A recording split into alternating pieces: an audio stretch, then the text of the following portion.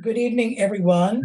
Um, I'd like to call to order the Guilford Select Board meeting of Monday, April 27th, 2020. As chair of the Guilford Select Board, I find that due to the state of emergency declared by Governor Scott as a result of the COVID-19 pandemic, and pursuant to Addendum 6 to Executive Order 01-20 and Act 92, this public body is authorized to meet electronically.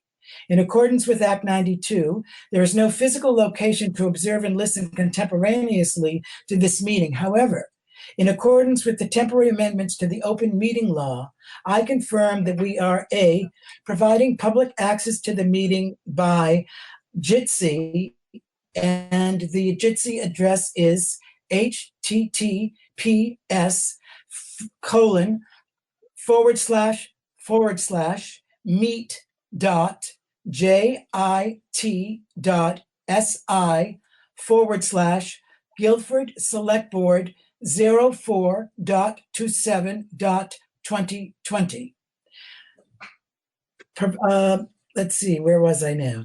All members of the board have the ability to communicate contemporaneously during this meeting through this platform, and the public has access to contemporaneously listen and, if desired, participate in this meeting by going to https://meet.jit.si/Guilford Select Board 04.27.2020. B, providing public notice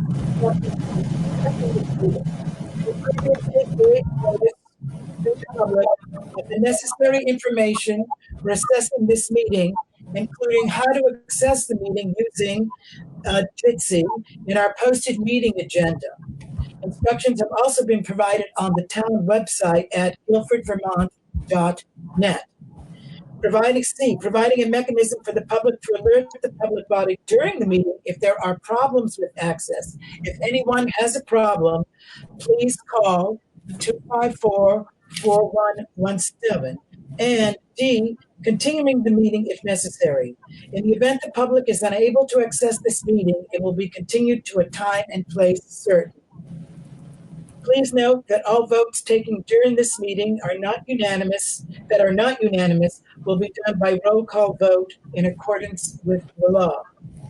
Let's start this meeting by taking a roll call of attendance of all members participating in the meeting. I will call out your names. Zon Eastis. Miranda Porch. Is Miranda here? We can't hear you, Miranda. Hello, I was just unmuting. Okay. Michael Becker. Here. Rusty Marine. I'm here. Okay. Richard Wazansky here. And we are also joined by Peter Rude, the town administrator. Recognition of the public. Ellie, I see you there. Yes, I am here. Welcome. Thank you. And the rules of procedure, which usually on our desk in our select board meeting room, are not here, but they are accessible. And those rules govern the way that the public, in this case, Ellie for the moment, interact with the select board in regard to questions and answers. Are there any, the additions to the agenda are, we have two additions to the agenda, but there are more. The A is the Guilford Country Store liquor and tobacco license. B is purchase of a 1-ton truck. I know that Zon had an addition to the agenda. I almost said menu there. Yes, I would like to add a very quick update about the Communications Union District, some news around us. Okay, great. I have set several additions to the agenda, but does anyone else have additions to the agenda before I speak mine? Okay, my addition to the agenda are as follows. Appointing Ann Ryder as a new member of the Finance Advisory Committee. Ann has graciously agreed to serve on that committee. I think that's a blessing for us, our town, and the select board. We also have a letter from a Guilford citizen about an unruly dog, and we want to discuss that. And we want to also discuss the sign. I've had a request from a Guilford citizen that the sign should be more amicable and friendly to people entering our town. And perhaps and I have a suggestion from her as to a few words that might make what's on there stay on there, but add a bit of friendliness to that sign. Do you all know the sign I'm talking about? Which sign are you talking about? Sign at On Route 5? sign at the fire stations that says the public building is closed. Oh, The emergency sign? Yes. Oh, okay. Okay, yeah. So if there are no further additions to the agenda, I'll ask if there are any changes to the agenda order. And I would say we should do it like this. Let's go with the additions: A, the liquor and tobacco license; B, the purchase of a one-ton truck; C, the appointment of Anne;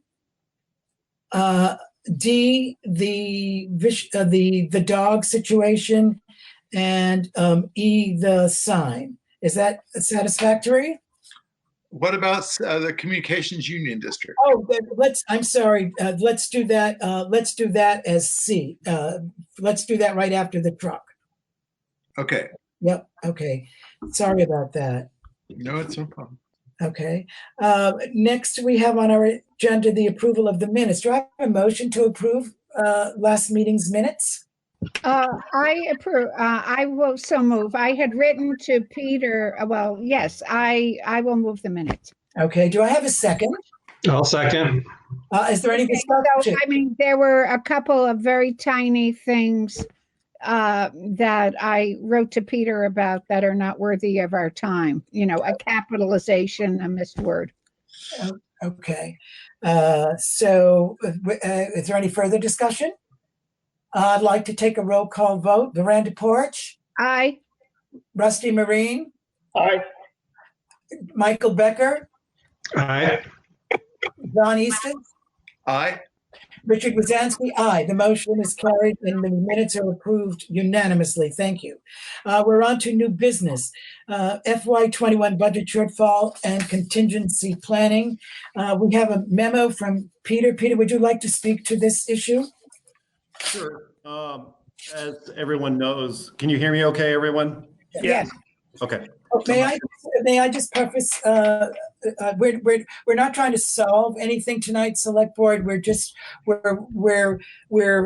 trying to be proactive and to start our thinking about these matters, but we're not here to make any decisions about these matters at all at the present time. Okay, Peter. So as everyone is aware, we are in the midst of the COVID-19 situation. And with that, many people have been laid off from work or have had their hours reduced or are from having a decent living to having no living overnight. As well as because of those factors, the state will also be having a likely budget shortfall in the upcoming fiscal year. They have already announced that they will be having a budget shortfall in the current fiscal year. In a call that I was a part of this morning, the state said that they're estimating that for the current fiscal year, they're going to have a shortfall of $391 million from their revenue fund. The education fund is going to have a deficit of $142 million, and the transportation fund is going to have a deficit of $45 million. And so that's going to potentially have an impact on Guilford in our funding from the state, but as well as when it comes time to collect taxes this fall, because of the aforementioned situation, there's likely to be a higher number of delinquencies on our taxes.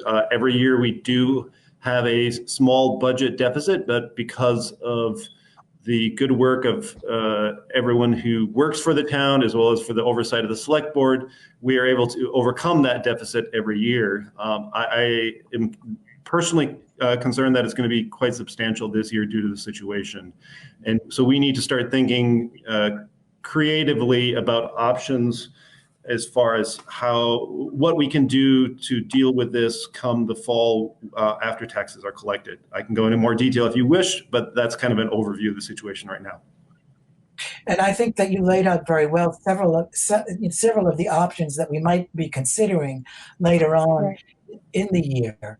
And that's good. I'd also like to say that I asked the Finance Advisory Committee, which is establishing its charge that the Select Board will approve, that I've asked that group to start thinking about the contingency planning as well. I think that the folks, the committee members on that board, Sheila, for instance, and Anne, who have both been chairs of the Select Board and very intimately knowledgeable about the town budget, will be very helpful in the event that we need to make some decisions about contingencies. Can I ask a question regarding that?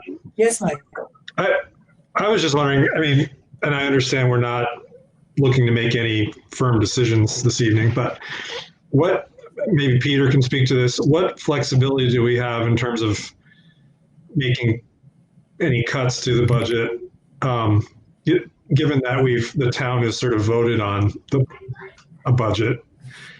Can we go back and revisit and sort of strip things down if we need to, or? The short answer is yes. So now that the residents of the town have approved the budget that the Select Board have put forth, it is now the responsibility of the Select Board to manage that approved budget in the best interests of the town. So that means the potentially rearranging of funds, the cutting of certain items, things like that. So that is your primary charge as a Select Board, is the fiscal management of the town. Can I just to build on that, one more follow-up question? I mean, like I'm thinking of big ticket items like a bridge, that we were thinking about, or are we allowed to move funds from, let's say we decided we could wait another year to do that bridge. Could that money be, moved for other purposes?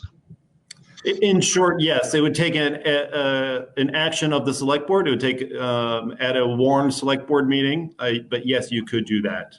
Okay. Yeah, I was just interested in the legality and the mechanics of it, I guess. So we're going to have an issue that comes up this evening that gets sort of wades into those waters a bit. Exactly. Right. Yeah, exactly. Richard, can I ask you a question? Zahn? Oh, Rusty, yes, please. Yes. Since the school is a big part of our budget and we really have no control over that, would Peter or anybody on this committee know if the school is planning on any cuts with their budget? The short answer to that is no. Know that you don't know, or no, they're not planning cuts? No, that I'm not aware of. Nothing has come from the state in that respect. There has been some discussion, particularly with Vermont League of Cities and Towns, from a number of towns that are deeply concerned about this issue, in that when it comes time for us to make our education payments to the local school as well as to the state, the town is responsible to pay those fees regardless, similar to how each of us pay taxes. If we are delinquent on our taxes, we face an 8% penalty and 1% interest charge. The town faces the same thing if we don't pay our education taxes. And so even if we are 1 day late at the moment, we would have to pay that 8% penalty on the, through approximately, speaking with Penny, it's approximately $3.5 million. We'd pay an 8% penalty on that plus 1% interest per month. So that would be pretty substantial. Unfortunately, the situation can only be addressed by the legislature and the Agency of Education. This is out of the governor's control, for better or for worse. And so if, for example, if the town does face a substantial budget shortfall, we're still responsible for paying our education taxes, even if we don't have those funds. Unless the state does something to ameliorate that situation. Unless they do. And at the moment that we have, it's something I've been following closely, and it's something that is of huge importance to VLCT. And as of yet, I have not heard of anything that has happened.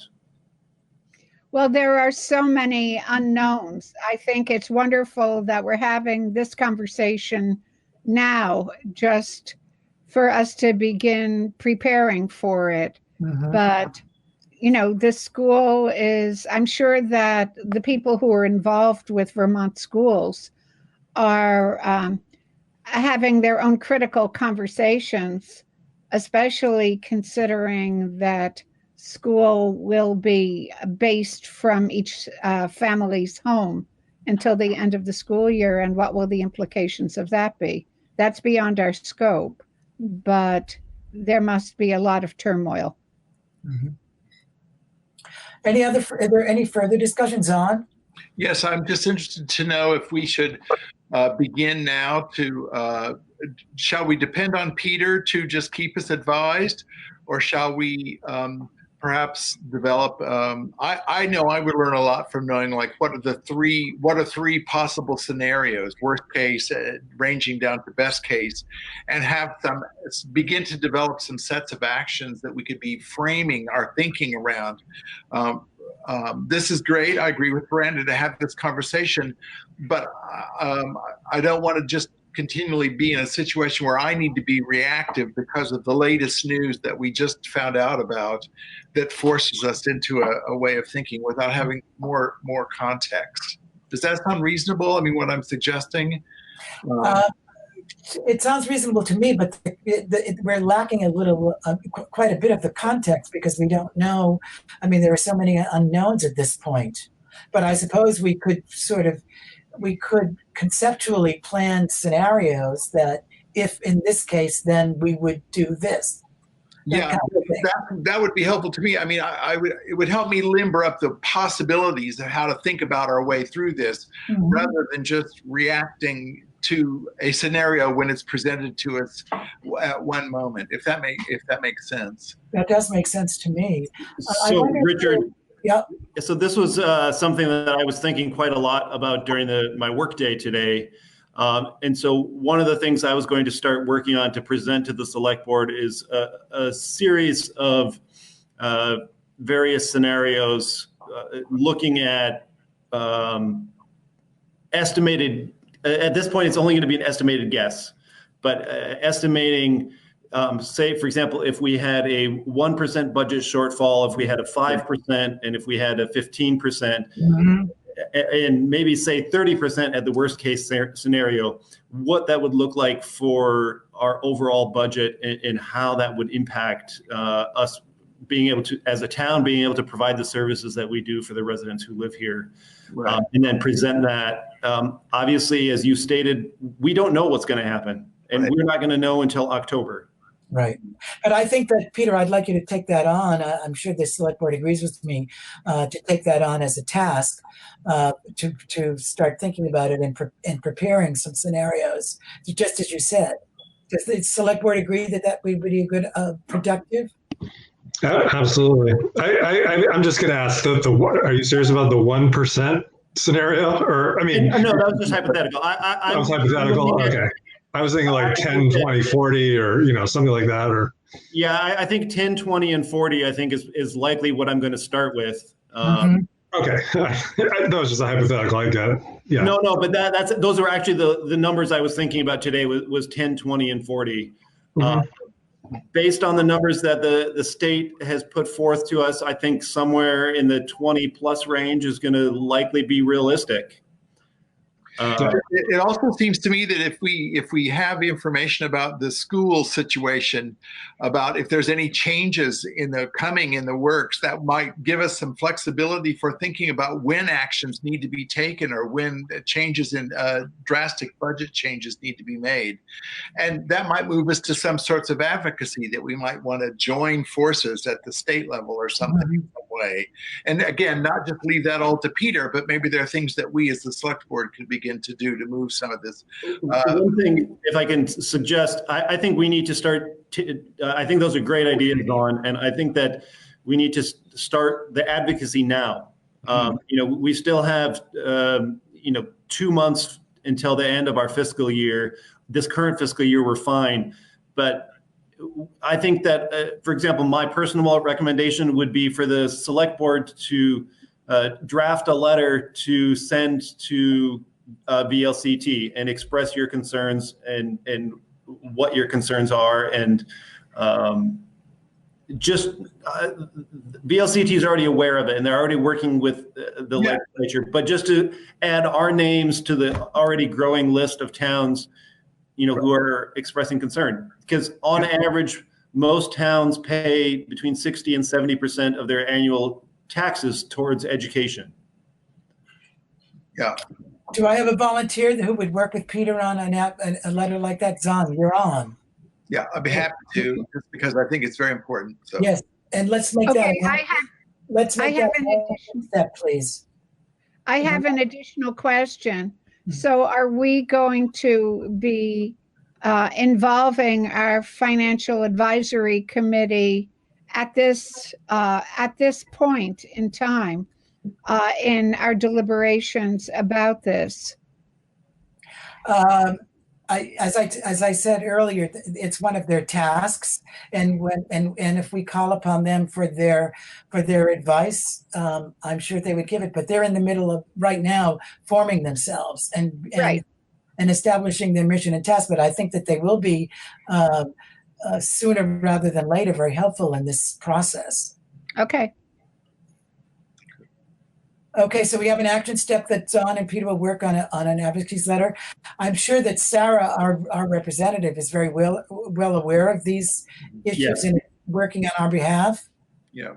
Yes, she is. I've had some communication from her, and I know that she's doing as much as possible at the state level. Okay. Any further discussion? Excellent.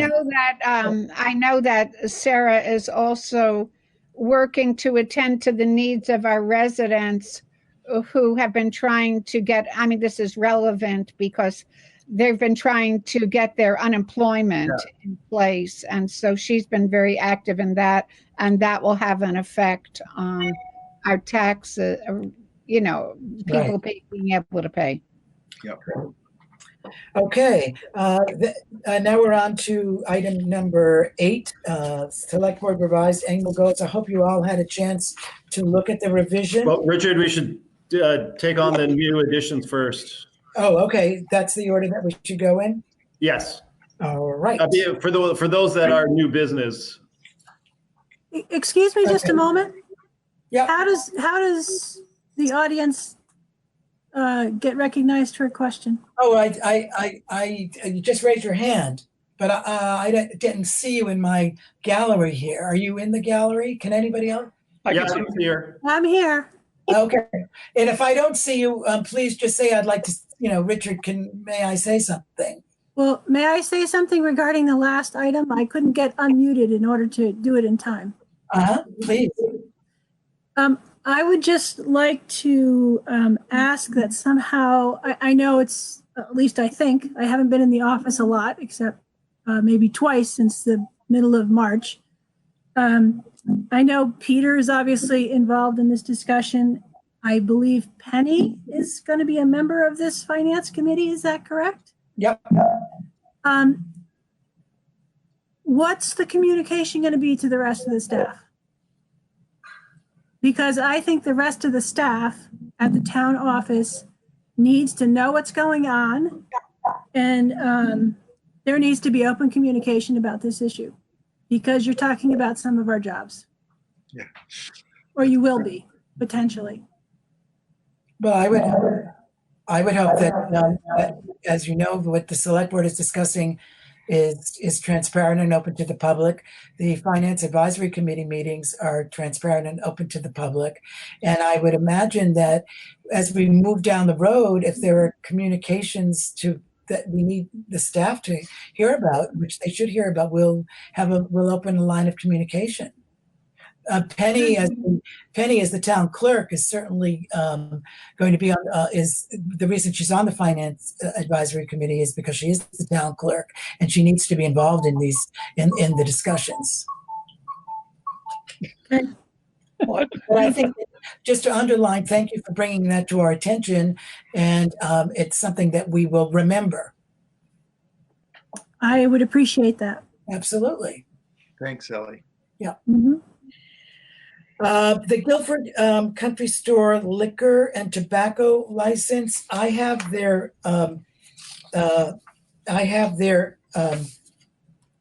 application in my hand that Penny sent me, and Penny signed this, and I have signed it, and we need to have an approval. So I would like to make a motion that the Guilford Country Store's liquor license, which expires on April 30th, 2020, be renewed by the state of Vermont.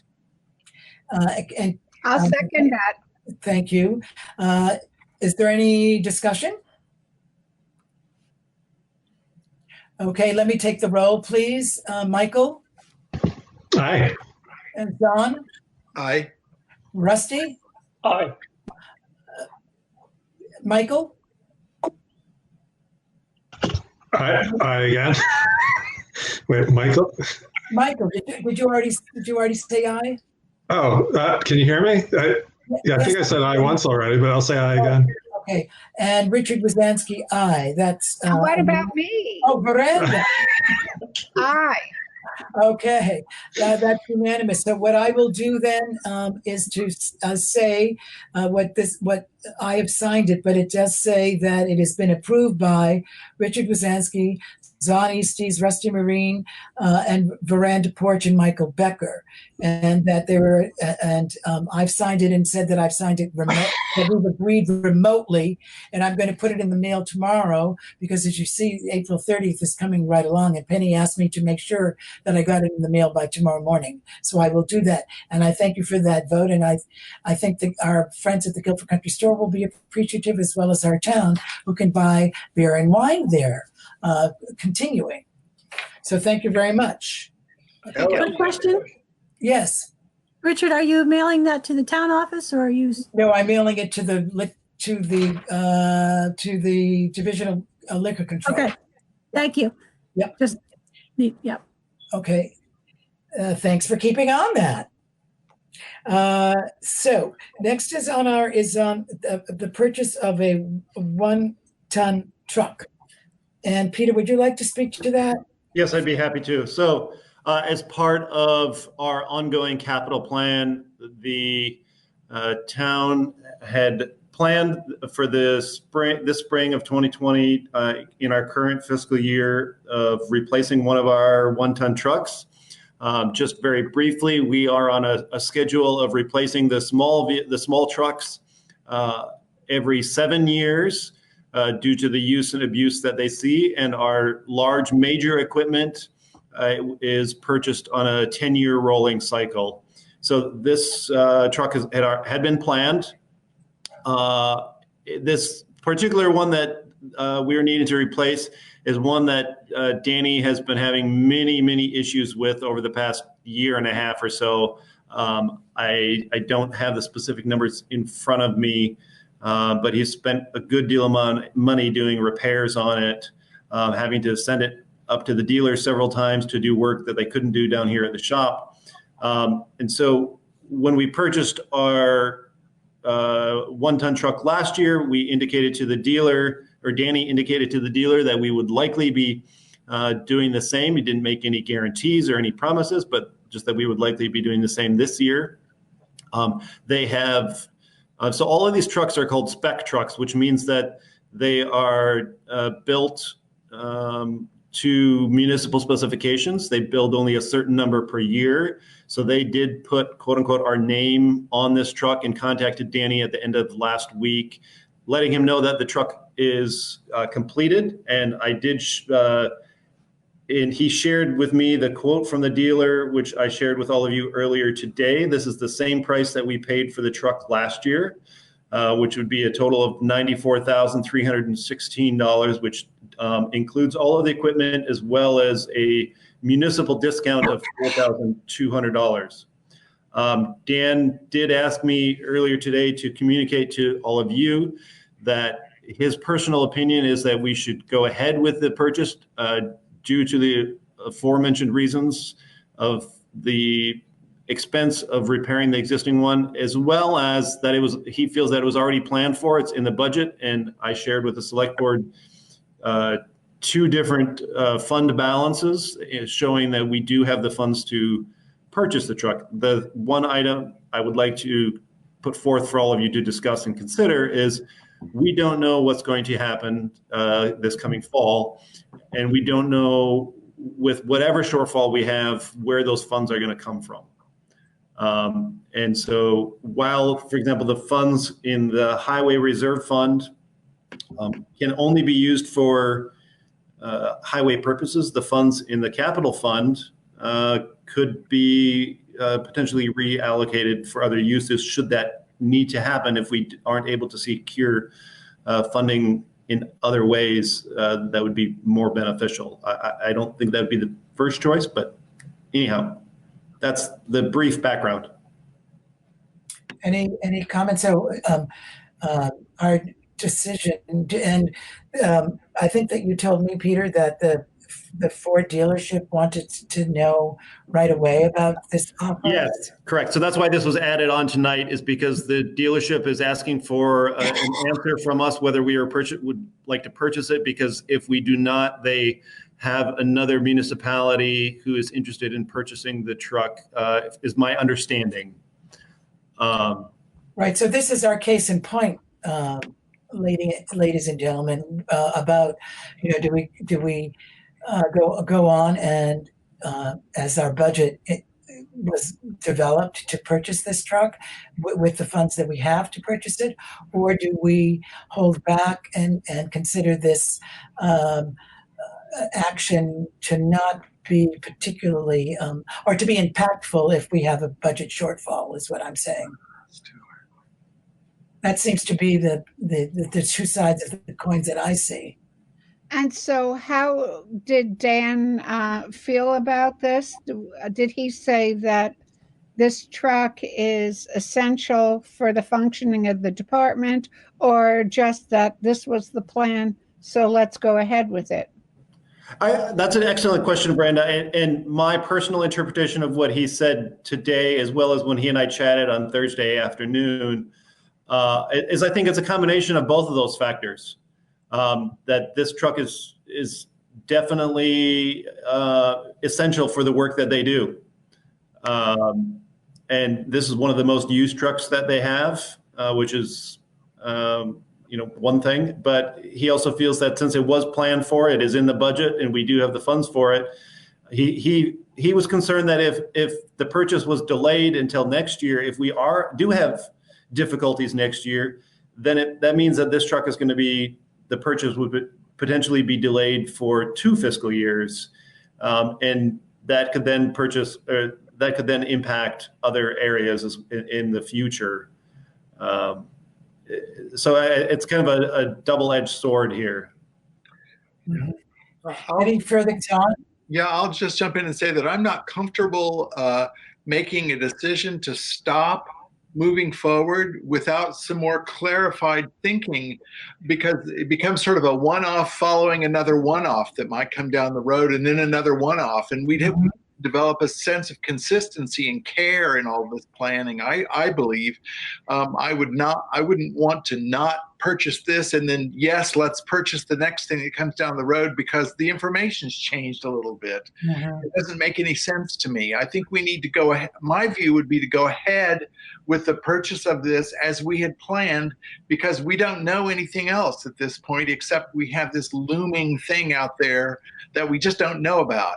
But it's not strong enough for me to be able to make a decision about or act. I agree with you, Zahn. So I agree too. I mean, I'm sorry. Did I interrupt you, Richard? No, I just wanted to add my my affirmation to what Zahn said, that I think we should go forward with the purchase of the truck. I would like to hear it from Danny's mouth about what the need is, but he's not here. And the significant factors of the present truck being lousy and breaking down and costing us money to repair makes it all the more, I think, a value proposition to buy the new truck. And I would also add too, I believe, at least from a communication with Danny, I believe his intent is to sell this truck. He won't be getting a lot of money for it, but his intent is to sell the existing truck. So that would help for part of the purchase price as well. And as we know, the care of the roads affects every resident in the town. And in my thinking, we need to be careful about having people be able to go places should we ever be able to go anywhere again. Thank you, Miranda. Is there any further? Does anyone else have comment? I just wish that we did have the town in here to explain, because that's a lot of money, and yes, we're forced to make cuts, and we're going ahead without making cuts. I don't know. Yeah, it's a hard decision. yeah, I hear you, Rusty. I wouldn't say yet that we're forced to make cuts at this point. I think we may, but we don't. I don't even know how to think about it, I guess. Well, to me, because now they're saying that there's going to be a second wave of this. Uh-huh. In the fall. I mean, there's going to be some big decisions made that aren't going to be popular. Yeah. So. Yep. Any further comments? I mean, Michael? is there any way? I mean, it seems like with the economy and the state it's in, it's not going to be too hard to order up a truck, 2, 3, 4 months down the road.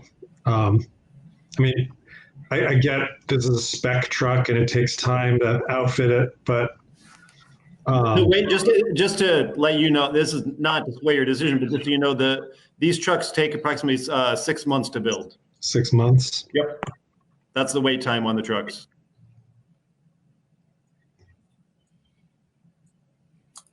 Peter, do we have to vote on this? I mean, yeah, they're looking for whether or not the town is going to purchase the truck. So the only way you can decide that is for you to vote on it. Okay, are we ready to vote? Yeah.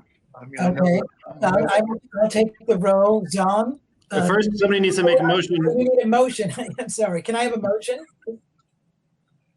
I move that we move ahead to purchase the truck as outlined. Do I have a second? I will second it. Okay, is there any further discussion? Okay, I shall now take a roll call. Miranda? Aye. Michael? Aye. Rusty? Aye. Zahn? Aye. Richard? Aye. The motion carries unanimously. And Okay. I'd just like to say that this is good. This whole kind of way is going to make me very nervous. So if we have to continually move like this going forward, I'm going to be very, very uncomfortable. So we are going to have we're going to develop some premises that we can work under, right? Good. But we Good. are also we're also in a conditional situation. So sure. Yeah. I say that mostly in support of Rusty. Well, I'm having a hard time with just mentioned today, and we're talking about budget cuts, and then all of a sudden, Yeah. $93,000. That's not chump change, Yeah. But I mean, we're talking about potential budget cuts, not budget cuts. Yes, that's the key point, Richard. Yeah. So, very good. I think that we have advanced the care of our roads significantly by replacing the truck and having a new truck. Okay. Richard, I'll communicate with Danny tomorrow to finalize the details of that. Okay, thank you. Brenda, were you saying something? Richard, I just wanted to make a very brief comment to reassure Rusty that when the time comes that we really need to deliberate and make cuts, this isn't a board that's just going to avoid our responsibility. I just wanted to try to provide a little reassurance. Thank you for that. And we're all in it together, to use a popular cliche. Current phrase. Okay, so our next item on the agenda is the CUD, the CUD. Zon, you're up. Thank you. I just wanted to alert everyone to the fact that although Guilford has chosen, at least for the next while, to move in accordance with the Wyndham Regional Planning Commission's motion and actions with regard to the development of broadband in this area, there is, as you know, a CUD that's forming, probably you know this, around the Deerfield River Valley. Right now, there are 7 towns that have joined together to form a CUD, and they meet on a very regular basis as a CUD. They're not moving against the Wyndham Regional Commission; they're just moving ahead. And so it's not that they're moving it counter to or anything.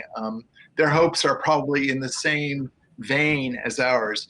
But I was contacted because I'm personal friends with the person in Marlborough who's leading the effort there. So he just wanted us to know that they have monthly meetings. This new CUD has monthly meetings that we would be invited to go to if we wanted to.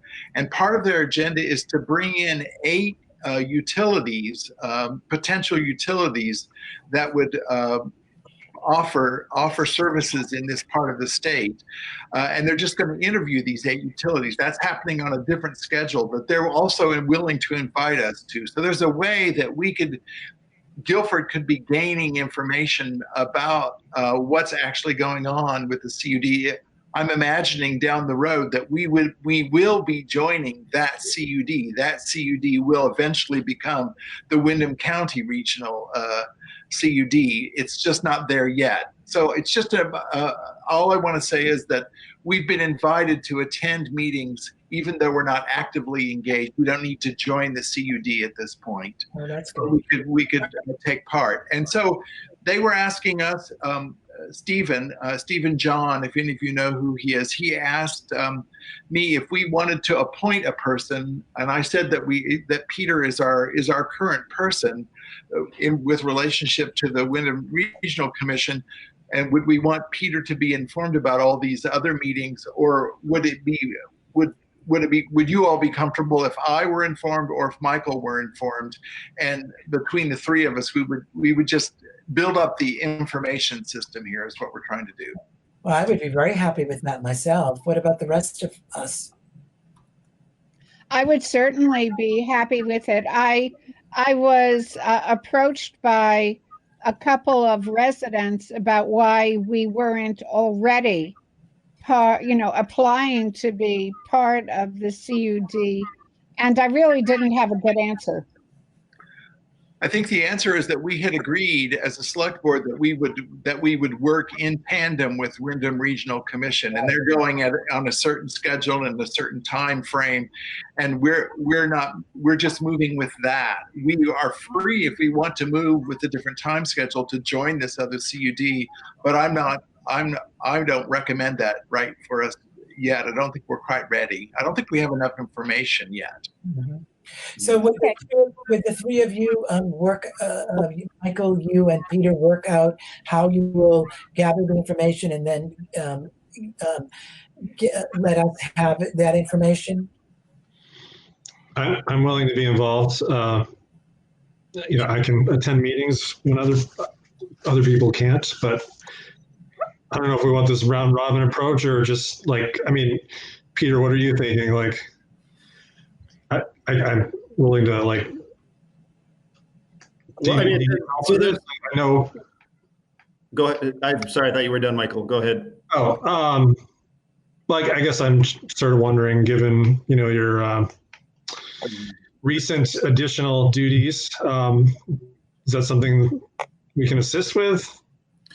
I mean, at the moment, there's not a lot for us to do. I think that when it comes to that point, then yes, I think it would be very helpful if, say you and Zon could provide some assistance on that. At the moment, I don't have any communication with anyone on the side, from any of the various towns. I've heard, just because of where I live, I've heard some information about the Deerfield Valley, but that's, the CUD there. From a couple other conversations, I think that what they're doing is great, but I agree with Zon. I think it's better for us to kind of wait and see what happens and to support Wyndham Regional in their pursuit of this, and kind of do it as a unified whole, because of the fact that we don't have a county government and they kind of act as an intermediary for us. Because I think that they would have bigger sway than a smaller group, in my personal opinion.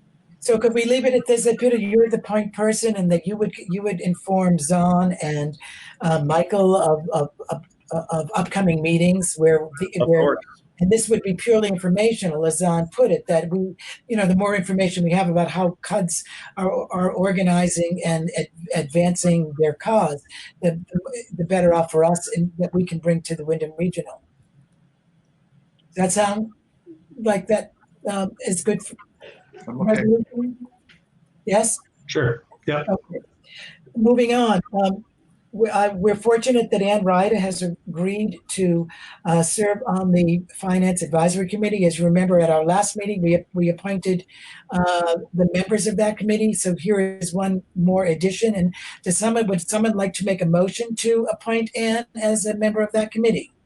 I so move. Do I have a second? I'll second. Is there any discussion? Okay, I'll take the roll. Zon? Aye. Miranda? Aye. Michael? Aye. Rusty? Aye. Richard? Aye. The motion carries unanimously. Thank you very much. I think that Ann is going to be a great addition to that committee and its work. The next item on the agenda is the dog. So, as you all know, the select board received a letter about an incident with a dog bite, and we've asked Peter to get as much information as he can about what the responsibilities. We want to get back to Sarah, who wrote the letter, and I told Sarah that we would be discussing this issue tonight, but we wanted to make sure that we are knowing what our responsibilities are vis-a-vis dogs and dog bites as a select board, because there are ordinances and state regulations that govern what a select board can and cannot do in this matter. So, Peter, what have you found out? Pretty much not a whole lot new or different than what you already know. I did read the state statute. It does not appear that the statute around dogs has been altered in recent years. Our dog ordinance is in compliance with state statute, and so it outlines the various responsibilities of dog owners. So, for example, in this instance, I do have confirmation from Richard Davis, our health officer, who did attend to the individual who was bitten, that the dog is up to date on its rabies, and it is licensed, as well as the dog is currently in quarantine for another 3 or 4 days. I did hear back from him today on that.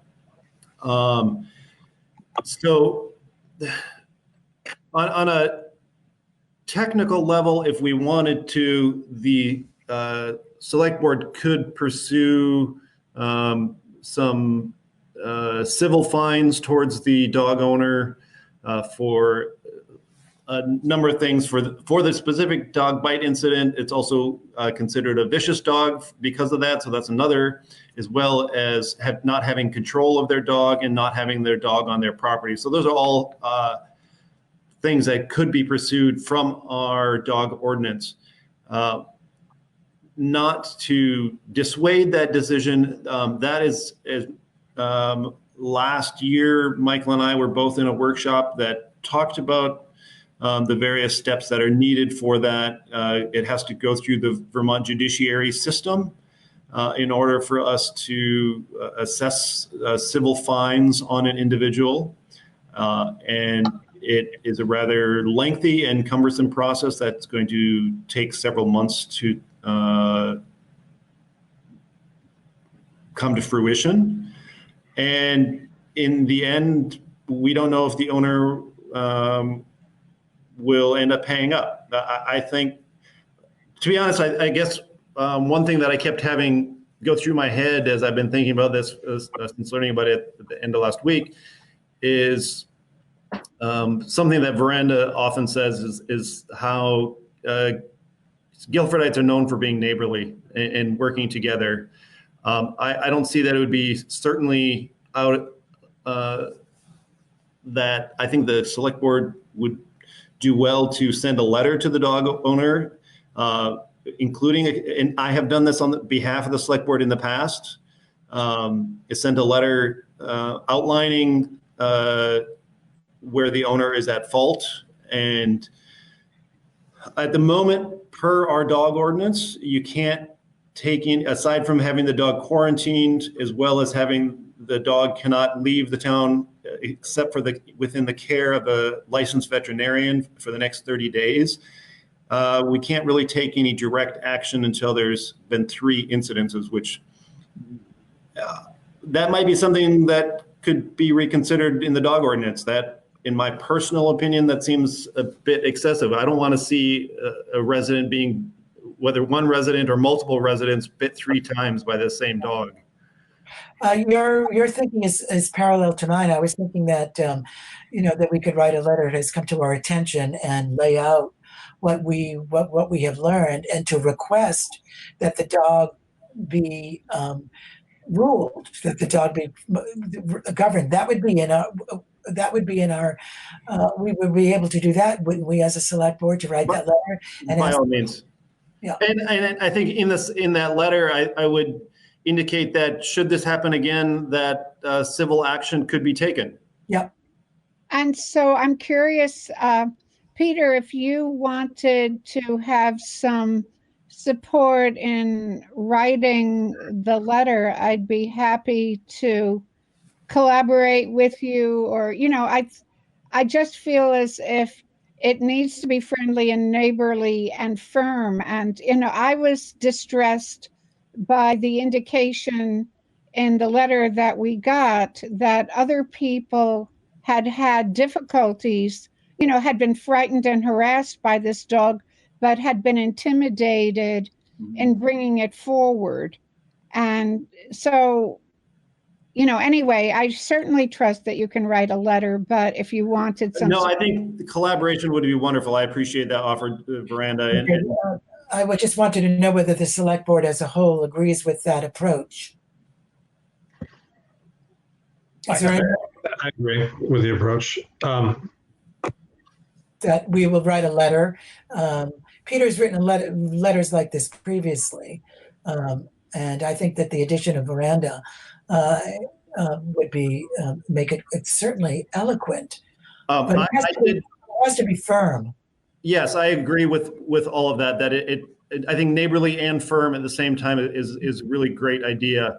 I did hear from someone late this afternoon who asked for the comment to remain anonymous, but this individual believes that there seems to, from their perception, there seems to be a disagreement between several neighbors, and this has kind of escalated the situation. And so I think that my personal opinion is, instead of immediately going after the dog owner with civil fines, even though that is within the right of the select board to do so, I think that trying to de-escalate the situation and sending a letter like this, in my personal opinion, would be a better first step. Yes, and I agree, and I think that, but it should mention the fact that there is the potential of civil fines. Absolutely.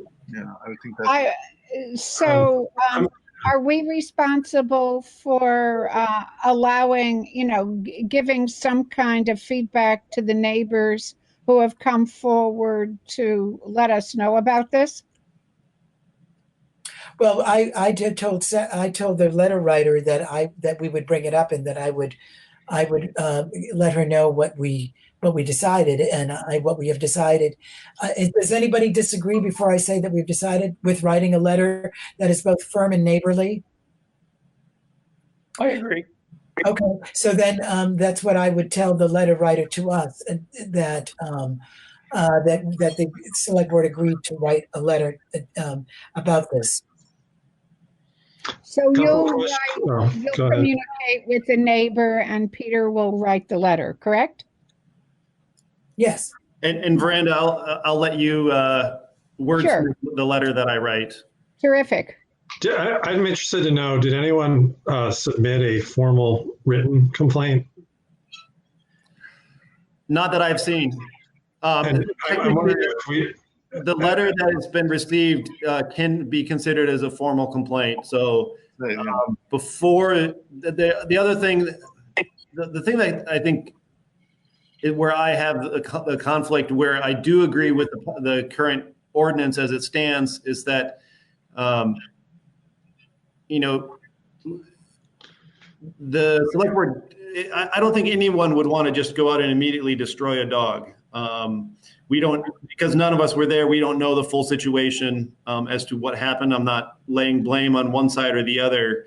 And so I think that in that sense, that's from my understanding of our current ordinance, that's why it's partially written in that way, is to give someone the opportunity to rectify the situation, whether that means training the dog, have a better confinement of the dog in other situations before the dog is taken from that person. I think that's a very drastic step, and should it be necessary, it's an option that's there for the select board. But okay, well, let's wrap this discussion up. I think we've talked enough about it. And the dog ordinance is on the website, is it not? oh, by definition, certainly, yes. So I would if you're not familiar with the dog ordinance, it would be a good idea to take a look at it. And if you think, select board members, that there need to be amendments or changes to it, we should put that on the agenda for a future meeting. All right, moving along. I had a suggestion from a town citizen who thought that our emergency sign was correct and very important, but that could it be sweetened with a phrase that would be more welcoming, because it is right at the entrance to our town. She suggested that it might be something like, "We miss you." The building is closed, but we miss you. Would anybody be opposed to something like that? No. Would anybody be in favor of it? Sure. I'm in favor of it. Sure. Okay. What do you like? We miss you? Well, Richard, I had a question of the building is closed, but we're still working. I mean, I don't want it to be real long, but we're still working on your behalf is the thing. Oh, Oh, that's right. So maybe we're still at work for Guilford. I'm not sure "we miss you" is exactly nailing it. Stay safe. I mean, and I don't know. I'm with Veranda. We want to express where, Okay, so we're how about we're still here. we're at work for Guilford. We're still at work for Guilford. How about that? Sure. Anybody disagree? No. All I right. just have to say that I've driven by that sign a few times and I've been able to read, usually I get to one of the elements. You have to sit there and not move for you to get the whole picture, So I think whatever we say is going to be missed. Okay, but let's say it anyway, right? Can we say it anyway? Yeah, that's good. We're still at work for Guilford. Okay, Peter? Okay. How about we're here for Guilford? Sure. It's shorter, and Yeah. then it would probably fit on one screen. Or we're here for you? Work here for you. Yes. We're at work for you. We're at work for you. That's a good one, Zon. Yeah, I like that one the best. Okay. All right, very good. Okay, and then, all right, now on to old business. I think we've done all of our additions. Thank you very much. And we're moving right along. The revised annual goals that were revised by Veranda and Zahn, and we all had a draft version. Does anyone have any comments about the goals or suggestions about how they might be further changed? Well, I wondered whether, I mean, I think these goals are great. And I didn't know, I didn't know whether there was a way we wanted to acknowledge the pandemic somewhere in our goals, maybe in a brief introductory statement, and then do these goals. Yeah. Okay. Yeah. I mean, these are extraordinary times. Mm-hmm. I think that any context that we have, if we wanted to put it out there, should have a statement about. That's what I mean. All of these goals are placed in the context of our current situation. Okay, and there is the goal of resident safety that the select board looks up for. But I think, and these are on the website, and I think that it would be good to have a preface that contextualizes it in terms of what's happening to us at the present time. By the way, Richard, we've actually never had the select board goals on the website. Oh, I think it would be a good idea to have them there. We could, by all means. I'm just saying we've never done that. Yep. Well, if you approve them tonight, then I will work with Veranda and Zahn to clean them up a little bit and make them presentable, and I'll add them to the website. Okay, and then create a preface. Okay. Zahn and Veranda would like to work at that. Yeah, that's great. Okay. I want to note that there are a couple of action steps where there's no action. There's nothing stated about what's going to happen, and that's simply because Vernon and I didn't work it through. So if the select board's comfortable, we could adjust that a bit. I think what we need to approve, if we're going to approve anything at all, is the general idea of these, and they need to be freely editable. Well, I just want to remind you that this is a living document. Yeah. So even if you do approve them today, next month we can revise them, and you don't necessarily need a select board full approval in motion to edit them because the situation may change. Right. I've also added a couple of things since we talked based on information I got since we last looked at them or last talked about them. The construction of the new finance advisory committee and the construction of the town meeting advisory committee. We need to make sure we get that up and running. Yes, that's right. The town meeting advisory committee. So that's on there as well. Great. I've added those to it, so it's sitting there now. So that information is there. Terrific. Yeah. So do we want to vote on this now, approve these now, or do we want to further review a revision?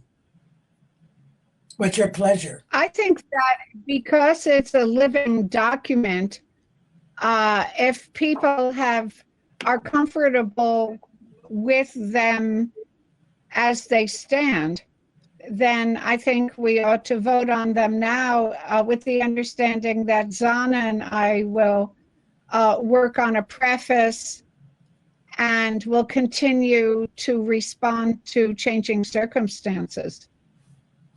I agree that that's a good approach. Okay. Is there any further discussion about that? Do I have a motion then, Zahn? I'd like to move these goals as they are currently stated. Do I have a second? I'll second. Thank you. Is there any further discussion? Michael? I thought that they were great. I'm taking a roll call. Aye. Okay. Miranda? Aye. Rusty? Aye. Zahn? Aye. Richard? Aye. The motion carries unanimously. Thank you very much. And we're advancing here. Okay, on to the subject of the administrative assistant. When Peter and I were discussing the agenda for tonight's meeting, this was put on this agenda from last select board's meeting, and Peter and I, and the administrative assistant would impact Peter significantly, but we thought that it would be in our best interest to hold off on that position at this present time, given the context that we don't know what's going to happen in terms of budget, the impact on the budget. So I would like to propose that we hold off on pursuing getting it together to hire an administrative assistant. And I just would add that I did speak with Penny about this before she left on vacation, and obviously she clearly acknowledged that this is a fully select board decision, but she wanted to put her support behind delaying of hiring this position due to the unknown factor for the upcoming fiscal year. So I don't think we need to vote on this, but I would like to hear opinions if you have an opinion that is other than the opinion that I expressed, Zon. Mine's not other. It's just that I would like to make sure that we just move it so it moves right into our finance considerations as we go forward. It's one of the things we carry forward. Yeah. Anything else? So we're good with that. Excellent. All right, on to updates. Peter has the A, B, and C. If you would update us briefly on each one of those. Sure. For the COVID-19 update from the state level is actually quite, frankly, positive and brief this time. So the state of Vermont has been seeing the beginning of a flattening of the curve, as we all heard everyone talking about. And so that's very good. We've seen the number of cases of people who are hospitalized in the state has been declining. The total case number is slowly creeping up, but it's starting to only be 2 or 3 new cases per day versus in the high double digits. So that's great. And Governor Scott has made multiple different amendments to his executive order over the past 2 weeks. The 2 big ones were enabling certain sectors to go back to work as long as they're following social distancing and hand washing and all of those things that are protecting us from getting sick.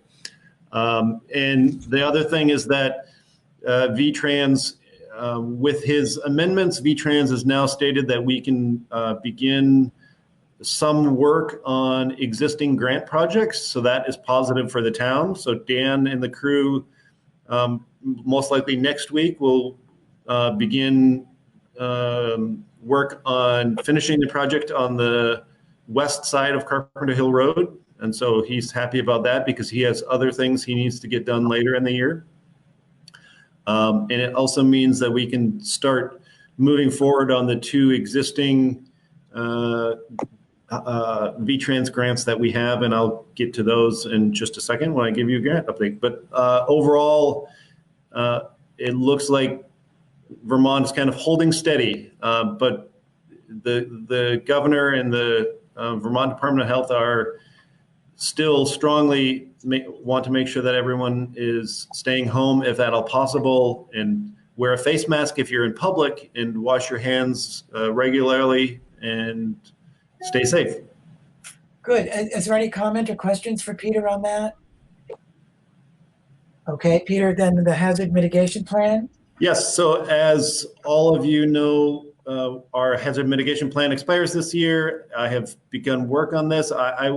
Given the situation with COVID-19, I was really trying to be hopeful in that maybe FEMA and the state would make some exceptions to the various requirements for the completion of this. I reached out to Vermont Emergency Management, to the woman who is in charge of this at the state level, and the overall answer is no. They have not changed the requirements of this. The only thing that is positive is that the public meeting aspect of this, they will allow us to do in this manner via digital means or via phone call. So I have, for just over a week now, been working on redrafting portions of that. I did, the one thing I did want to just briefly talk about is, so we need to put together a planning team for this. It doesn't explicitly have to be a select board agenda. If you want, I can just go ahead and reach out to some individuals. So previous members of the planning team were Sheila Morse, Herb Meyer, Michelle Frazee, Troy Rivas, Ann Ryder, Dick Clark, Steve Lemke, Linda Lemke, and then Alyssa Sabeto from WRC.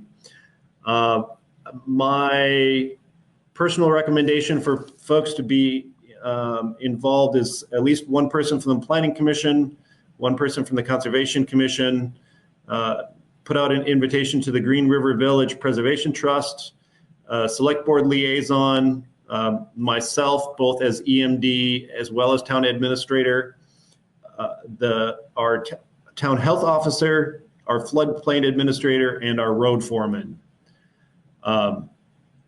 If you want, you can make it a formal group. I don't think it personally needs to be. It was not formally created by the Select Board. I think these people were asked if they would participate, and they said yes. Is there anyone who would like to volunteer on the Select Board to represent the Select Board? I can do that. Okay. So then what would happen is I would coordinate several planning meetings to discuss certain aspects of the hazard mitigation plan and what you folks see as most important to highlight in that. And I would come to the meeting prepared with talking points for all of you to discuss and to consider. And you would all have forewarned notice of what that would be. And these would be public meetings, so the public could participate and give input should they desire. So I'd like to just clarify what the action steps are in regard to this. One I heard is that you are going to send invitations to the road commissioner, someone from the Conservation Commission, someone from the Planning Commission, and who you have a representative from the Select Board now, isn't that? And then I think Steve Lemke should be involved, shouldn't he? Yep. So the Planning Commission, Conservation, Green River Village Trust, the Health Officer, the Floodplain Administrator, and the Road Foreman, and myself. Great. Right. And so Linda was representing Linda Lemke was representing the Conservation Commission.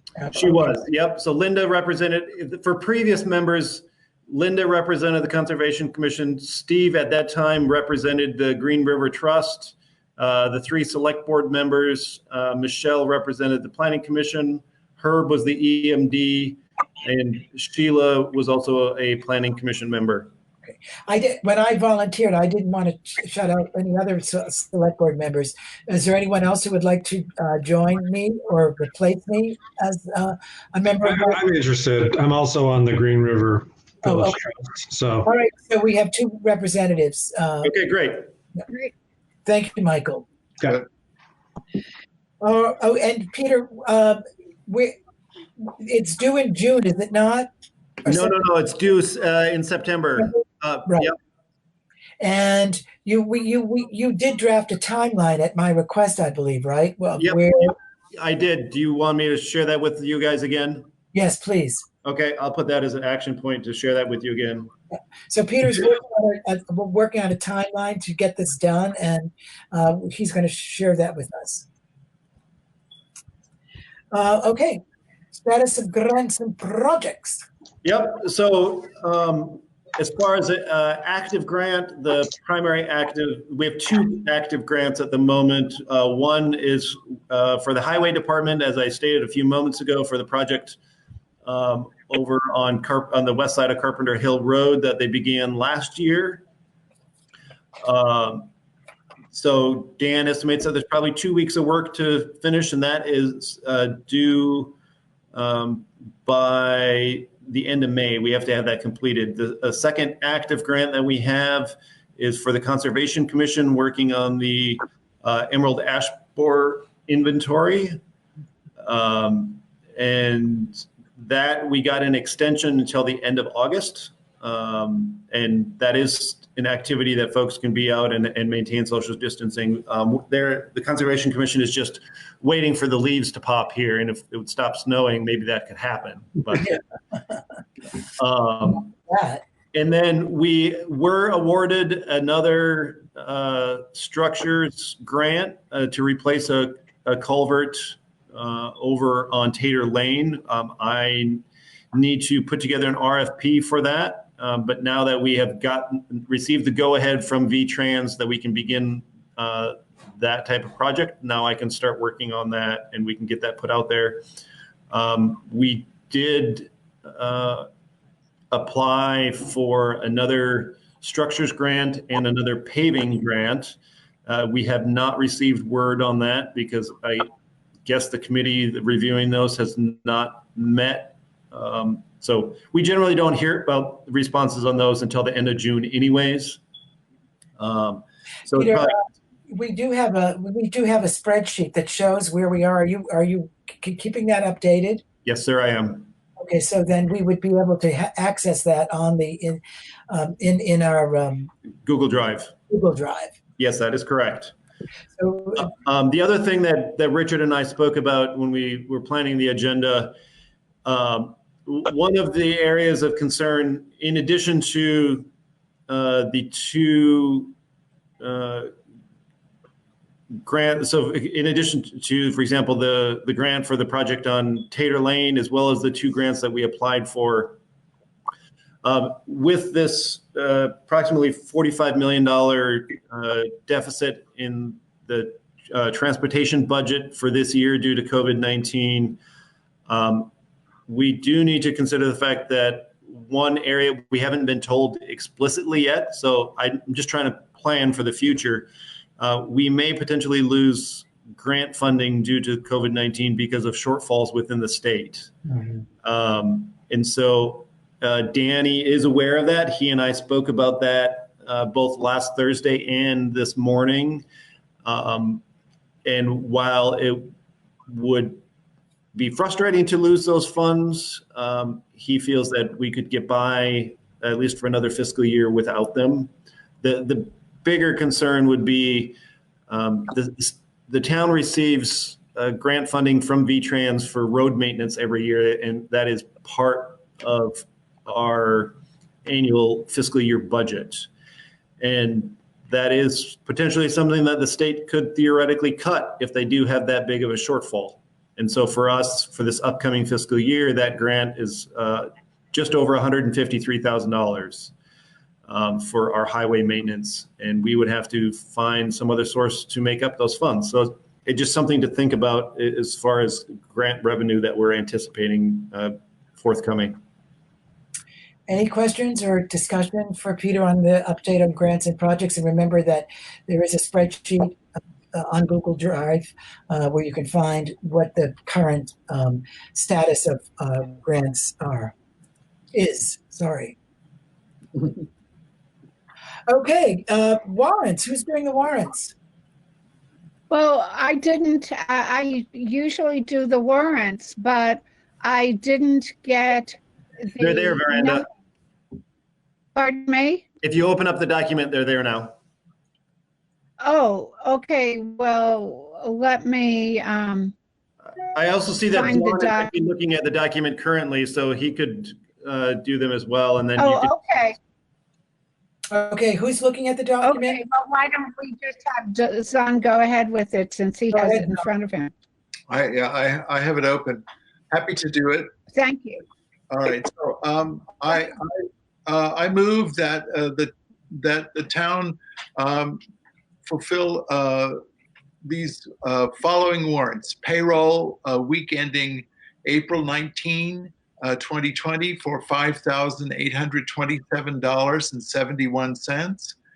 Payroll for week ending April 26, 2020 for $5,671.51.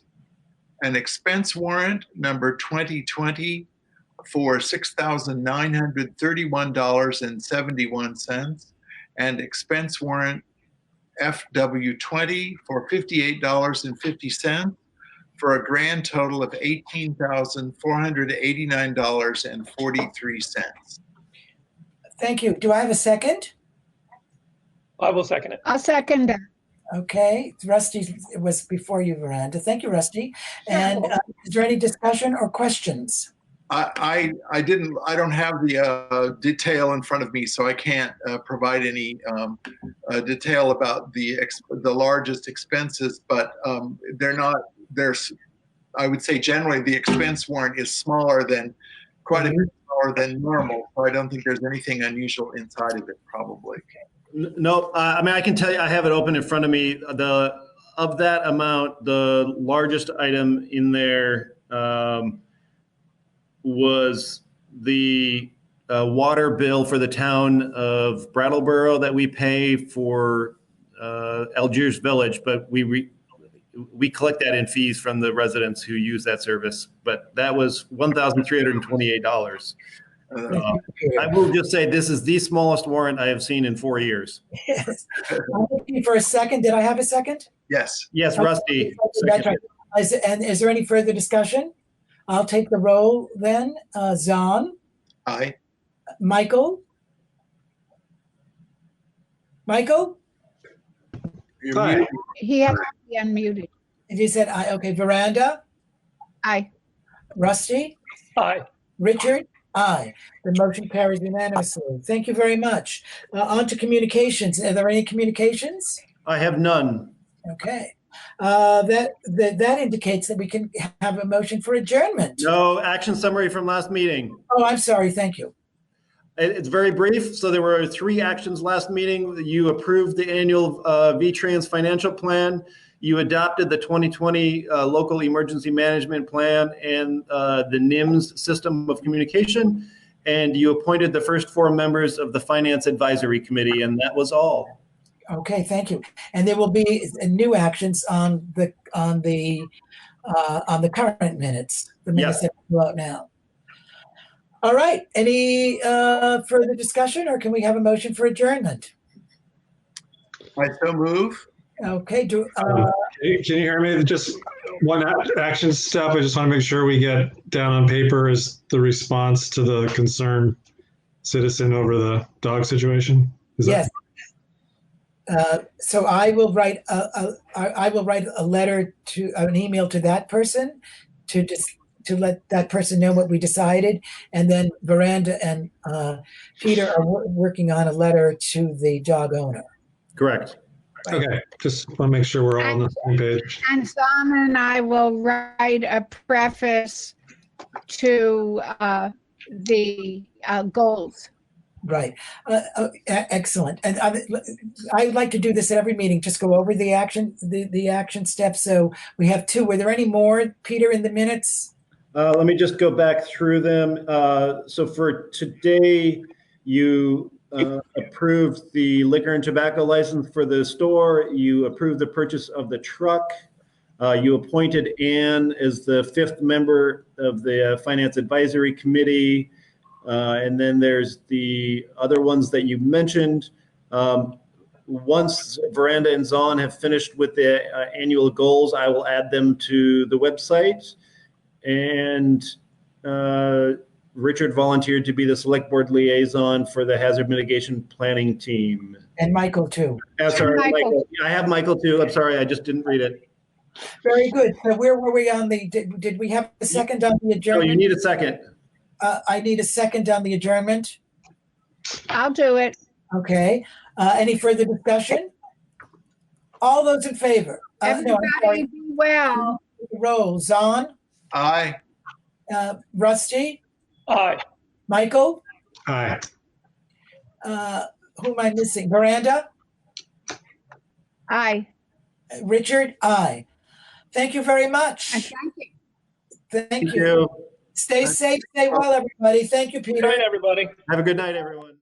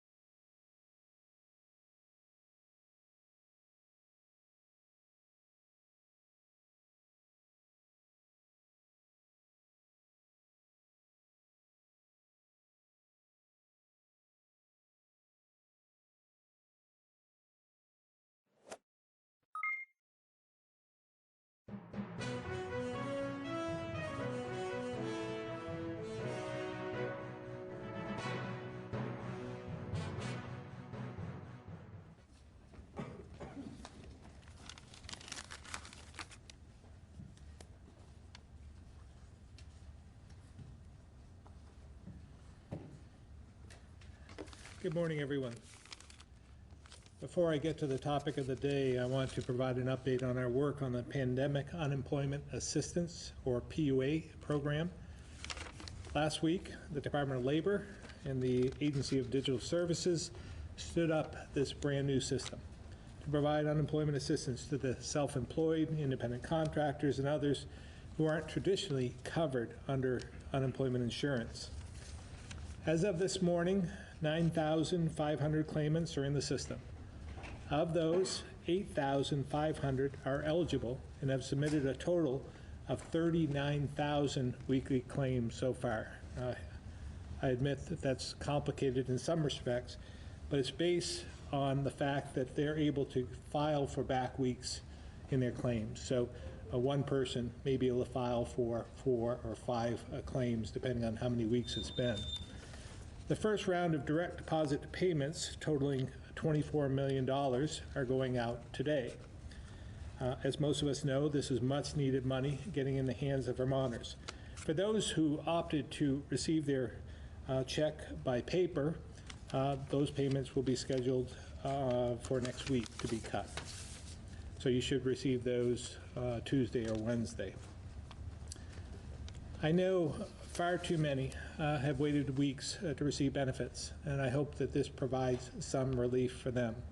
But I also know we still have a lot more work to do to get benefits into the hands of all eligible Vermonters, and we won't stop until that's done. So with that, we'll go on to today's topic. As you know, my team and I have been working on strategies to help restart Vermont's economy and get more people back to work. But at the same time, it's important we do the following: protect those at the greatest risk from COVID-19, continue to slow the spread of this virus, and quickly respond to outbreaks as they happen. To do this, we've set 5 principles to guide our work, and today we're here to talk about plans under principle number 3, which is to increase testing and tracing. This goal is incredibly important to restart our economy, because as we ease those restrictions, more testing and tracing will help us quickly identify and isolate outbreaks. If you think of this whole pandemic as a forest fire, testing will allow us to spot those embers early, and contact tracing allows us to surround it in order to contain it. Through hard work and creativity, we've done a pretty good job here in Vermont testing on our testing capacity, even as other states have struggled. And we also have strong contact tracing as well. But we must build on this model by increasing everything we're doing and adding new technology as well. Doing so will help make sure that if we slowly ease restrictions, we're able to identify cases and prevent the spread of this virus. Our goal is to ramp up so we can conduct up to 1,000 tests per day, about 7,000 per week, which is more than double what we've been doing over the last several weeks. With this goal in mind, I've established a testing and tracing task force, which will help roll out this program with support by new technology and then deploy it across the state. I'm pleased to say steps to increase testing have already begun, and a plan is in place to phase its growth over the next several weeks. Simultaneously ramping up our testing while tracing and connecting with the contacts of those testing positive will allow us to continue opening the economic spigot and make sure we don't lose ground on the progress we've made thus far. The enhanced testing and tracing will also give us more information on where we may need to focus more of our resources and will help us better understand infection rates. From day one, the team has taken a data-driven scientific approach to our decision-making, and will continue to do so in order to do all we can to make sure the health and safety of all Vermonters are protected. Dr. Levine and Dr. Kelso will share more about our strategy in a minute, but it will be a measured approach. And just like our restart strategy, it will not be a flip of the switch. My team has developed a phased approach in order to maintain the supply chain we need which is so important. That means we'll continue to stockpile materials so we're prepared for any future outbreaks. I know there are some who may want us to turn on this increased testing overnight, but by taking this approach, we can give our public health workers the room they need to make adjustments along the way, so we don't ramp up too fast too soon. It's also important to remember that no matter what amount of testing we do, it won't completely eliminate the risk. In fact, an increase in testing and tracing will only help in our restart efforts if we also continue to separate ourselves, wash our hands, disinfect things that we touch, and wear a mask. It's literally still in our hands, and individually we can help control this. In many respects, it's really up to each and every one of us to make this work. I know this has been incredibly challenging for all of us, but thanks to the hard work and sacrifices of Vermonters, we're seeing a decrease in the spread of the virus. As I've said before, we cannot declare victory yet. The work must continue to help keep our families, friends, and neighbors safe.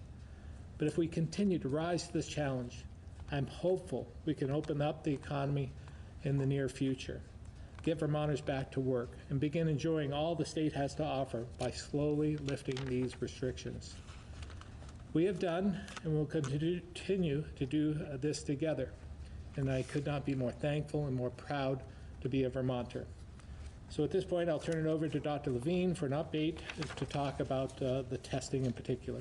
Dr. Levine.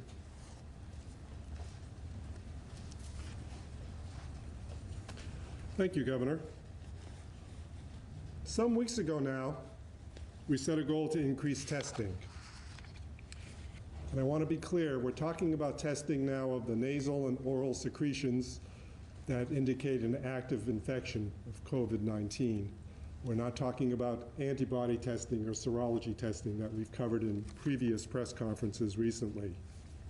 The work of the task force now will be to oversee our next big push to expand testing even further.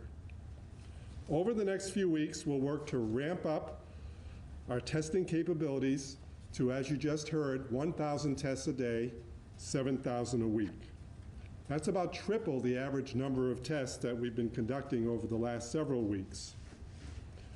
Ever since the start of this pandemic, as a state, we've worked aggressively to ensure the testing supplies needed to maintain stable and consistent access for testing sites across the state.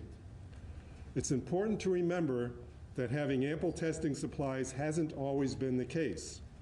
In the early days of the pandemic, we were literally 48 hours range of running out of test supplies altogether. But since that time, we've worked very diligently and continuously to grow our stock of in-state supplies, to forge relationships with private labs to help speed processing of tests. Now, not a day goes by that we do not report out all of our laboratory capabilities and capacities. We've been laser focused on this. As a result, we've been able to offer testing to more and more Vermonters over time. Governor Scott has instructed that we continue the work to stock these materials, not only so we can take on greatly expanded testing, but also to make sure we are adequately prepared in the event of a second wave of illness, which is a very smart move. The Vermont Department of Health Laboratory has literally been working nonstop for 2 months, and I want to publicly recognize and thank this experienced and committed team for their Herculean efforts. And I also wish to thank the University of Vermont Medical Center for their work in triaging of laboratory tests and in acquiring the resources needed to produce collection and testing kits. And we'll continue to work alongside UVM Medical Center to help bolster that production. This has been a fantastic partnership and a true team effort, and we're grateful for their continued strong support of our testing program. Our ability to keep acquiring these additional supplies while working with community partners to produce in-state tests will be key to our success in expanding testing and contact tracing. As a state, we've shown our collective strength, innovative spirit, resourcefulness, and creativity throughout this pandemic, and this must continue as we move forward. The task force will evaluate the testing capabilities of our state and out-of-state labs to determine the optimal use of the multiple labs currently serving Vermont. We believe it may be possible to identify ways to increase testing capacity while freeing up resources and personnel to take on the other work critical to our ongoing efforts to limit the spread of illness and restart Vermont. Will everyone be able to get tested for COVID?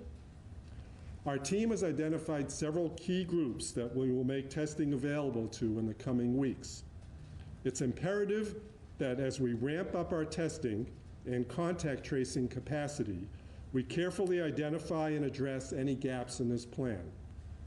The task force, in consultation with other departments, agencies, and community partners, will manage any concerns and needs that arise. And with this, we must be thoughtful in how we deploy our resources and our public health workers. Throughout this pandemic, we've worked hard to expand our testing guidelines beyond the federal recommendations, as long as we were operating in line with science and the data. We simply cannot roll out expanded testing without being very intentional in our planning to take into account which populations would benefit most. Throughout the planning process, we've sought to focus on vulnerable groups, to be strategic, evidence-based, and science-driven, to try to improve on lengthy quarantines for asymptomatic people, to strive to suppress outbreaks wherever they might arise, and of course, to be supportive of Restart Vermont efforts. So we will first focus on the residents of long-term care and other group living settings. That's important because here in Vermont, a very large percentage of the people who have tested positive for the virus and who are at highest risk for severe consequences have been in these settings. They clearly fit the definition of being highly vulnerable. These are the people who are most at risk of needing hospitalization, stretching our healthcare resources when we're trying to restart Vermont. It's critical for the health and safety of these populations that we act to limit spread of illness in these settings as quickly as possible.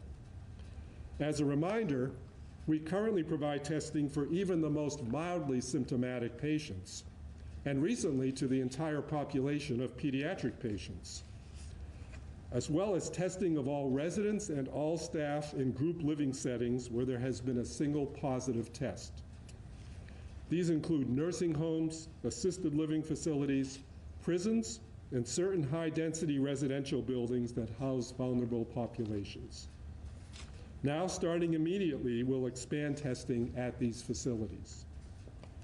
For sites with COVID-positive patients, we will add day 3, 7-day, and 10-day and 14-day retesting of all residents and staff to prevent community-wide outbreaks. And for all sites, COVID positive or not, we will provide testing at intake, discharge, and for certain residents who require regular care outside of the facility. Further, we will offer testing to healthcare personnel who may have been exposed to COVID positive patients but are themselves without symptoms. We will also offer testing to healthcare personnel who may be needed to aid the healthcare system's restart efforts. Expanding testing to this essential workforce will not only ensure that we keep our healthcare heroes safe, healthy, and ready to respond as they're needed, it will also be a critical tool in protecting Vermonters who count on these healthcare workers for their care. And finally, we now provide immediate testing at any correctional facility where there has been a positive test.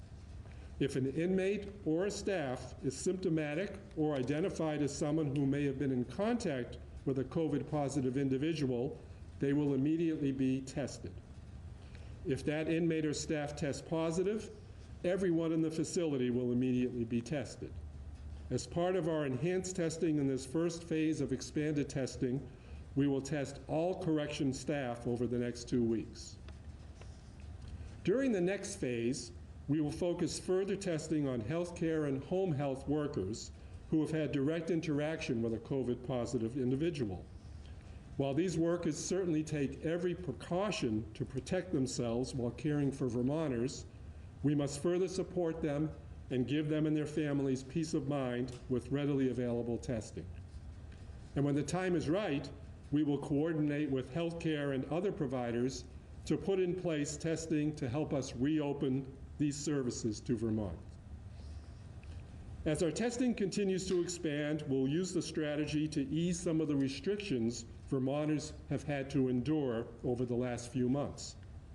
We'll consider testing for those who are in 14-day quarantine because they may have been exposed to the virus.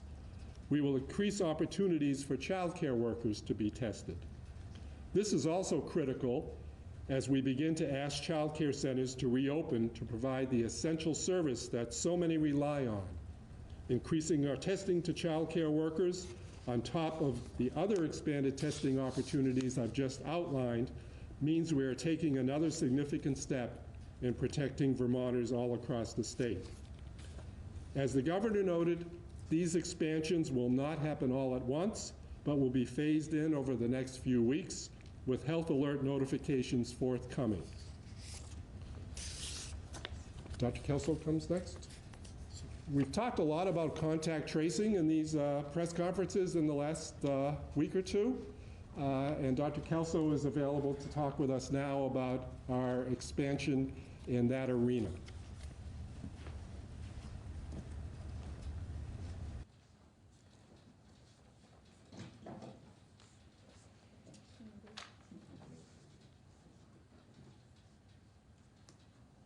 You may need to unmute yourself, Dr. Kelso. Thank you. This increased testing capacity is only useful if we have an equally robust tracing system in place. The health department has a contact tracing program currently in place that connects with COVID-19 positive individuals, provides them information on isolation and available resources if they need them, and gathers information on individuals they've come in contact with, and then reaches out to those contacts to inform them of possible exposure to the virus. While we've been successful in tracing our current positive cases, we have and will continue to add resources and personnel needed to address any uptick in positive cases that we project may arise with more testing, and we'll use technology to help us.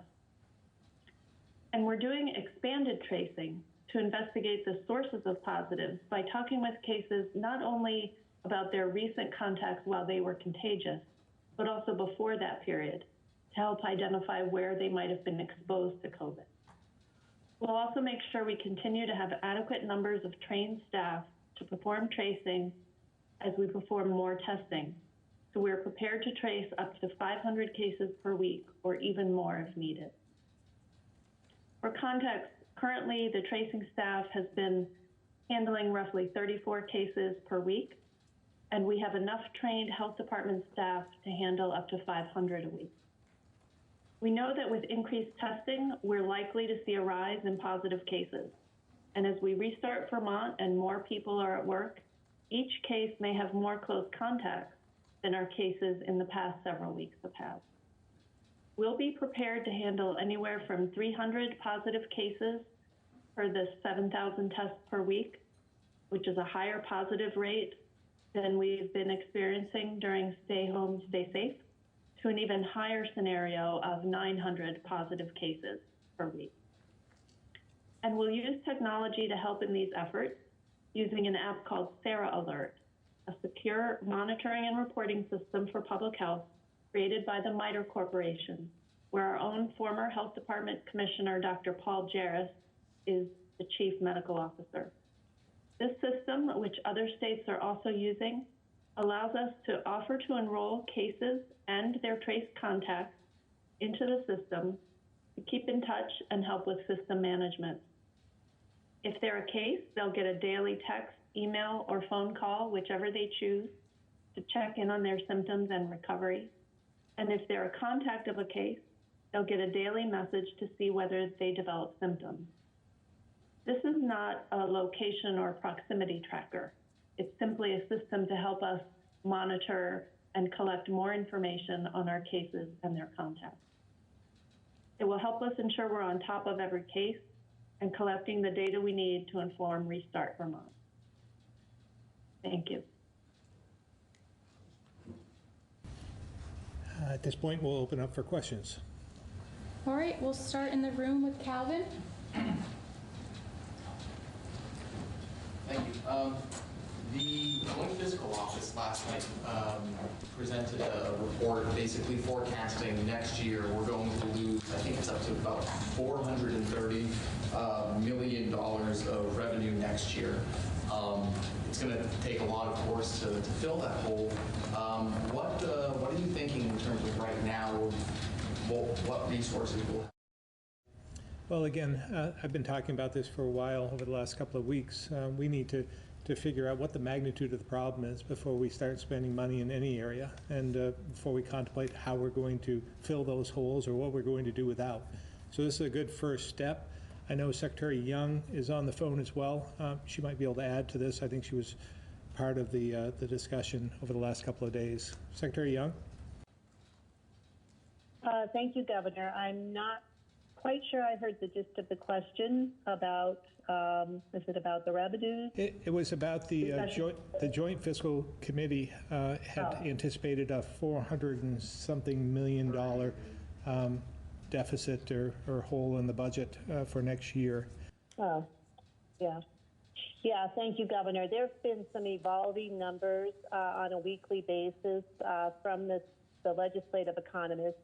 And as of April 28th, the total down in the FY20s that he has predicted was about 309, and that was really a number that's substantially less than what they were predicting earlier.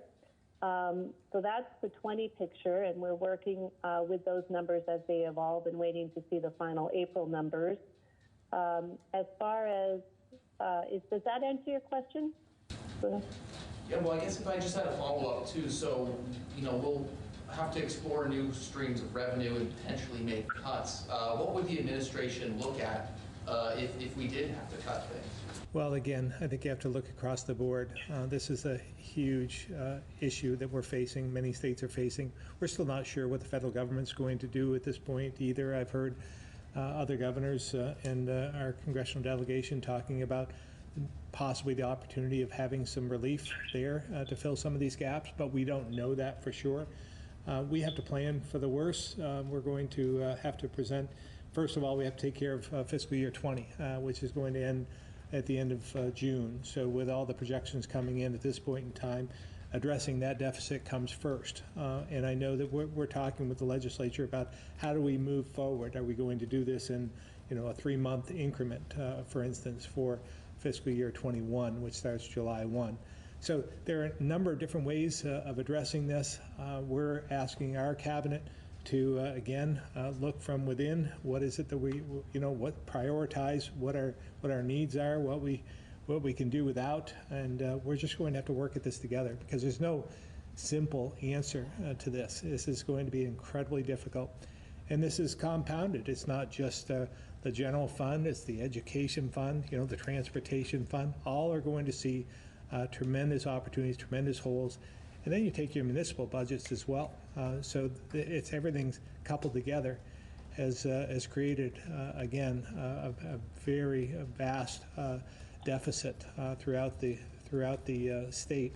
And that's why it's so important for us to try and get people back to work and trying to get the economy rolling again. So we'll be talking a little bit about that on Friday, but all the things we're doing today, even the tracing and testing is going to be important so that we can measure as we move along. How can we continue to put people back to work without creating harm to others?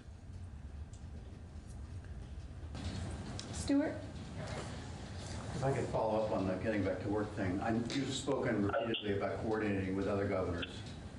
Yesterday, Governor Mills outlined a 4-phase plan, very specific, starting Friday in Maine, barbershops, hair salons, golf courses, hunting, fishing, state parks. I mean, it was a very specific list starting in 2 days. Does that inform what you're willing to do here, given the similarities across northern New England? Can you give us any? Yeah, you know, every state is different, and I look at we've been in contact with Governor Mills and Governor Sununu, and in fact Governor Baker this morning. Governor Baker is in a much different situation than others. He said this morning, you're not going to see much opening up in our state for quite some time. Governor Mills is different, you know, in terms of you think about their shared borders. They have a shared border with Canada, which is closed right now, so that's protected. They have the other border with the Atlantic, which is fairly well protected. Their other is with New Hampshire, and very little in the southern part of the state, which is where they will see the most issue. They're also, and I don't know all the details of their plan, but I believe she's talking about, and we're not sure constitutionally whether this is even doable, but I think she's restricted most of this to residents only, not to anyone coming into the state. So how do you protect that? You know, what happens when somebody comes in? If you open up your golf courses, you open up your state parks, you open up your beaches, and you say it's just for your residents, how are you going to, what are you going to do when somebody comes across the line and goes to your beach and they're from Massachusetts, or they're from New Hampshire, or they're from Vermont? Are they going to be cited? I just don't know enough of the details. So you can see there's all kinds of ramifications. We've taken a different path here from the very beginning. We've been more restrictive, and our tracing and testing program has been much more vibrant than others. If you look, we've been, you know, in the top 10 since almost the beginning in terms of testing. And with this provision we're outlining today, this will shoot us up, I would believe, into the top 5. But we think this is a strategy that works. And if we can prove this out, we can start opening up the economy that makes sense for us while protecting Vermonters by continuing to trace and track. So this is just the way we're doing things. Again, we're contemplating all the above as well, but our focus really is on the major sectors and how do we get those back going again. If I could follow up, you did mention that we had 0 new positive tests today. Yeah. I don't remember when that's been true. Yeah, no, that's great news, but one day doesn't create a trend, and we have to look at the trend lines to see where we're going. But this is great news, again, for us. And it gives me a little bit of support and comfort in some of the measures we'll talk about on Friday. But as I've said, we're going to keep watching the data and the science and make our decisions based on that, not on public pressure. And the public pressure is immense. And I know it was for Governor Mills. I know it is for other governors throughout the country. But from my standpoint, I'll take the pressure. But what I can't take is looking into the eyes of a family member who's been harmed in some way or lost due to the action that we took. On the labor side, Governor, we've gotten a few correspondence from folks who were on the waiting list. They got their $1,200, but they were found to not be eligible for the other unemployment stuff. They're wondering, do they have to return that money, or if they don't have to return that money, is that some sort of income that they have to report on their income tax? They're kind of confused. Yeah, I don't know the specifics of that. Maybe I would refer to Commissioner Harrington if he's on the line. But I'm not sure. There is some confusion as well, because some people are probably getting notices that they aren't able to take advantage of the traditional unemployment. So they've been turned down for that, but they may qualify for the PUA, which is this new program that Congress created. So there may be confusion there, but I'm just not sure. Commissioner Harrington? Sure. Thank you, Governor. Certainly, as you mentioned, every case is unique in terms of whether someone is eligible for traditional UI or pandemic unemployment assistance. And so in these cases, if someone may have been found to be not monetarily eligible for traditional UI, but would be eligible under pandemic unemployment assistance. So if they are determined to be eligible for one or the other program, there is a mechanism for recapturing that $600 times two that was sent out in the check. I think we'll handle the unique cases where someone may not be eligible for both. However, I think those will be in a much smaller category. Those who are not monetarily eligible for traditional UI, but are potentially eligible for PUA, there are still a couple outliers there, groups of people that we are working to put into the essentially transition over into the PUA system. So they may also be hearing from the department, in a matter of a day or so as to the status and next steps. All right, we're going to go to the phones for the callers. I just want to let you know there are 20 callers with questions on the line, so please keep that in mind when you're asking your questions. Wilson Ring, AP. Hi, as always, thank you. Stuart preempted me by asking about the no new cases. That was going to be one of my two questions. But I also noticed that there hasn't been, it's kind of a follow-up. I have two questions. There hasn't been a fatality for a week, which would seem to be another piece of good news. My second and broader question is the testing system that you're working to roll out over the next several weeks. Is that something you developed here in Vermont among yourselves, or is this something you work with other epidemiology professionals to do, or did you get any guidance from the federal government to do it, or basically is it all in-house? And that's my question. I'm going to let Dr. Levine answer that. I would have to say probably all of the above, but I'll let Dr. Levine answer. And please don't let me take away the fact that you feel really good about the statistic that just came out, but I will piggyback on the governor's comment. A day does not make a trend, and we're in this for the long ball, and we really have to watch trends, watch data on a daily basis, watch for the projected resurgences of disease, and everything we've outlined today is to help us get through those future periods. With regard to the development of the testing, it's really been, as I mentioned, very strategic. There isn't a tremendous amount of federal guidance in the approach one takes. The guidance is more increase your numbers. That's been the focus from a national standpoint. Many parts of the country have not even been able to test all of those who are symptomatic. Forget about the asymptomatic and other vulnerable groups. They haven't even had the capacity to test the symptomatic. We've been blessed by being able to do that all along, and we want to continue to maintain that capacity.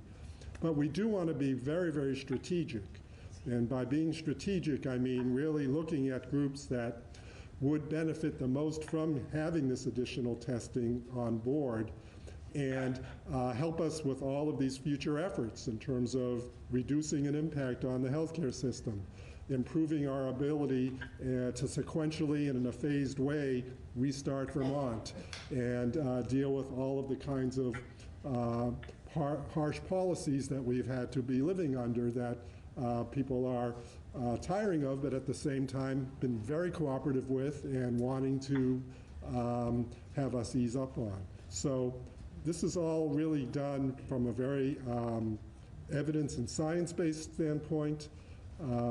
Not tremendous amount of guidance from the outside in terms of the federal government. Certainly the CDC, we're always in communication with, and they're a good sounding board, if you will, for some of the things we come up with. And this was really, within the health sector of state government, but also across sectors in state government in our ability to really work as a team and be strategic. Was that an answer to your question? It does. Thank you very much, as always. two things I'd like to add as well. When we talk about trends, and it is good news that we just had 0 positives as of today, but that doesn't create a trend, nor does if we, and my prediction is, as we open up the economy, if we have more people going to work, as we, again, ease up on some of these restrictions, I believe we're going to see more positive cases. So that doesn't create a trend either. And what we need to do is manage that level. And that's why we're doing this tracing and testing and becoming so heavily involved in taking a more proactive approach because we want to make sure that we control that. So I predict that we'll see more, but that's something that we have to consider as we open up the spigot a little bit more. As well, Stuart, I didn't finish my thoughts on the border issues in Maine and so forth. You know, we're in a different position than Maine because we're just, depending on where you are in Vermont, we're just 100 miles or less away from the epicenter right now, which is in the Massachusetts area, Boston area. They're still going through this. They've had 400 deaths, over 400 deaths over the last 4 days. As well, New York isn't done. I mean, they had, I believe, over 1,200 deaths over the last 3 or 4 days as well. So right within reach of us is a problem area. And we may have 0 positives today, but it only takes that one ember to get across into Vermont that would explode the numbers and increase our numbers dramatically. So that's what we have to pay attention to, just because of our proximity.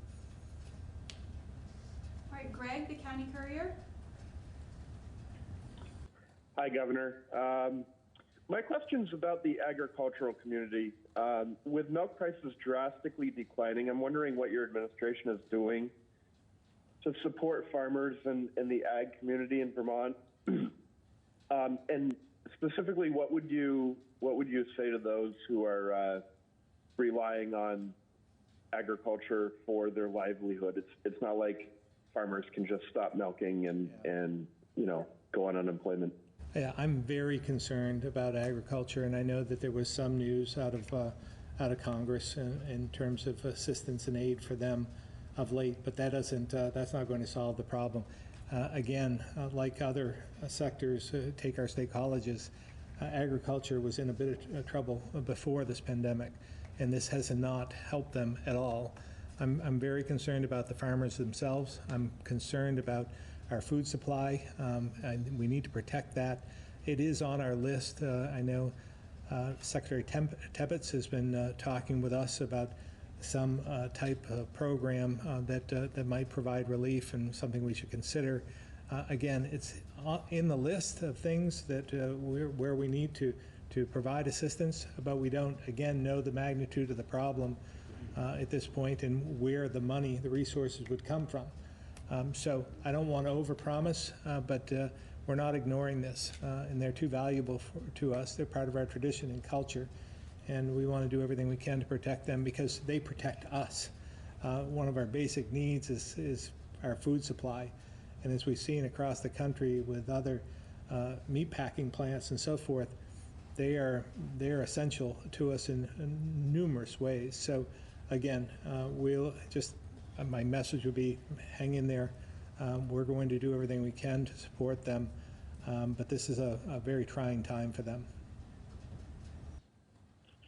You say they're on the list. Are they high on the list? What comes before them on the list? Yeah, everything is on the list. I don't think there's a priority in terms of the number of demands that we have in all sectors and trying to, again, contemplate what resources are available to help, making sure we get them to those who already have them available, and then find out what is it we can do with some of the resources we have available at this point in time. So I would not prioritize this list in any respect.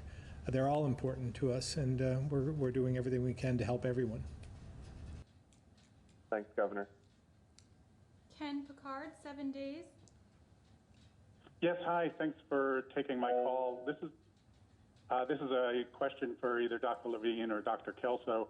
I saw an estimate this week from NPR that put the need for contact tracers at about 30 for every 100,000 people in the state, which would mean that we would need probably more than 180 here in Vermont.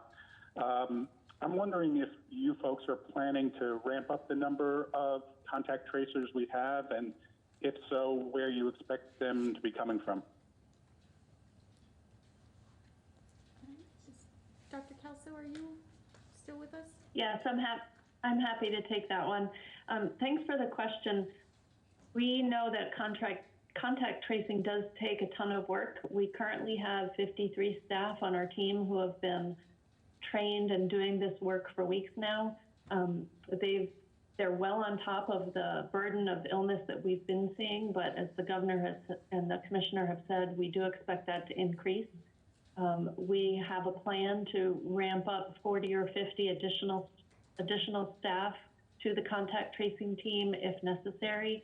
And based on our calculations of each staff person managing 2 new cases and all of their contacts every day, we think we're prepared with that number for the worst case scenario, should we see that. Okay, and just a quick follow-up. You mentioned that we're going to an electronic system, the Sarah Alert. Could you say something a little bit more about that and how this is being done to also protect the sort of privacy and confidentiality of Vermonters? Sure, I can say a little bit more about the system and then turn it over to our ADS colleagues who can speak to the security. The system, what we've been doing is reaching out to every case, doing an interview to find out who they were around while they were potentially infectious so that we could then do contact tracing on them. And for cases, also providing information about how they need to stay in isolation until their symptoms have resolved and they can get back out of isolation. And then with the contacts, we've been providing them information on what they need to do to quarantine for what period of time. And again, if they need resources, where they can reach out and what they should do if they develop symptoms during their quarantine. What this Sarah Alert system will enable us to do is be in daily contact with contacts and with cases, to be more on top of them on a daily basis and getting information as their situations may evolve. And then I'll turn it over to ADS for the more technology questions. All right, thank you, Dr. Kelso. This is Krista McClure, I'm the Chief Data Officer. So regarding data security and privacy, this will be maintained through encrypting data at rest as well as in transit. And it'll also be maintained through role-based access control. So certain roles will only have certain access to specific data that they need to perform that function. Okay, thank you very much. All right, Kat, WCAX. We've talked a lot here about turning the economic spigot. I know many people are wondering, though, when we can turn the social spigot, because staring at a screen to talk with someone on Zoom or Skype is not the same as seeing them in person. However, on Monday, I believe I wrote down a quote from Dr. Levine that said social distancing is here to stay. So my question is, when can people have what they would consider normal gatherings again? You know, things like having friends over for barbecues as the weather gets nicer, or the kids' friends over for play dates. Is that going to be after May 15th, or should people expect that they can't get together with others in person for the whole summer? Yeah, again, I think what we're going to do is rely on the data again and seeing where the trending is occurring. Putting people back to work right now is our primary effort, and seeing what happens as a result of that. But we are fully aware and sensitive to the fact that we need to socially integrate more. We need to get to see our family, get to see our friends, and so forth. And we want to put everyone back together as quick as possible. But again, our primary focus, at least for this week, is to try and get more people back to work. And then next week we'll take a look again, seeing what the trends are doing, what the trajectory looks like, and then make determinations based on that. And as you mentioned, The 15th is when the stay home, stay order officially ends, but we'll be contemplating what to do next and how that would interact. But we want to ease restrictions just as quick as we can, but it has to be safe in order to do so. So I have a follow-up to that then. Is it going to be difficult to continue to get buy-in from people when they don't have a sense of when it will be over? Well, again, I think we've been fairly measured. I think I've been having these press conferences 3 times a week, trying to provide information from our cabinet and others, experts and so forth, to try and be transparent about what we're doing, what we're seeing, and how we're doing. And for those who are watching, again, we want to do this as quickly as we can, as safely as we can, without doing harm to others. And so we'll continue to do that. Obviously, I'm concerned about people complying with the measures. As we put people back to work, it's up to them, I would say. I mean, I'm going to put it back on individuals as well. If you're not complying, if you're going back to work, and if you're in those settings where you're not wearing a mask and you're not socially distancing, you're only hurting the cause. And that's going to result in increased numbers, and that would preclude us from getting back to some sort of normal. So it's in all of our hands. I talk about this a lot, making sure that we're wearing a mask when we're out, socially distancing, to stay apart, separated from each other, as well as just disinfecting and keeping things clean and being aware of what you're doing. So if you do all that, we'll get back to normal much quicker than if you defy everything that we're providing for guidance. Last follow-up on this particular idea. So there's this idea that has come up several times at these press conferences about there being a 10-person limit on gatherings. Can you clarify who that rule is intended for and how it fits in with the stay home, stay safe order? Well, again, that was something that we came to the conclusion late.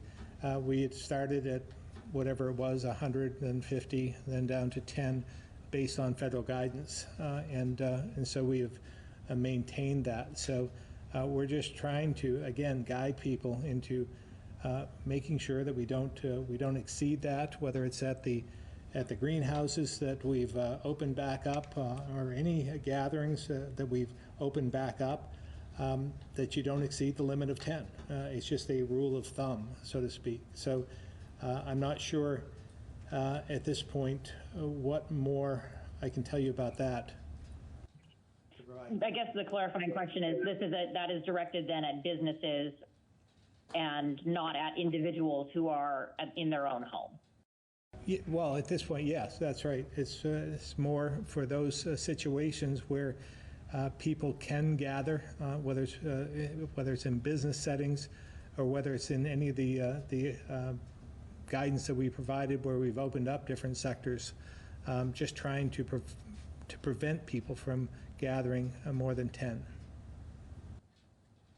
All right, thank you. Chris Roy, Newport Daily Express. Yes, thank you. Good morning. I've been getting some word this week that some Vermonters could return to work if they had daycare, and I'm just wondering, they're wondering what can be done to help those individuals if you're going to allow daycares to open, and if they can't return to work, do they potentially will they lose their jobs, and can they continue on unemployment? Yeah, let me just say broadly that this is on our radar screen. Again, as we open up businesses and open up jobs and open up the economy, we know this is a factor that might prevent someone from going back to work. And I do believe there's an exemption in the unemployment rules that would allow people to continue to qualify for unemployment benefits if they didn't have childcare. But I'll let Commissioner Harrington answer that. Yes, great question and very timely. So the department is and does have information on its website regarding what we're calling refusal to return to work. In those cases where an employer has offered an employee the ability to come back to work at their normal pay and their normal hours. There are a couple of exemptions to that. One being if the person is sick, if the person themselves is sick or isolated, if there is unreasonable or undue risk of exposure within the place of employment, if they're caring for a family member who is sick or isolated, or if they're caring for a child who's out of school or does not have child care. And so under those exemptions, they could continue to collect unemployment insurance benefit. However, if one of those exemptions does not apply and they are being offered full-time work at their regular rate of pay, or at least a number of hours that is what they left the workplace with, then there is an obligation on the claimants to have to accept that work and go back to work. And if they refuse to go back to work, they're jeopardizing their eligibility for benefits. Under the conditions, if the employer can't return to work for what we just spoke about, for example, lack of child care, can the employer consider that, they quit from their job? I'm sorry. Great question. It is a question that is before our legal counsel in terms of whether that could be considered a quit. And again, I think, we're constantly pushing towards education, voluntary compliance, and trying to be as understanding, both on the claimant but also the employer side, as much as possible, that there are people who are in these positions. Again, this is an at-will state, so they could choose to terminate that person. Not sure they could consider it a quit.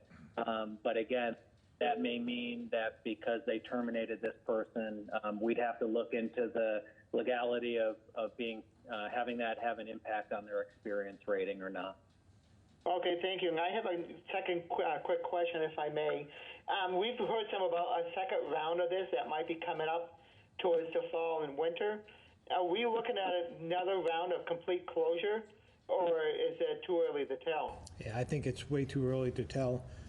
I know that Dr. Fauci, I've heard it on the national level. I'm going to let Dr. Levine answer this as well, but we've seen that there is concern about the second wave coming, but we don't know that to be the fact at this point. But we have to prepare for that at the same time, which is why we're taking some of the steps we're taking. I think if a second round comes, we'll be much more prepared for it than we were before. There's so many advances in testing and antibodies and so forth that are coming about each and every day. Hopefully we'll be in a position where we can deal with this much more effectively, that we don't have the shutdowns that we've had before. But we don't know at this point in time. And again, everything we're doing today is to prevent that from happening in the fall. Dr. Levine? Yes, thank you. Most of the public health community believes there will be some kind of resurgence. Again, that doesn't mean what we've just been through as a state and as a country. It could be a far reduced level. It's a nice question to ask today as we unveil our new testing strategy, because that's the one place where the state nor the country was poised for action as we entered this COVID-19 epidemic or pandemic. And I don't have to go through the stories regarding why that was true in terms of the supply issues as a country and the approach. Now that we have that approach, we have the capacity, we will have a little stockpile as well. We will be able to enter a period of resurgence if that's what we're destined for, and I'm not making that a guarantee. We'll be able to enter that period of resurgence with a containment strategy already in effect. The country missed the opportunity for containment and had to go straight to social distancing and all of these non-pharmaceutical interventions that we are now living with. Doesn't mean that those wouldn't need to come back at a more modest level, but at the same time, we have the opportunity to contain the virus now. And I didn't say it as specifically, and I'll say it now. Many of the populations that we've been talking about testing, some of whom we've tested to some degree already, are essentially asymptomatic populations. So you're actually finding people who in a pre-symptomatic state could be capable of infecting others, and you're finding them very early on doing containment with them and with those that you contact trace. So the opportunity for that curve to go as high as we have projected for the initial experience with the virus is much more limited and hampered and dampened down, if you will. And the opportunity for that curve to come close to exceeding the capacity of the healthcare system to deal with it is much more dampened as well. So all of this is a way of saying that if it does come, it will probably be less severe than the first go-round, and we will be poised to do a lot more containment. There are some public health, I'll call them experts in the country, who do see these mitigation strategies like social distancing as something that gets turned on and then turned off, turned on, turned off periodically over periods of time, knowing that this won't be the last time we see COVID-19. It's still a novel virus for the human race. So it remains to be seen if some of those predictions would be true or not true. It's really hard to guess on that count. Because again, starting with containment, you've already got a much more strong fighting chance to deal with things, and hopefully don't need to bring in as many of the other strategies that we've all been seeing evolve over the last 1 to 2 months. Thank you. All right, Patricia, Bennington Banner. Hello, can you hear me? We can. Okay. I'm wondering if this might be a question for Dr. Levine or the governor, depending on who. I'm wondering, how confident are you that the state has the essential supplies for this increased testing? I assume probably pretty confident because you guys plan to roll this out. And how did this increased testing capacity come about? I would imagine it's probably too early for it to have come from the increased testing funding provided in the bill that was signed into law last week. So I'm wondering, how did you get this testing capacity, and how confident are you in it? Yeah, well, I'm confident because Dr. Levine and Dr. Kelso have said that we have the supplies necessary to do this. So I rely on the experts for that, and I'll let Dr. Levine answer the rest. Gives me an opportunity to do my testing from A to Z course in 1 minute or less. So to do optimal testing is a very complicated process, actually. The reason we've been able to get to this point is through resourcefulness, frankly, and creativity, and working multiple supply chains, working with multiple federal partners and private partners. But to do testing, first of all, the person has to be involved with the healthcare system and have a test order provided. That order needs to include a location, and we certainly have locations throughout the state, and we've shown our capability to pop up locations when needed in times of need. At that location, one needs personnel who can obtain the test from the patient. Depending on the type of test you're obtaining, you may need a sophisticated level of PPE. You need a collection swab, something to stick in the nose or in the mouth, or depending on which test you're using. You then need to put that swab in something. Think of it as like a test tube or a little container that has some kind of media that the virus can live in, so that when you eventually do your laboratory test, the virus is transported in a way that it's viable still and we can detect it. You need to transport that media to wherever the testing location is under the right circumstances, which may require some temperature regulation, may require some sophisticated materials to package it in, then gets to a laboratory. First it gets to our triage center at the University of Vermont, and then it gets to the laboratory it's going to be evaluated in. There you need what's called an extraction kit, because this is a nucleic acid-based assay, and we want to get the RNA type of nucleic acid out of the sample. Then you need to have a PCR step, which is the step that actually detects the virus as COVID-19 and not some other type of virus based on its RNA's genetic code. So you need that set of reagents and chemicals as well.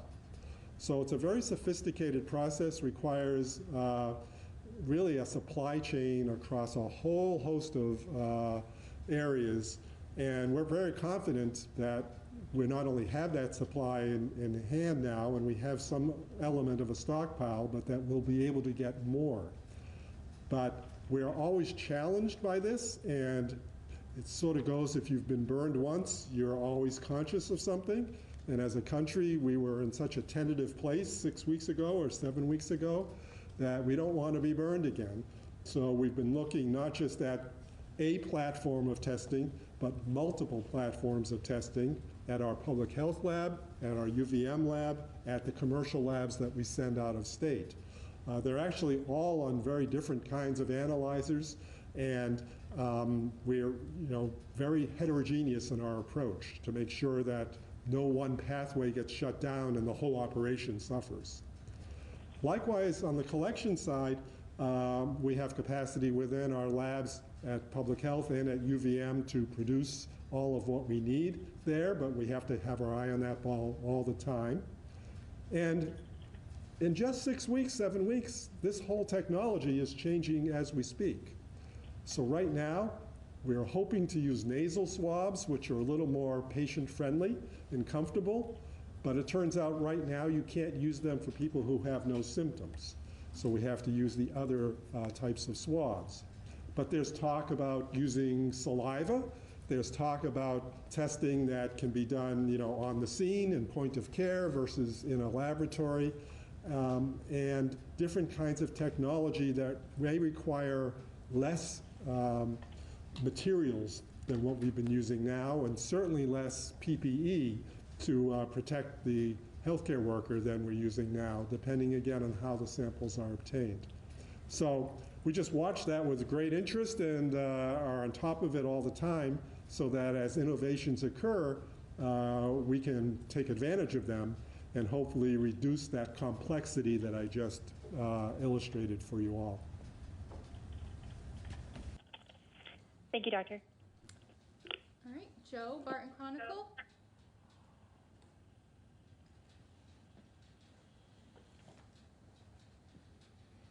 Hello. I believe this is a question for Commissioner Harrington.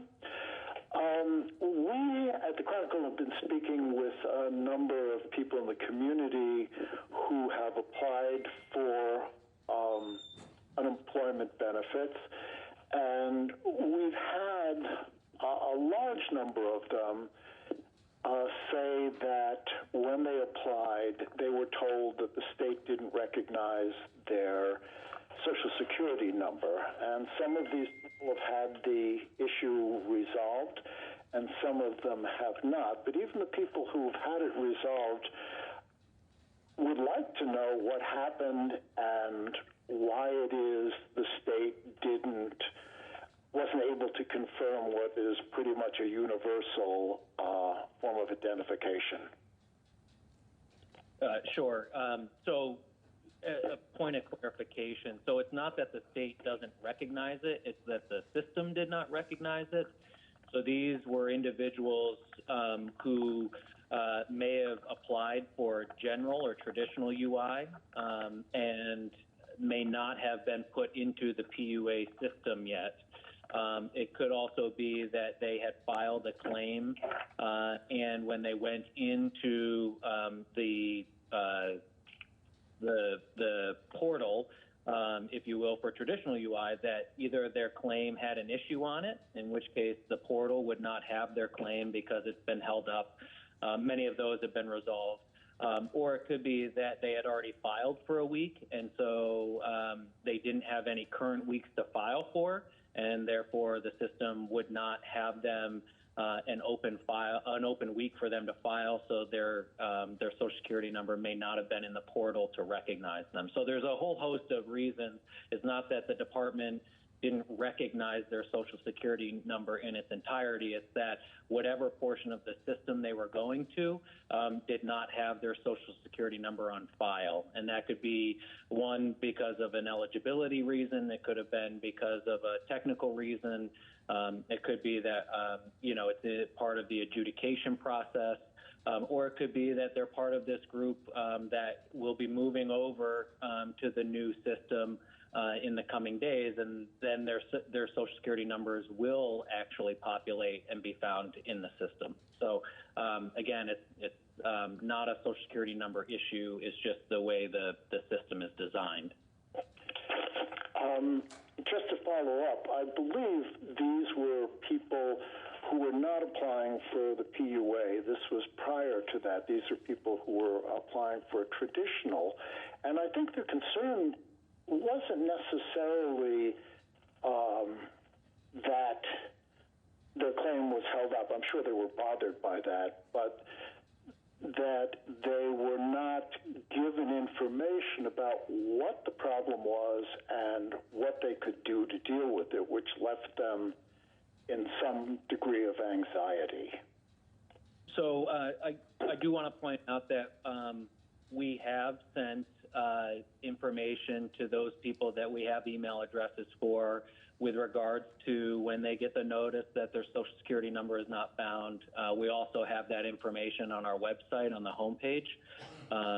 So again, when we hear of these situations, and especially if we hear of a significant portion of the population with a reoccurring issue, we are trying multiple methods to reach out to people to let them know that either it's a system issue that we're working to correct or that it is just part of the process and here's what they need to do as a follow-up. So I do know that we have emailed claimants information about what to do when their social security number is not recognized. We also have posted that information on our website. Thank you. Thank you. Ann Wallace-Allen, Digger. Hi. My question is about lodging properties. Some of them do, in fact, seem to be taking reservations for before June 15th, and some, in one case, on May 15th. And I was wondering either maybe something has changed that I hadn't known about, or is this allowed? Or are they supposed to wait till June 15th? Our guidance had said June 15th. If they were in the system before, it wasn't as though we'd asked them to take them out, but we had asked them to stop taking reservations. So I'm not clear as to what the issue is in this regard, but our guidance had said the 15th of June. So that means that they could, in fact, have guests who are coming and staying. If they had made a reservation before to come on May 15th, for example, they could still come. Well, again, I'm not sure the specifics of that, but anybody coming into the state, if they're coming from out of state, would have to quarantine for 14 days. So if they had a reservation for 14 days, I'm not sure whether they would be allowed to come or not under those conditions. But most of our lodging properties are closed at this point. Yeah. Okay, that leads me to my other question, which is that a few weeks ago, I know that the Department of Public Safety was starting to go and talk to businesses that were open when they shouldn't be, and I was just wondering, has there been any enforcement action taken against any business in Vermont for being open in violation of the executive orders? I'm going to ask if Commissioner Sherling might be on the line. I know the Attorney General had talked about citations and so forth, but Commissioner Sherling? Yes, sir. We're not aware of any direct enforcement action that's been taken by the Attorney General. There are a number of reports that have been referred over there for review. And again, the hope was that a renewed educational effort reinforced by the AG's team would solve the problems. So, and bottom line is maybe a contact, maybe calling the Attorney General might get your answer. Yeah. Okay, that's it for me. Thank you. Mike, Newport Daily Express. Yes, hi, good afternoon. Thank you very much. I'm going to veer off topic just for a quick moment. I have two quick questions. The first, Governor, can you speak to Jeb Spalding's upcoming resignation this evening? Yeah, I can't say that I'm surprised by the action, but I would also offer that Jeb has had a long history of public service. In fact, he was a Washington County Senator before I was. I took his seat after he decided not to run. And then he became treasurer, was well respected, did a lot of great work in that regard, and became chancellor after a stint with the Shumlin administration. I've always had a great relationship with him, a great deal of respect for him, and I know his heart is in the right place. He had taken on this issue with the state colleges. This was not of his doing. He had come to me a number of times saying that we have a problem, and that's why I included funding in my budgets over the last 3 to 4 years for just that reason, because he convinced me that we did indeed have a problem. It's unfortunate we're in the position we're in. This was not, again, his doing. This was pre-COVID-19, where they were struggling, and COVID-19, unfortunately, was the straw that broke the camel's back, so to speak. So other colleges, universities throughout the country are facing this very same issue. I think we're going to see a sea change throughout the country in terms of higher education and what it means in the future. And we'll see others falling as well. So we'll see what happens. But again, I want to make sure that I don't believe that Jeb Spalding was the blame for this. I think that he did all he could. He was a huge supporter of the Vermont State College system. And any of the events that I attended where he was chancellor, he was always rising to the occasion to try and elevate the state college system and do all he could to protect it. My second question goes back to the topic at hand, COVID-19. I was reviewing some footage last night of what our current administration at the federal level has been doing during this. And this is a direct quote from the President of the United States. "When governors call me, they say, 'Thank you. You are the greatest president that's ever lived,'" end quote. I'm wondering, A, and I know, take this with a grain of salt, have you heard of any governors saying this? Or B, why would the president say something like this? I can't answer either one of those questions. I would say that there are a number of governors throughout the country who are very big supporters of the president, many who aren't, and I don't know why he would say that. Okay, thank you for your time, Governor. I appreciate it. Sean, the Chester Telegraph. Hi, thank you. This is a question for Dr. Levine. In the past, you've spoken about antiviral therapeutics, and it would seem that those would make reopening the economy that much easier. Can you speak to how these are developed and what the outlook is for having them become available? Sure. So there are a number of antiviral drugs that are actually already in use and on the market. One that has been showing, I will put the word slight in front of it, slight promise, is called remdesivir. Again, these are being used for the sickest of the sick, people in intensive care quite generally, in hospitals. But the whole field of antiviral therapeutics goes beyond specific drugs. It also goes through, strategies, if you will, for treating people. Generally, again, we're talking about those who are the very ill and not people on the mild end of the spectrum. So one press conference a while back, I got a question about prone positioning, whether the person be on a ventilator or not on a ventilator, and early use of oxygen. And this is still, actively being studied, but prone positioning has been a portion of intensive care for quite a while. Often with patients who have what we call acute respiratory distress syndrome, ARDS. And it's being used in this virus because often that is a final common pathway is ARDS related to the virus. There's also trials that are ongoing regarding the donation of people's plasma, people who had the infection and now want to try to do some good, donating plasma that could be used to help quiet down the infection in people who, again, very ill.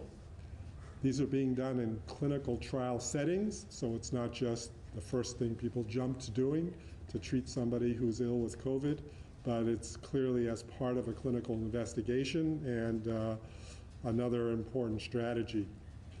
I don't want to give false hope to any particular pathway, except to say that all of this is being done, like everything with COVID, on a very compressed time frame, and we're hoping to see some results of trials. These kinds of trials and these kinds of novel therapeutics, I'll call them, are going to be tested a lot faster than a vaccine. And if they prove useful, to certainly go in front of the public a lot quicker than a vaccine may. You've also heard probably about other older drugs that have been talked about a lot in the national news, like hydroxychloroquine, azithromycin. These are, again, drugs that do not have a prominent role right now. They're being studied again in this setting. People are being cautioned about using them and stockpiling them because at the kind of dose levels that would be used in a state where you're already ill from COVID, they can have some very unanticipated and adverse effects that would not be helpful. So I'm here just to deliver the news, not to give you any false promises or hopes about anything, but it's a very active area of study, and we have hopes for that. Thank you. Brittany, Local 22. Hi. So my question is about schools, and if they're planning to reopen in the fall, and what that would look like. What plans are being made if they come back? Will desks be 6 feet apart? Will cafeterias be closed? Will they not have assemblies? I'm just wondering, what's being talked about right now for the fall. I'll let Secretary French answer that, but I would also add that things will be vastly different, I would imagine, when and if that happens. Secretary French? Yes, good afternoon, Governor. Yes, it's a little early to address that. We are working now on producing guidance for next week on end of this school year and end of year celebrations and graduations. Even in formulating that guidance, we're largely relying on the public health information to make a projection on the next 6 weeks, let alone the next couple of months. But it's too early to address that, but we will, large part of that will depend on how the virus tracks and our ability to manage it. Thank you. It's Tim, Vermont Business Magazine. Governor, you've talked a lot about what's happening in Boston and New York before that. How much is that guiding the reopening of Vermont more than what's actually happening in Vermont at this point? And I have a follow-up too. Yeah, well, a great deal in some respects, because again, as we open up our borders, open up travel into Vermont, this could have ramifications here. And that's what, my biggest fear is that we'll have a few of those embers come into the state and then erupt, and we're not prepared for them. And then we have a full-blown pandemic right in our own backyard. So we're just watching this, and again, they're on and I'm in contact with Governor Baker on a regular basis. It does appear that they're plateauing, maybe falling, plateauing, maybe even seeing some relief, reduced numbers. So that's good news. As we've seen in New York City, numbers are starting to drop. But again, I just want to emphasize that they're still seeing a number of deaths. They're still seeing positive cases. So this isn't over for them, and they are literally in our backyard. The follow-up, Governor, is do you have a go or no-go date on things like Ann mentioned before, the hospitality and the lodging institutions, or even the colleges, both of which bring in a lot of out-of-staters? Is there a time frame when you might say that the colleges will be allowed to reopen? I wouldn't say that there's a date at this point in time. There's not a go, no-go date. It's for us, it really is about tracking this and making sure that we're making decisions based on the data we're seeing. And as we, again, open up that spigot just a little bit more and we put, 1,000, 5,000, 10,000 people back to work, we're watching to see what effect that will have on the number of positives and so forth. And so that's why it's really important for us to track this, as well as to do what we're doing today, announcing more tracing, more testing, so that we can be proactive, play a little bit of offense rather than just defense. And I think that's part of the answer. And that's why we want to do everything we can to do increase amounts of testing and tracing in order to open up more of the sectors so we can get back to some sort of normal in the future. I was wondering if President Garamella or one of the other college presidents has said, Governor, I need to know by a certain date to let the students know and the staff know if they can come back. Yeah. That was sort of the basic. Yeah, I'm sure there are a lot of questions like that where, whether it's the higher education or whether it's the summer camps or whether it's whatever, where they need to know at a certain point in order to know, or even events, parades and so forth, to know whether there's any opportunity, any chance at all. So the list is long on those opportunities, and we'll just make the decisions as we can. I don't want to give anybody false hope, but I do want to give people some hope that we are doing the right things, and that we're seeing the benefits of that, and that that will lead to opening up the economy at a much faster rate. Thank you. Colin, VT Digger.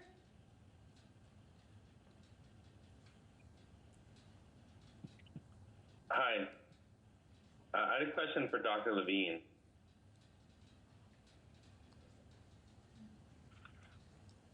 Can you hear me? Loud and clear. All right, thanks. So the Department of Health reported that in March there were 570 deaths from all causes, which is about 70 more than the average in previous months. Other states have reported that March deaths were also beyond their normal total. Do you think the increase could be partly attributable to unreported COVID-19 deaths? Given the number of COVID-19 deaths in March was significantly less than 70, something more like the mid-30s. Yeah, so that's going to take a lot more scrutiny and statistical analysis than would allow me to just give you an off-the-cuff answer right now. But it is an area that I think has been in the national news, especially in New York and California specifically.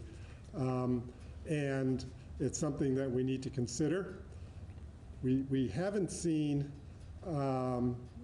based on information today at the level of the medical examiner, huge increases in total deaths over the course of the whole time period that we might have expected to see if there were a lot of cases that we weren't aware were COVID. But one of the parts of your question is, are some of the deaths that might have been attributed to another cause actually a COVID-related death where the COVID infection stressed out the system in a way that it caused some other underlying disease to appear to be the cause of death, but that might not have killed the person at that time if they didn't have COVID. We're going to have to do a lot more investigation into that to really understand and give you the kind of answer that would be more data-driven and science-based than I can give you off the cuff here. And can you talk a bit about what the process might look like for handling suspicious deaths and whether or not any of that type of post-mortem testing has been done to contribute to the current COVID-19 count? Yeah, so there's a lot of actually post-mortem COVID testing that's been done in the deaths that have occurred with a huge index of suspicion now that we're well into this pandemic. The question about before is a little harder to answer, but certainly now it's always considered, and I think often communities as well as families want to have some idea. So when it's appropriate and it's not that there was an obvious cause of death that clearly wasn't COVID and a person who had no symptoms of COVID, when it's not obvious, the medical examiner has been quite liberal, I would say, in making sure that post-mortem COVID testing is performed. And I have one more follow-up on this issue with Governor Scott. More than half of the deaths in Vermont have been at nursing homes or elder care facilities, and I'm wondering, sort of knowing what we know now, when you look back, do you think that the administration might have acted more swiftly or done anything differently to prevent some of those deaths? I'll start. If we turn the time clock back and go to like day one of when we knew we had a problem in Vermont and what needed to be done, literally the first, if not the very first, certainly in the first slew of policies that came out of the administration and certainly that were recommended was to severely restrict visitation in facilities where the most vulnerable would reside. So that was done so early in the game that I think we did very well in that regard. I do agree with you that a proportion of the deaths that are related to those who resided in some nursing home facilities certainly is significant, and that's a tragic outcome of this COVID epidemic.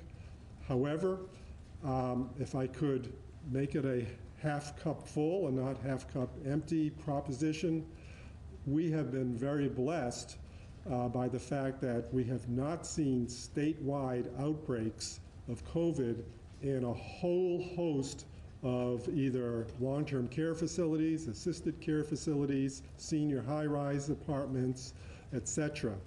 Most states, when you start to really dig down, they'll have perhaps one that's very severely affected and prominent in the news, and then one by one they'll have other institutions that follow, and sooner or later you find that there's a high proportion of the number of facilities in the state that have been impacted. I'll knock on wood, but I know that has not been what we have seen in Vermont at this time. And some of the issues I unveiled in the discussion I had on the new testing policy are only meant to make that even less likely in the future. I'll let the governor add to that if he'd like to, or Secretary Smith.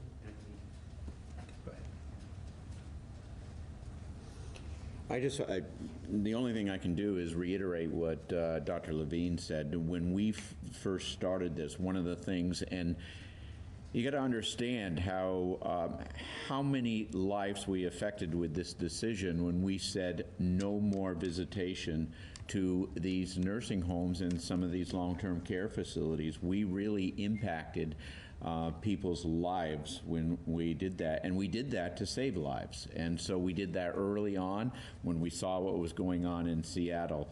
We've also taken the proactive step if there is a positive, or and we'll be talking about this later in terms of what we're doing with expanded testing. Well, we've already talked about it, what we're doing with expanded testing on those long-term care facilities in terms of our ability to look at them from 3 to 7 to 10 to multiple days that we'll be doing testing on this. One of the things that we did in the Veterans Home, you've been reading about in Massachusetts, the tragic results of the Veterans Home in Massachusetts. We were right on that case when we had an employee that was tested positive a month before and then told about it. We came in and tested the whole facility. So we've been very aggressive with long-term care facilities. With that said, we've had 2 places where tragically we have lost Vermonters in long-term care facilities. But if you do what, to reiterate what the doctor said, if you look across the state and you look at other states and what has happened in other states, we've been blessed and fortunate as we look at this. And is it safe to say that as reopening steps occur, that allowing visitation in nursing homes will be one of the last steps? Yeah, unfortunately, I think that's going to be the case. That's going to be one of the last steps. You know, that is where we are. That's where testing is focused. That's where the most vulnerable are. Probably will be the last step, Colin. Thank you to both Dr. Levine and Secretary Smith. If I could just add, there's no playbook on this, and it's something that we learn from. In every crisis, every emergency, everything we do, we take whatever we learn from that event and try and do better in the future. And I'm sure that we'll learn a lot from this that we'll be able to utilize in the future as well. After the 27 flood, I'm sure we learned a lot there. After Irene, I know we learned a lot, and we prevented some flooding in the future as a result. It'll be no different here. And you have to just go back to where we were in the beginning when we didn't have as much testing capability as we do today. And so we want to make sure that we learn from that, and that's why we're doing all the things we're doing today, is to make a more proactive approach, play offense, and trying to do whatever we can to make sure we take those smoldering embers and we isolate them and put them out immediately. Thank you, Governor. Just for everybody's awareness, it's about 1:15, and we're only 2/3 of the way through the questioners, so please keep that in mind. Avery, WCAX. This question is probably either for Governor Scott or Dr. Levine. A reason for the shutdown was so that we didn't overwhelm our hospital capacity, and it appears that the strategy now is to have the virus not spread at all. Is that possible to do, and are we prolonging the shutdown longer than we need to? I'm going to let Dr. Levine answer that, but you may want to repeat the question. Could you repeat the Sure, question? you can hear me It okay. was a little hard to hear.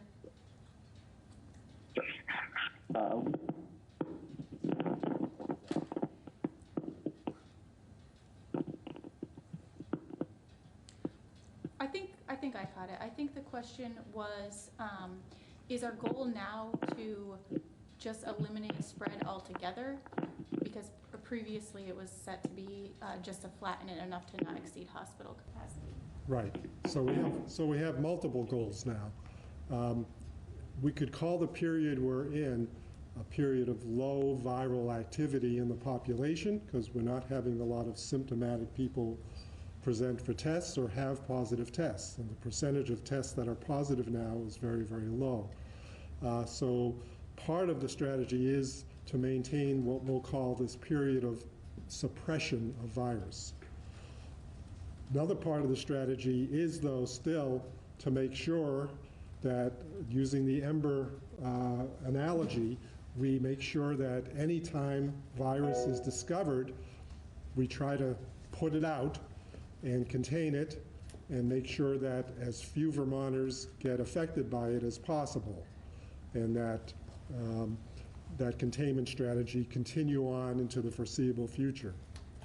Another part of the strategy, obviously, when you combine all of that, is eventually going to impact the healthcare system, and so hopefully the healthcare system will see far less severe manifestations of COVID and be open for business in other ways and not have to worry about its capacity being exceeded in the midst of a severe outbreak. And then finally, and I think this is a very important one, we do want to keep this period of suppression going for a very, very long time, so those antiviral therapies we were talking about in a previous question won't even need to come into play, but more importantly, so that if a vaccine gets developed and it's effective and safe to use in the population, we all have the opportunity to receive that vaccine without having gotten to the point where we were severely ill with COVID in the first place. Does that answer your question?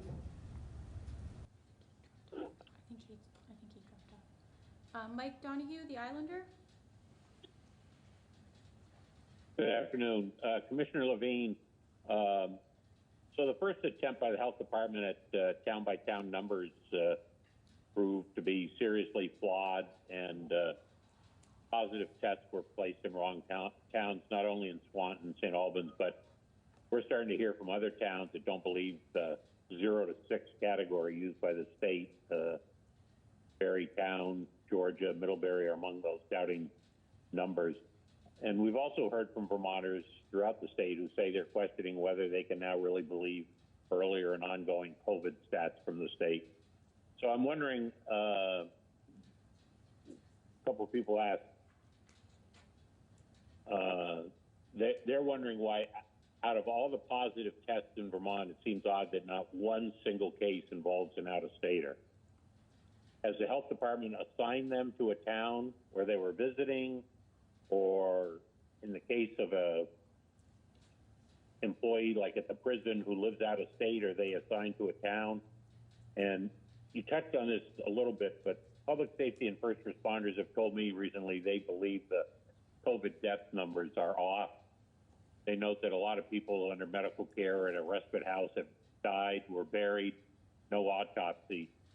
Aren't those going to be a little hard to check as you go back and try to reconfirm these numbers? Mike, this is Mike Smith. Let me just, I've become the cartographer here through no fault of my own, but let me just talk about, we're taking another, we're refining the map as you have alluded to. There were some prisoners that were reported in Swanton. That's not the proper town. It should be St. Albans. We're looking at other things. We're also looking at how we can sort of refine the 0 to 6 so that we can give people at least an indication of whether there's been a case within a town. So maybe if there isn't a 0, where we may not be able to do that is in Essex County, but we'll check that out because it's so small of a population, but we'll check that out. In terms of, you know, I'm going to defend the health department as vigorously as I possibly can in terms of their statistics. They try as much as possible to get things right. We tried to get everything that I've seen from them has been absolutely on the money in terms of what I've seen for statistics and what I've seen for reporting out statistics. This map was an ad hoc sort of trying to respond to various requests that people were making in these press conferences. We will get it right, but it is a one-off venture that we had not anticipated doing that we're starting to do now. In terms of the deaths, I'll let Dr. Levine talk about the deaths. Yeah, just the two other parts of your question that I could answer. Number one, an out-of-state individual who tests positive for COVID doesn't show up in a town. They are an out-of-state case. That state actually takes credit for that case. The second part is, if you died in a hospice, like you mentioned a respite house, you're probably in the hospice because you have a very clearly defined and severe terminal illness that when you eventually die, which probably is going to be in a matter of days or weeks from the time you arrived, sometimes it's actually hours, it's going to be clear to everyone that your terminal illness is what killed you. However, having said that, just like a judgment is made about a person who has symptoms, should they get a test or not, a judgment is made by a healthcare professional about what goes on the death certificate.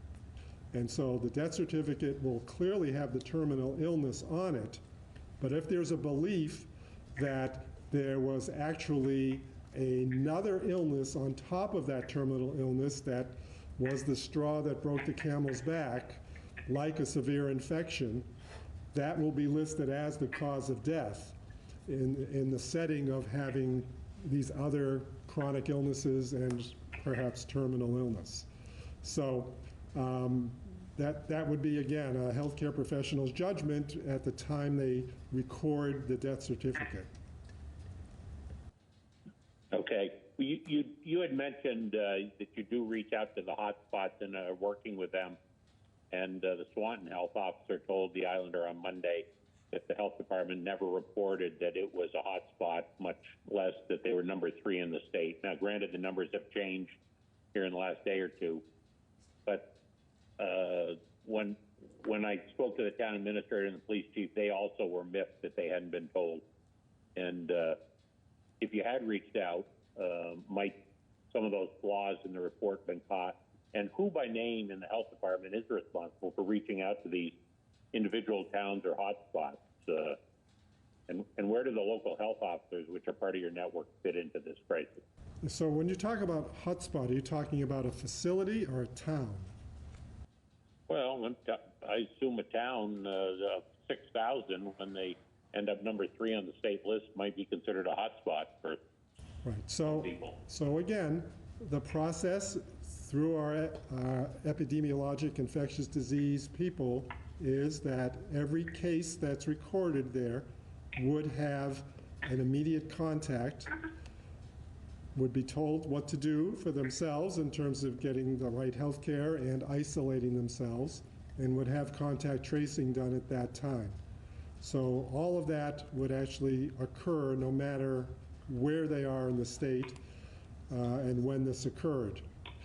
If the hotspot was actually a long-term care facility in St. Albans or Swanton or a correctional facility or what have you, then obviously that would happen at a facility-wide level as well. Generally does not happen at the level of the entire community in terms of the kinds of statistical look you're trying to describe there by any means. So if 44 cases in Swanton show up, the health department does not feel it needs to reach out to that town of 6,000 and say, well, you're number 3 in the state and you're right behind. So again, I think you're mistaking the fact that the majority of those cases were probably part of the prison, so all the appropriate steps were taken with regard to that population and that facility, as opposed to that the town had a huge problem on its own. That's how I'm interpreting what you're saying. Well, I'm just trying to understand that the town doesn't seem to get notified. The city of Burlington didn't seem to get I don't know if they were ever notified about their problems. I'm just wondering, does the town have any right to expect any information from the state of Vermont when there's a major number in their community? Right. That's all I'm asking. No, absolutely. Right. And so when the numbers are in facilities that are in these specific towns, the town is quite aware of what's going on and are looped in completely. All right, and we still have 5 callers, and You're it's missing, almost 1 o'clock. I guess if I can just follow up, missing the point. I'm talking about outside the facility, when Swanton or whoever has a large number, and whether they're in the prison or not. I'm talking about a large number in a community. Where do your local health officers fit in your network into being told about this? So you're mistaking the role of the local town health officer. They have a very discrete, specific job description, and this is not generally part of it. They're not part of our contact tracing workforce. They're not part of our infectious disease epidemiology workforce. That workforce is appropriately deployed. I would invite you to speak to the mayor of the town where the nursing facilities were affected, who's been looped in on a number of occasions when those issues occur. Mike, we have to move on to the other callers. No, that's fine. Thank you very much. Appreciate it. Thank you. Andrew, Caledonia Record. Yeah, hi there. Mike raised the subject, so I won't really ask a question on it other than just to offer a comment that the town-by-town map, I know the Northeast Kingdom residents and readers we've heard from would love to see that map produced with a little more detail, seeing as every town in the kingdom is blank. But with that said, I'll go on to my question, which was alluded to by Secretary French earlier. A number of our schools are trying to plan for graduations, and you mentioned the end of school year guidance coming out. Can you just speak to what that guidance will cover, and will it be definitive? Will school boards be able to use that guidance and begin to make their plans next week? Yes, I would hope. Yeah, yes, I would hope they'd find the information useful, but I can't speak to what's in the guidance yet because we're still in the process of developing it, but it should be out next week. It will be out next week. Okay, so I mean, some of our schools are making plans. Some are, talking about like a drive-in movie theater type of graduation. Others are postponing. So if basically they just wait till next week, will that guidance be in place for the end of the school year? Can they assume that what is going to be released next week will be enough information for them to be able to develop their plans? Yes, and for families to anticipate going forward? Yeah, that's the intention of the guidance and the timing of it. Oh. All right, thank you. Joel, Burlington Free Press.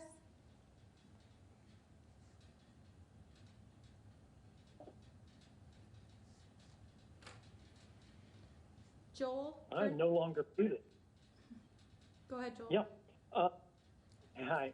I would like to say something witty and poignant about how journalists are masters of brevity, but the cat's got my tongue. But Dr. Levine, I have a question about the possibility and maybe the probability that the state will see an increase in new cases due to the gradual opening up of the economy and the increase in testing. And I was wondering, for everyone's peace of mind, if there is such a thing anymore, if there has been any way to model or predict the extent to which we might see a rise in cases, because I suspect that people are looking at the case tally like a scoreboard and might see it as a failure at any number of levels if the case number rises. So yeah, my question, in short, not that short, but is there any way to predict and even quantify what might be the increase? Thank you for those questions. That was relatively short. And I'm going to make my answers relatively short too. First, we are expecting that there will be some rise in cases, just as a result of people being able to become more closely contacted with one another than perhaps they have been up to this point, in work environments and what have you. But the real underlying part of your question has to do with how often is COVID present in an asymptomatic person. And the person is actually doing fine, may not realize they're infected at all, but they're walking around in society and have the infection, but they've been blessed by not having a severe manifestation of it. And then how often are people in that 48-hour period before they do come down with true symptoms where they are pre-symptomatic and infectious to others. So, based on some of the surveys that Secretary Smith talked about earlier, where we were at the Veterans Home and a few other selected facilities that were higher risk in Vermont, and how little we found, we wonder how much asymptomatic infection is out there. But by the same time, by the same token, we're not naive. We know that asymptomatic infection does exist. And it's just a matter of quantitating how much. I hope that in the ensuing several weeks, we can go back to talking about that other type of testing that we've purposely avoided today, the antibody testing, which will again give us a little bit of a view of how many people have had contact with the virus but didn't even realize it and understand that. So that's what we'll see. The modeling part of your question, we have not sort of said success, we helped preserve the healthcare system, we limited the number of people with COVID and with deaths, so we're done. The modeling exercises are actually ongoing, and they will continue. They will have a little more uncertainty about them because of the fact that no one knows about when or if this second peak may arise. But they will be, the modeling studies to be most precise, and that's why ours have become very precise, are based on sufficient testing occurring in the population and a sufficient trend in the numbers of new cases on an ongoing basis to draw their information from. And that's why when we got to where we got to in the last week or two, we were getting more and more confident that we were not in the worst case scenario, but we were in fact in the best case scenario as to how we dealt with this first episode of COVID in the community. So hopefully that same kind of modeling can be done as an informed way, because our data will be very rigorous, there'll be sufficient testing, and it will be consistent over a time period where it can inform the models well.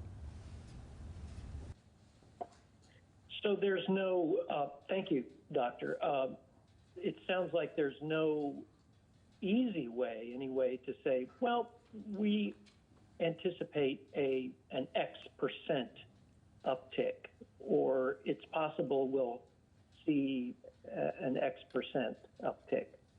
No, you're right. There's no easy way, but at least early on in these next weeks, we'll get a much better sense of how much asymptomatic carriage of the virus is out there, and I think that will, in fact, inform us significantly. So maybe not today, but over the next several weeks, we could have a better predictive ability to tell you that kind of percent. Okay. Hey, thank you very much. Liam, VPR.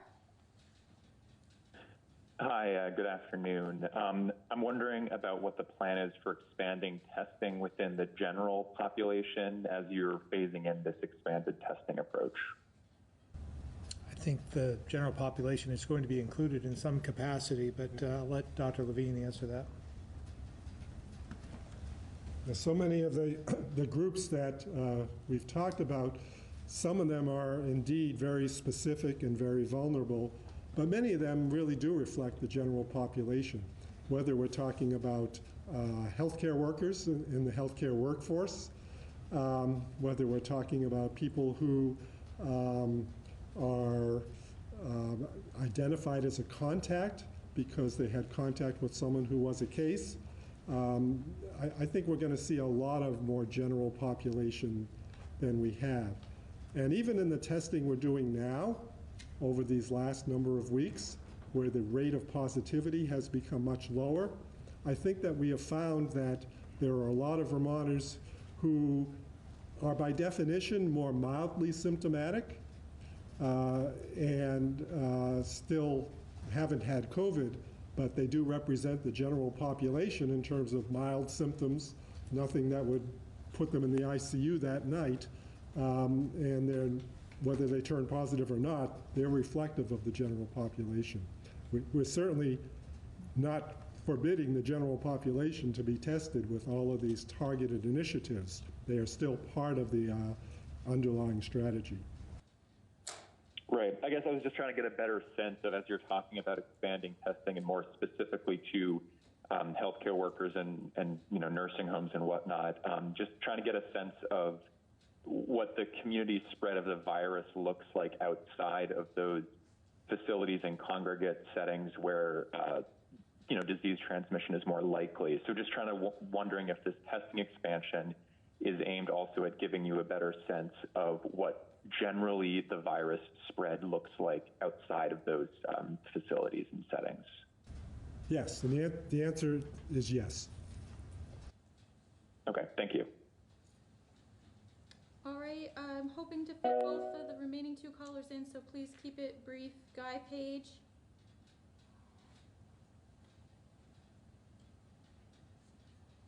Guy? All right, Scooter, the other paper.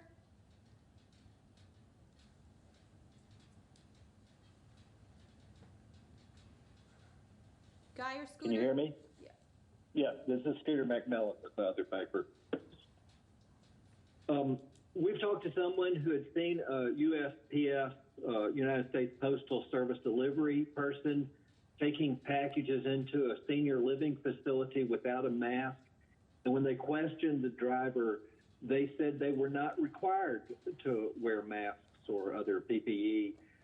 And I talked with a USPS official who confirmed that although they recommend that their drivers delivering packages should wear masks and gloves, they cannot require it. And he said that changing the contract would happen at the national level and take months, maybe even a year to renegotiate.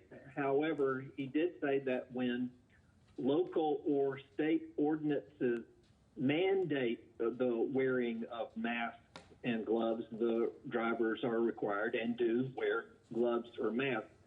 So my question for the governor is, are you concerned about delivery people wearing masks, particularly into senior living facilities or other places where residents are immunocompromised? And do you have any concerns about or any plans, thoughts about an executive order requiring for USPS and other delivery drivers to wear masks? Yeah, thanks for the question. First of all, yes, I am concerned about anyone coming into one of those long-term care facilities without a mask and possibly harming anyone in the building. So we'll take a look at that. It's the first I've heard of that, so we'll take that into consideration, and maybe we'll talk with the long-term care facilities and see if there's another path forward, or whether we should, and we certainly can provide for that if need be. But thanks for bringing it up. We hadn't realized. Thank you. All right. Thank you very much. Marathon session today. We'll see you on Friday.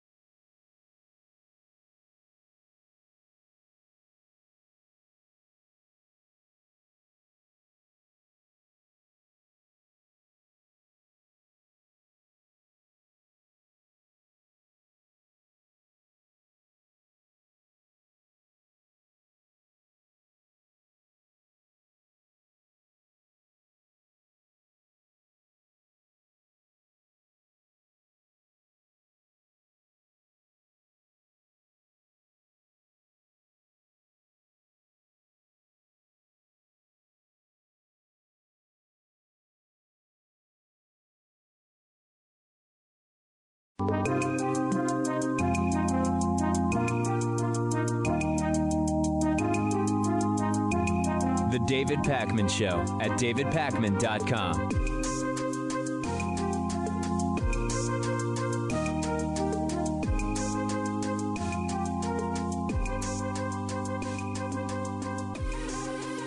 A whole bunch of people emailed me about CNN's Anderson Cooper interviewing the mayor of Las Vegas, Nevada, Carolyn Goodman, and it is something else. So I want to look at a few clips with you. Anderson was visibly stunned by how ignorant and incompetent the mayor of Las Vegas is.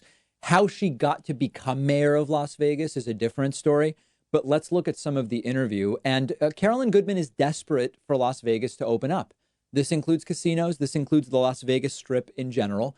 But she doesn't actually have any idea how it could happen safely other than to wildly dismiss every concern that Anderson Cooper brings up and say that, listen, they're going to have to figure it out. Let's get right into it.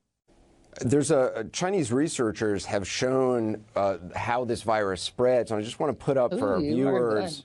I just want to put up for our viewers. This is a restaurant. Anderson, you are tough. No, I'm not We're talking. back to China. This isn't China. Yeah, this is Las Vegas, Nevada. Wow. Okay, that's really ignorant. This is a restaurant, and the That's yellow ignorant circle. to say That's an ignorant statement. That's a restaurant, and yes, it's in China, but there are human beings too. That yellow is a person who is asymptomatic and infected, and all those other red circles are other diners who that one diner passed the virus to. All those other people became infected in a restaurant that had air conditioning, and they believe it was the air conditioning which helped the virus spread to all those other people. You remember the Legionnaire's disease in 1976 in Philadelphia came all through the air conditioning. You don't remember because you're younger. I do remember. Typhoid Mary, who I think passed away, well, anyway, during the late 30s, rode the buses, was a cook, and she was asymptomatic, and she spreaded a fear of getting typhoid, and she never showed a sign of it. And she lived most of her life quarantined. The reality was, I think 58 people passed away from typhoid. And so we're aware of this. We learn from history. Right. We've had Ebola. We've had the West Nile. We've had polio. We've had these horrific, none of those were as painful. Infectious in Las Vegas. I mean, you didn't have people with Ebola on a casino floor. You know what? If you did. Well, we don't know that. Well, yeah, you do, because if you had it. A neighbor of mine died from West Nile. Yeah, her neighbor died of West Nile. She has no idea what she's talking about. Listing other diseases isn't anything. It's not an argument. It's not a reason to do anything. It's not a reason not to do anything. Legionnaires in the 1970s? What is this woman talking about? And it continues, and it actually gets even worse. You're talking about encouraging hundreds of thousands of people to come to Las Vegas. I get the financial losses people are suffering, which is awful. But you're encouraging, hundreds of thousands of people coming there in casinos, smoking, drinking, touching slot machines, breathing circulated air, and then returning home to states around America and countries around the world. Doesn't that sound like a virus petri dish? I mean, how is that safe? What it sounds like? You're being an alarmist. I'm not. I've lived a long life. I grew up in the heart of Manhattan. I know what it's like to be with subways and on buses and crammed into elevators. I think you are by saying what you have just said. So you don't believe there should be any social distancing? You don't believe that this is Of course I believe there should be. Of course. How do you do that in a casino? That's up to them to figure out. So it got really, really bad, and I would encourage you to check out the full interview on YouTube on CNN's website. Now, the one thing I can say about Carolyn Goodman is she looks remarkably good for being an 81-year-old woman. I would not have guessed she was 81 by any means. So congratulations to her. Maybe some of that dry Vegas heat is helping her remain extremely spry into her 80s. Other than that, I don't have much positive that I can really say about her. And there's an interesting thing happening where as the world does become more and more focused on slowing down the spread of coronavirus, and most of the planet understands what we're fighting here and why we're doing it, in comparison, the crazy people are getting a lot louder. the anti-lockdown protesters around the country seem completely out of it. I mean, blocking traffic and making it difficult for ambulances to bring patients who need medical care to a hospital. It's crazy. Carolyn Goodman, as mayor of Las Vegas, seems completely disconnected from reality. At this point, when someone like Carolyn Goodman doesn't deal in fact, but just abstractly talks about the economy opening up and ignores the issue of the virus spread itself, they are essentially saying, I don't care who lives or dies, but we need to get money flowing. It's the embrace of what I talked about on Wednesday, maybe it was Tuesday, Republicans embracing let them die in exchange for whatever they've identified as a higher priority. This is the approach that they're taking. Most people aren't going to fall for it. And yesterday I pointed out, mayors can't really open cities. Governors can't really open states. The president can't really open the country. It's up to the people to do it. And in the case of Las Vegas, even if it, quote, opened, there aren't many flights coming in and out. Foreign flights are almost completely cut off. Most people recognize that a crowded casino, even if it's open, even if you could go and sit down at a blackjack table and get the free drinks brought to you and the entire thing, most people recognize that it doesn't make sense to do that right now. So even if she opens Vegas, it's not going to be much of an opening. And I think that that's an important thing to remember, regardless of the increasingly astroturfed protests to reopen. Polling shows that most Americans are prioritizing slowing the spread over saving the economy. And I'm not saying the economic destruction is not significant. We now have 26 million people who in 5 weeks have filed new unemployment insurance claims. I'm right there with you. But over the medium and long term, we are better off if we don't have resurgence of the virus because of opening too early. Carolyn Goodman doesn't seem to understand that. And a stunning interview I encourage you to check out in total. Let me know what you think. I'm on Twitter at dpacman. We have a fantastic program planned for you today. The David Pakman Show at davidpakman.com.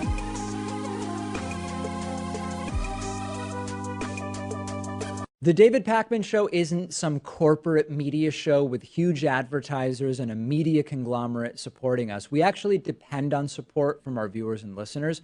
The easiest way, the most rewarding way, the most exciting way to support the show is to get a membership at www.joinpakman.com. You'll receive the world famous daily bonus show for supporters only, the commercial-free audio and video streams of the show every day, and you'll be part of the solution. Because of membership, we are independent and we're able to cover whatever stories we want, whatever stories our audience is interested in, without executives looking over our shoulder. And it's why we've grown from a weekly show to a daily show. Much to the dismay of the Hatriots, we can't be pulled off the air unless all of you cancel your memberships. Please don't do that, but please do sign up today at www.joinpakman.com. Support independent progressive media.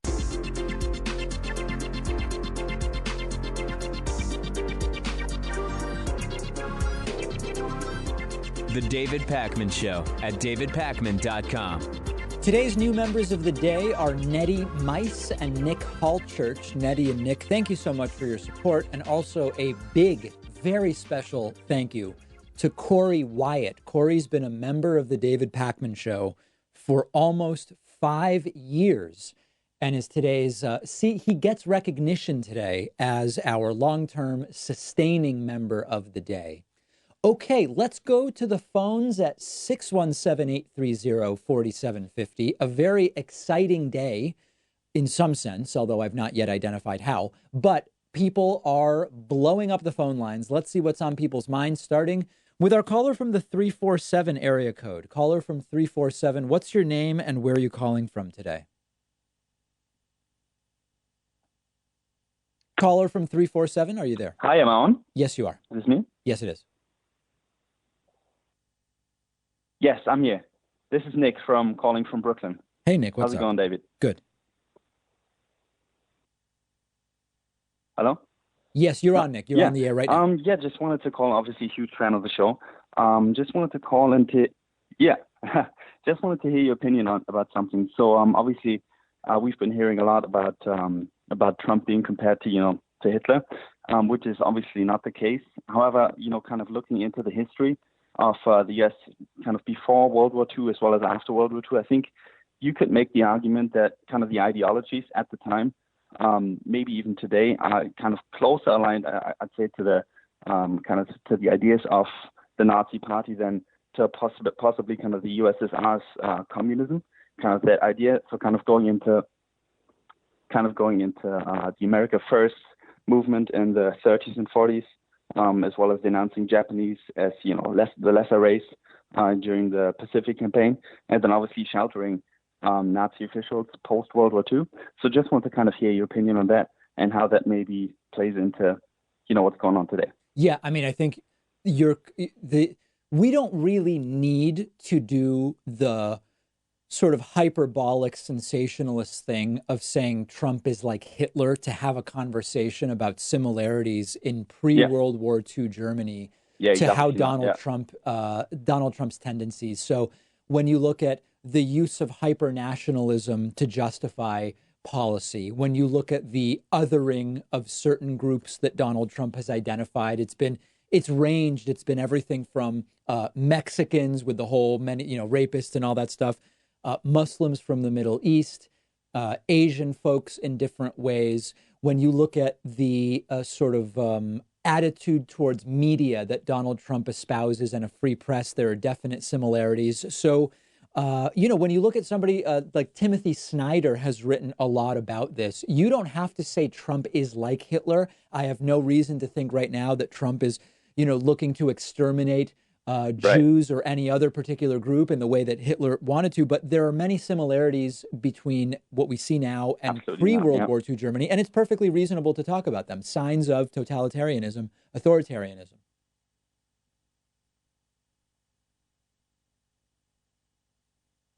Right. And I think just talking about kind of this belief that communism or socialism, is the big evil. Going back to the 40s, where it was the big evil compared to, kind of cozying up to kind of the Nazi beliefs, especially in America, I think is kind of a dangerous train of thought. And I can definitely see that still happening today in terms of the way that the right portrays kind of communism as well as socialism, not really knowing the difference between them. Yes. So that's basically what I wanted to call in. Also, maybe for context, I'm German, so I'm U.S. born but raised in Germany. So I guess I have kind of an interesting viewpoint on that. But yeah, thanks for taking my call, and all the best. All right, great to hear from you. Nick from Brooklyn, 617-830-4750 is, of course, the number. Let's go next to our caller from the 309 area code. Caller from 309, what's your name? And, of course, where are you calling from? Very important details. Hi, David. This is Sam from Texas. Hey, Sam, what's up? Yeah, so I'm a Bernie supporter who will be voting Biden in November. Okay. I talked to a fellow progressive on Facebook. He was posting some Never Biden stuff. And thankfully, I'm a viewer of your show and a member, because I used some of the arguments about how you brought up how Biden is more helpful to the progressive movement. And he actually said he was warming up to that idea. But he brought up something really interesting that I think you could have a good perspective on. He said he can't vote Biden because of his past policies and how a lot of his previous votes in the Senate sort of contradict the current platform or his appeal to progressive values. Right. And he said that a lot of his past policies are what got us Trump.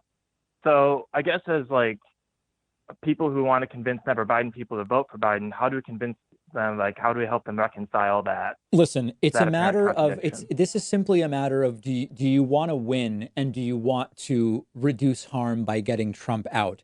Trump was pro-choice for 68 years of his life. He completely transparently said, and it was transparently dishonest when he said, as he was becoming a Republican candidate, "Oh, I'm pro-life now. I'm against abortion. Abortion's terrible. Jail the doctors, jail the mothers," right? He said every crazy thing. And the evangelicals said, we're going to vote for the guy because that's what he says his policy is now. And we at least somewhat credibly believe that this is how he will govern. And he has. Donald Trump spoke to the March for Life or whatever, and whatever the case may be. With Biden, the policies are more complex than simply are you for or against abortion. There is no question that Joe Biden in the 80s and 90s was running a more conservative platform as senator than he is espousing for 2020. But this is just this is how things work. People don't have, there's this idea that has become popularized with Bernie Sanders that if you have the same idea for 40 years, the same position for 40 years, it's objectively better. 40 years is a long time, and things change during those 40 years. Many of the people who in the last 5 years have become large advocates, strong advocates of LGBT rights, 20 years ago were probably pretty homophobic by today's standards. And if that's going to be the standard, we'll just lose. I mean, it's like we're just going to lose if that's the case. Is Biden going to do everything he claims he's going to do? Of course not. Just like Bernie wouldn't be able to, just like Trump hasn't been able to. But that seems like a very poor reason that Biden's policies have changed. Therefore, we want Trump to win. It seems crazy to me. Yeah, no, I 100% agree. And I also tried bringing up to him that I think Biden will keep people around him that'll kind of like, I think the people that Biden will keep around him are going to be pushing for those progressive values. And I also tried explaining how, AOC or someone like that or progressive has a better chance of meeting with Biden to discuss policy than they do with meeting with Trump to discuss policy. Course. You know what I mean? Of course. In a Biden presidency, the AOC wing at least will get a voice and a hearing. They might be ignored 98% of the time, but with Trump in the White House, they don't even get a hearing. They have zero voice. You're absolutely right, Sam. And in fact, Trump campaigns on actively hating those values. That's right. So it's just such a ridiculous position, in my opinion. Sam, you're not falling for it, which I think is good. Yes, absolutely. Good. All right, Sam, excellent to hear from you. Very much appreciate the phone call. Let's go, just because a lot of people are interested in this arc, let's go to our friend Pedro from Colombia. Of course, none of us believe that that's the case, but what's new? What do you have for me this week, Pedro? Hola, Mr. Pacman. Thank you for taking my call. Por supuesto. I just really wanted to tell you, thank you for the show, and I appreciate, all the people on all the viewers who tell me, nice things, All of your fans, yeah. it. Oh yes, so I just want to tell you that, you're a good guy, Mr. Pacman, and I actually did send you a picture of me, by the way. I don't know if you got it. Yeah, Pedro sent me a drawing of a stereotypical Mexican mariachi guy, which is a weird thing to send if you claim to be from the South American country of Colombia, right? That's an unusual thing to send, right? Oh, well, I wanted to send an actual picture of me, but my wife, she doesn't like that I call the show at all, I see. And, she got mad when I told her, and she's like, oh, Pedro, you can't do that. Now, that's interesting. Pedro, as you and your wife, of course, immigrated to the U.S. from Colombia, right? Oh, yes, you know. And do you speak to her in English? That sounds unusual. Oh, no. Well, so we talk in between Spanish and English, I'm just doing a little impression of her. So how did she actually say, how does your wife tell you in Spanish that she doesn't like you calling the show? What does she say? Ay, está llamando ese Pacman otra vez. She talks like that, Interesting. It's kind of, so I didn't want to get on her bad side, So yeah. I just got my friend from Argentina. He drew that little picture, but it looks just like me. It's not a stereotype. It's just what I look like. Yeah, because Colombia doesn't really have the Mexican mariachi stuff. It's not part of the culture there. Oh yes, there's a little bit, but it's more Mexican. But I love Mexicans. I love Mexico, and I love Argentina and Ecuador. Pedro, where are you really from? Can you just tell me, where are you actually from? Well, I'm in Texas now, but No, I'm but where just, were you born? Where were you born? I'm just gonna, I'm from Colombia, Yeah. I forget the city. I know there's some confusion about Yes, where yes. I'm from, There is but confusion, yeah. you can just, All right, Pedro, listen, how okay, long is but, this going to go on for? oh, I'll call you and just say hi sometime, but I don't want to bother you. I like your show. I like your good answers and good guests, so, I don't want to bother you guys. So if you don't want to talk to me anymore, that's No, okay. I Well, just would love to know where you're really from. That's what I would love to know. Okay, well, someday I'll remember. Someday. All right. Okay, Pedro, thank you for the call. Very much appreciate hearing from Pedro. A lot of people in the audience all wrapped up in the entire Pedro arc, as it may be. Let's go to Dante from Florida. We haven't heard from Dante for something like 5 or 6 weeks. Dante's calls are sometimes interesting. What do you have for me today, Dante? So, there's been a lot of criticism of Trump and how he's handled the response to the coronavirus, and I think that's merited because his response has been terrible every step of the way. Sorry, But Dante. I hate to I've also interrupt. noticed Dante, that do you have us on speaker or Bluetooth or something? Because your connection is not what it usually is today. no, I don't. Okay. All right. Go ahead, Dante. We'll keep going.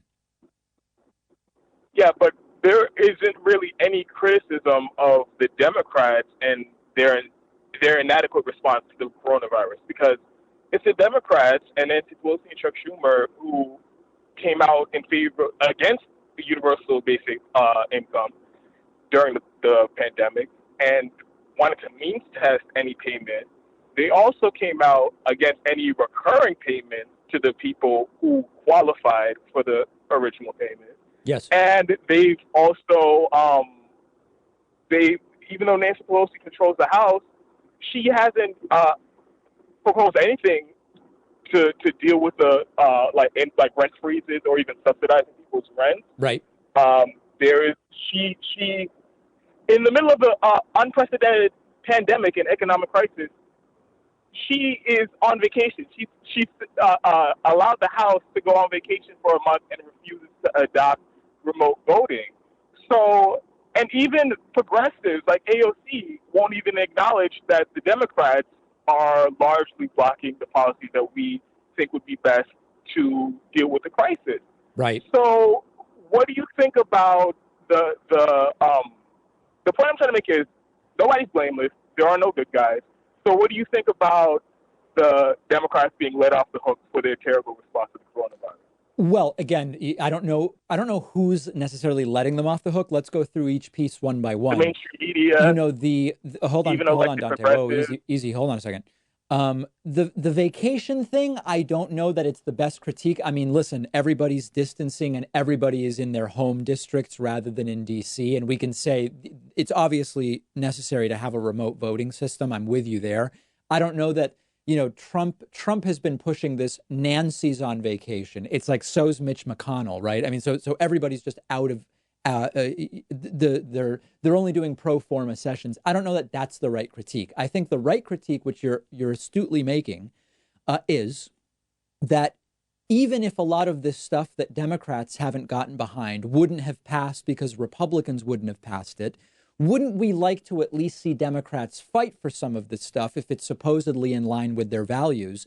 And as you're pointing out, even AOC has been, the supposed standard bearer on a lot of this stuff has been silent on a lot of it. So I think you're quickly figuring out why I have been saying for years, none of these people should be deified. It doesn't matter who it is, whether it's Pelosi or Bernie or AOC or whoever. Once you are elected, you change. Everybody changes. It doesn't mean that they're bad people. It doesn't mean anything, but it means exactly what you're pointing out, which is there's a lot of blame to go around here for not doing enough. And what do you think? Do you think that they'll ever try to adopt these policies, or do you think that they're just going to go along with everything that the Republicans propose to deal with the crisis. Like, they went along with the multi-trillion-dollar corporate bailout. That was their first priority. Yes. Like, do you think they would ever do anything to help the regular people, or do you think they're just going to leave everybody high and dry throughout this crisis? Listen, I am not naive enough to think that I can tell you whether they will ever do something. If this extends, imagine that the current situation extends 8 months. I think what you will see elected officials be willing to do would be very different than if we're able to start loosening things in 6 to 8 weeks. So I don't know. I just don't know the answer to that. I wouldn't pretend to know. All right. Thank you. All right, Dante, great to hear from you. Dante has been calling in for a while, and it's always great to hear from him. Let's take a quick break. If you're holding, don't hang up, because we will go directly back to the phones after this very short break. The David Pakman Show at davidpakman.com.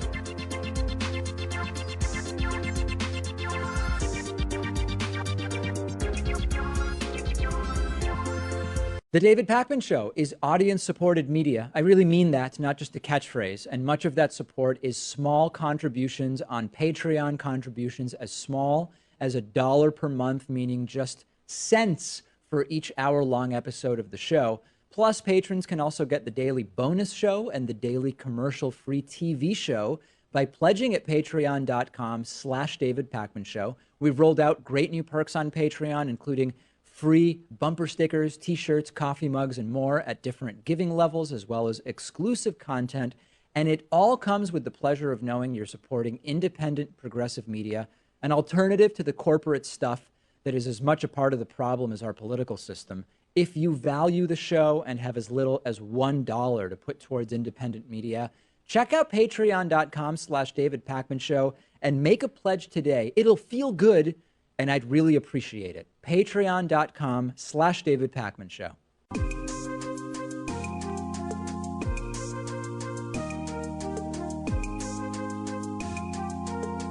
Welcome back to the David Pakman Show. We are taking your calls at 617-830-4750, and there are so many folks interested in getting on. Let's go to our caller from the 414 area code. Who's calling today from 414? Hi, David. Hi, who's this? This is Ann. This is Ann. Hi, Ann.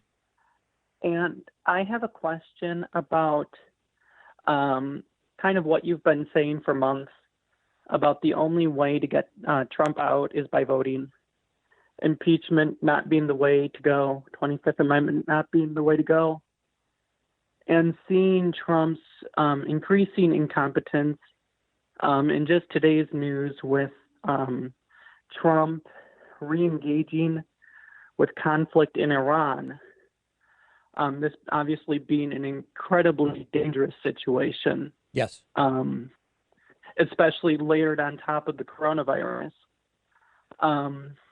This is coupled with the voter suppression. Being in Wisconsin, we had that whole battle with, our election still going on in the midst of a pandemic, voter suppression, etc.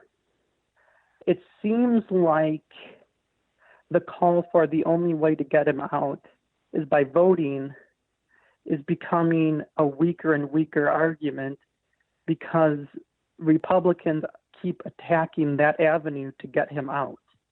Do you have anything to say to that argument? Of course. And my argument is not that Trump is not worthy of impeachment and removal, but with the Republican Senate, it will not happen. It will not happen. I'm not saying Donald Trump is not worthy of removal under the 25th Amendment, but his own cabinet is not going to move to remove Donald Trump. So when I say the only way of getting him out is voting him out, I'm not pretending that the election will necessarily be fair. And I'm not pretending that impeachment and the 25th Amendment would be incorrect strategies. I'm merely saying the only chance we actually have is to vote him out in November. And so they're going to be purging the voter rolls. They've already been doing it. They're going to be limiting early voting. They're going to try to push for in-person voting, even if it's dangerous because of the pandemic, which is disproportionately likely to keep Democratic voters at home. We need to, knowing that, lobby every state to go to vote by mail, at least the states that will matter. Here in Massachusetts, there's already 30 or 40 mayors that have written to the governor saying, we have the system. We have absentee ballots. Let's expand it. Now, Massachusetts won't make a difference in the election if Wisconsin and Michigan and these other states do it. So we need to, knowing that it's our only shot, knowing they won't play fair, we need to get moving now to ensure that we're actually positioned to remove him in November. Well, I agree with that. So you're saying that our efforts should be in things like reaching out to lawmakers to say, let's get this vote by mail thing rolling. Yes. That's so one that part we of it. can have at least a fair shot. That's right. And we've got to Well, a fight at fairer every shot. opportunity. We have to fight the voter roll purges as well. Exactly. Well, I appreciate your time. I appreciate you addressing this because this has been a concern of mine. Because I've been feeling more and more frustrated with your increasing call for, is the only way to get him out. And it's like, well, they keep attacking that avenue. But at least, I feel a little bit of hope that there's something we can do about that. Right. For example, when Wisconsin had their primary, I was sending an email blast, an 11th hour email blast to, I think it was the health secretary to, put in some emergency measure. I mean, it was going out on a limb entirely, but at least I felt like I could do something. So hopefully now that we have a lot more time, we can try to mitigate this kind of, this attempt at, completely squashing democracy. Yes, and we've got to get active on it now, which is why it's so important, Anne, that you are talking about it. Thank you so much for the call. I really do appreciate hearing from you. Let's go next to our caller from the 678 area code. Who's calling today from 678? Hey, David. My name is John. I'm from Atlanta. Big fan of your show. Thank you. I just wanted to talk about like my thought process in this upcoming election.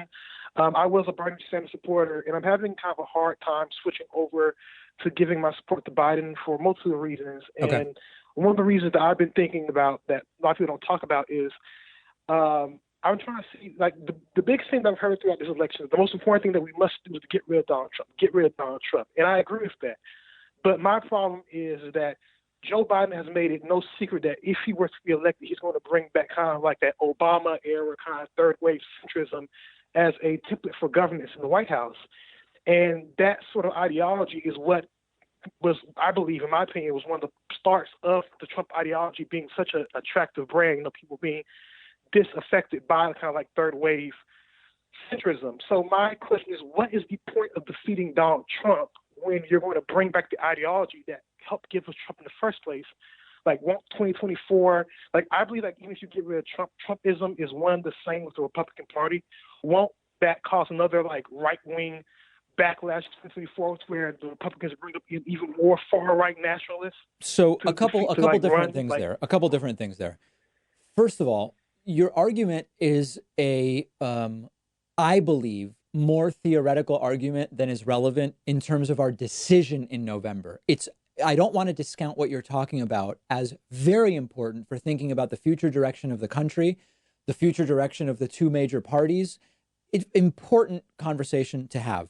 One thing that you're missing from your sort of framing is that racism was also part of what took place during Obama's presidency that coalesced and emboldened some of Donald Trump's key constituencies. And I think if we're going to really talk about what happened during the Obama administration that led to Trump, we can't ignore that. But I want to put that aside just for a second, if we can, John. What I want to say to you is the following. The theoretical argument about third way, this, that, okay. Who do you prefer to choose the next Supreme Court justice, Trump or Biden? Don't overthink it. Biden. Okay. When it comes to the tax policy, which candidate has a better tax proposal, if you're familiar with them? Is it what we've seen Trump do, or is it what Joe Biden has proposed? What Joe Biden has proposed. Okay. Joe Biden supports the Green New Deal as a framework, if not in its full scope. Trump believes climate change is a hoax created by the Chinese. Which of those positions is closer to yours? I would guess Biden. Right. Okay. So I could go on with 20 issues. So for me, it's just much simpler. We have an emergency. Bernie Sanders recognizes it. Noam Chomsky recognizes it. And for me, the way forward in November is not about the effect of third way politics on the future of we actually have a list of 20 policy issues on which Biden's better. For me, it's that simple. Okay, I understand. I understand that sort of like thinking, but I was just more concerned about just over time, will we all these gains that we're going to make in these 4 years of Biden would just be wiped away? Because, like I said before, I can't. Even though Trump may be gone, I just cannot imagine a Republican Party without Trumpism. I think Trumpism has replaced the kind of Reagan era of thought. I don't think you're wrong. I don't think you're wrong. The Reagan-style conservatives are increasingly not what feels like the core of the modern Republican Party. Mm-hmm. Okay. Oh, and just one last thing before I go. I know you have other calls, but I live in Georgia, and I don't know if you've been aware of Georgian politics, but our governor Kemp is going to open up restrictions in the state on this Friday. Yeah. And if you can look into the information, I've been hearing some theories that the reason why Kemp wants to open up so early, relative to what scientists has been saying, is that there's been an astronomical amount of unemployment claims in the state of Georgia, and we actually may run out because in Georgia, in order to increase the income tax, which supports that, you have to do a constitutional amendment, and with a Republican-controlled legislature, that's impossible. So I was thinking maybe you can look into that and see how maybe that might play into effect, because I think in Georgia it's going to be a devastating effect how we're opening up the state before we even hit our apex. So I just think so there's a couple things going on. I don't know about the specifics in Georgia, but there is no question that the reason that a lot of red state governors want to reopen sooner than later is if your business is allowed to be open, then you are going to have a more difficult time getting PPP money and other federal stimulus money. If your business is open, you are going to be taken off of the unemployment rolls. And there's no doubt that is playing a role in red state governors wanting to open sooner than later. Absolutely. Okay. Well, thank you, David. All right. Appreciate the call. Thank you so much. Really great to hear from you. Let's go next to our caller from the 516 area code who's been holding on for a while. 516, what's your name? Where are you calling from? Hey, what's going on, David? Hey. Name's Anthony. What's up, Anthony? You know what? Not much. I've been going back and forth with my friend in regards to a theory that I had because, I've been wanting to get on the show for a while. And at this point, and when it comes to Trump, there's really no good answer for it, regardless if you try to get him out or just his supporters. There doesn't seem to be any good answer. So while I can, I'll ask you this question. My buddy always has a problem with leftists. He says they're moving too fast. And my question to him is, you know what, I agree with you. I don't really follow politics too much, but do you think the left is moving so quickly because the right has held them back for so long? Things on just, basic gay marriage and global warming. They've held them back for so long. So now they have a footing. They're trying to go too fast. What has the left done that's been super fast? What's an example? Well, that's his argument. And I'm just trying to get, no matter what I throw at him, I always try to bring up Trump and his press briefings, right? And I just show them an example. But one thing they've done very well is just, what about this person? And they never seem to answer the question that's being asked about one particular person. Yeah, they go, but the I Democratic Party. wouldn't. If your friend says the left is moving too fast, I don't know that I'd talk about Trump's press briefings. I'd say, what is the left move too fast on? Because listen, Obamacare. It took, the idea of Obamacare was first proposed in the early 90s. By the Heritage Foundation, and it was passed in 2010. So in 17 years, we got healthcare.gov and a rule about pre-existing conditions and 26-year-olds. That's too fast. Gay marriage. The first state to legalize gay marriage was Massachusetts in, I think it was 2003. In 2015, the Supreme Court, that's 12 years. I would just say, where is the left moving so fast? I don't see anywhere that the left is moving fast. You know what, thanks, Dave, because I, more or less, whenever I try to bring something up, he'll say something like, oh, they're doing this, the Green New Deal. And I look, I don't know the details of it. I just know that it's a guideline. Like, look, it's an idea. What's the problem with just having an idea? It's like, oh, they're just doing that. So, I see. So really what your friend is saying, here's what your friend is actually saying. Your friend is not pointing to things that have been done. Your friend is saying Democrats are thinking too big. Democrats' ideas are too forward looking. But I would point out, if I were you, none of that stuff has been done. None of it has been done. If you actually look at, listen, Republicans want to ban all or almost all abortions. That's whacked. Now, they've done smaller things at the state level. But if I say Republicans are moving too fast by trying to ban all abortion, I'm wrong, because they haven't actually moved. They've been equally radical for a long time. So tell your friend there's a difference between an idea and actually doing stuff, and that in fact it's Republicans that have been preventing any progress. Oh, man. You know what, David? I appreciate you taking my call. I know you got other callers. Great job doing everything you do. Thank you so much, man. All right, Anthony, great to hear from you. Let's quickly pick up on our caller from the 708, because 708 has been just holding on for so long. 708, what's your name and where are you calling from? Hey, David, I'm John from Chicago. Hey, John, what's up? Not too much. John, by the way. Yes, John. I misspoke, but I did hear you. Hey, no, it's no problem. It's probably the New Yorker in me, even though I'm in Chicago. I have a question about your opinions on the response that people have been given relative to everything lately in America. Now, I know there have been good stories, and it seems that there have been people that have been almost, taking care of their fellow man and brother and sister, excuse me. But at the same point in time, it seems like there are a lot of people that have been vitriolic and very dark. And I was wondering if you think this is more or less a morality or an education thing, or possibly both. Because I've been a fan of yours for a while, and I highly respect your intellectual take on certain sociological things. I wish I had a strong answer for you.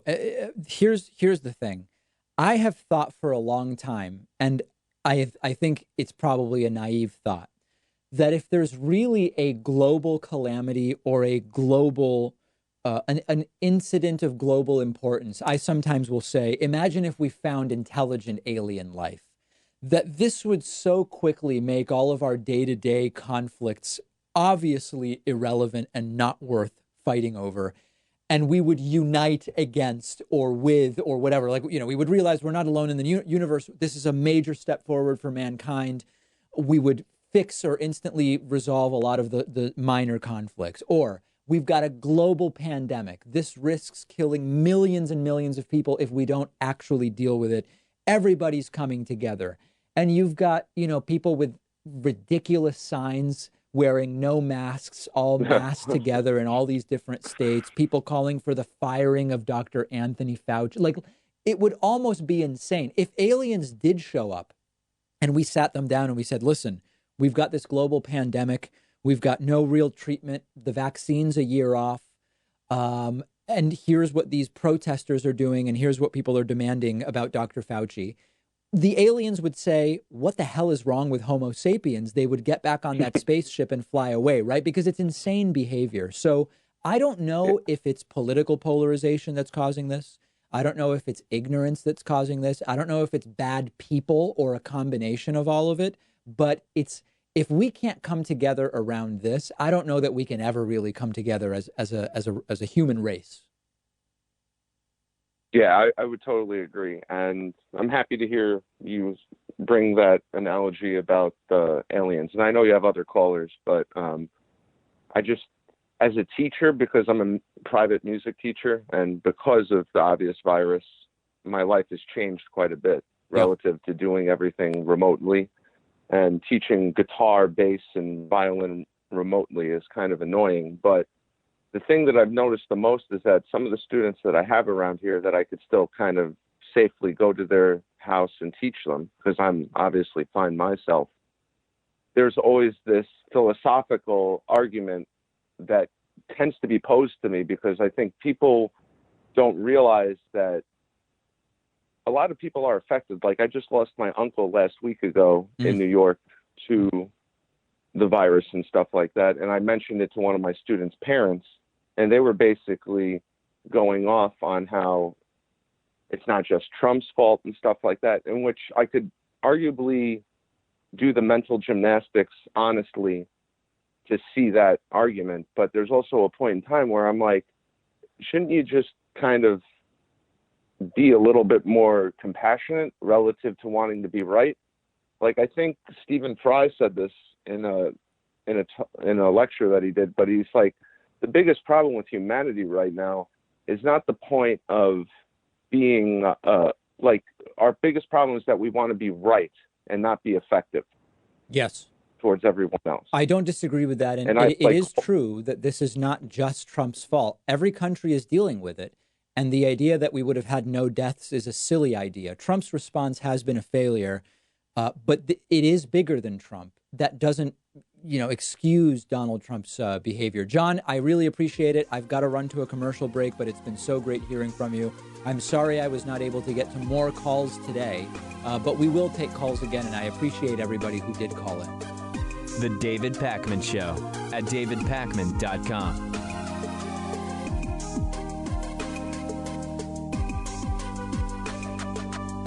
Did you know you can get David Pakman Show stuff, whether you're looking for David Pakman Show coffee for your Chemex French press or espresso machine, or a t-shirt? It's all available on our website, shipping to anywhere in the world at davidpakman.com/gear.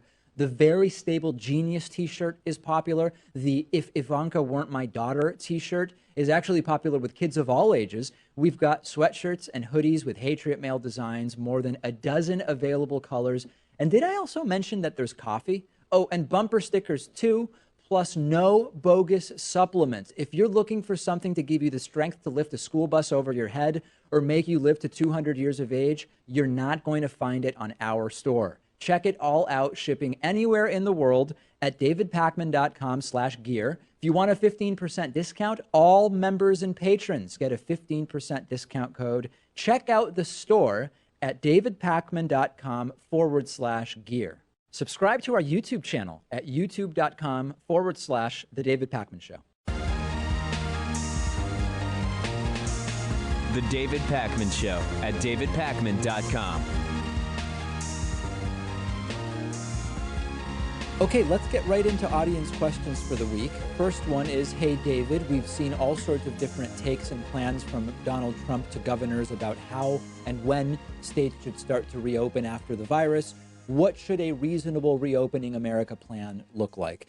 So a couple things on this. Number one, I don't have any independent knowledge in the sense that I believe we should trust medical experts and public health experts on this. And so I'm going by what those individuals are saying, not by what politicians are saying. I think there's one other element to this that's important. In an ideal world, we would have done sort of like a full shutdown, probably around February 20.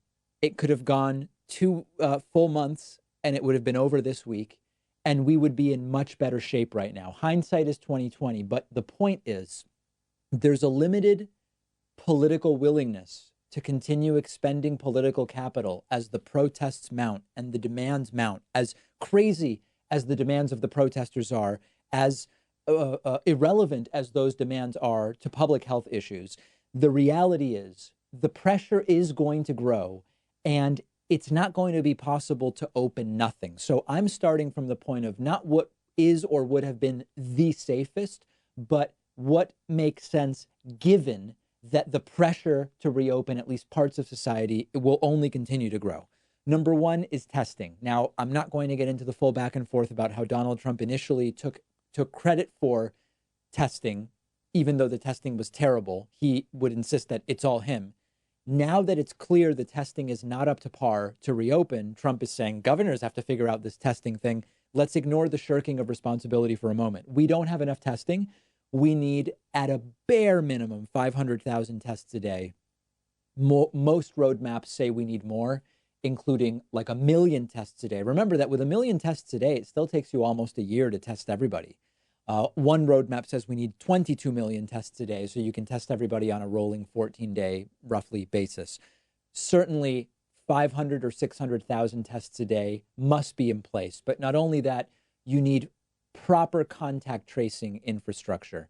In Massachusetts here, they've been hiring work from home contact tracers. Different health systems have been doing it. I think it pays around $25 an hour, work from home. All states need to be hiring proper contact tracers so that you increase testing, as you test a lot of people. As soon as you get a positive test, contact tracer comes in and lets individuals that may have been in contact with that infected person know so that they can quarantine. Then, all the stuff about phases, I'm not going to go piece by piece through Donald Trump's proposal because I've already done it, but a few thoughts on that. Number one, there won't be a light switch that's flipped and we are back on. Some of the earlier things that should happen include what retail elements can start to be opened up somewhat so that they can recover some of their revenue. Remember, we've got the Paycheck Protection Plan, but the money ran out. So there's a ton of restaurants and other retail-facing businesses that risk going completely out of business. What can be done in restaurants in terms of, can people sit at tables out back, very much spaced out, so that they feel like they've had a dining experience, but the bag of food is placed on the table as if it were takeout? There's no interaction with the waitstaff. Would that make people feel as though we're moving in the right direction, even though in practice it wouldn't change that much about the risk exposure? I don't know. I'm just sort of thinking out loud here. Schools this semester should not reopen. It just doesn't make any sense. We should focus on shooting for the fall, but being prepared to do the fall online. People who can work from home and who work office jobs, where a lot of the work is email and phones, should not go back to work anytime soon. We should keep as many people home as is possible to lower the risk of loosening up some of the public elements. Gyms probably can't open right away. I know that that was included in phase one of Trump's plan. Does not seem reasonable. Seems like just an absolute cesspool of germs. And even if you maintain social distancing in gyms, I don't see how you avoid gyms becoming a center of spread while we have cases. And we probably can't really loosen travel anytime soon either. So for me, the immediate loosenings would be we start to let people get back to being a little bit social. Ideally, what we're talking about is, a couple that's been self-isolating and another couple that's been self-isolating get together in a house, and everybody, you don't shake hands, but you can hang out a couple of hours. That probably would be like a next step as cases go down. Again, some of these things of, maybe restaurants could figure out a way, if they're large enough, you reduce the capacity by 80% and you let people without table service just sit and have their takeout in the restaurant. These are the types of things that need to happen. And then we want to start opening up some other retail type businesses that may have been closed. But again, remember, many of those have been open. A lot of stuff hasn't actually been closed. It's just been diminished. And people are having to, wear masks when they are inside. But so those are some of the first steps I see. But really, the steps that need to happen before anything is actually opened is testing that needs to increase dramatically, and contact tracing needs to increase them dramatically. Until we have that, opening is a real risk. David, what do you think will happen when Donald Trump is no longer president, whenever that is, and he loses presidential immunity from prosecution? So I'll answer the question. Remember, this whole idea of immunity, it's not been tested. It really is more of a memo that the Justice Department has put out saying, we as a policy don't believe in indicting or prosecuting a sitting president. But here's the way that I imagine it will go. If you were waiting around imagining that Donald Trump is going to be criminally charged and perp walked and tried and potentially face time in prison, forget it. Forget it. I mean, it just doesn't happen to presidents. Trump has violated the emoluments clause, all sorts of different financial crimes. I get it. But if you're waiting for the perp walk, I would not hold my breath. Let's just remove Trump in November. The country and the world will be much better for it. Now, that being said, there are active pending criminal investigations in the Southern District of New York, the New York Attorney General. There is almost no doubt whatsoever that whenever Trump's national nightmare is over and the mango menace is gone, could be in a few months, could be in 4 months and a year, 4 years and a few months, rather, his businesses are very likely to be charged with all sorts of criminal violations for financial improprieties. I don't imagine that Donald Trump is actually going to take the fall or be the one who gets charged, and certainly not convicted. There are likely going to be underlings that will get plea deals. Who knows? Trump is not going to be convicted. I would be shocked if he is even charged in those financial crimes. It's going to be financial irregularities, could be anything from money laundering, misappropriation of funds, all sorts of stuff like that. Now, once Trump is gone, he can be charged with whatever a prosecutor wants to charge him with. But there's another element to this. It's not just the general reality that presidents don't get criminally charged once they leave office.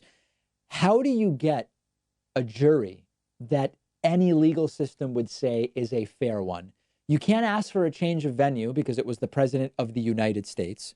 You either have people who voted for the guy on the jury who are not going to be impartial jurors.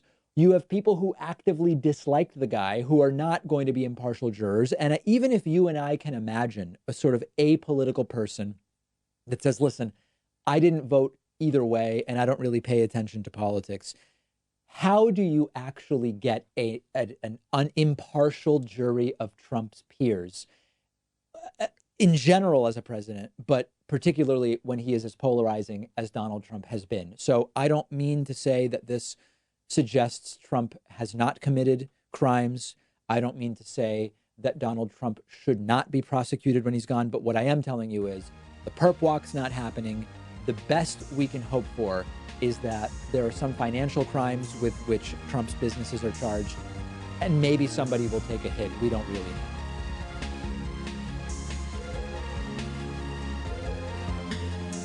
The David Pakman Show at davidpakman.com.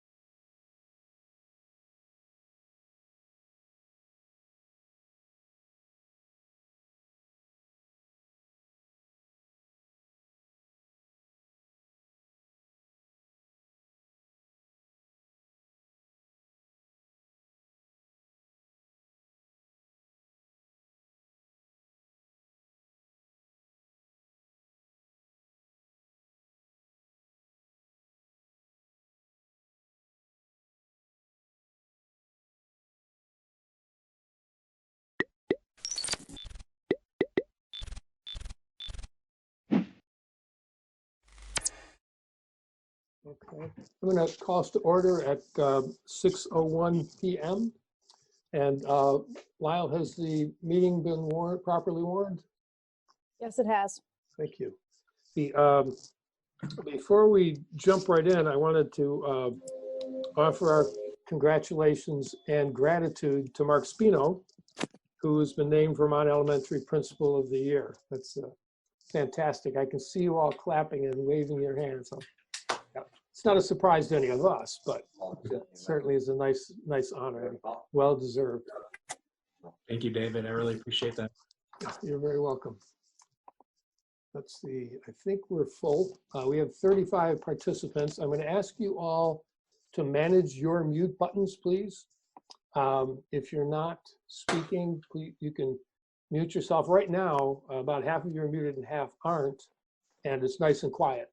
But if it, sometimes there's background noise and sometimes electronic noises. So if you would unmute yourself and raise your hand and put it right close to the camera, you'll notice I can see it if it's way up like that. So if you have something to say, please do that. As usual, we'll, the things that the business that we are covering, the board will participate, we'll hear presentations when appropriate, and the board will comment and ask questions, and then we'll open it to the public for participation as well. And there'll be the recognition of visitors and the communications and the public opportunity to comment on things not on the agenda will be at the end of this agenda. So that's the plan so far. If you're on the phone, Kate is at the moment, and Deb Gass and Christina Naylor and Ann Beekman. *6 will, let's see, what does *6 do? *6 will unmute you if you get muted somehow, and *9 will put a little hand waving over the dark panel where your name is. And Kelly, same thing. So without further ado, I'm going to jump into the first item on the agenda, which is discussion of the powers of school boards. And this is part of an ongoing series of educational things we'll do together to make sure we all have the same understanding and the same information, the same background around what it is we're supposed to be doing. And I'm not sure if in the future, if there'll be opportunities for the chair and the superintendent to do their duty of doing, I think it's 8 hours of training over the course of the year. So I'm going to keep track of all of these things, and we'll count this. And I'll take a look at the statute and the regulation and make sure that we're covering most of the topics that are on there. And we'll see how that goes. So what I'm going to do is I'm going to share my screen where I have the document that I sent to the board. And it's the actual statute from the Vermont statutes on the powers of school boards. And I annotated it. I changed some things to red to sort of point out the language that specifies what the power is, or the responsibility is. And then I have to let a few more people in. And then and then we'll skip over all of the details in between. You're welcome to read that at your leisure. People coming in, please mute. Thank you.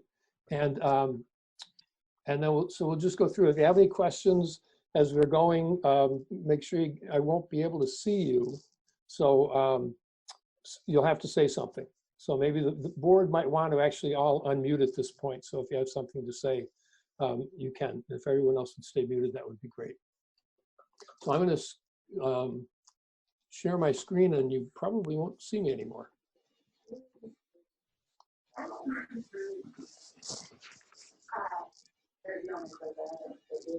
Okay, so you should have on your screen Title 16 Education, Chapter 009, School Districts. I hope that if you're a board member and you don't have that, please let me know. Okay, so the first power is the board shall determine the educational policies of the school district. And this describes about how to do it. We need to give, someone is, I'm getting some feedback on somebody's other conversations in the background on somebody's mic, so if you could mute, please, that would be great. The school board has to give public notice of its intent at least 10 days prior to adoption of a policy.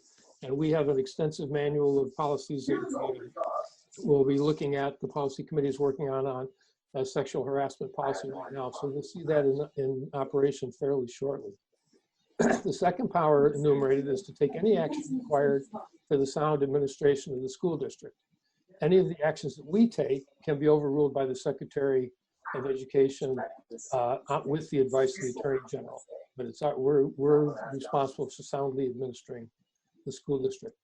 The third one is we have discretion to furnish instruction to students who completed high school, who completed secondary education, and to administer early education programs, which we do. We have a number, I think it's 19 pre-K, private pre-K partners that we help with the administration. The next one, number 8, is establish and maintain a system of receipt, deposit, disbursement, accounting, control, and reporting. This is our warrants.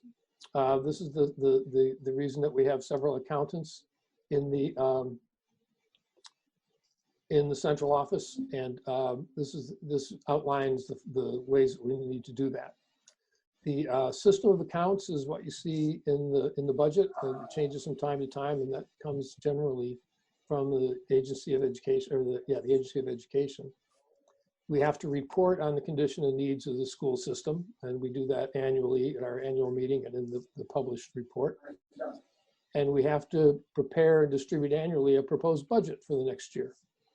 And some categories are prescribed, and some categories I think we get to add as well. But that's become pretty formalized at this point. The next two are the provide at the expense of the district, public to approval of the superintendent, all textbooks, materials, equipment, and supplies. This, we do sometimes have students pay for things, and that's something that we're going to have to be looking at some point. It's on the agenda of the performance and programmatic equity, the PPEC, and there are some courses and some participation activities where students are paying. So we need to have a look at that in terms of equity. But it's our responsibility to provide at the expense the materials that are necessary. And then number 15, which is kind of like the 10th Amendment in the Bill of Rights, shall exercise the general powers given to the legislative branch of a municipality. But this basically says, and I made this larger because this is really the catch-all. It basically says that we make the rules. It doesn't say we carry them out, which is an important thing to keep in mind when we talk about administrative responsibilities. And a little later in the season, we'll have a look at the policy governance model of operating school boards and school districts. And that'll make a little bit more sense. But basically what it says is that we have the legislative power, the rulemaking power. 21 talks about that we can borrow short term to cover projects and things that will be reimbursed by the state. But the state, at the bottom, it says the state will not pay the cost of borrowing funds under this subdivision. So if we have to borrow for something we're going to be reimbursed for, we can do that, but we have to pay the finance charges. Presenting information to the electorate, this comes up often, and sometimes some people have thought it means that board members cannot present information or take positions on political questions or questions having to do, my phone is ringing, so I'm going to stop that. Questions having to do with things that the board is doing. So let's see. And so we can present information and materials designed to inform, educate, and explain to the electorate the board's position on the matter. And 24 is adopt. We can integrate homeschool students into the schools through enrollment in courses, participation in co-curricular and extracurricular activities, and use of facilities. So that's a quick run through of the I got to admit a few more people. That's a quick run through of the powers of the school board. If any of the board has questions, please ask me now. And I don't know if I can answer it, but somebody might be able to. David? Yes. So I have a question. I think it was on number 21, talking about the borrowing. My understanding from last year when we had to, we almost, there was a lot of discussion about maybe having to borrow the 87% of, to cover the budget into this coming year. Mm-hmm. Since what my question is, if we had to do that because we were not able to, as this pandemic sort of progresses, and if it carries out further along than we are hoping or anticipating, if we're not able to make the budget vote in May, and we then have to go the route of borrowing the money, is it possible that the state would reimburse us for the cost? I mean, is there any leeway there? I don't expect that anyone would have an answer to that now, and it may be a moot point, but possibly if it does become an issue, maybe that would be a question that could be looked at. Yeah, all of that right now is up in the air. The legislature and Lyle and Frank were in a webinar yesterday that they are.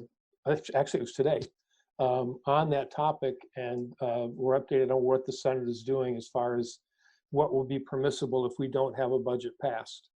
I think that sooner or later along the line, we will have to have a budget passed. But, well, Lyle, do you want to, or Frank, want to say a little bit of what you learned today in response to that? So I can start, and then Frank can talk maybe more about the 87%. Today, we learned that there are a couple of bills in the Senate. One would level fund us at the ed spending level from last year, which is a little over 40 million for us.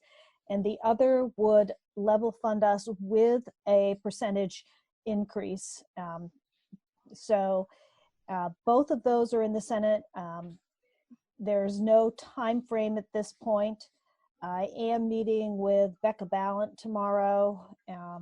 I've sent out some emails also to some other of our representatives because it will go to the House as well, because that would actually be a help for us at this point if the Senate does state a specific amount for us to get the year started with before a budget is passed. Frank, I think Frank's here. Yes. Yeah, the only thing I would add to that is regarding interest expense and borrowing money as it relates to 87%. Yes, that is part of a general ed spending amount. So there is no unusual payment process or liability associated with the interest expense on borrowing. That interest expense is just like any other expense that the school district incurs. It's just part of a total expenditure that is covered by the education spending grant, which is about 85% of what we receive, and then those other revenue sources that we talked about during the budget development. But as Lyle said, and David referred to, I don't think it's a particularly relevant issue for us today because there are these specific bills that Lyle just referred to that are being developed specifically to address the 18 school districts in the state that budgets passed. So it's definitely a let's stay tuned to the legislative developments. Great, thanks. Any other questions from board members about I can't see every board member, so I've got about 25 of the 45 participants on my screen. So board member, if you have a question, please speak up. You'll have to unmute if you want to speak up because I can't see any waving hands right now. There we go. Sean, great, thank you. Yeah, I would just like to say out of the 18, 9 were because of their budgets were not passed, and 9, of which we fall into that category, were because the annual meeting was canceled due to the COVID-19 pandemic. Great, thanks. Any other questions having to do with the powers of school boards? Not hearing any, and I don't, as I said, I can only see about half of the people in the meeting. So you'll have to just speak up. Yeah. Okay, so the next topic is we'll hear, a couple minutes early too. Corey Frazee is here, and I think also, Nada Moline is also here from Building Green, and Corey Frazee from Stevens Associates. And Frank have some information for us on the Academy School project. So, gentlemen, take it away. Very good. I'll just turn it right over to Corey and Nadav. We've met. We have some follow-up points to review with you from the last meeting where we discussed school board goals as it relates to this project. And so they're ready to give you sort of an update and a follow-up to that last conversation. And of course, we all wanted to be sensitive and very upfront about the fact that we understand that there's going to have to be a very careful sort of step-by-step process in dealing with the financial concerns that obviously we all have, the community has. So we know that no commitments to a major project will materialize until the board feels comfortable with with our financial ability to make school improvements. So so I'll turn it over to Corey. Great, thank you, Frank. David, can you hear me okay? Yes. I'll use you as my guinea pig. Great. Great. I'm Corey Frazee. I'm a principal with Stevens and Associates, and I'm a civil engineer. So we're talking about a building addition. So I also have with me tonight Diane Abate, who is a longtime architect, has worked on a lot of schools and works with Stevens and Associates, and Nadav Malin with Building Green. He is the president of Building Green right here in Brattleboro, and we reached out to him after actually at your direction or request a couple months ago. We've had a couple good conversations with Nadav, and he can speak in a lot more detail about the different ways that we could approach this project from not only an energy perspective, but from kind of the broader sustainability perspective, going beyond carbon footprint, climate change, but looking at it in a really holistic way. And unbeknownst to me, Nadav is also a facilitator. He does a lot of facilitating across the country. So he has added value to this conversation in helping us kind of ferret out what the appropriate goals and objectives are for the meeting. We have outlined a document which I believe was forwarded to the school board yesterday, and it talks about 3 specific discussion points for tonight. I wanted to check and see if everybody had that, because I think that could be a good guide. I haven't facilitated a meeting with 45 participants before. David, I'm not sure about you. Maybe Nadav can help us out in how to kind of navigate through this conversation. But do all the board members have that, that document from yesterday?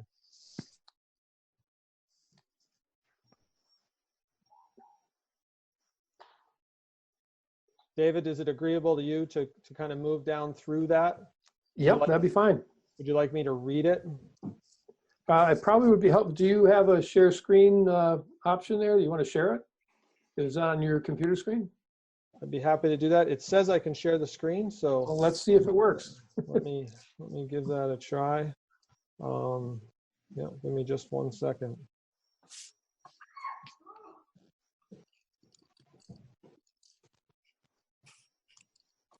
All right, here we go.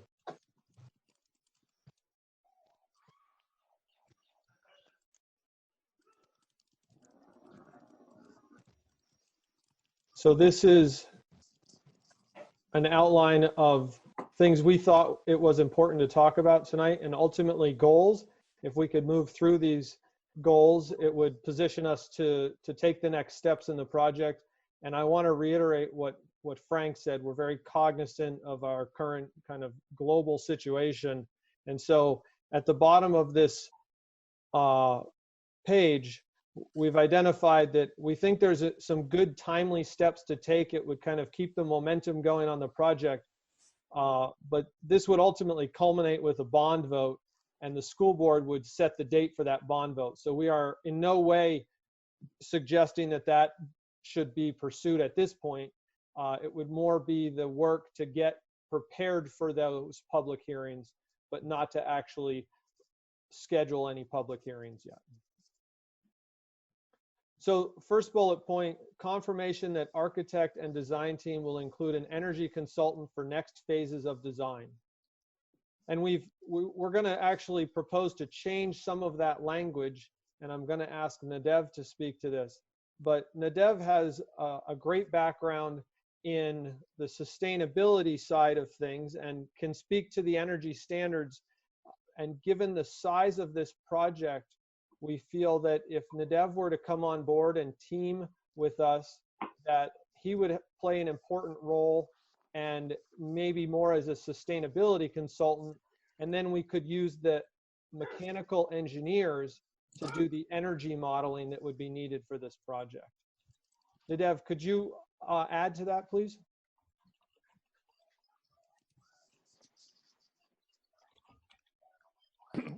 Hey, sure, Corey. Hi. So first of all, really glad to be with you all on this, and I'm excited to be sharing a little bit about this project. David, one facilitation tip with a group this big, I think it would be a good idea. I think you as the host can mute everybody, and then just request that people unmute when they want to speak up. That would be safer in terms of. That's the way we started, and it was problematic. So. Oh, was it? Okay. Yeah, so we're stuck with this for now. Okay. Thank you.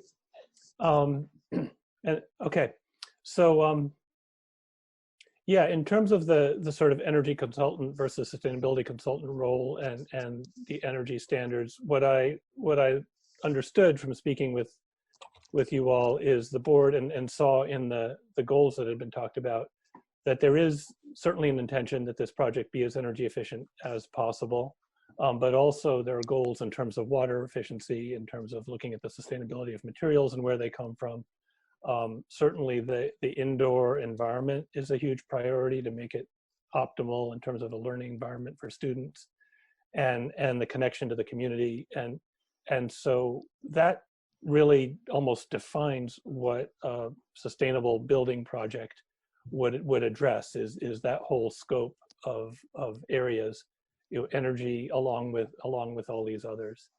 And I believe in your last meeting you looked at, there's a number of different standards that were proposed that could be referenced as setting the standard for what this project should be trying to achieve. And some of them are more specifically targeted at energy, and others are broader. So we'll get into that. But from an energy consulting point of view, I'm not an engineer, I'm not an energy modeler, so it would be very important to me that there's somebody on the team with the project who has those capabilities. And what I expressed to Corey is I would be comfortable working with that person and trusting that that could work, as long as the mechanical engineer that's selected is not somebody who focuses strictly just on mechanical systems, but really has experience contributing to and advising on energy efficiency of the envelope as a whole, and doing the kind of energy modeling that really helps inform the design process right from the start. So there's two different ways of thinking about energy modeling. One is energy modeling that answers questions and provides data to inform the design as it moves along. And the other is what we call compliance energy modeling, which is when you've completed a design, you might run an energy model just to show that you've met the code or the standard. And they're both valuable, but in this case, we want to make sure that we've got somebody on board who can do that energy modeling early on to really inform choices and make sure that we're optimizing systems. So with those two conditions, that whoever's doing the mechanical engineering understands the whole building systems and is comfortable talking about the entire building, not just the mechanical system, and can do that early design energy modeling to inform the process. I think it would be appropriate, especially for a relatively small project like that, to basically utilize them as the energy consultant, include that in their scope, and then I could help participate in those conversations and review what they're doing with that broader sustainability lens.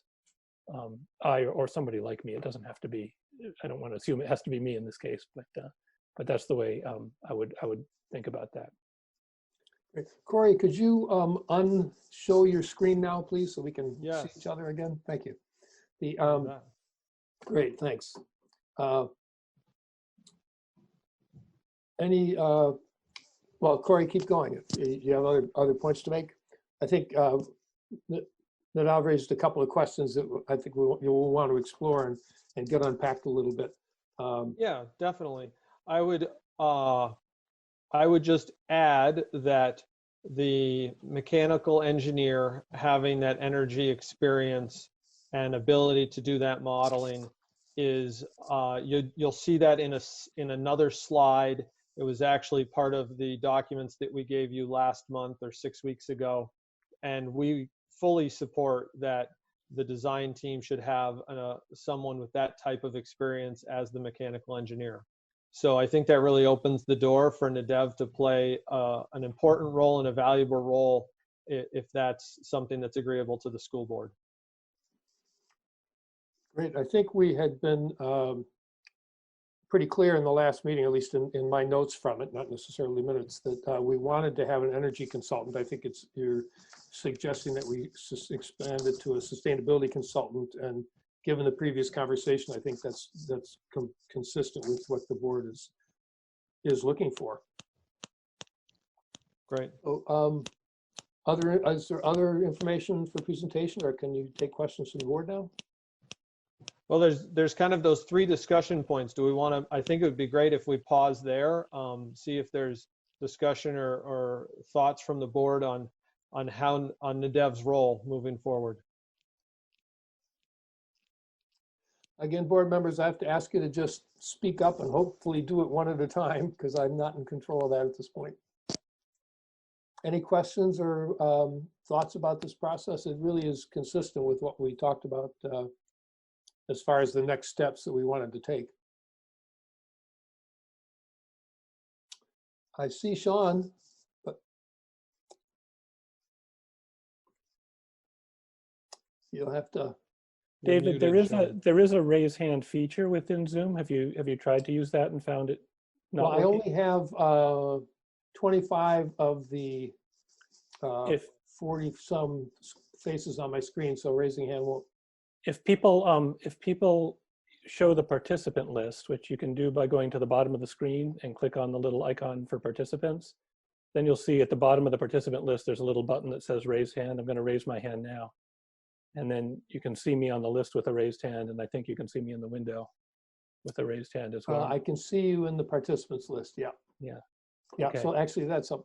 So yeah, that's very helpful now. So I hope everybody got that. If you go to the bottom of your screen, participants, and click, you have the option to raise your hand, and that would help me see your help me see that you want to speak. Although again, the list is longer than my, and I've got a big monitor here, but the list is longer than my screen can handle. I learned today in a meeting, when you raise your hand, you actually get bounced to the top of the list. So Well, that would be very helpful. So we'll see how that works. Good. I hope everyone is as patient as I'm trying to be with this process. You're doing great. Sean, you were muted when you talked before. Yeah. You still are muted.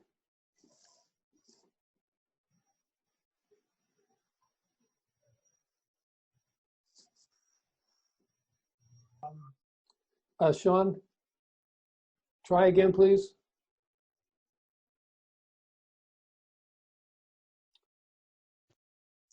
Sean, press and hold your space bar while you talk. Or there's the unmute button down the bottom over there. Just hit that.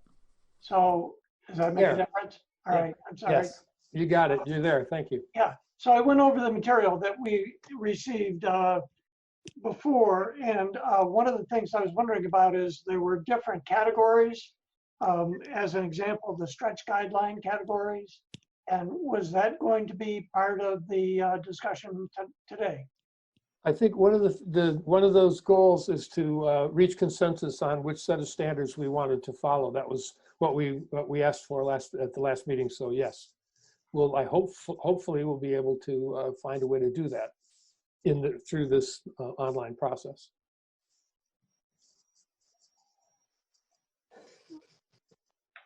Other questions? Yeah, go ahead, Corey. I see your hand. Yeah, that's a good lead in.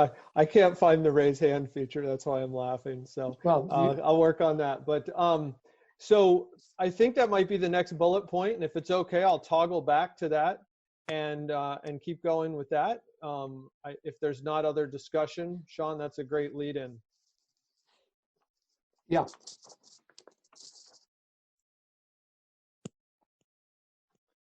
So, okay, actually, next bullet point I'll touch on quickly. That was consensus with the school board finalizing. These were the draft goals and objectives that we presented at the last meeting. And I'm going to see if I can toggle over to those now. Are you able to see those? Mm-hmm. Yeah, we're seeing them. Yes. So I'll just give everybody a minute to read through them. The fifth one, the last one, gets at this standard for, we're gonna continue to call it energy efficiency, but we know that we're broadening that up to a much broader discussion of sustainability and climate change, carbon footprint, and beyond. So design a building to meet or exceed an industry standard. So Stevens and Associates has prepared a recommendation, and I believe I have that recommendation available as well. Nope. I'll have to find that. Excuse me. There we go.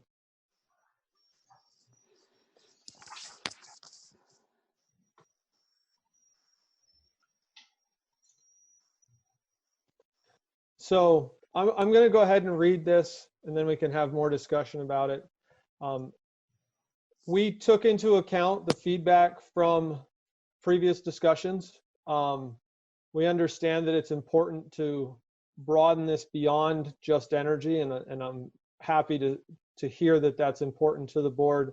One of the documents we looked at our last meeting with you had 6 overarching sustainability topics that Diane had identified, and LEED actually folds into those nicely. Nadav is very experienced in LEED, but it's worth noting that Diane and I put our heads together, and Stevens and Associates came up with this recommendation independently. And I'm going to ask Nadav to speak further to the choices and his opinion on using LEED as well. So briefly, we're recommending that this project utilize leadership in energy and environmental design, which is called LEED in the country, to guide the design and decision making for the project, to the extent that this standard can be applied in a fiscally responsible way.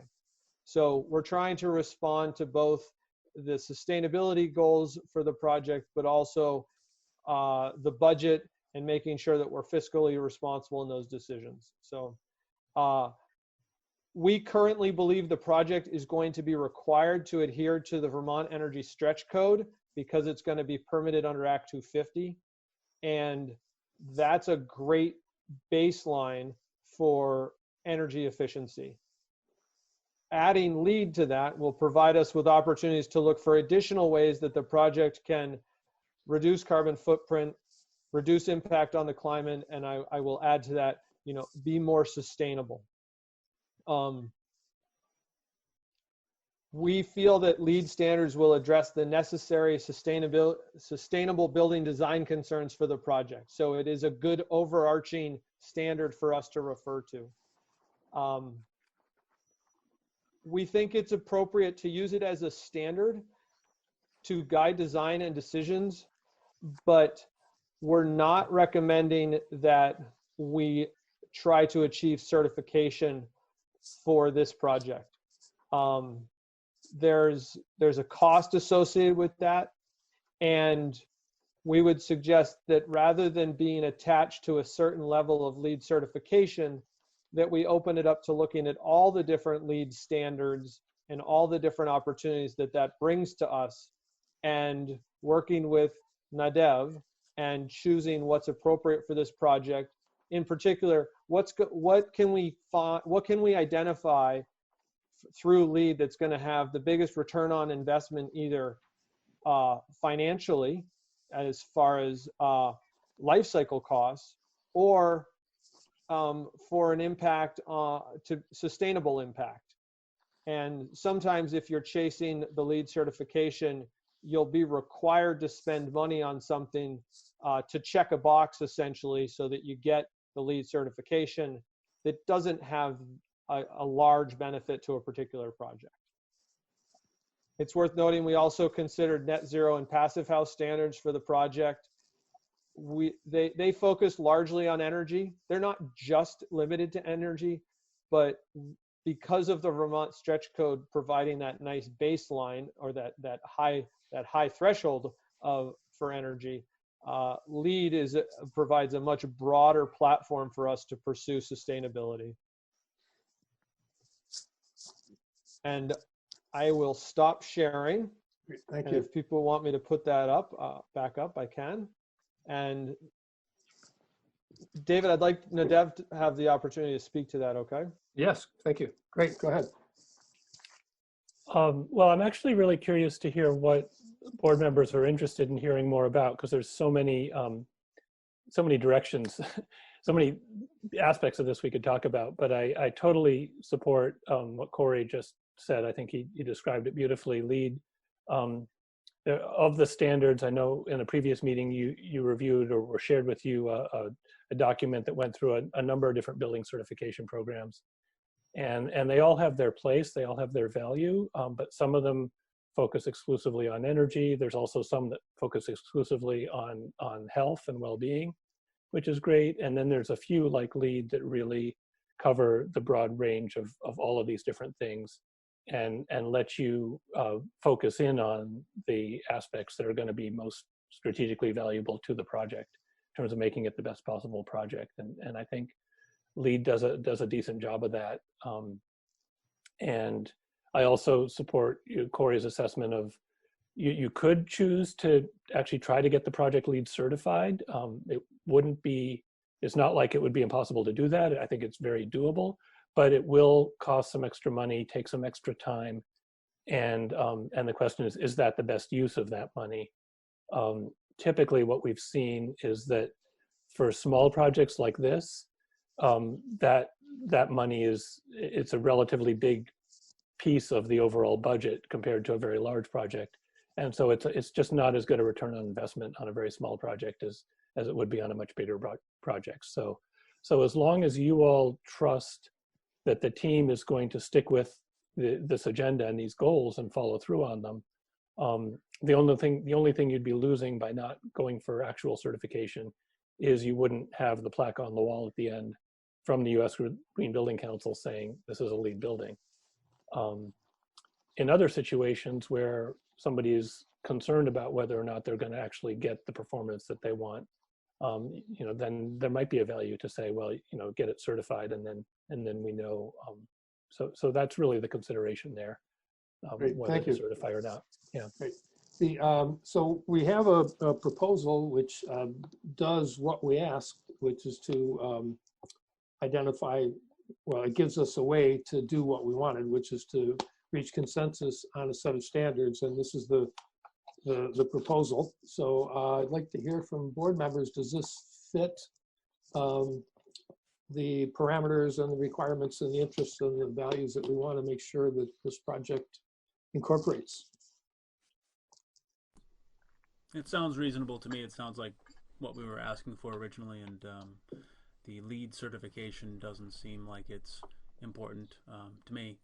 Just means it's just important that we're getting the standards that we asked for.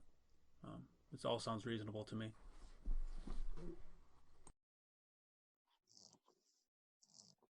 Other board members? Sean, go ahead. Go I can ahead. have one comment. Yeah. It seemed to me that looking everything over, that the stretch guideline that Corey laid out in the previous meeting, and additionally what he said here, use the stretch guideline, but also delve into the LEED's playbook, and so not pursue the LEED certification. So that seems like a very prudent approach. I did have two specific questions. I don't know how much we should get down, but I was kind of wondering about the under slab insulation of R10, and then the windows. They didn't mention argon. They mentioned the John, I want to ask you if you would please hold those sort of details for after we decide, see if we can come to consensus on this process. Yes, and there'll be plenty of opportunities along the way for you to use your expertise. Thank you.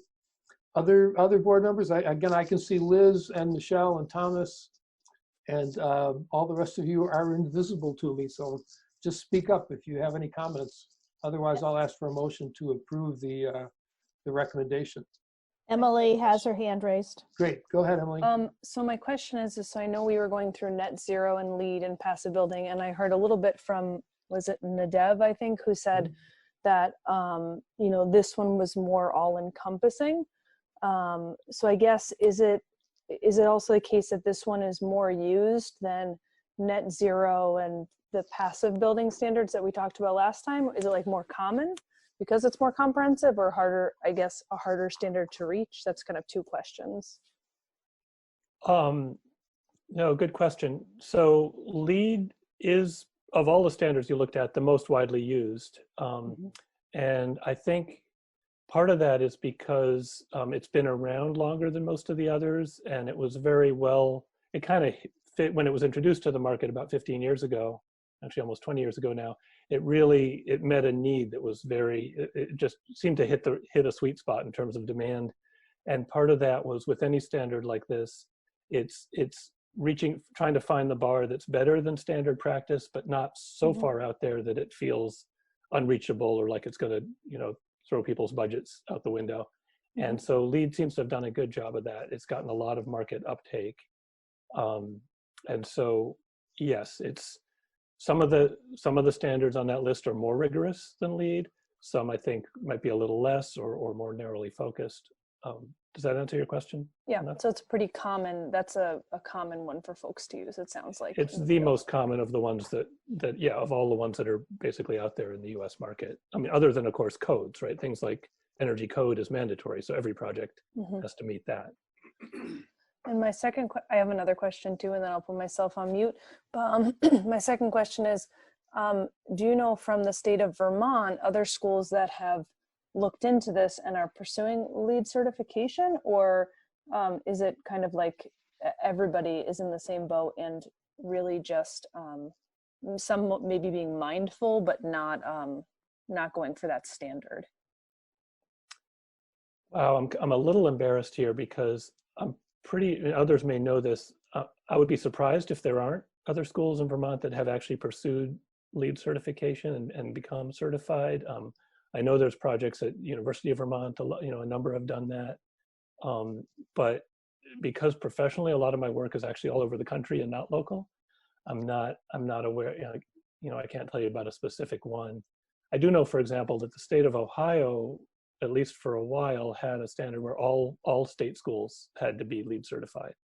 It was that, sort of ubiquitous there. And so schools in general are a pretty big market for LEED, and quite a number pursue certification, and many more do what we're proposing here, which is to use LEED as a framework, but not actually get certified. David, could I just make a quick comment? Yes. And Steve, you may have a little more detail on this, but I know that Brattleboro Union High School, that major addition, has been qualified as an Energy Star rated facility, and Robert Clark has done a terrific job working toward that recognition. And I don't know to what extent other board members are aware of that. But maybe Steve is aware of whether or not the project followed a lead footprint from a design point of view. You know, I don't know. I know that a lot of the work was done with Energy Star specs and with Efficiency Vermont, but I don't know that it was directly looking at lead certification. Okay. But I can check. Yeah. Thank you. Any other board questions or thoughts about this? A couple of things I just wanted to mention. In looking through the descriptions that we received at the last meeting, the thing that stood out for me about the LEEDS project, aside from things like making sure it's, efficient use of water and energy, and it also focuses on materials and resources, but particularly indoor environmental quality and regional priority. And I think one of the things that this region has become pretty well noted for is green building, is sustainable building, and a focus on sustainability. There are not many towns in Brattleboro that actually employ a sustainability coordinator. And I think it really, it sort of represents this community really well in terms of our values. And innovation and design is another appealing characteristic of it. So I'm not hearing or seeing anything, so I wonder if we would like to entertain a motion to adopt the proposal, the Stevens Associate proposal that we select the LEEDS performance standards as our goal in this project, following the LEEDS standards as our goal in the project. So moved. Huh? Emily, second.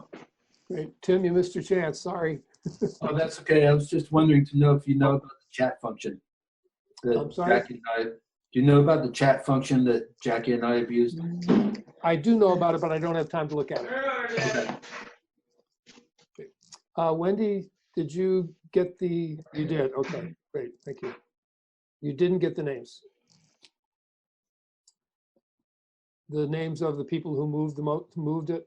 Who moved it, please? I think it was Jackie and then myself. Oh, Jackie and then myself. Okay. And Emily seconded. Great, thank you. Okay, any further discussion on that motion? Hearing none, all in favor, please say aye or raise your hand. Aye. Aye. And all opposed? We found consensus. Good. Well, we've got one thing done. And I think probably, Corey, we could dispense with the second part, which is the putting together a team that includes a sustainability consultant. And I don't know exactly how you articulated that. It was a series of statements on your list. I wonder if you could give us a sense of how we might form a motion to approve that. So you're specifically talking about including Nadev on the team? Yes. Yeah. So Nadev, I think we talked about the term sustainability consultant. And Diane, I'm going to look to you a little bit to make sure that we feel comfortable with this. If we're the kind of the architects moving forward. But I think just to simply replace the words energy consultant with sustainability consultant, and if the board wanted additional language on the reason for this shift, we could note that the mechanical engineer is going to be required to have the expertise to do energy modeling. And given the size of the project, Stevens and Associates is comfortable not having a separate energy consultant, but between Diane and Nadev and having a mechanical engineer with that expertise, we feel like we've got our bases covered. Okay, let me just clarify, because I think we're going to look for a really simple motion.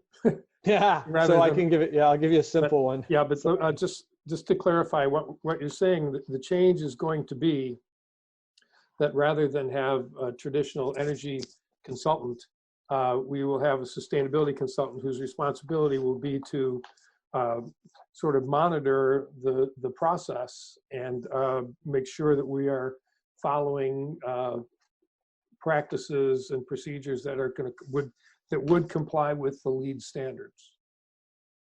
I think that's a great way to put it. Yeah. Okay, right. So that's in our minutes, right, Wendy? And it's also in the recording of the meeting. So that's really clear. So I think we could have a motion to the board would like to include a sustainability what was it, consultant on the team with Stevenson Associates and our business manager to take this project forward. I think we're going into the design and modeling stage of it. Is that correct? I'm sorry. We can talk about next steps. The design and modeling will be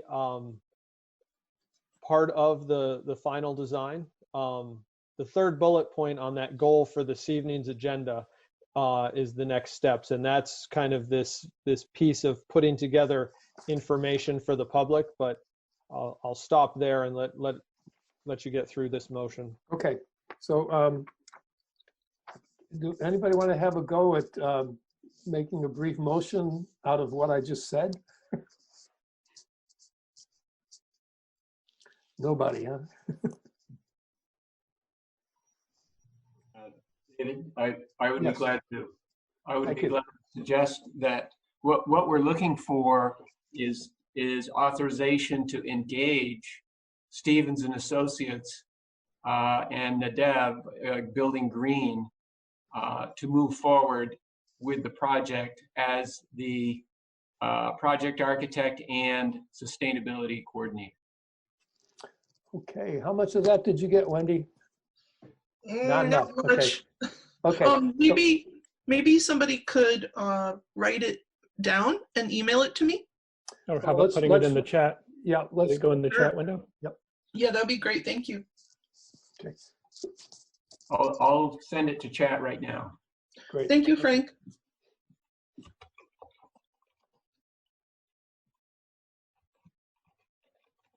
And in the meantime, Wendy's asked that people state their name when they move a motion or a second motion, please. Thank you. Wendy, can you read that back to us? Not yet. Oh, you don't have it yet. Okay, I didn't see it yet either. Frank might be a fast typist, but that's Well, really I thought he had it all on his screen. He was just going to cut and paste it. All right, we'll stop disturbing you, Frank. Let you do your work.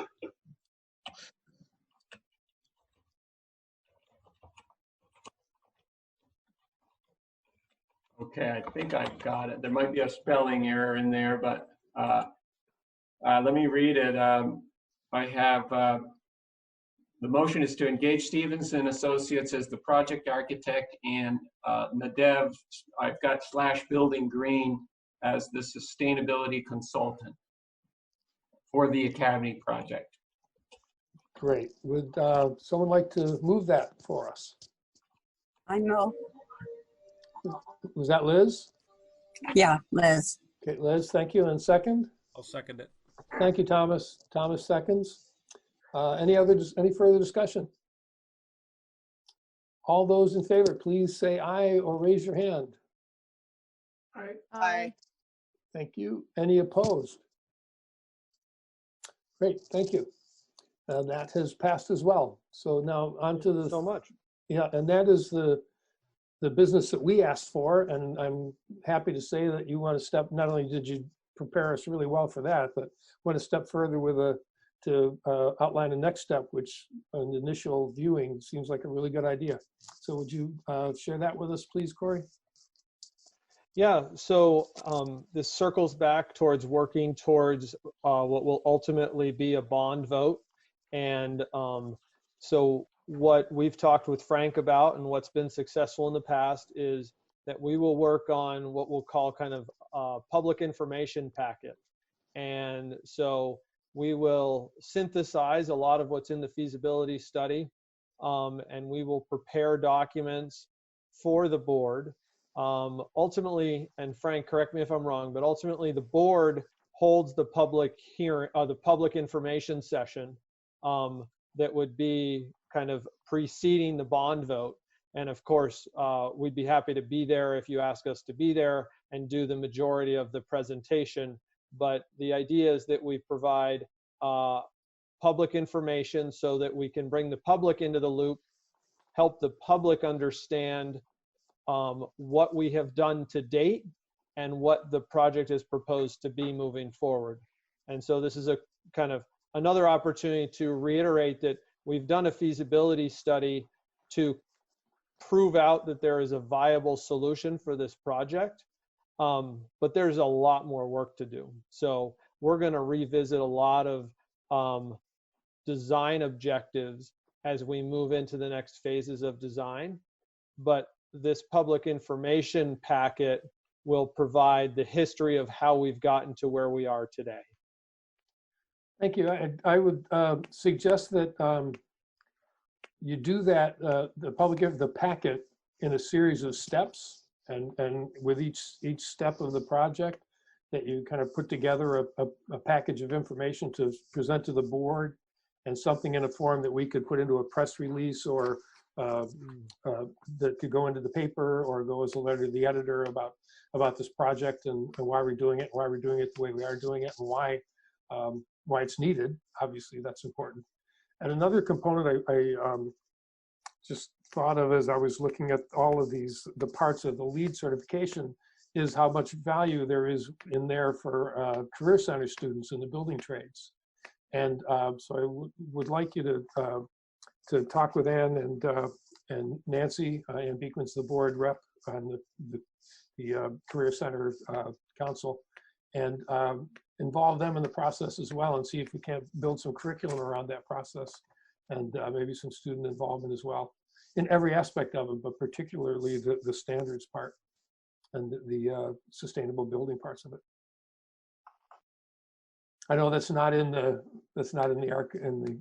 work plan, but it just seems for a school district that's something that we should try to fit into the process. And Ann and Nancy, I don't know if you want to comment on that or have any thoughts. Go ahead, Dave. I was going to, Dave, I'd like Yes. to speak on that. I mean, that is something I think is a great idea. I've done it on schools that I've worked on in the past.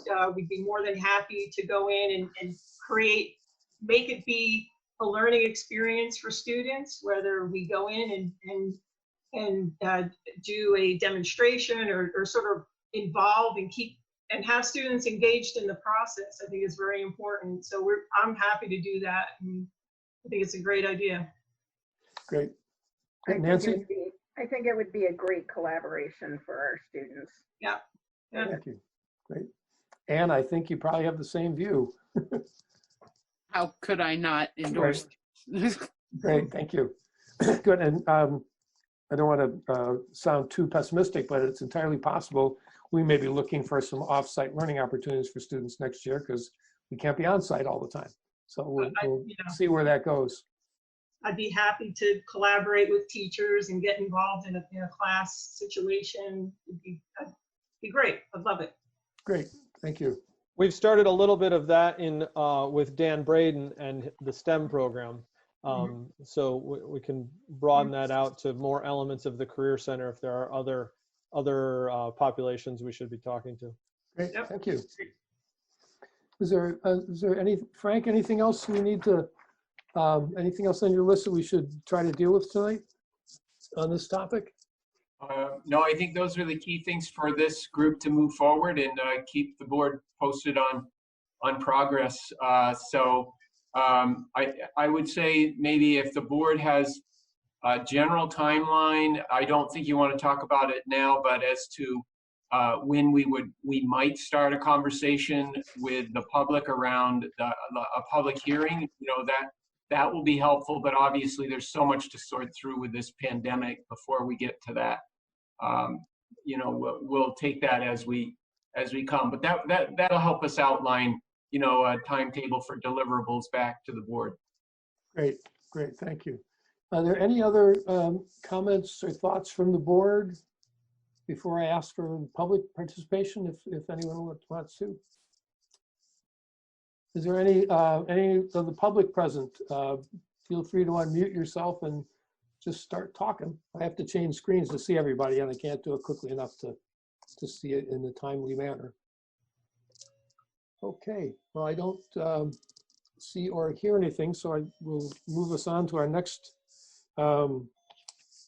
topic, and we're going to leave the land of somewhat familiar and manageable processes and get into the land that we're in now, which is running a school district in a remote learning process. So I ask Lyle this is the administrative report on how that's going. And thank you, David. I just wanted to say, yes, on Corey, behalf of Stevens and Associates, thank you to the school board. We're looking forward to this.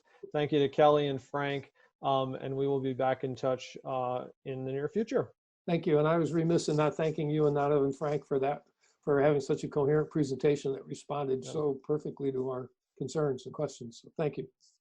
Thank you all very much. Great. Pleasure. Yeah. Bye-bye. Bye. Bye. Okay, Lyle, thank you for that extensive report. I hope it doesn't take you as long to do something like that as it would have taken me, because you wouldn't get anything else done all week. But would you share as much as you'd like to, or I know there are some additional things as well, or updates you might want to give us too. Sure. So the majority of the last week and a half has really been spent on the required continuity of learning plan that we submitted to the state last week ago today, actually.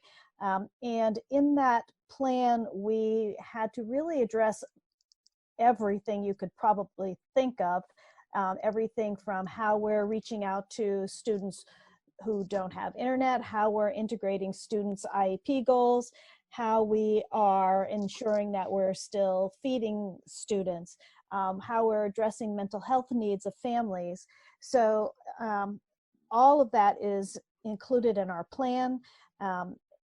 Administrators, Deb Cardane, Paul Smith, the academic coaches have all worked tirelessly on that plan for the last, as I said, last couple of weeks. Other things in the plan include how we're doing activities such as music lessons. So music teachers are still doing music lessons, and that's part of the plan. PE, art activities. So both what we're considering core subjects and activities that are a little more hands-on and active.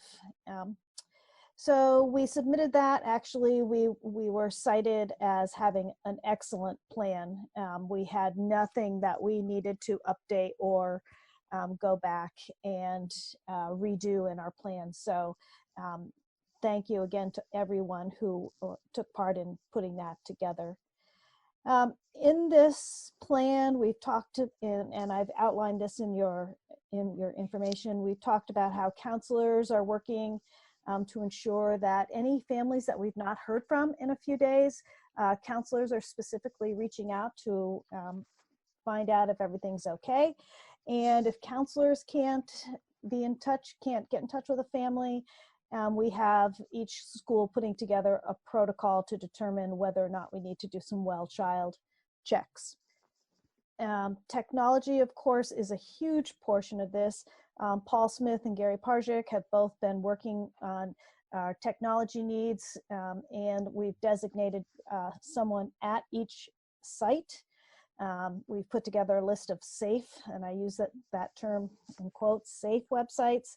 That's on the parent resource page on the WSCSU website, so that if parents are looking for some additional things for kids to do, that's there. We have actually, in my notes it says we're in process, but we have purchased Remind for all teachers. So that is a way that teachers can communicate with families and yet block their private numbers. So that's a way that teachers can also do some well child checks or remind families of upcoming class meetings, that type of thing. Food, we're up to about 1,200 students, and food's being prepared at BUHS, at Putney, and at Academy. It's delivered through vans or buses. John Sessions has done an amazing job ensuring that we have volunteers to help deliver the food or package the food. And we've used, we also have delivery points around the town. Many of the volunteers, it seems like John had said, we have up to 100 volunteers. We don't use them every day, of course, but many of those volunteers are para-educators. Let's see. Putting together contingency plans so that any administrator, myself, any teacher gets ill and cannot continue with their job for a while, who's going to step in and make sure that our students are continuing to be educated. I think one of the major things that we should just let you know is that we are very concerned about burnout, both for our families, because this is a very different way of educating, and for our teachers. So we've determined that starting after April break, which is next week, new learning only will happen on Mondays through Thursdays. Fridays will be a day for students to catch up or take a break from online work, go do outside things. It's starting to be nice outside projects, family time, and teachers will be able to use that day for planning, collaborating with colleagues, doing some professional development type things. Attendance, we're just starting with attendance to make sure that we are in touch and with families and students. This week, we're creating feedback family surveys to find out what's going well and what ideas that families might have of changes we might need to be considering. Always we're assessing and reassessing how distance learning is going. So that'll be an ongoing project that we're working with. And assessment is probably the next big topic that we'll start looking into how we're going to assess students. There's still not a specific end of year date. At one point, it was my understanding that the agency was going to identify an end of year date. Recently, I've heard that we will do our 175 days, which would take us pretty much where we had originally planned in the calendar, mid-June, but that's still to be determined. The other thing still to be determined, and I think Steve Theron might comment on this later, is spring sports. I had heard this week, I got a press release from the Vermont Principals Association that they are going to make that determination by April 30. In my mind, it seems unrealistic to consider that we would be having a spring season.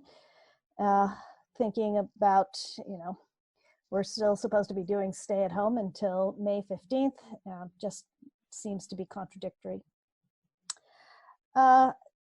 I was asked about last meeting about BCTV doing some educational programming. They're willing to do educational programming of anything that we are putting together.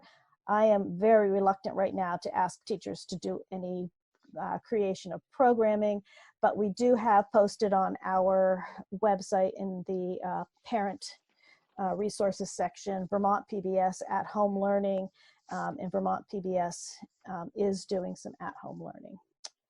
So I think that's a quick rundown of what we've been working on. I did send out some new hires for Oak Grove, and we just had one confirmation today of a BAMS teacher.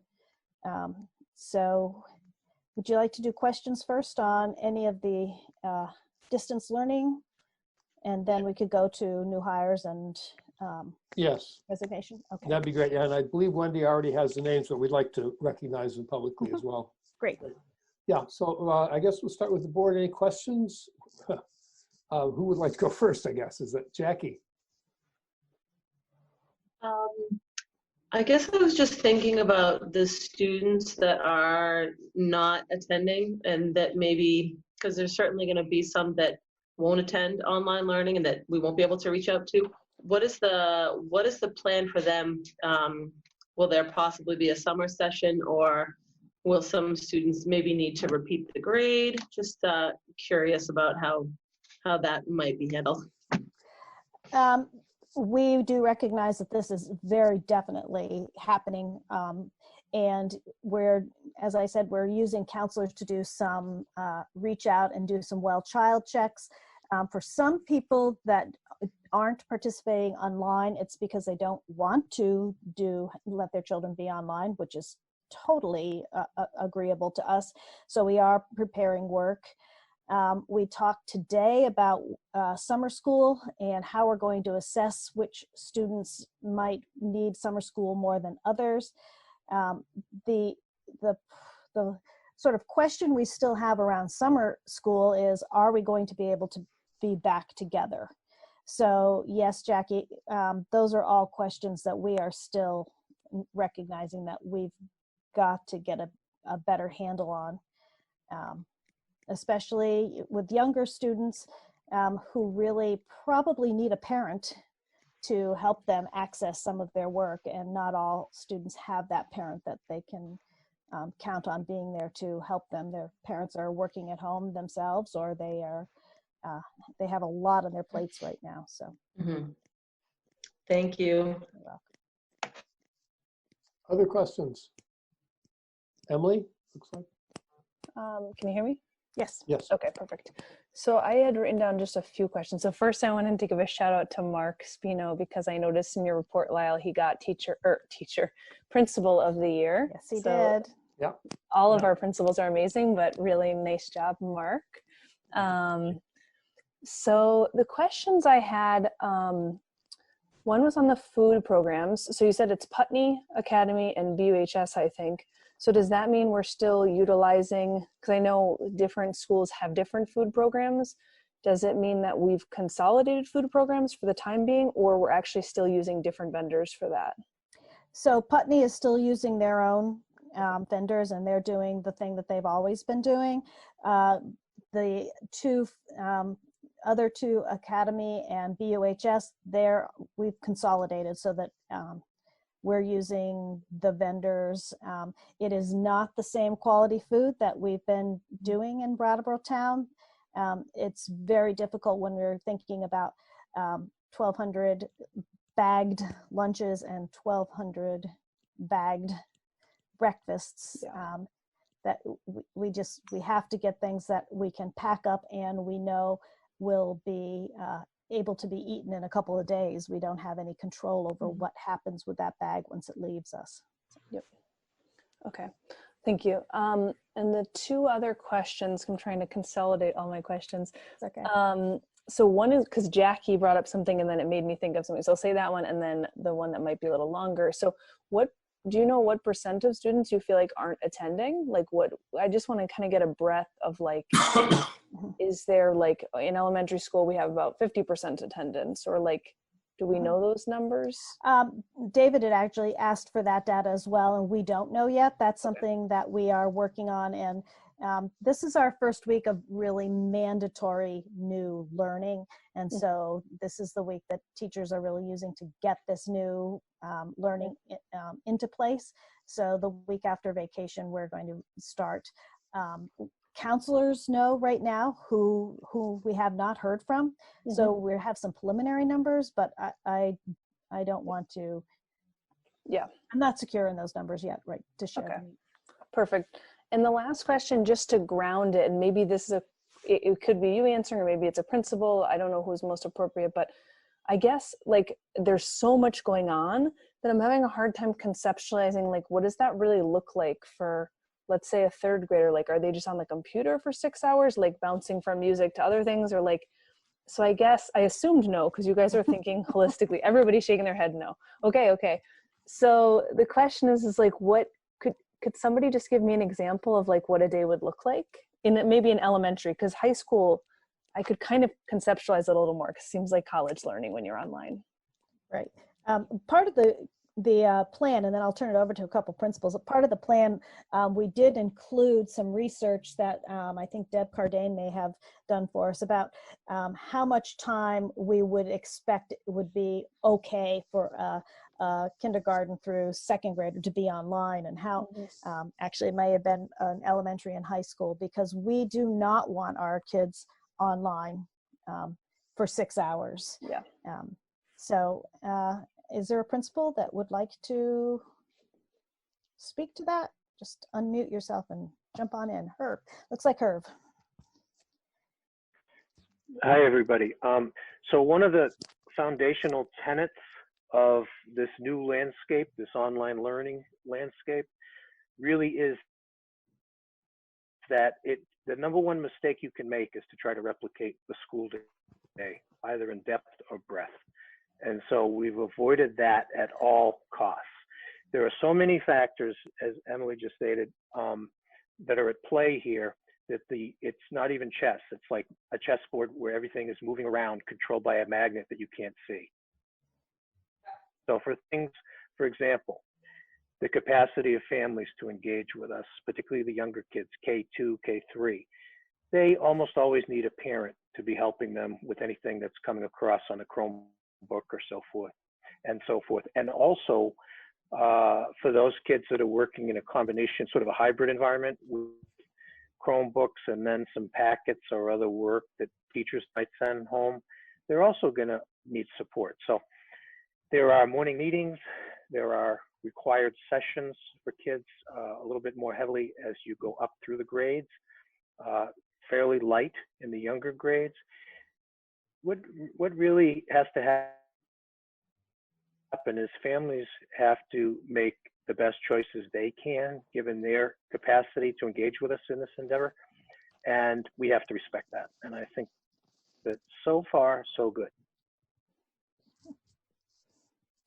Is there another principal that wants to speak about, or Deb or Paul, about what a typical day might be for our younger students? Deb? Sure. Our younger students are doing a mixture of face-to-face contact with their families, and then also, or with their teachers, and then also some meetings where teachers are sending songs on, through a video. Remind app is a really amazing tool because they can just send a video out and all the kids get this greeting from their teacher every morning. We're really encouraging a menu to give kids lots of choices. So when they're working through their day, they might choose to play a game online, and then they might choose to go do an outdoor activity. And the teachers have been really cognizant about offering options online, but then also really encouraging kids to take some ownership over their learning, and parents are joining kids at these circle times. And we had a really good story today about with a family whose the older siblings are meeting with the families, with the younger siblings, with the teachers. So it has been a little bit of a silver lining in that our teachers are really getting excited about the inclusion of the families with our younger kids, for sure. Thanks, Deb. I think Kelly Young may have had a question.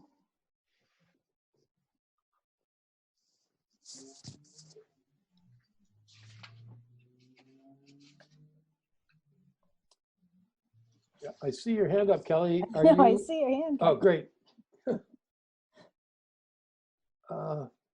I'm for some reason not hearing her. She's not muted. Nope, I don't hear her either.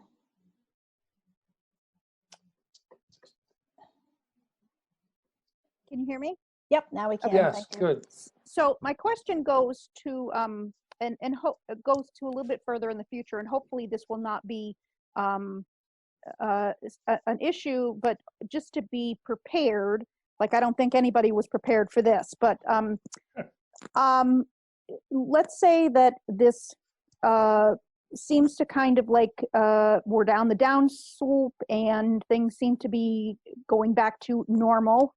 And we want to start the school year, and then from what I've heard, that there's the possibility that there could be a reoccurrence. I'm interested in how you are preparing and or preparing the new incoming superintendent or for in the fall, if we have a reoccurrence, it's going to be on him to be playing your role. So I'm interested in what your thoughts on that are, if any preparations are being made, that sort of thing. Thank you. Yes. So the first preparation that we're making is thinking about, as Jackie had just asked, about summer, and are we going to be able to hold any summer classes, how we would identify that. We are also looking ahead right now to reentry and what reentry will look like, what types of assessment we have to do, and to find out where kids are. We are not planning at this time to retain anyone. If there was any question about retention, that those conversations would have started with families before we ended. I think Andy Skarzinski's here, but he and I have a Google Doc with questions and answers for each other, information for each other, and we have a time set up to talk, and Andy will be starting to join some of the leadership meetings that we have, so that he'll be a part of any conversations as much as he's able to. Of course, he has a full-time job right now. So I've been trying to make sure that I'm respectful of his time in his current position, but absolutely he will be a part of the sort of reentry plan. And part of that reentry plan will have to be, as you said, Kelly, will have to be, do we need to be making plans if we have to go out again for any length of time?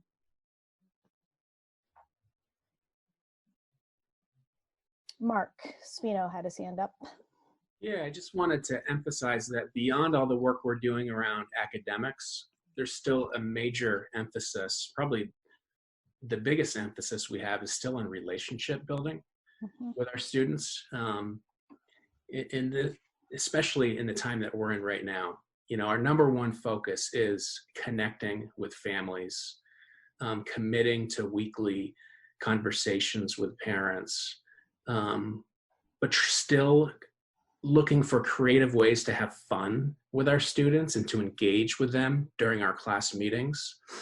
And I think that's just a really important thing for you to know, is that that's probably our number one priority, is maintaining a connection with our students and our families, and still focusing on building our relationships, because that's what's going to get us through this. Students aren't going to keep jumping on these screens if they don't want to see us. So that's a major topic for us as we move forward in this world. And in our conversation today, I think it was Kelly Dias brought up that if we are able to do summer programming, a lot of that will be around socialization and getting back with your peers and working together as a team, as much as and more than academics, because our kids will really need to be able to come together and do those things with each other. Tim. At the high school level, how disruptive has this been to those students who were looking forward to going to college, applying for colleges and such? I know that Steve's been having some class meetings with seniors and with senior parents. So Steve, do you want to talk Sure. about that? So, you know, we of course feel worst of all for our seniors, because, you know, they're missing out on a lot of the rituals that we all take for granted. You know, I'm in pretty regular communication with the folks that were planning the prom. We talk about graduation a lot. We talk about what that could look like. In terms of the college process, though, that's kind of proceeding as it always has. You know, kids are still finding out if they're getting into colleges. We're still getting scholarship applications for senior awards. So, you know, all of those processes are in pretty good shape. You know, we've moved a lot of those forms to a virtual environment so kids can access them easier. And so that's going okay. Really what we're starting to think about is, you know, as Mark pointed out, you know, how do we reestablish our community when we come back together? What does that look like? What happens for that kid, whether they're in 8th grade, 9th grade, or 10th grade, who's in a sequential math or science program, and how do we address and backfill the gaps in knowledge that they're not going to get? And that's a big part of what we've started to talk about with our department heads. And, if we have a budget and we have the resources to do summer learning, what does that look like? Because, we also have to think about backfilling driver's ed driver's time. So yeah, there's a lot of things. But in terms of the straight up college process, that application process was pretty well underway for most kids. So now it's a question of, making sure transcripts are sent out. There's a couple of recommendation letters, but by and large, the application deadlines have passed. So we're in decent shape. The other thing we're a little worried about is, SAT, ACT exams. SAT has canceled exams through, I believe, the end of June.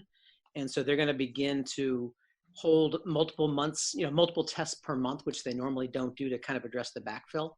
But again, that's a process we're kind of waiting to unfold. And, the biggest, for me, probably one of the biggest problems is seniors and senior parents, really want to have a celebration and they'd like us to plan it. But we can't plan it until we know when we can reassemble. And so and every time I mention that, people get it and they understand, but that's a big frustration. So, a group of seniors have asked me if they could start doing some contingency planning about what graduation might look like, and so we're starting that process now. And we know that all colleges have to expect that their incoming freshman class is probably in the same boat as ours. The majority of the schools in the country are closed. Other questions? Is anyone from the public? We have 25 or 30, more than 30 people, I think, from the public involved in this meeting, which is kind of more than we get on a regular Wednesday when we meet in person. So it's kind of, I imagine you must have something on your mind, and I would bet a lot of it, some of it has to do with the remote learning. So again, if there are any questions from the public, please, I'm not sure I can see your hand, but you can unmute and ask your question. Well, this is Maureen Ward from Central School. Hi, Maureen. But I'm also a parent of a senior in the high school, and I'm just glad to hear that there is some kind of discussion going on about maybe pulling something together for a closing celebration when we know that we might be able to be together again as a group. I just think that that's an important closure for the seniors. So thank you for putting that on the table and having that be something that is getting looked into. I appreciate it. Other comments? Lyle, anything else, Lyle, you want to? Tim does. Go ahead, Tim.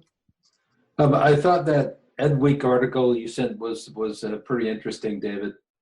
It noted, for example, that 77% of students who are doing online learning feel that it's just not as good as face-to-face. But of course, it's way too early to look at what the learning outcomes are. But maybe this is premature, but I think it speaks to the need for the idea that you propose for fiber optic connections. And at some point, I think that maybe the school board could make what's a legal term, amicus curiae, a suggestion to the select board that we, as a town, move forward with fiber optics. And I'm still curious to know what percentage of our families are not connected. The article mentioned the lower the income, not surprisingly, the less connected they are. The good news is that the teachers in poor districts are using multiple means of teaching. But do you have any idea, Lyle, what the percentage of non-connected families are? I do not yet. That's part of the data that we're collecting. I don't have I think the highest number of families was, we had heard about was 9 families in Putney, but we also have families that have been unresponsive to all of our attempts to try to find out if they need help with getting connected. So it's still sort of a moving target for us. It looks like Paul has his hand raised, and Paul's overseeing the whole tech project, so maybe he has some more information on that. I was going to say the same thing. It is a moving target. For instance, there are families that are taking advantage of the free internet offers that different companies are putting out there, but installation times are such that it'll be a bit before some of those installations happen.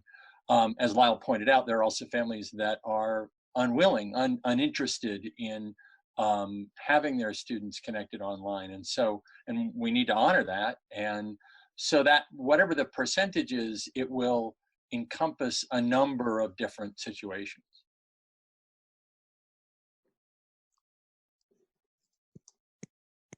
Thank you. So the only other, Deb Cardane has her hand up as well. I just want to say one of the things we're really focusing on is thinking differently about how we're differentiating our instruction, and that level of differentiation is really around how are we reaching our kids. So if there are families that either are choosing not to have internet or are unable to access, we're making it our business to explore what are the other options. Is it a pack at home on the bus with the food delivery? Is it phone calls? So we're definitely trying to think very outside the box as far as gaining that access with families. The other thing we had tonight, David, was a couple of hires of replacements for teachers that have retired. So at Oak Grove, Mary is here. Mary, you want to just read your 3 people, and then the board could accept or not? Sure. I have 2 classroom teacher positions and a librarian leave replacement. So for first grade, we have hired Kylie Weld. She's coming to us from a pre-K classroom in Massachusetts. She seems like she'll be a wonderful fit for our school, and she will be taking over for Stephanie Moransky. In third grade, we have Logan Robinson, who is currently an academic support teacher at Oak Grove. She's accepted the position to replace Deb Perotti, who is retiring. And our librarian, Lexi Oliver, is taking a 1-year leave of absence. And to replace her for the year, we have hired Catherine Haggerty. That position has gone from a full-time position to a 0.6 position. So all 3 of those we are happy to have join us and move into new positions for next school year if you would gladly accept them. Thank you. Are there others, Lyle, or should we move on The only those? other one we have is a resignation, and I'd have Keith read that. So if you wanted to do the new hires, and then we can move to Keith with the resignation. Could I have a motion to accept the new hires at Oak Grove as presented, please? So moved, Emily. Thank you. Second. Who is that? Liz. Thank you, Liz. Okay. Any further discussion? All those in favor, please raise your hand or say aye. Aye. Aye. Any opposed? Okay, we have accepted the recommendation. And okay. And Keith, we got a letter of resignation today. Keith Lyman got it. I haven't seen it yet. So if Keith, I think Keith's here. Yep, Keith, if you could be willing to read that, please. Sure. Wondering, let's see, can you see my screen? Yep. It works. Yeah, so maybe you can, I'll just let everyone read that really quick. And as you're reading it, just really sad to lose her. She's fantastic.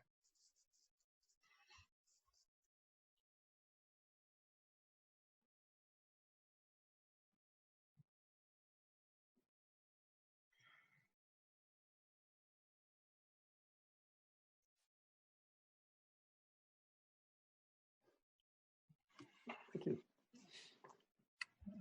So, she's moving down to take a job in Springfield, Mass. Forest Park Middle School. So she'll get a new experience down there, and we're very sad to see her go.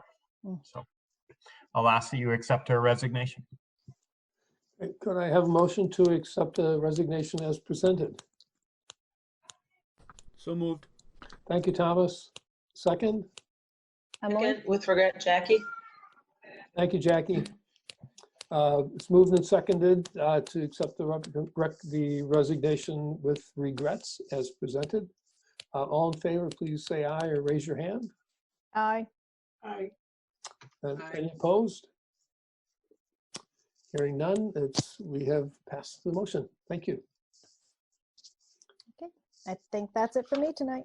Great, thank you, Lyle. You're welcome. Again, having that long report was really helpful.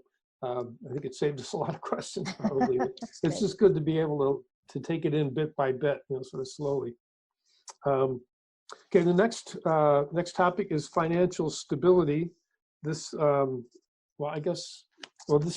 is something that we've never faced before, and that's the seeming likelihood of revenue shortfalls and the inability of the people to pay their taxes. And since it's all unknown and all moving parts, I think there's very little certainty we can get from conversation about this, but there are some numbers that Frank shared with us and some numbers that we got from a webinar from the state that can kind of give us a picture of what's going on. So I wonder, Frank, if you would maybe tell us, or Lyle too, a little bit about the webinar and the current state, and then we'll have a look at the numbers that you sent us, and you can kind of take us through those sheets. So the webinar was a week ago tomorrow, and the forecast, of course, looking for this quarter and possibly into the summer was quite grim. A lot of it due to the fact that because the state is pretty much closed, we are not taking in revenue from rooms and meals tax, from the lottery. There is, of course, the assumption that people that have lost jobs are going to have a hard time paying their property tax right now. So it was not an encouraging webinar at all. Frank has put together numbers of where we are now and what that might look like moving forward. So I'll stop talking and turn it over to Frank. Okay, so a couple of kind of the big picture points, and then maybe I'll flip to fiscal year end forecast for this year. So I'll share a couple of documents with you. First is the big picture in terms of what's being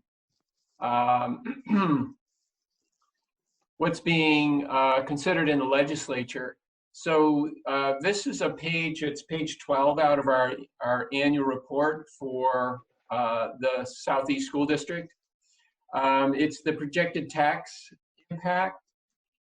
And what you're looking at here are there are two versions of bills to address the statewide issue of uncertainty in fiscal year 21. So one of the bills, it's the Senate version of the bill, my understanding it's going to be discussed this Friday, there's a proposal to freeze the 18 districts without approved budgets. So that's us, and that's Springfield, and it's Wyndham Northeast, and a number of other systems in our area, but it's also South Burlington and so on. But one proposal is to freeze at this education spending number for the current year. And what that would mean is a $2 million reduction to the budget plan that we've developed. So obviously that would be extremely severe for us. Another version that I know the VSBA, the VSA, and as Lyle mentioned, she's meeting with Becca Ballin and others. We are hoping is a House version of a similar bill, and that is to provide a base ed spending amount of 40 million here, and then to add a inflator of the average budget increases that pass. And that inflator right now is 4%. So you see what that would do to us is instead of us getting a 5% increase on ed spending, it would be 1% less, which, that's $406,000 difference. So, still it would have an impact on us clearly, but it would be nothing like a $2 million impact. So those are the two legislative discussions that are in play for fiscal year 21. We don't know, how that's going to work, but we're obviously encouraging folks to contact their legislative representatives and advocate, particularly for districts like us where we have a lot more poverty than South Burlington and some of the others. This sort of an impact would be far more damaging to our system than it might be into one of the wealthier districts in the state. So that's the big picture for next year. Totally unknown as to what that outcome is going to be. When we dial it down to our circumstances, I want to flip to this document. Did you guys see the flip to this other document? I just flipped my screen. Are you looking at the forecast? Okay, so I've got to share that one as well. So let me do that. So I wanted to move to the document that I had sent to you through David. It's a forecast of our fiscal year to date, and so I just started with talking about the state of the state from next year's point of view. This is a look at how we might end up this year. And that obviously tells us a little bit about our financial stability, to start the new year. So the document I'd sent, there were two documents. This one that I'm sharing with you is the one that shows our current budget that we were actually just looking at in a very summary level. Okay, current budget 49 million in revenues, and we had a approved budget of 50 million. You can see that we proposed a budget that used $1 million of fund balance. That was the plan. That's what's been published in our annual report. Here's a preliminary forecast. When we look at the revenues, I'll go over a couple of the major deviations from the plan, but I'm at this point estimating 48 million in revenues, 49 million in expenditures, and not utilizing as much as the fund balance as we had originally proposed. So under the current forecast, based on my work with principals, with Lyle, with the state, I see this fiscal year end ending up slightly favorable. 167,000 as a percentage of 50 million is 0.3%. Not a substantial difference. But the good news is, I do not see a deficit in the school district, the Wyndham Southeast School District. The variations from the budget on the revenue side You see I've got approximately 900,000 receiving less than the plan.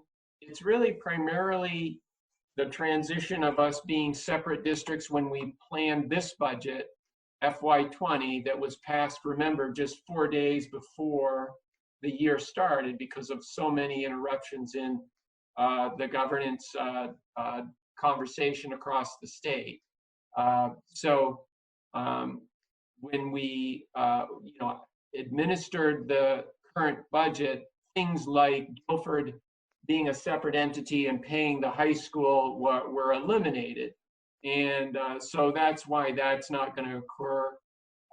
This 600,000 in state revenues is a similar sort of a scenario where the state redirected transportation aid to the supervisory union and not to the SD. That's across the state, so not unique to us. We also had fewer vocational students that will drop the vocational aid that comes to us. These revenue shortfalls are more than offset right here under the tuition and assessments costs. So it's somewhat of a wash. And then because we're not in school here on the fourth quarter, as Lyle said, we are still making quite a commitment to education every day, every week. So there are expenses. You will see more expenses go through the warrants for the variety of things that are being delivered to students and families. But I don't see us spending all of those resources. So that's going to create a little bit of a surplus in those discretionary accounts. The salary and benefits are, this 1% variance at this point, which is just a kind of it could be plus or minus in any given year, given turnover and or people making plan changes for health insurance and those sort of things. So these are kind of a typical variance. And as you know, the governor has directed school districts to continue to pay staff through the end of the school year. So we would not expect to be a whole lot different in our biggest chunk of our budget. So overall, I think this is a fairly cautious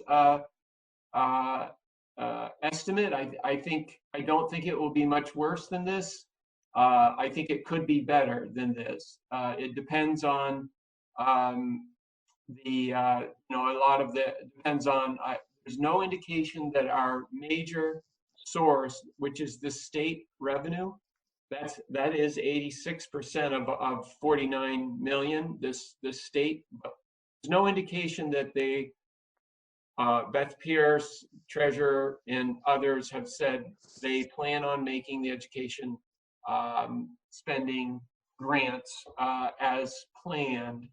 And then the towns, the extent to which they have a portion of this 42 million. Remember, they collect on behalf of the state, and then they send the school district the money that is associated with the school property tax. If a town is not able to collect that last fourth quarter, Mark Peralt in the webinar last week and others in the state government have reiterated at this point, there seems to be no change in the current statute, which says a town will have to borrow in order to pay the school.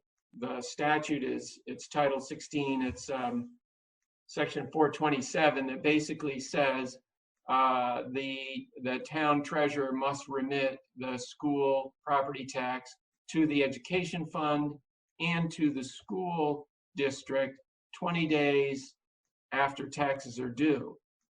It's not when they're paid, it's 20 days after they're due. So I've seen this interruptions from year to year over a long period of time where towns have had to go and borrow funds in order to pay the districts.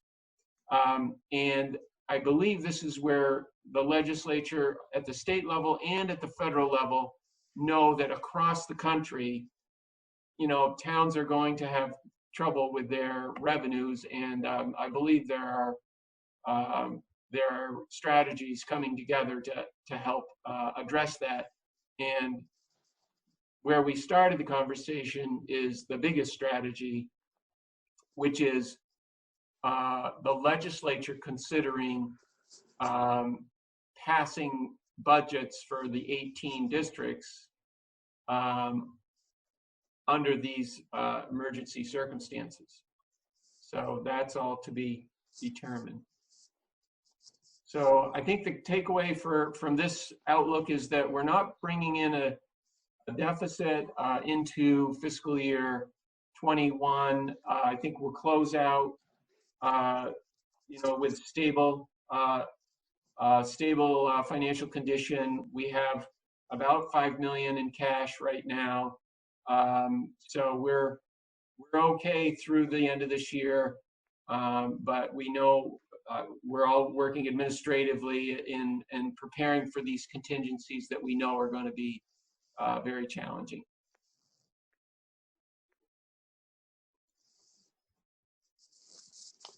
Any questions for me? Board members, any questions on Frank's presentation or the forecast? Yes, Tim. I heard the webinar too, Frank, and yeah, this year we're going to get through this year, but next year, my takeaway was that things look very, very bad. What? I would agree with that, and that's where when you hear from the legislature when they're considering freezing our budgets to the FY20 education spending level, that's a reflection of how concerned they are. That our spending plan was up 1.8% or 900,000. They're dialing us back behind that to authorization to spend that would be a $2 million cut. And that's the first conversation that we're seeing out of the legislature to address what you heard in that briefing to the legislature by the Joint Fiscal Office. So what was also brought up in that briefing is that there's expected to be 28 million in the CARES Act federal funding for the state of Vermont, and the Agency of Education has interpreted that number for us here at Wyndham Southeast as an approximately 800,000. So these are things that there's no certainty to, but they are in play, and I do see some mitigating resources and strategies coming to help alleviate. I think, unfortunately, this is what we're going to see. We're going to see some extremes in the conversation because there is so much uncertainty, and then as more concrete actions take place, we'll be able to start planning and address our workforce, address employment contracts here, and those other things that we must do to get ready to operate school for next year. Yeah, Tim, go ahead. The Leadership Council at Guilford Central wrote a very good letter, I think, which was a reminder asking the board, what are we doing about all this? So with that thought in mind, I jotted down a few guiding principles that this board might consider as when we come to the point where we have to consider budget reductions. Some of them are obvious, but I think that it's important to state the obvious sometimes. One of the first principles, I think, these are really up for for discussion.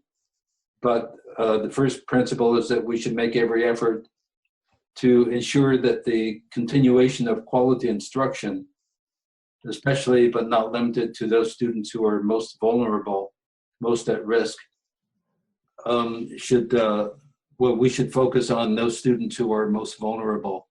Under the thought, I always think that the mark of true civilization is how we take care of the most vulnerable. The school district should be the same way.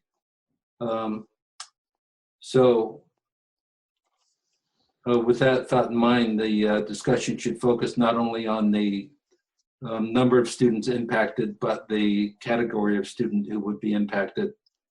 There are some students, as we know, who succeed no matter what, and then there are other students who need help. Another principle would be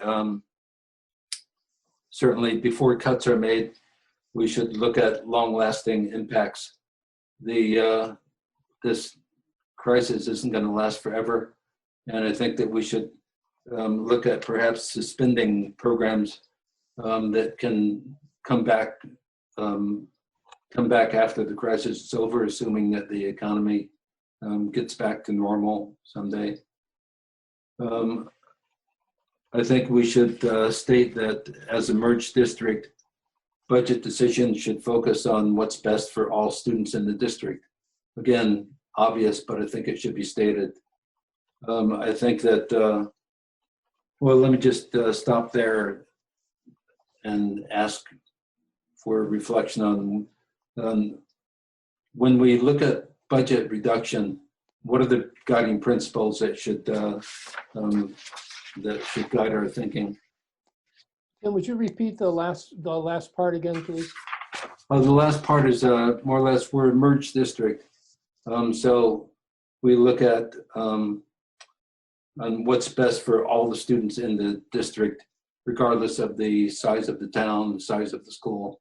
We're focusing on what's good for for most students in the district.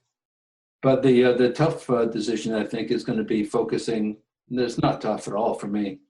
We should focus on classroom instruction above all else when it comes down to cuts.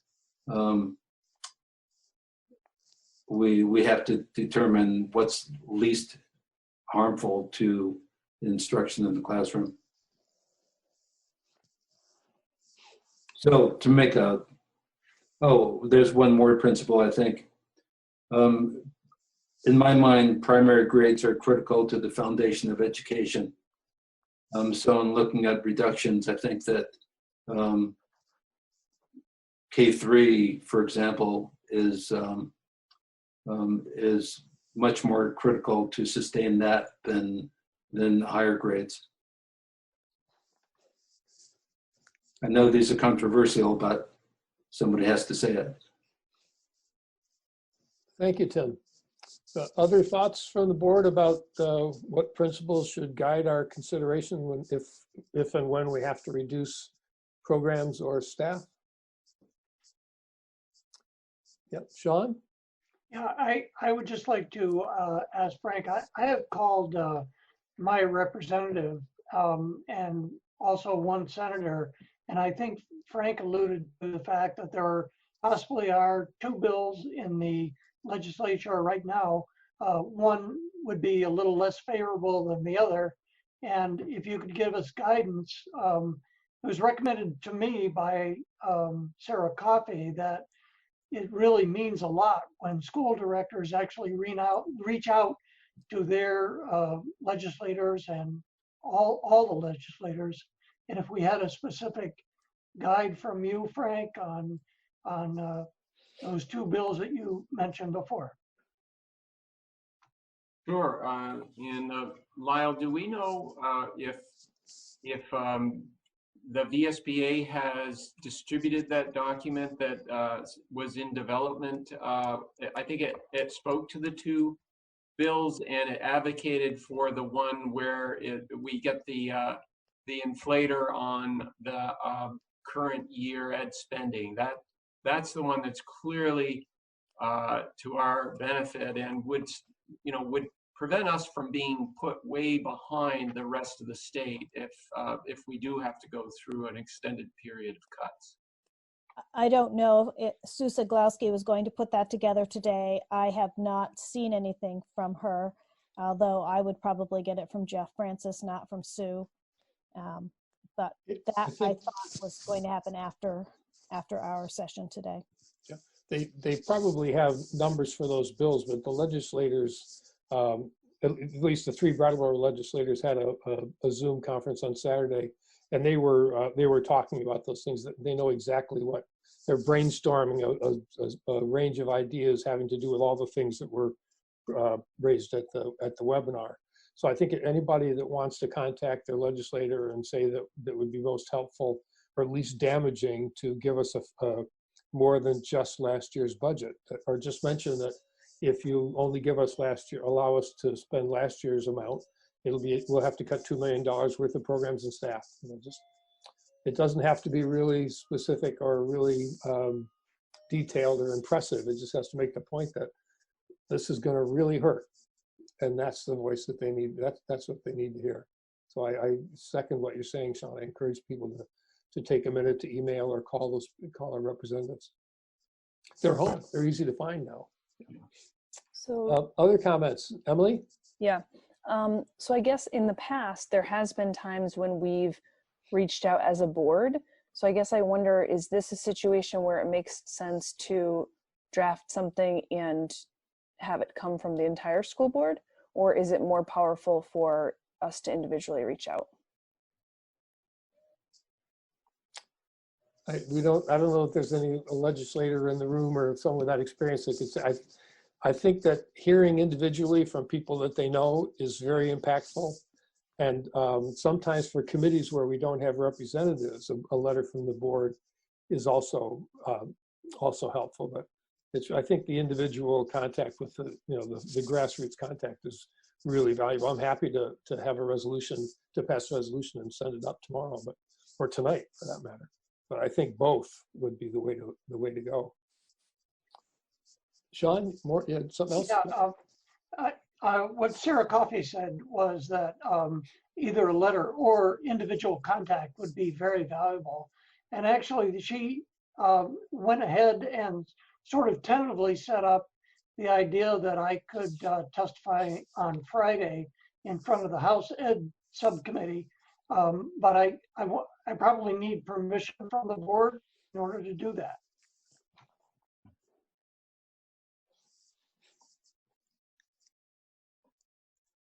Any thoughts? Comments? I mean, Sean would be advocating for obviously the one that's more beneficial to us. So I guess it seems like a really great idea. Yeah. Yeah, and Sean, and anyone can advocate for what we want individually as people. The fact that we're school board, but we can't say you can point out that you're a member of a school board when you sign that. You can't say it's a school board's position unless we all agree, which obviously we will in this case, but none of us are restricted from expressing our opinions to our legislators in any way. It's the policies and oaths don't replace the Constitution. Yeah, Jackie. So then do we need a motion to agree to allow Sean to speak on our behalf? Is that possible? Sure. I'd like to see if we have a couple other hands up, and then wait a little bit before we decide on the motion. Liz? Yeah, Sean, when you testify, can you also point out that the 4% might not be particularly good because of the rate of poverty and the addiction issues and everything that this area entails? Because it's not going to be the same all around the state. Other thoughts or comments? Well, we have two things that have come up. One is if in the situation which we'd never faced before, being a region that's always had strong community support, we haven't ever had to really look seriously or too seriously at reductions. We've had to move some things around and change things, but we basically had support. Now we're looking at a situation where people aren't going to be able to support us because they simply don't have the income. So we are looking at serious reductions, and Tim has raised the concept of having principles that the board supports in terms of proposals that are developed for where to reduce spending, whether it's 400,000 or 2 million, where those things, where we want those things to be looked, where we want the administrators to look first or last, depending. I guess what you're saying, Tim, actually is the last place to look is at anything that affects the most vulnerable, anything that affects quality instruction in the classroom, and anything that harms the primary grades. So that's one question we have in front, one potential action that we have in front of us, and the other is how to communicate with the legislature our desire for the 4% cost factor. What was it called? Inflation factor, Frank? Yeah, inflation factor. Yeah. Yeah. Kelly So, Kelly Young has her hand up, David. oh, thank you. Thanks. Go ahead, Kelly. So I would like to thank Sean for being willing to speak on our behalf. And so I would certainly support that. As far as the cuts, we all know there are going to be sacrifices that are going to have to be made, and it's going to be a scary process.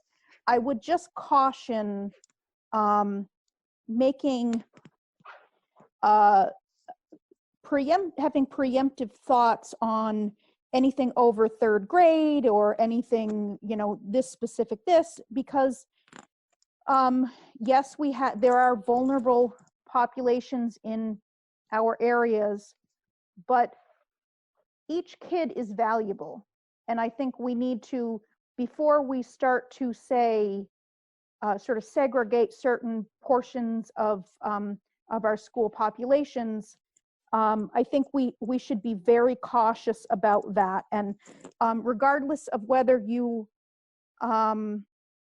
don't happen to, maybe just by a little bit, not fall into what someone may categorize as a vulnerable population, that student personally will be losing out. So I'm aware, I acknowledge that there are quite possibly going to need to be some cuts, some sacrifices, some very difficult times ahead, but I would be very concerned, and I would encourage caution when just sort of when targeting where these cuts need to come. Thank you. So if I could just respond, Yes. I've met with all principals recently within the last 2 days, and we've the instructions I've given them is to look first at things that are going to be least impactful to our student body. We know that we are going to have students coming back to school on all levels that have been out of school for approximately 5.5 months. So teachers are going to need extra assistance with academic coaches, because we're going to have to differentiate more than ever. We need to really look very carefully at every portion of a child's education. You heard principals today looking at social emotional. So there are things that we are looking at, but there are also those things that we need to keep in mind, that we're coming back with students that need to come back into a community that haven't seen each other and been in a formal education situation since mid-March. So those are in our minds all the time. Other comments from the board? Yeah, I'd like to hear from everybody if people are willing. Emily, please. So I guess my question is, I thought we had kind of a reserve fund or like a buffer fund in case some disaster or something happened. So is it the case that this proposed $1 or $2 million, depending on how the legislature acts, is how much of that would be buffered by using some of or any surplus or general funds that we have? I guess it's directed towards Frank, maybe. Yeah. Well, we'd have to get voter approval. Frank, we have what, a couple of million in the undesignated reserve? That's right. However, the bill that is being contemplated, both of these bills, and at this point I think they're more concepts than bills because they don't actually have bill numbers assigned. You can't actually find them in the legislative report, but the concept of those discussions right now at the legislative level is that this action would replace the public vote. It would put in place an FY21 budget, and there would be no public vote unless a board wanted to go for a higher rate. And then back to your question, Emily. Yes, so we do have a reserve. It is approximately 2 million, and I'm sure we would want to be looking at how we might manage the pain over an extended period of time. Most folks are thinking this is probably going to take at least through fiscal year 23 to work its way out, assuming we do come back to some kind of no longer stay-at-home orders and so on in early June or mid-May. So, that's the case for not wanting to use all of the reserves, obviously, in the first year. Thank you. Yes, Liz? So we will probably face some cuts, but I don't want anything coming out from this board that's going to panic people, because everything is still in play. We don't know what's going to happen with the state. We don't know what's going to happen with the feds. And I don't see any point in panicking teachers or staff at this point.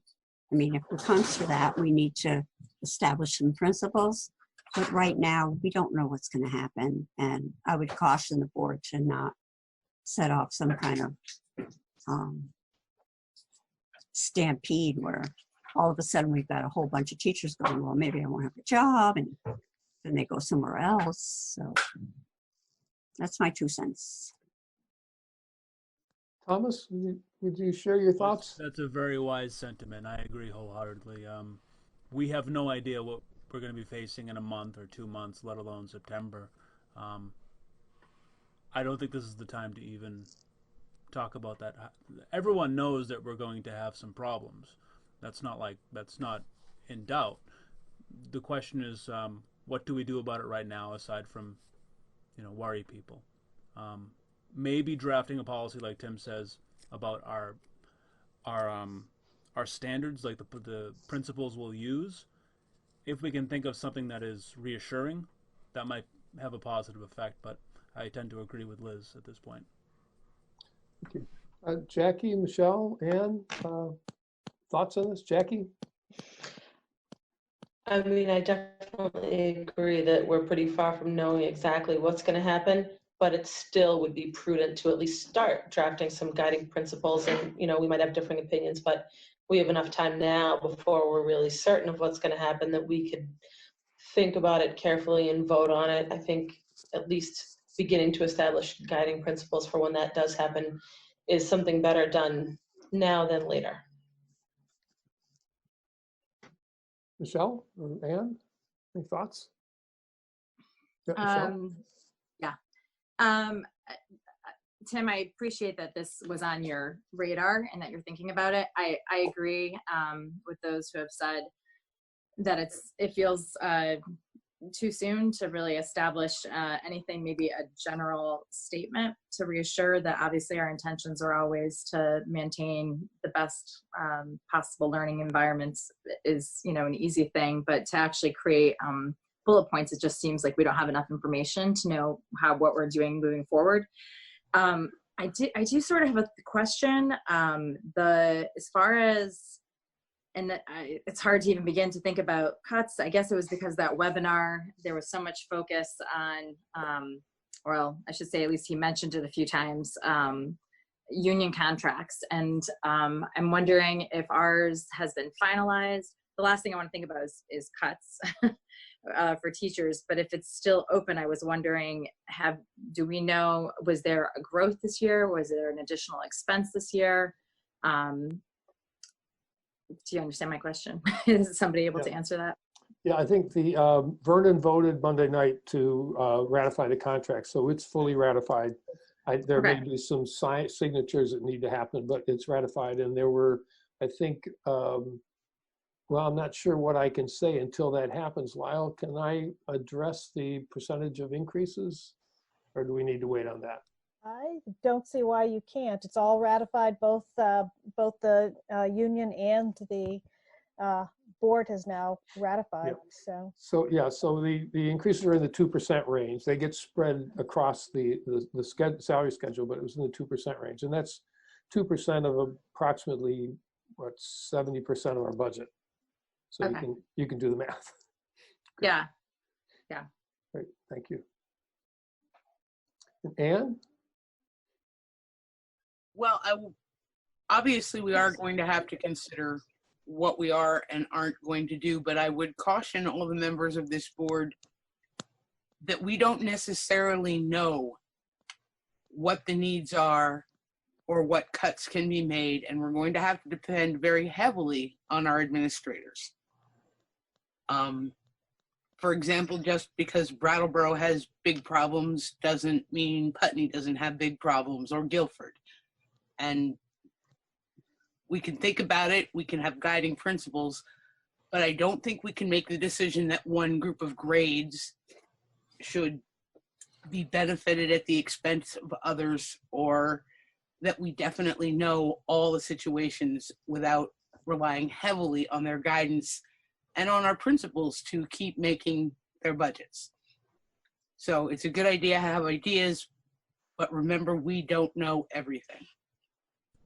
I wanted to, sorry if you Yeah, don't go ahead, Thomas. I wanted to say something. We're talking about a serious economic problem here. We do not have to approach this as what cuts will we make. We're so far ahead of this that we can put political pressure on making sure that, if necessary, maybe revenue has to be increased. I know we don't have full control over that as a board here, but we are far ahead of maybe the point where we have to worry about that. We can say right now, just as citizens and as a board, we're not going to react to this as what do we hurt in the school district. We're still so far ahead of it. We can put pressure on our politicians as well. So great, thank you, Emily. And Sean, I think you wanted to speak again too. On that, on that note, I did want to, so maybe it moves us into the second topic, which is, or what are we going to do about reaching out to the legislatures? I guess I'd like to move for us as a board to write a letter. We can still individually contact them, but I think the more we can get out as a unified group, a letter in favor of this, maybe Frank will help us with the language, but in favor of this additional fund, I think that would be prudent. So it's being proactive, but in a different way. Thank you. Frank, maybe you have some movement language? Oh, yeah. Frank, just before you do that, I just want to kind of assess where we are and see if I understand.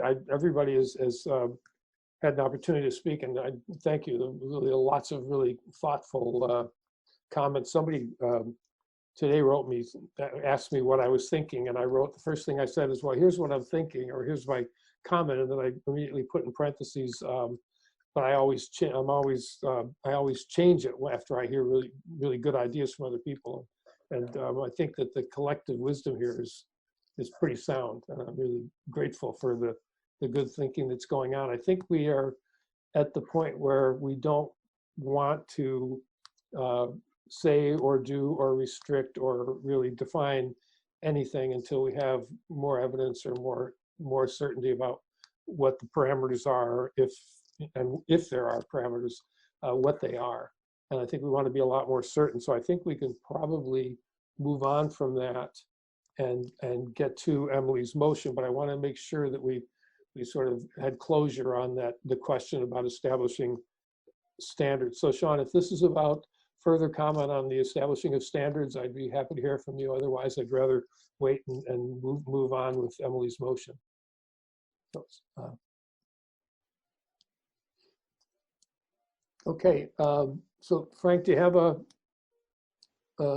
information enough of it? Can you give us some language for? You are a motion writer here. We're going to make you the clerk. Sure. So what I had in mind was there is a well articulated position on the issue by the VSA and VSBA.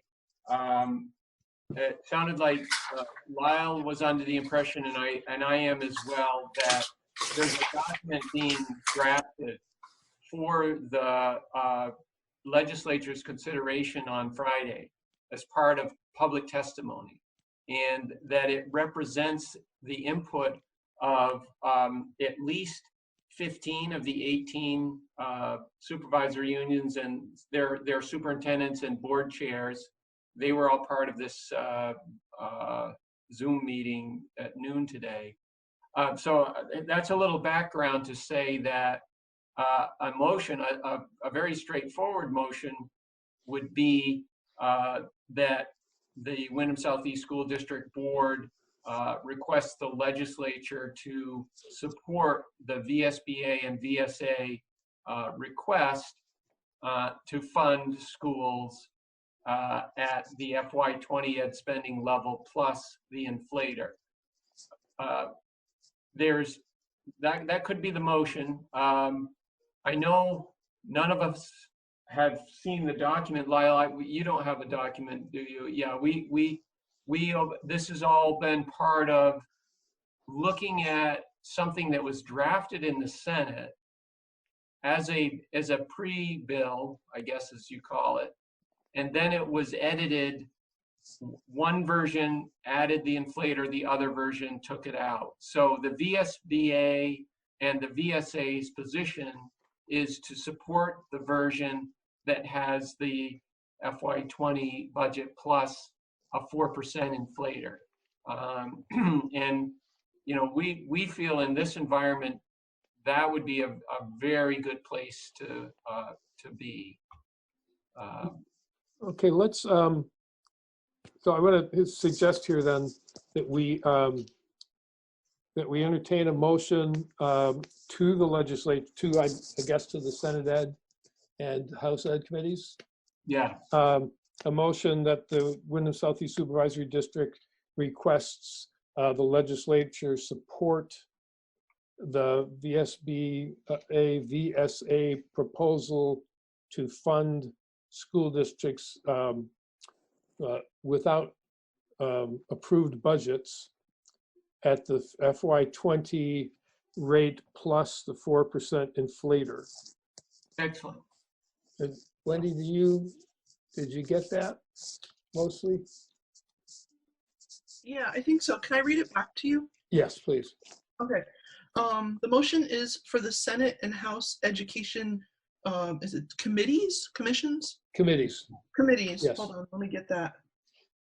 To request here's where it's a little foggy, so you're gonna have to help me. So motion to the Senate and House Education Committees to request the legislature to support the VSA and VSBA's proposals to fund schools without approved budgets at the FY20 levels plus the inflator. Yes, just say funds districts rather than schools. Oh, okay. Yeah, and I'll write this up and send it. It's actually the Senate Committee on Education. So, you know, I mean, there's specifics about it, but that gets to the heart of the motion. Okay, yeah, if you could send that to me, that would be great. Thank you. Okay, yeah, David, in the morning. Yes, yes. if I could also make it's just technical, but it's important. When we refer to the rate, what we're talking about is the FY20 education spending. Ed spending rate, okay. And maybe instead of using rate, we would say amount. Ed spending amount, okay, great, thank you.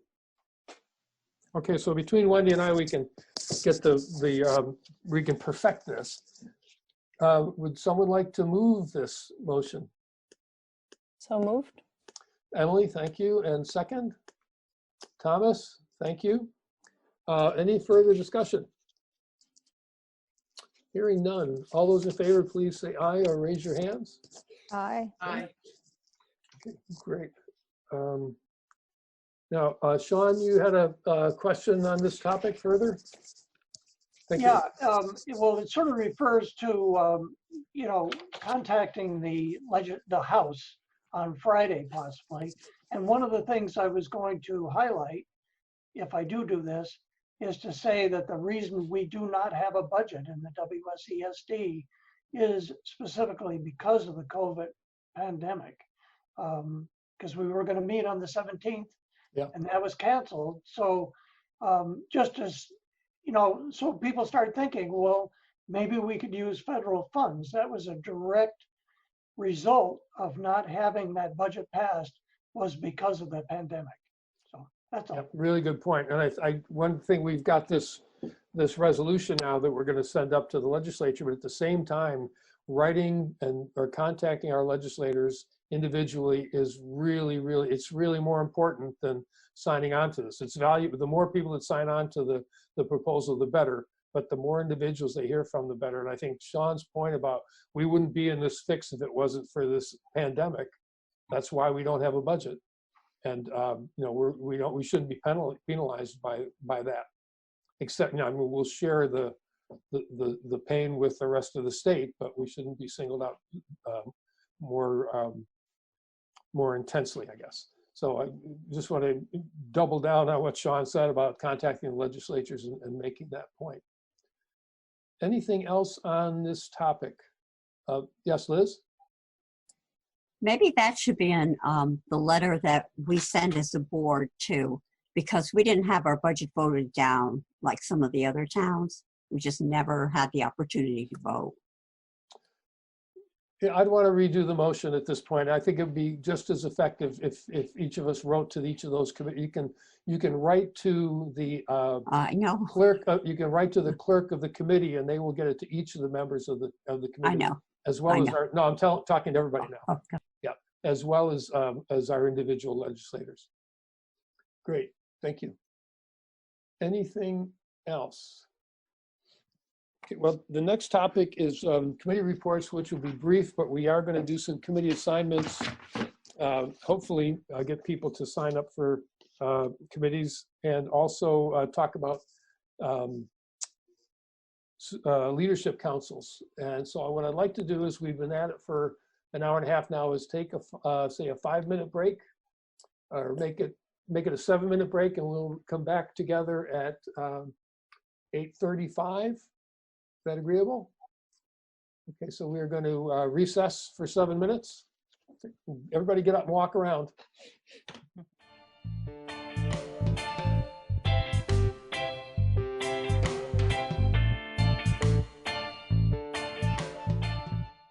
Okay, if people can turn their cameras back on so we can see everybody, that would be great.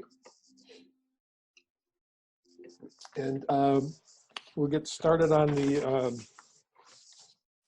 the committee reports. I don't know that we have any actually committee reports. I'm not sure. I don't think any committees have met, including the supervisory union, in the last couple of weeks. Are there any reports or any updates? No. Okay. So the two things we need to talk about are we have 4 new members on the board, Liz, Jackie, Tim, and Michelle, and we have 8 committees, and we'd like to get the new people on some of the committees. And I've heard from a few of you about some of your preferences, but I'd like to actually hear from you again in terms of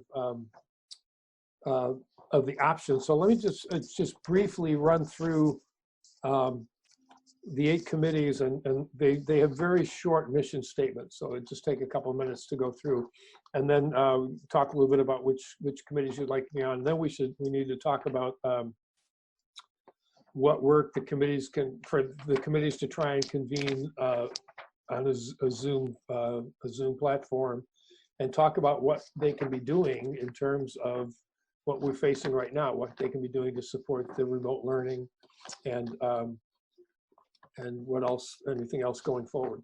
So if that's agreeable, I'll just quickly run down the list of committees and we'll see what we come up with.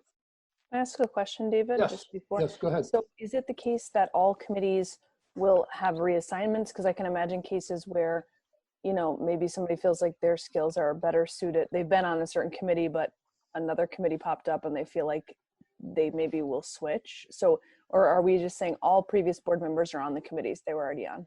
I was assuming that people would stay where they are, but that's a really good point because there's no certainty to that. So I would say yes, if for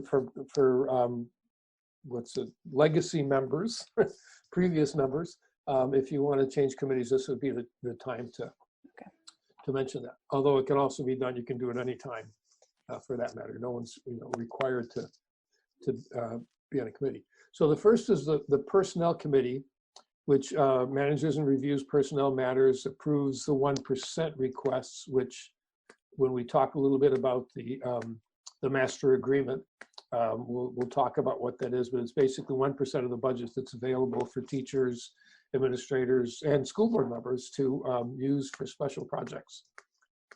The board approves that, and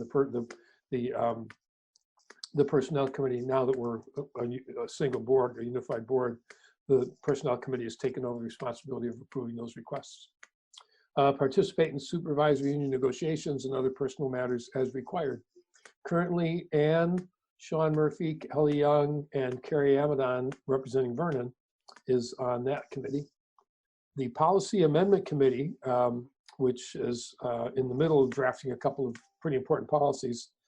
We draft policies and article amendment changes, articles of our founding articles amendments and additions, and recommend and review the establishment of adoption of equitable policies for all WSC/SD schools consistent with education law and educational best practices.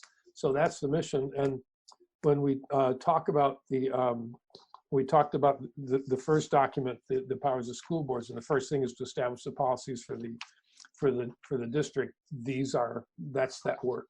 The very first work on the list is done in the Policy and Amendment Committee. The WSED Finance Committee reviews and recommends warrants, the capital plan, and the annual budget as determined by the full board. And Ann Beekman, Sean Murphy, Emily Murphy-Carr, and Christina Naylor are on that. Sean's the chair. I didn't mention who's on the Policy Amendment Committee. I'm going to go back to that. It's Ann Beekman, Sean Murphy, and myself. Tim Morris and Christina Naylor were on there. So that is a very short-staffed committee at this point. And so I would encourage people who have an interest in a background in developing policy to consider that. It's an important committee. It doesn't have to meet a lot now that we're fairly well established, but there is some important work to do. The Diversity Committee this is not the School Diversity Committee, which is made up primarily of teachers, I think, and some administrators. This is the board's Diversity Committee. And the mission is to foster learning environments in which all members of the school community are safe, feel valued, and are appreciated, as well as promote policies and procedures that value equity and diversity in our schools. That's Ann Beekman, Sean Murphy, Thomas Nolan, and myself. The Programmatic and Performance Equity Committee monitors school equity and performance and works with district staff to develop recommendations to increase equity and improve performance throughout the district. That's Emily Murphy-Carr, myself, and Kelly Young. Tim Morris was on that committee, so we need some more people on that as well. The WSED Communications Council mission is to increase public engagement with the board's work through effective communications.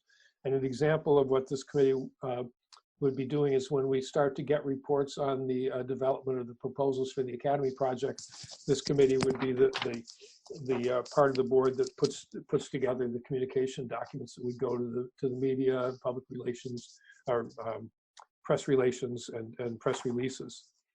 It would also, we've got a pretty good list of social media as well that committee is working on. Tim Morris was on that committee.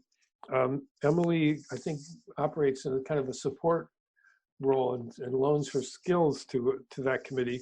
I was on it partly, and the other member is Jamie Contois, who is a community member from Putney and a former Putney board member. So that committee needs some additional support as well. The Sustainability Council, it was initially the Sustainability Council, it was renamed the Climate Crisis Task Force. And that mission, the mission of that committee is to assist the board in developing practices, promoting curriculum, and determining purchases that will lessen our environmental and climate change impact. And that committee has 1 and possibly 2 students on it. Thomas Nolan and I are the current board members, and Paul Smith joins us pretty regularly. We also have a community representative, Howard Burrows, who's a member of the Brooks Public Library Board, Brooks Memorial Library Board in Brattleboro. I'd add and then Tim to that as well. What's that? Tim Maciel as well.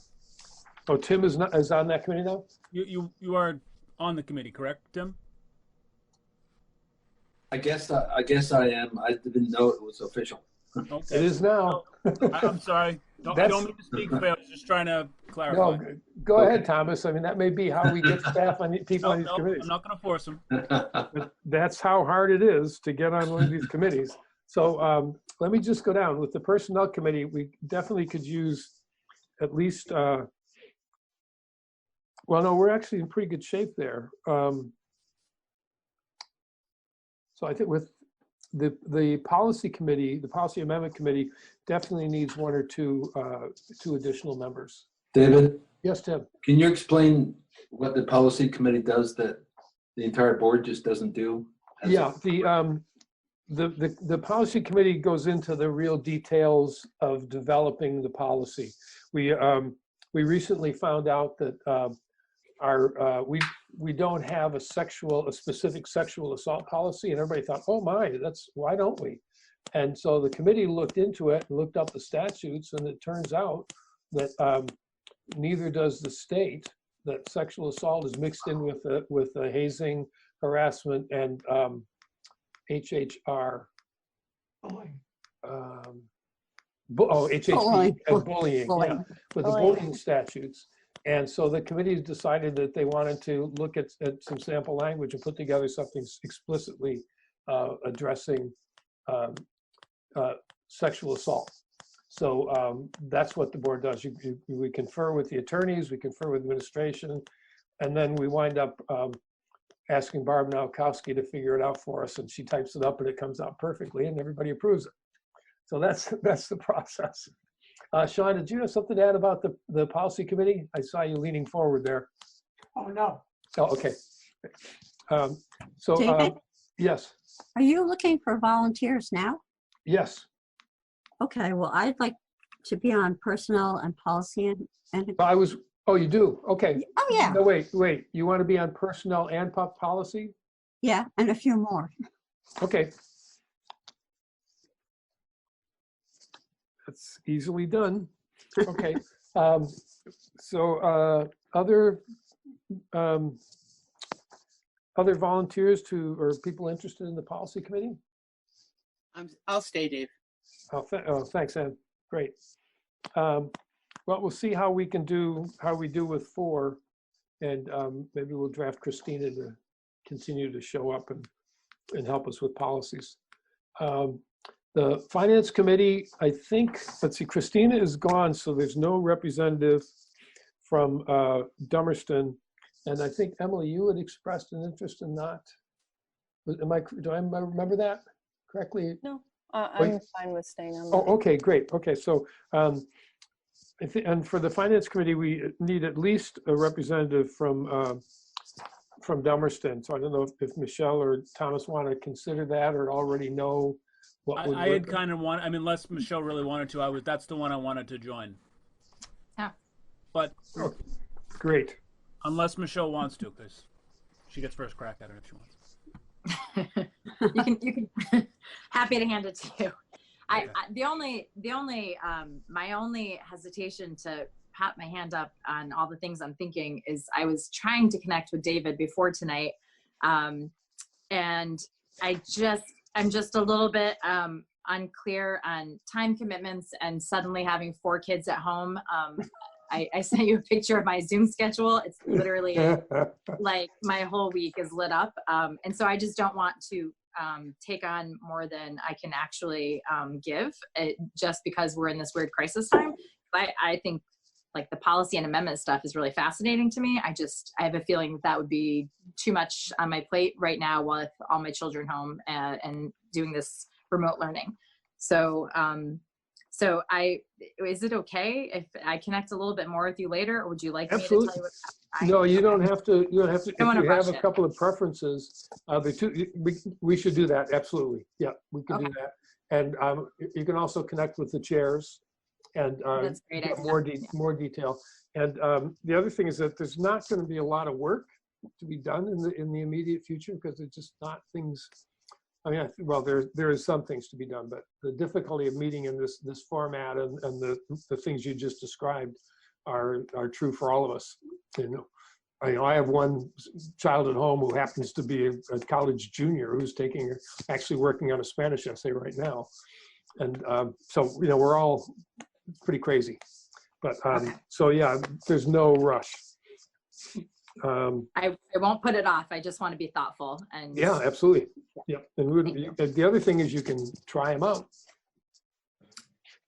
Okay, that's a nice thing. You can do a trial run. Yeah. All right, Great. I'll play with that idea. Thank you, David. Yes. How's the program equity and performance committee? How well staffed is that? Well, that's a committee that can. It's got Tim Morris was on it, and he's not anymore. And so it's me, Emily, and Kelly. So we could use, I think. This will replace the Tim with the Tim. Okay, that's great. And David? Yes. I believe Ann, correct me if I'm wrong, but I think that you didn't want to be on the finance committee anymore, and I said I would do it. Sorry, my mute thing wasn't working. That's okay. Yeah, no, you wanted to take a turn at that, Liz. That's fine by me. You go ahead and take a turn at that. I can show up and be a pain in the neck if necessary. Okay. Okay, so Liz is going up to finance, and I also wanted to be on performance program, the PP&E committee. Right. Okay. So so now okay, so we're still on the programmatic and performance equity committee. Other interests, Sean? Well, I just wanted to mention at this time that the finance committee meets at 5 o'clock, the first meeting of the month. So before the regular board meeting, which is always was at the Cusick room and now will be virtual, but it has a regular meeting schedule. I thought if people were interested in that, it might be beneficial to know that's when we meet. Great. Okay, Jackie. Well, I was first raising my hand for finance committee, but then also PPE. Great. Well, good. Let me put you there and there. Okay, great. Any other anybody else for performance or programmatic and performance equity committee? Good. That's a good strong team. The Communications Council. Right now, the primary member is Jamie Contois from Putney. And so again, there's not going to be an awful lot of work for that group to do, but if you like communicating and working out effective language for public communications, this is a great spot for you if you're an articulate person. Jackie's got her hand up. You do that sort of in your regular life, don't you? Sure do. Great. Well, Jamie's going to be really happy. I would love for Jackie to be the Brattleboro rep and for me to maybe recuse myself from the committee.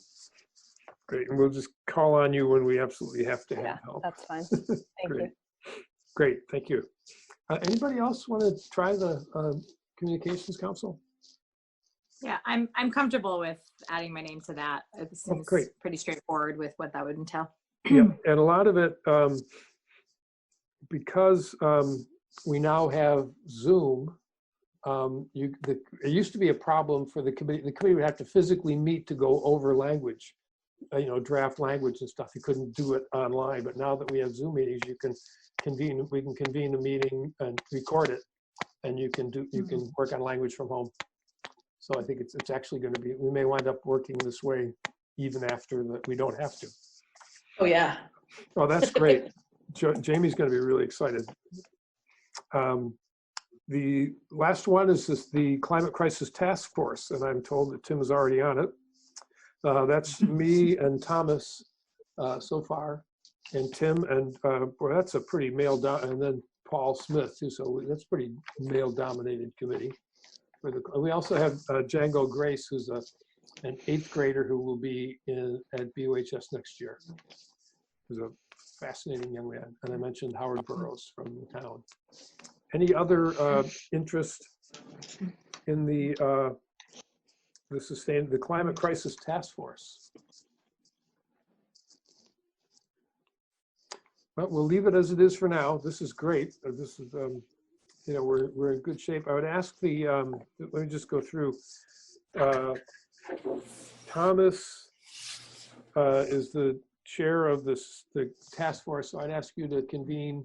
I'd ask all the chairs to convene a meeting, or at least make email contact, and see about trying to get together at some point in the next few weeks. Next week is a vacation week for school, so it's going to be even harder for people with kids. But yeah, Jackie, question? Sorry, did we skip volunteering for the diversity committee? I really meant to do that too. Oh, well, I got your name there, but I think we probably did skip over it. You just knew. Yeah, I just knew. Yep. Yeah, the diversity committee is Ann Beekman, Sean Murphy, Thomas, and myself, and Thomas is chair of that as well. That would be fantastic, Jackie. David, Kelly Young has her hand up. Oh, hi, Kelly. What would you like to say? So at the end of this, can you send out an email just confirming who's on each? So, yes. The chair will know who to send the email to. Right, and I will, that's a really good point. And I will also send this to Barb, and she'll put it up on the web as well, but I'll send it out in the morning as an email.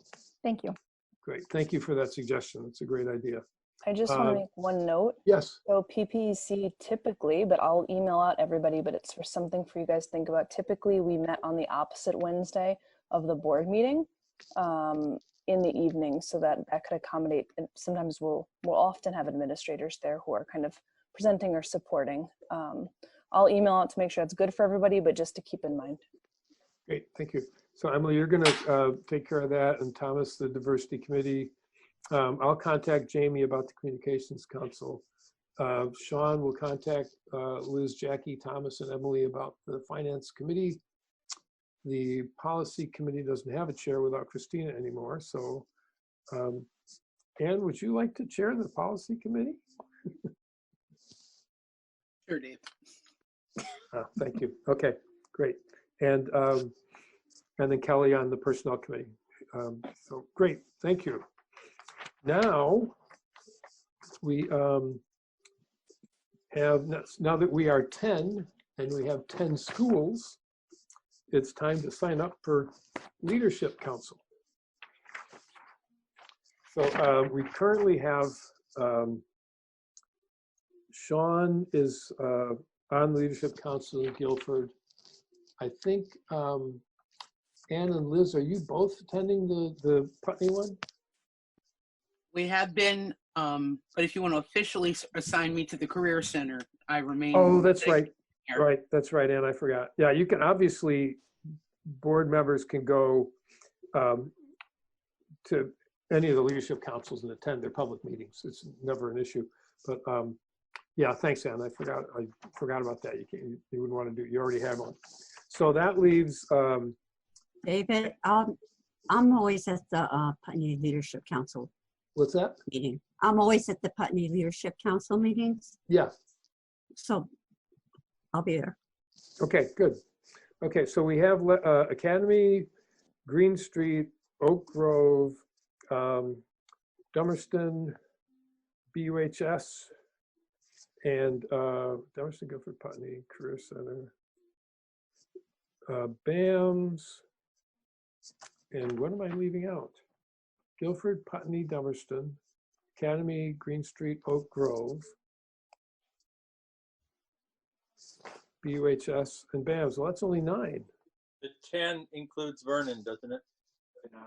No, No. it includes EES. Yes. EES, thank you. Thank you. Okay, great. So anyone want to nominate themselves for any of those schools? It doesn't have to be in your community. It's nice if it is, but it doesn't have to be. Is there any idea of when they meet? No, there are only a few that are established, and the meeting, Sean's got some information on that, but I'll just tell you the little bit that I understand so far is that different councils are setting up their own times and shifting them. Sometimes they meet late in the afternoon, they meet in the afternoon, sometimes in the early evening, and so there's no real pattern. And we also haven't talked about length of term, although we can wait and see how things work out and then talk about that when we have a little bit more experience. But no, it's up to the councils to figure out when they can meet. And there is a tension between teachers who don't want to have to stay and administrators who don't want to have to hang around necessarily for a 5 or 6 o'clock meeting, and then parents who can't get to a meeting until 5 or 6 o'clock, or community members. So that needs to be worked out. But that's up to the councils to try and find their way through. Putney has a meeting time. If anybody else wants to come, it's 4:30 the first Thursday of every month. We did a compromise between parents and teachers and administrators. Great, thank you. I'll volunteer. Emily, go ahead. I'll volunteer for Academy. Okay. Thank you.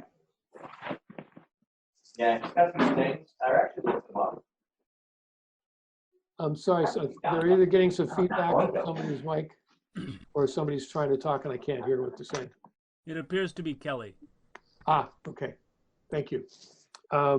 So Green Street. Now Mark's right there, so you better. Okay. Thanks, Jackie. Oh, Jackie has it. Yeah, she grabbed it. You got to be quick, Tim. Okay. What about Oak Grove? That's you. Other Dummerston, BUHS, BAMS, EES? I'll volunteer for BUHS. And that was? Kelly. Kelly, thank you.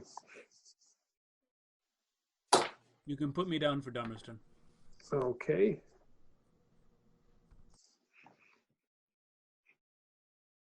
And Michelle, you want to wait? What's left? I was Um, gonna say I would do the high school, but Kelly beat me. Well, the middle school, same location, the Brattleboro area middle school. Oh, okay, so that's fine. Well, great, then I'll take EES. EES provides food. It's a good gig. I know, I was on the policy council for years, twice, 2 different times. David? And Be David, nice to be back. Deb has Yes. her hand up. Deb Who Gaff. does? Deb Gaff. Yes. Oh, thanks, Deb. Go You're ahead. welcome. So could we align this leadership council representation with our policy council, and so that could be part of our policy council? Yep, absolutely. Excellent. Yeah, Okay. you generally have staff there, and the leadership councils have staff. Yep. And you also have obviously parents. And the same thing is, the same is true for the Career Center, which has an existing council. What's that called? The Career Center Council? It's a state. Oh, the Regional Advisory Board. Regional Advisory Board, yep, the RAB. Okay, great. So it's not unprecedented. Yeah. Great, perfect. Thanks, Deb. Thank you. Thank you, Lyle, for seeing that. Well, that was easy. So I guess it's up to each of us to contact the administrator. Well, Liz, how has it worked in Putney? Does the, you've got your time set aside, or Sean, either way, how do you convene your meetings? Does the principal send out an email to everybody? Well, we elected to go with a chair and a clerk. So that goes, it goes to central office, but I can certainly let the board know. No, I'm trying to figure out how to convene, how each of these people each of us who just signed up for a board can find out when the next meeting is. So it's always posted, but I could also let you know. Well, no, I wasn't, not so much for Putney, because we know you're on Right. Putney and you know when it is, but everybody else has to contact their individual schools to figure out when that committee is going to meet. So Sean, how do you do it in Guilford? Well, they establish an agenda, so it is posted on the website, and then we also have a regular meeting time, so it's the first and third, I believe, Fridays at 1 o'clock.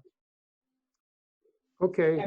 Actually, now they're meeting every week since the right. COVID issue has come on. Right. Okay, so I think what I'm gonna propose is that we each contact the administrator in the building that where we've joined the leadership council, and let them know that we're there, and to convene a meeting when they think they can manage.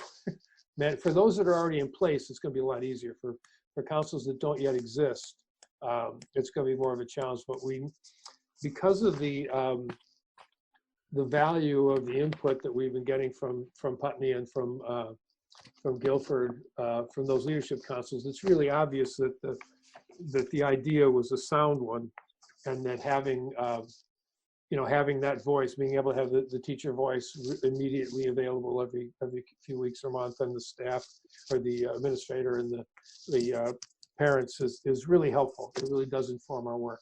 So we want to get these set up so that we can have regular access to those voices in all of the school buildings. So please contact the administrator that you are going to be working with and see what you can arrange to set up. It's going to be different in every building. There's not really a format except for the broad outlines that are in the policy. And so actually I'll send that out to everybody. I'll send that out again. There actually was an amendment to the articles, or to our articles of agreement that was amended this whenever that vote was. So I'll send that around to everybody. So it's a good template for how to proceed. David? Yes. Sean, I think you're on the leadership council for Guilford, is that right? How are we going to respond to that letter of concern that they wrote?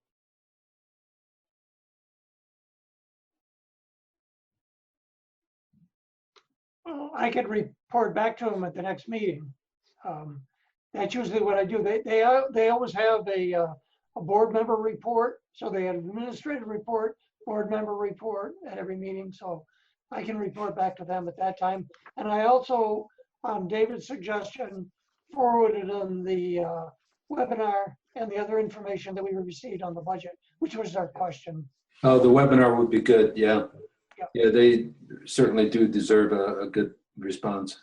Yeah, and I also suggested that since this meeting is being recorded and BCTV will have it posted shortly, you can watch the meeting, and I believe BCTV has actually I'll check with Rich after we're done tonight and see, but typically they have a little table of contents about what time any particular item was talked about, and the financial stability item, that'll be notated, and then the rescheduling the annual meeting, which is another question that they asked about in terms of our budget vote.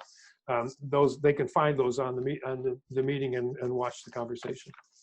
So, but thank you, Tim, for following up on that. And thanks, Sean, for sharing that that concern from the council.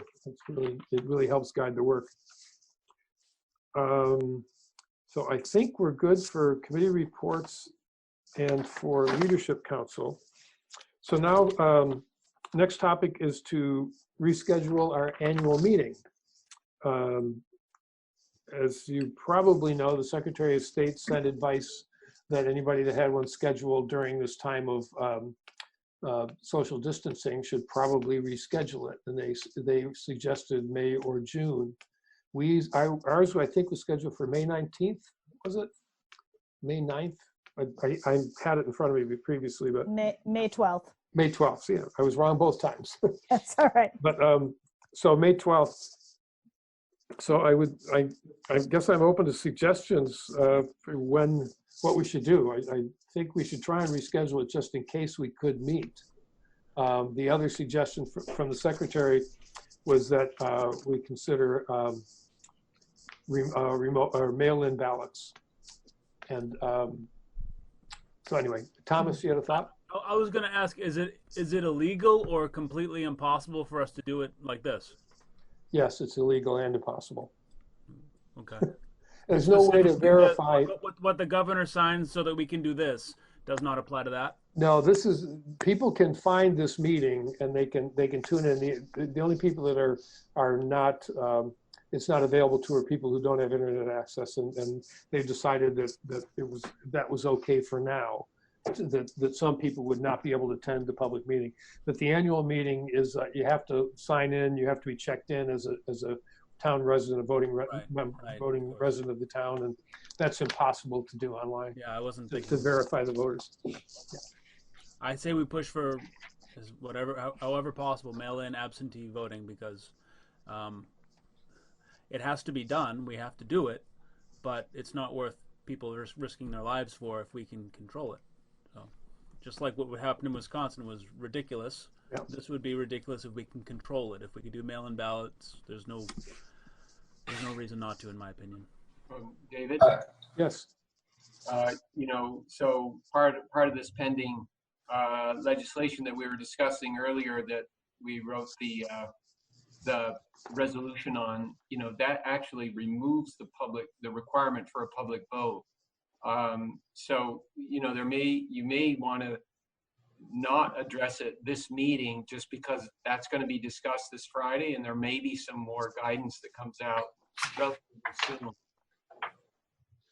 Oh, thank you. I didn't know that. That's really important. Is there anyone that,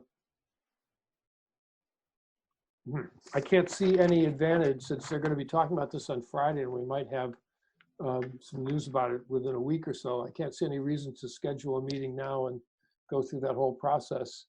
Right. We'll have to make sure, if we decide that we're going to have a meeting, we'll have to do the 30 day Right. warning. So that we'll need to keep in mind. I think part of the issue with Australian ballot is, can we bring the people in to count ballots safely? And that's one of the considerations that I think we'd want to make sure we're talking with town clerks about before we went down that road as well. A whole new group of problems to solve. David? Yes. So unclear. I'm sorry. Was that Ann? Well, it was. We put the floor vote in our Articles of Agreement, and by law, in order to change the Articles of Agreement, we have to have a vote on the Articles of Agreement. And I don't know if the legislation currently being considered would allow for that or not. I can't imagine. Well, I guess I can't speak now knowingly. I can't imagine that the legislature couldn't set that aside, given under these conditions, and or that if they pass new legislation that would, for this 1 year, that would override what we're saying. Yes, and I think in the guidance, either from Will Senning or from Jim Condos, it talks about 1 year in regards to the Articles of Agreement. I'd have to go back to reread it to be specific, but it seems like they had talked about Articles of Agreement in one of their. Good point, Ann. Well, definitely got to have to chase that one down. Sean? Yeah, I approached our town clerk in Guilford, and she didn't warm up to the idea of having an election through the mail at all, because you have to have the BOC there. It's too risky, and so it did not float very far. Yep. David, Carrie Yes. Amadon has her hand up. Carrie, thank you, Lyle. Hey, David, thanks. I'm sorry, lawyer's daughter coming out in me. At the May 17th meeting, I think we just postponed to a certain date. Is there any legal thing we need to do? Do we actually need to get 7 people in a room on that date to postpone again? Not if the legislation is passed saying that we don't have to pass a budget. So, but if the legislation doesn't pass on Friday, is there some bizarre obligation we have to gather people in a room and say, we're going to postpone again? I'm sorry, just my brain went, wait a minute, what did we do at that meeting? Yeah, we'd have to get clarification on that. It seems Okay. like, when you've got the governor saying don't meet, and then the statute saying meet, who do you listen to? So yeah, more unknowns. Okay, thank you. Put it on the list of unknowns. Any other? Well, I just wanted to clarify what was just said. There's not going to be a vote in the legislature this Friday. It's just going to be the subcommittee. So I think if the vote does take place, it'll be at a time uncertain. Yeah, it won't be. They won't take a long time though, because they know about the July 1st deadline. Yeah, and just since you mentioned that, Sean, one other thing, that meeting will be streamed. If you go to the Vermont Legislature website, you can watch them to discuss that on Friday. Everything is on Zoom now. But what I'm hearing is that we probably don't need to do anything now. The July 1st is the deadline, so if nothing happens, we have to have a warning before 40 days, or probably 45 days before July 1st. So mid-May, we're going to have to finally make a decision. We meet again the first Wednesday in May. So I think it's the 5th or the 6th. So we can, between that, there are 3 weeks between now and then, so we can make a determination based on what happens in that period of time. And if we need to meet more immediately, we can do one of these really quickly and set a new date for the annual meeting. So can we move on from annual meeting? Great. Do we have to approve? Do we have minutes to approve? Oh, the April 1st and April 9th minutes. We don't have any warrants on this warning, Lyle, but we did get a couple of warrants in email. So we need to approve those warrants as well. Generally, we've been doing all of those on the first meeting of the month. Okay, great. So we can Thank you. I'll get used to that gradually. Yep. Thank you. So we do need a motion to approve the minutes of April 1st and April 9th. So moved. Thank you, Thomas. Second? Second, Ann. Thank you, Ann. All those in favor of approving the minutes, please raise your hand or say aye. Aye. Thank you. Opposed? Okay, we got that out of the way. Do we have any visitors that would like to be recognized? Actually, you'll have to recognize yourself if you want to, or anyone from the public who wants to address something that is not on our agenda. Please unmute and speak so we can hear you. So no recognitions and no public comments. Do we have any communications, Lyle, that need to be David? shared? Yes. Aaron Kachuk has a hand up. Oh, great. Aaron, Deb Gass does too, or is that left over? Yep. Aaron, can you unmute and address us, please? Yes, hi. Hi. I just want to thank you guys all for all your hard work in this crazy, crazy time. It just feels good listening to this meeting and hearing all these thoughtful You're just being so thoughtful with all of this, and I just wanted to thank you. Well, thank you for showing us the way for so many years. 1 year, Dave. Deb, your hand is up, but it's okay. Well, now it's gone.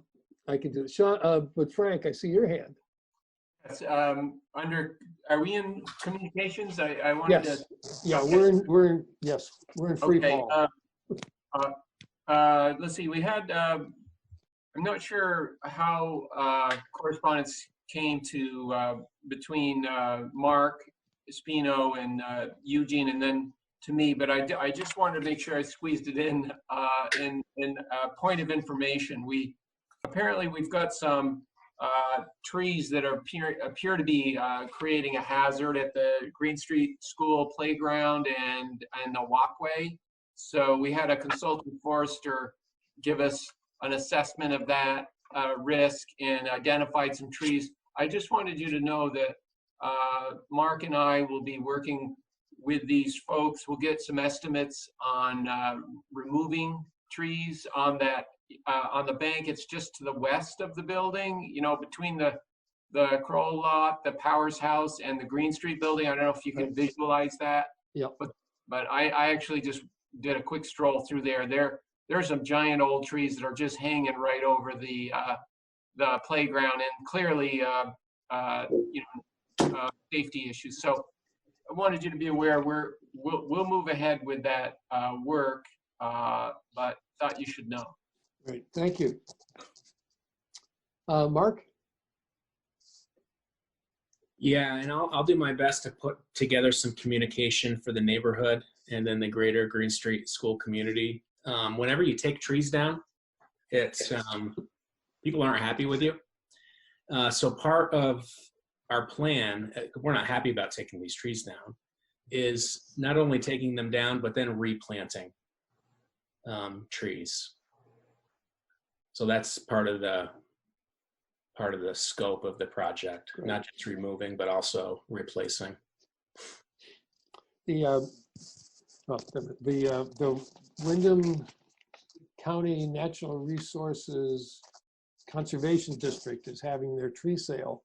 The deadline they're very small trees. You might want to get something a little bit bigger, but they have trees that are particularly good for birds and for wildlife. Consideration. Great. Yeah, thanks for that. We have a couple other contacts as well. Yeah, great. Appreciate it. Okay, I think that we are ready for executive session unless is there anything else I've missed or people want to bring up or need to discuss? Okay, then we have Lyle, we have two executive session topics. There's going to be just one. Just one, okay, yep. And what is it? It's a report out on a request the board made, previous board, on a union personnel issue. So it's a contract issue, a personnel issue. Okay, so I move that we enter an executive session to discuss a personnel issue where the board has determined that premature general public knowledge would clearly place the school board or people involved at a substantial disadvantage.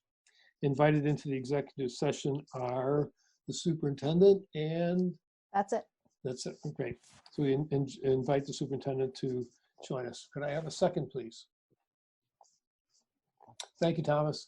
So we'll enter executive session at 9:20, and I ask everyone else that we will be coming out.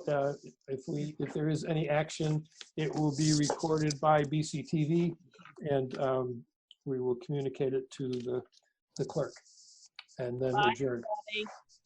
I'm sorry? I said bye. Bye. Carrie's leaving. Bye, Carrie. And Wendy, I believe I'll after this I'll email you. You know who when we rose from executive session, all that. Okay. Okay, great. Yeah, that's what I was raising my hand about. Just if you needed me to stick around, if you were planning on coming back out of executive session, and I needed to be present for that. No, you don't.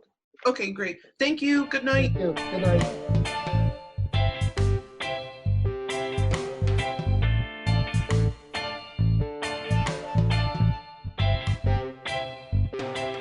Could I have a motion to adjourn? We can stay on, Rich, and we'll figure this out. Motion. Yes. There being no further business before this board, I move that we adjourn. May I have a second, please? Second. Liz? Oh, a lot of seconds to get on to adjourn. Before we do, I just really appreciate, Aaron Kachak said it kind of nicely, but probably better than I could, but I really appreciate the people willing to state their their deep values on these questions, and that all of us, regardless of what the view is or how we participate, it's everybody, we're all coming from the place of wanting what's really best to take care of our kids. And I'm just really grateful to be part of a group like this, especially at a challenging time, because it's good work. So thank you. Thank you, David. So all those in favor of going home? Oh, we're already home. Oh, we're all. Looks like everybody. Bye. Right. Thank you. Good night. Good night.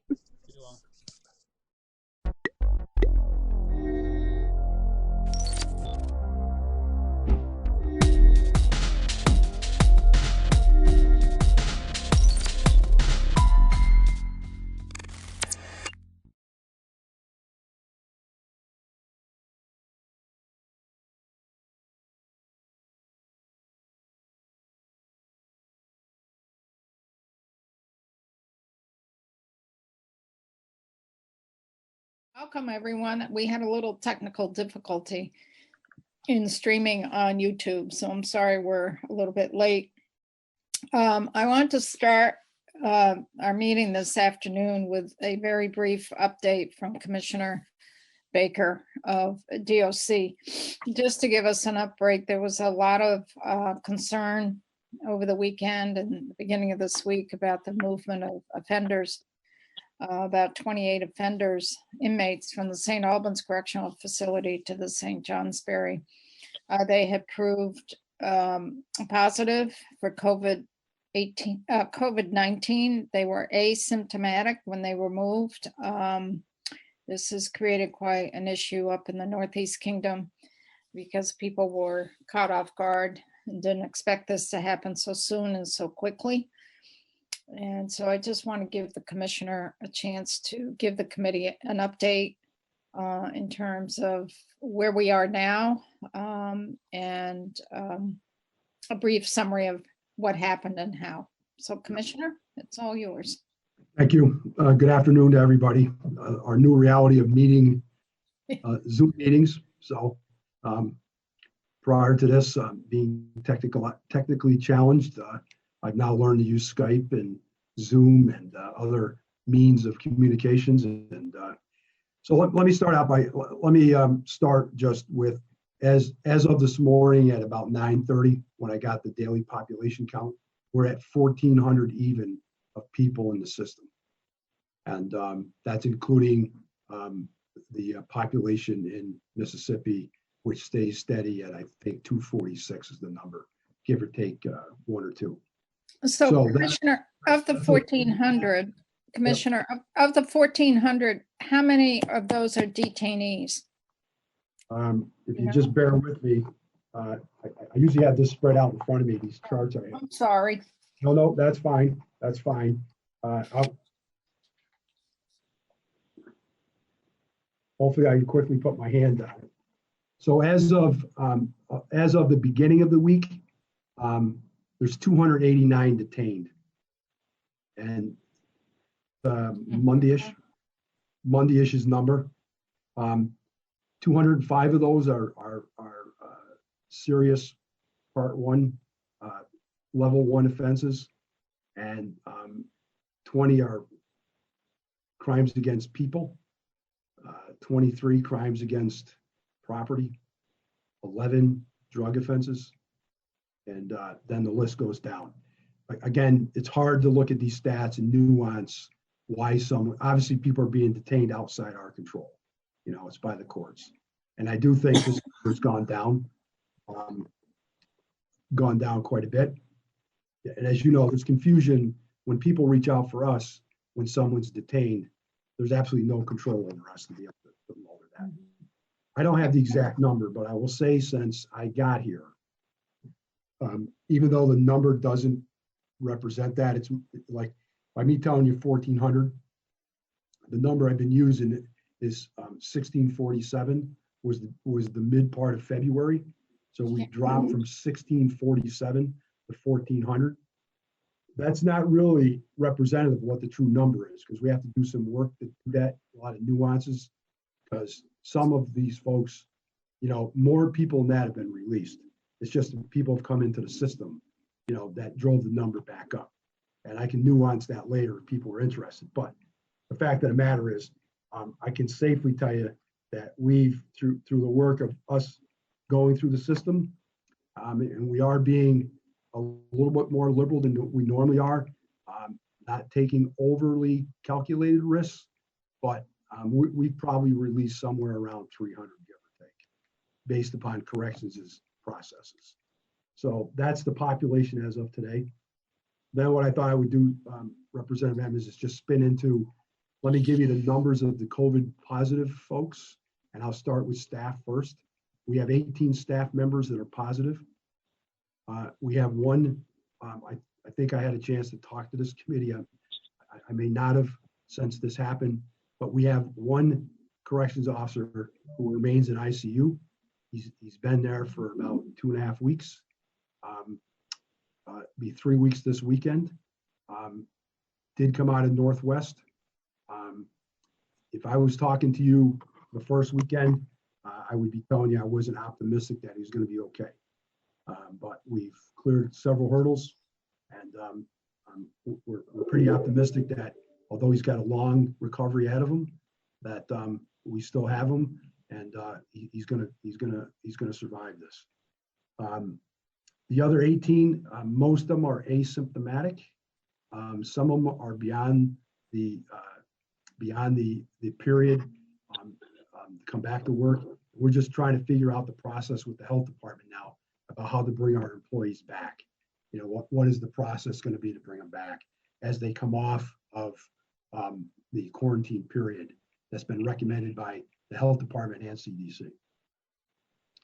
We did end up with 35 inmates population from the population in Northwest that tested positive. This ties into the conversation about St. Johnsbury. You know, as we had briefed all the committees, we were working on St. Johnsbury as a surge site, and you know, just to be candid, this happened pretty fast last week. As those tests started coming back, we had to quickly move and execute our surge plan. And we could have done a better job of communication up there in St. Johnsbury, but I have to be very clear, it would not have changed our plan about where the surge unit was going to be. Because as we looked out across the landscape, it's the only facility that we quickly could convert and do what we needed to do to seal off the area where we would hold them, including the air handling system, allowed us to be able to have a separate air handling system.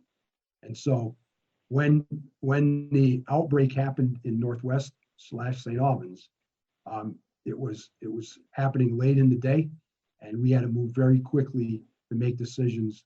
And I made decisions to start moving those inmates as quickly as we could as we continued to test through the system. And it took a couple days for the test to come back. And we're still waiting on a handful of tests of inmates that aren't exhibiting any signs. And it's just a matter of the process catching up with the testing. So we ended up with 35 of those inmates who tested positive.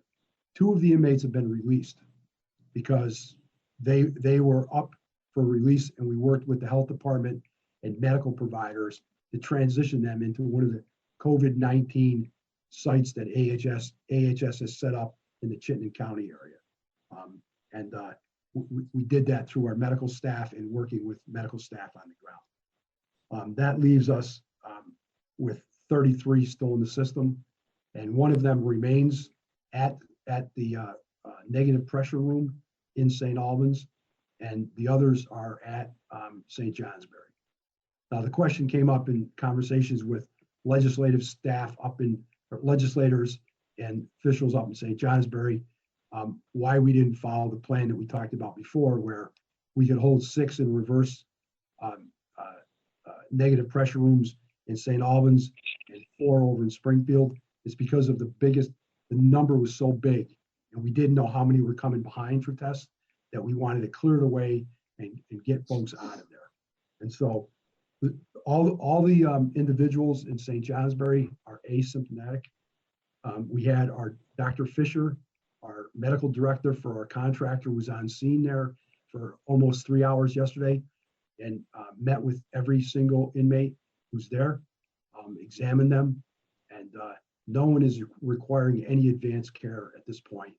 And they're almost at the point now where they're out of that period of, and there's debate about this, about best policies at 7 days or 14 days. Dr. Levine is trying to help us out with that, but most of them have now reached the 7-day period with no symptoms breaking out. And some of them 7 days from when we got their test back. So we're going to be making some decisions very shortly about what we're going to do with that population. The goal would be is to move them back to St. Albans out of that surge unit. Once the quarantine period is up, on advice from Dr. Levine, and bring them back. The question is around issues like what do we do about testing again and so on.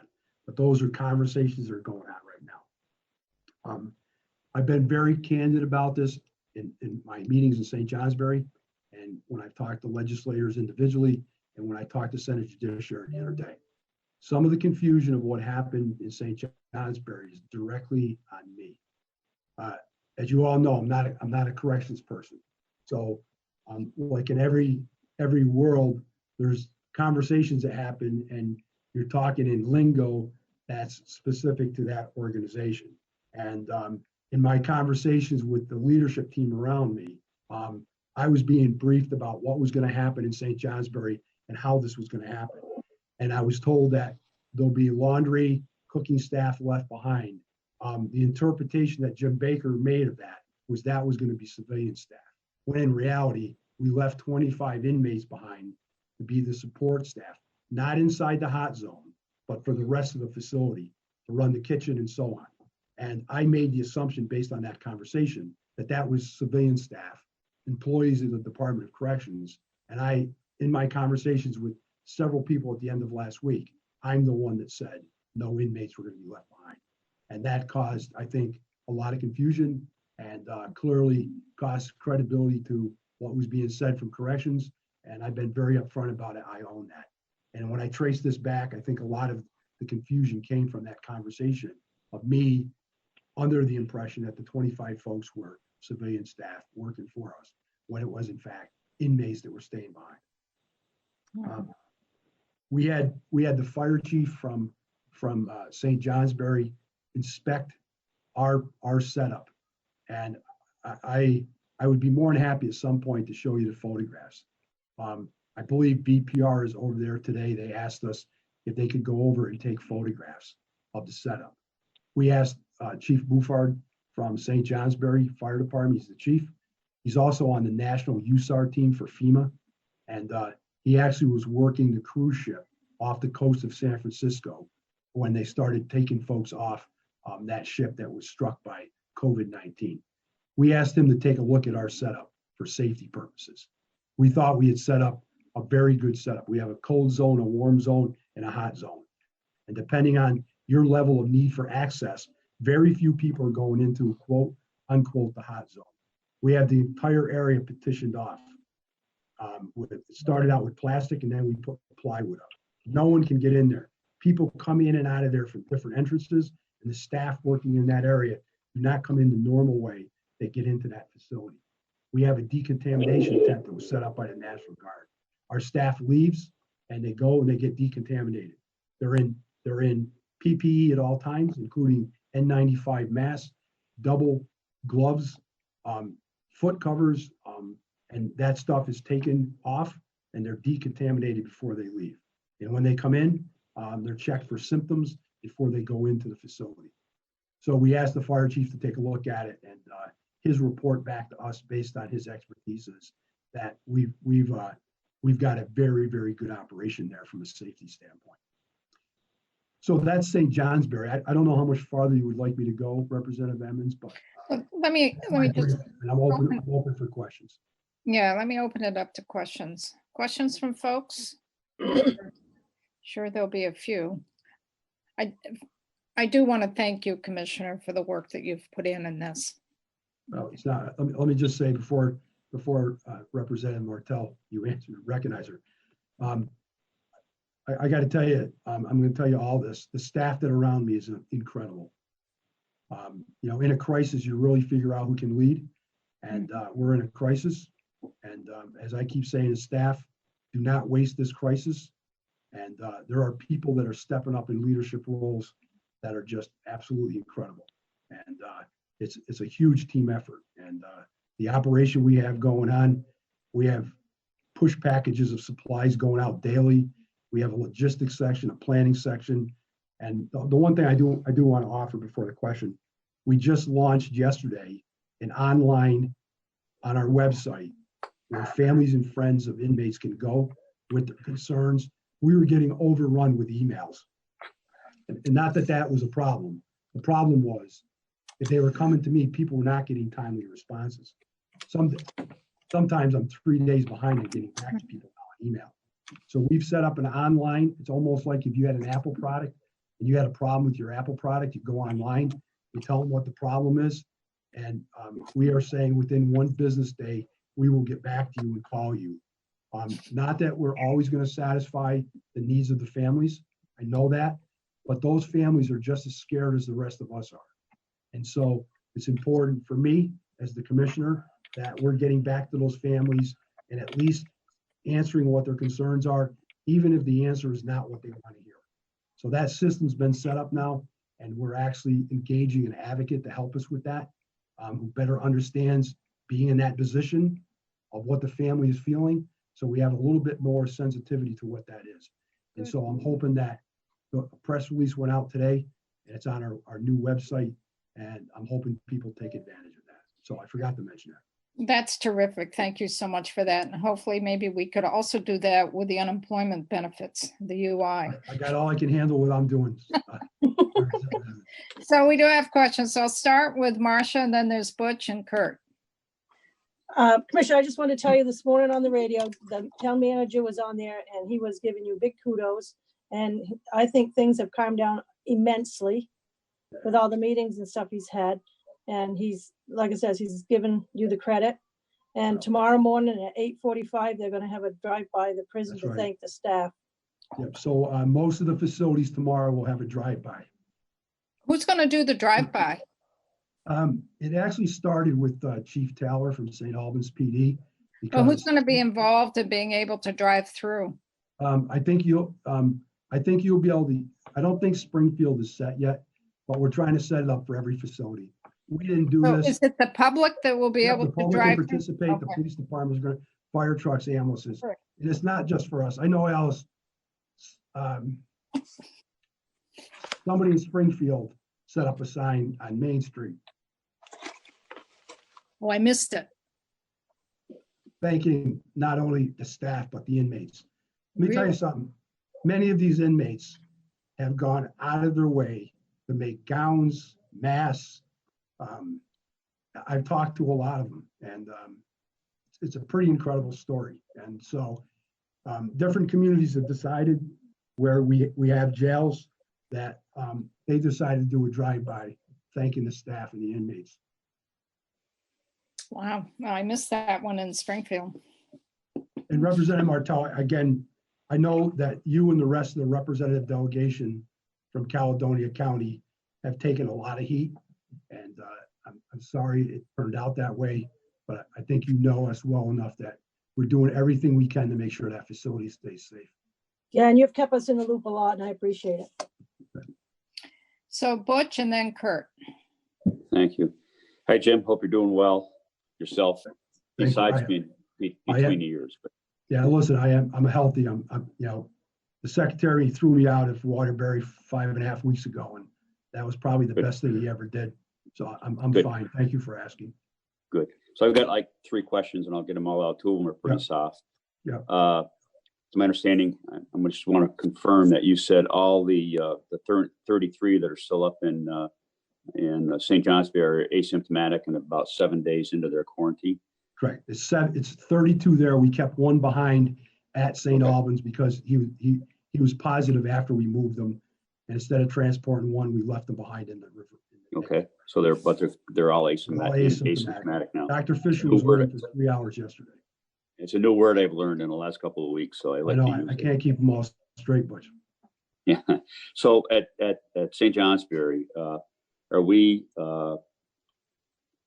concerned, or are we testing, or are we the current inmates that are left? We have the food laundry guys, the folks that are doing the work. How, besides keeping them separated, are you looking at their health on a regular basis? I'm assuming you are. We are. Yeah. And they're good. Again, none of them are showing any symptoms at all, and again, haven't been near any of that population we brought over. And the other reason why St. Johnsbury was important is that even though we had tested some staff and inmates, we had no indication that there was virus inside that system. Okay. We needed a pristine place, right? So one of many decisions that we made. So it's going to morph into an extra question. I'm sorry. Sure. So you still had some tests come back on St. Albans. Yeah, there was a large number. Yep. Now you're down to just a couple, and Correct. It's pretty clean. Correct. Okay. So my final question or comment is: there's a rumor going around of untrained COs being yanked out of the academy and put to work and being mistreated and all that other stuff. It was there were some pretty vicious rumors going around about that. Can you comment on that? Yeah. So what happened was, we had an academy class going on, which is normally 5 weeks. When staff was briefing me, I became very concerned about where they train in Lindenville is very close quarters. So this was right at the beginning of the social distancing piece. I became rather concerned about if we should keep that academy going. And so over a series of meetings with the training staff, they put together a plan to escalate the training and cut it down to just under 3 weeks. But that included an extra day of training on a Sunday. And we gave them all the skill sets that they needed, the hard skill sets that they needed. And then the on-the-job piece was going to be through online. So that was a skill set that you could give them online. And we brought them there. And they got the exact same training on the PPE, donning and doffing of PPE that everybody in the department got. So that rumor did go around. The one thing that I will acknowledge that came up in a press conference, came out of a press conference with the governor's press conference with Secretary Smith, and this got by me, is that some of those employees fit in. You're all familiar with this because you deal with corrections all the time. They were in those temporary positions without a benefit package that you're familiar with, where corrections historically has brought people in. They're in that temporary position until a position number frees up. When I heard about that at the beginning of the week, I think it was the governor's press conference on Monday, I've directed staff to get those people into permanent positions and get them into a benefit package as soon as possible. I do not want them doing these jobs without having access to health insurance. So we're in the process of doing that. And that means we got to move some vacant positions from other facilities up to Northwest to get them into those positions. But I'm hoping within the next few days that they'll be in those positions and we can get them into a benefit package. Thank you. Thank you. Kurt and Butch, you can put your hand down. Yeah, just a couple of questions. You said there's about 1,400 incarcerated now. Have they all been tested have they all been tested, or where are we on the testing of the rest of the system? They have not been tested. And the position that we've taken is, and I'll take you back to why we tested in Northwest in a minute to put this in context. The position we're taking is that because of the limit, even though the ability to test has gone up significantly since we started down this path 4 or 5 weeks ago, we still don't have the capacity to just take those tests and test everybody in the system. And I guess I would point out, as I've said to people, representative a couple times, this is the same conversation that we're having every day inside AHS around nursing homes, mental health facilities, homes for developmentally disabled children. These are the same conversations, and where do you draw the line and use the kits? So when St. Albans, what happened in St. Albans is we had a staff member test, and again, I don't want to get into buildings or what their jobs are because I want to respect their privacy. We had a staff member test that was in a different part of the facility, was the first positive we got. And then we had, and I forget what the sequence was. Then we had a second staff test who worked in a different part of the facility. And then we had an inmate test that we didn't believe any three of them came in together. And that caused us, as a term that I often use, caused me to put my coffee cup down and think about that. And that was the basis for us wanting to test the entire facility, because there was no systematic sequence of how they were put together inside the facility. So it was a clue for us that we needed to take a look. Those 328 tests that were directed to the facility obviously came off a priority list for other people that were a priority ahead of that jail. And so those are the kind of decisions that are being made. And we are doing the same thing with the rest of the facilities. If we see that type of situation, that would be the basis to ask to test the facility. And how do you? Yeah, go ahead. How do you decide? I mean, tests were done at St. Albans on those first three. How do you decide when to test a staff member or when to test an inmate just to? Because they were symptomatic. Okay, so they were showing symptoms, and that prompted. They were symptomatic, correct. Okay. And so that's the guideline moving forward for right now. Obviously, if testing, again, if and it's just not us. If you follow what happened at the Bennington Veterans Home, and it's not my position to be talking about the Veterans Home, but a staff member tested, and Secretary Smith made the decision to move on testing that facility. I see. Okay. I'm a little confused about St. Albans in that there were prisoners there, and then these new ones came in, or there was a surge facility being set up in St. Albans. I'm trying to figure out what happened to the previous prisoners, or were there any? In St. Johnsbury? I'm sorry, St. Johnsbury. Yeah. Oh, I'm sorry. So No, yes, I really we moved. let me start. Let me start over. I know what you're saying, sir. No, I follow now, sir. Okay. I like your picture in the background there. I thought for a minute you were at the State House. Part of the reason why, another reason why St. Johnsbury was our choice for a surge site, because the population is lower there. And we knew if we had to use it for a surge site, it was easier for us to move the population out. So part of what happened once these tests started coming back negative was a pretty elaborate transportation system that we had planned for and had in place that happened overnight, where we quickly moved folks and put them to 3 different facilities. And I'm going to say this off the top of my head, and I think I'm right, but I could be wrong. I think it was Rutland, Springfield, and Newport. We moved out people that were there quickly so we could prepare, really clean significantly the site where the COVID-19 positives were going into, and then the transportation from St. Albans over to St. Johnsbury took place.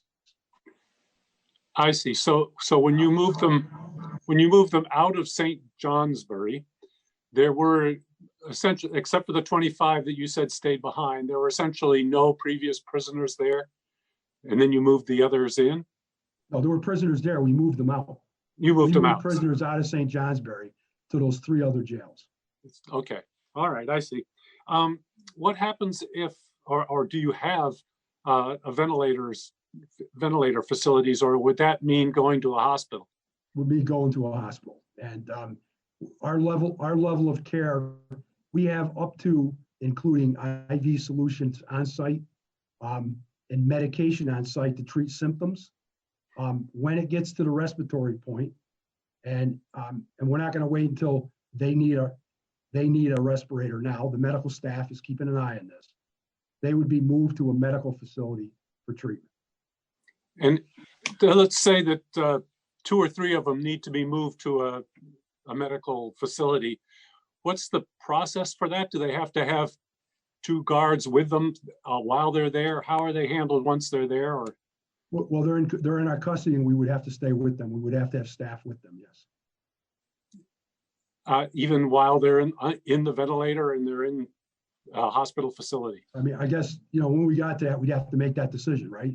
Yeah. But most of them I have no control over being able. So if it was someone that was at a point where I could medically furlough them, that would be a but I don't think any of the folks that are there fit that category. In fact, a couple of them are in federal custody. So I have zero control over them. So last question then. So at the other facilities, aside from St. Johnsbury and St. Albans, there haven't been any that have warranted testing, or have there been? We have tested other inmates in the state, yes, and they've all come back negative. Okay. All right. Good. Thank you. So we have another question, Sarah? Thank you, Commissioner. I think Kurt answered most of my question, but I wanted to have a better understanding of how we're doing in the other facilities. It sounds like there are some cases, and can you give us a picture? Yeah, the other facilities, we have had cases of inmates that have presented symptoms and they've been tested, and to date have been negative.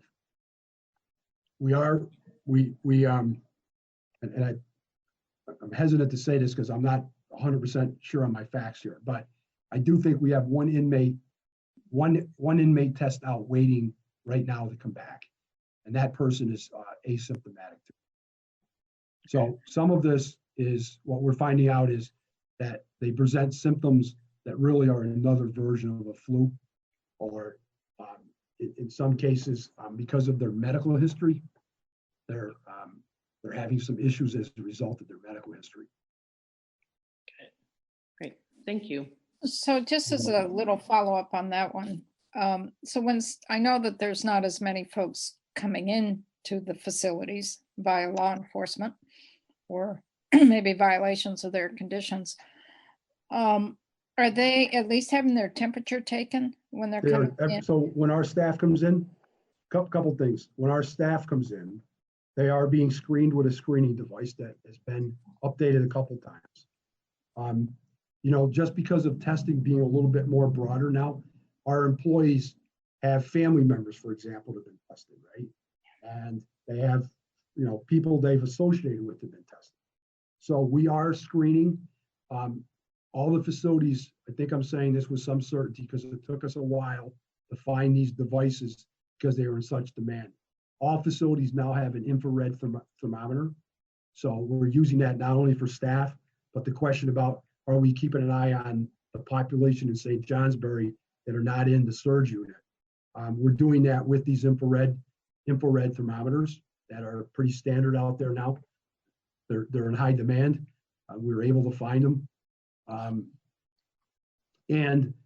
Anybody that comes into the system new, anybody that's coming into the system, inmate population-wise, that is new, is being quarantined for 14 days. So they don't go into the general population. We quarantine them for 14 days. And we've taken a little bit of heat about that because, it's not pleasant to be locked down for 14 days. And we know that. But, we've really, with Dr. Levine's EPI team at the health department, we did the tracing with the EPI team in St. Albans, and they helped us really redesign the population that was left behind that was negative to protect them by doing the EPI work. And so,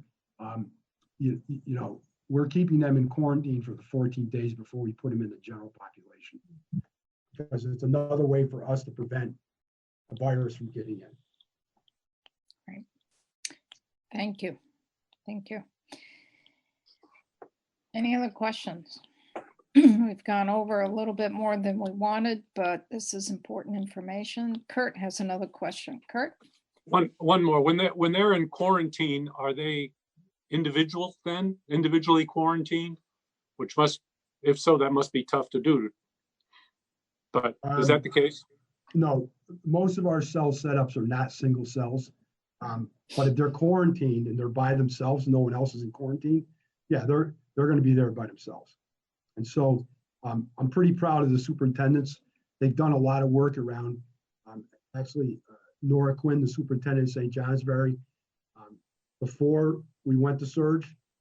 But now that they're in surge, have created a little bit of gift bags with puzzles and playing cards and that kind of stuff. And trying to make sure we're checking on them. The other thing, which isn't up and running yet, but as part of what we're trying to give, we recognize that our mental health services have slipped off because, you know, of the nature of how we've locked the jails down. And so we're getting some materials and to the inmates, especially those who've had a history of mental health. So if we got somebody that's in isolation that has a history of mental health issues, challenges, we're paying particular attention to that because that isolation can be damaging. But, you know, we're balancing out the best we can to follow guidance. If we can keep them out of there for 14 days out of the general population, we got a better chance. They don't show any symptoms. We then can put them in the population. Okay, thanks. Okay, are there any other questions before we allow Commissioner Baker to go back to his work? I will tell you, we're doing, the last thing I'll say, Representative Evans, is that we've decided once a week now to do a press availability. That's at 4 o'clock this afternoon. Try not to compete with the boss's press conferences on Mondays, Wednesdays, and Fridays. Right. So we decided to do it on Thursday because there's so much interest in corrections. And so there'll be a press availability this afternoon with me and the senior leadership team. And we also will have the fire chief from St. Johnsbury with us. And we'll also have Dr. Fisher to talk about the medical piece. So it will be that, and Representative Martell, that's really directed at trying to message over to St. Johnsbury the information that we think people still aren't clear on what we're doing. So Kurt, I see you have your hand up. Is that from the previous or do you have a new question? No, just a brief comment. I really appreciate your coming in, and because we get a lot of questions from constituents and we get them from other legislators because we're on the corrections committee, and so we're kind of need to have kind of detailed information, and I don't like getting it from the press because I don't trust it as much. So it's good that you came in and that we have some official statements coming out and press conferences that you've mentioned. So that's good. Thank you very much. Thank you for all your support. It's greatly appreciated. Thank you, Jim. Thank you. Great job. Thank you. Thank you, Jim. Thank you. Thank you. Now you can go back to, whoops, wait a minute. Before you leave, I think Butch has a question. Okay. Sorry. No? Good thing my Yeah, fingers are, good thing my How do we fingers are slow. Yeah. Okay. Thanks. How do we access the press conference? I will get Candace to send over a number to Phil. Beautiful. Fair enough? Thank you. Yeah, well, that'd be great. Absolutely. Thank you. Thank you. Thanks, everybody. Thank you. That's great. Be safe. Thank Be you. safe, please. Yes, you too. You too. You too, please. Thank you. Take good care, Commissioner.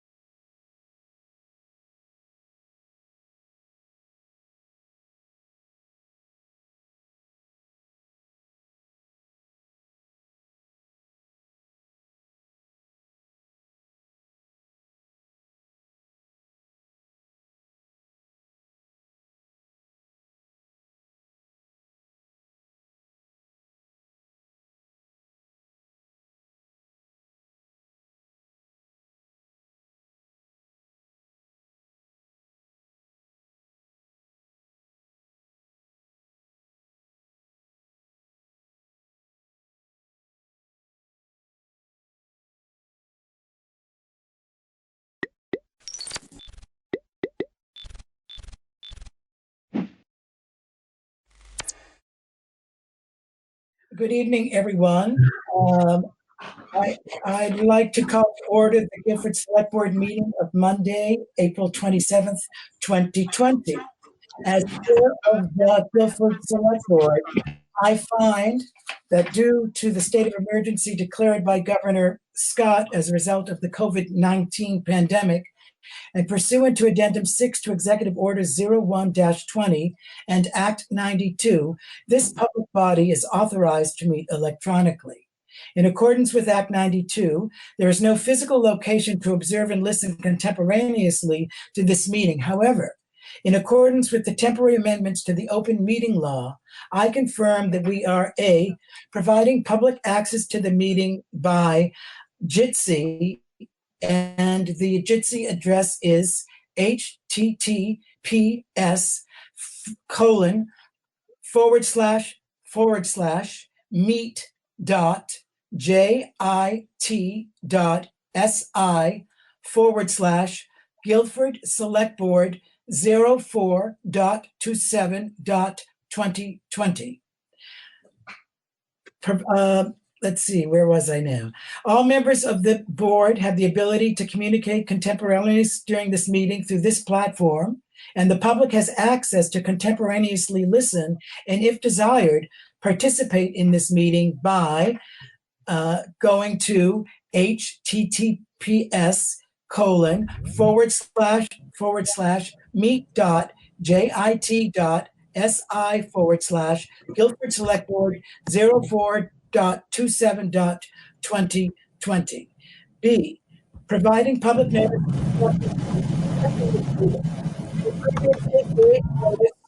to the public of the necessary information for assessing this meeting, including how to access the meeting using Jitsi in our posted meeting agenda. Instructions have also been provided on the town website at guilfordvermont.net. Providing a mechanism for the public to alert the public body during the meeting if there are problems with access. If anyone has a problem, please call 254-4117. And D, continuing the meeting if necessary. In the event the public is unable to access this meeting, it will be continued to a time and place certain. Please note that all votes taken during this meeting are not unanimous, will be done by roll call vote in accordance with the law. Let's start this meeting by taking a roll call of attendance of all members participating in the meeting. I will call out your names. Zon Eastis. Miranda Porch. Is Miranda here? We can't hear you, Miranda. Hello, I was just unmuting. Okay. Michael Becker. Here. Rusty Marine. I'm here. Okay. Richard Wazansky here. And we are also joined by Peter Rude, the town administrator. Recognition of the public. Ellie, I see you there. Yes, I am here. Welcome. Thank you.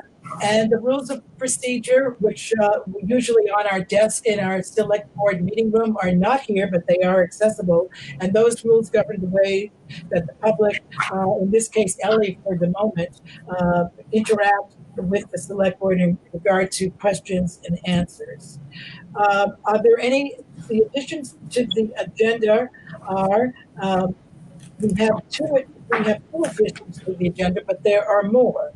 The A is the Guilford Country Store liquor and tobacco license. B is purchase of a one-ton truck. I know that Zon had an addition to the agenda. I almost said menu there. Yes, I would like to add a very quick update about the Communications Union District, some news around us. Okay, great. I have several additions to the agenda, but I'd like, does anyone else have additions to the agenda before I speak mine?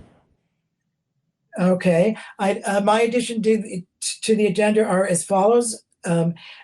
Appointing Ann Ryder as a new member of the Finance Advisory Committee. Ann has graciously agreed to serve on that committee.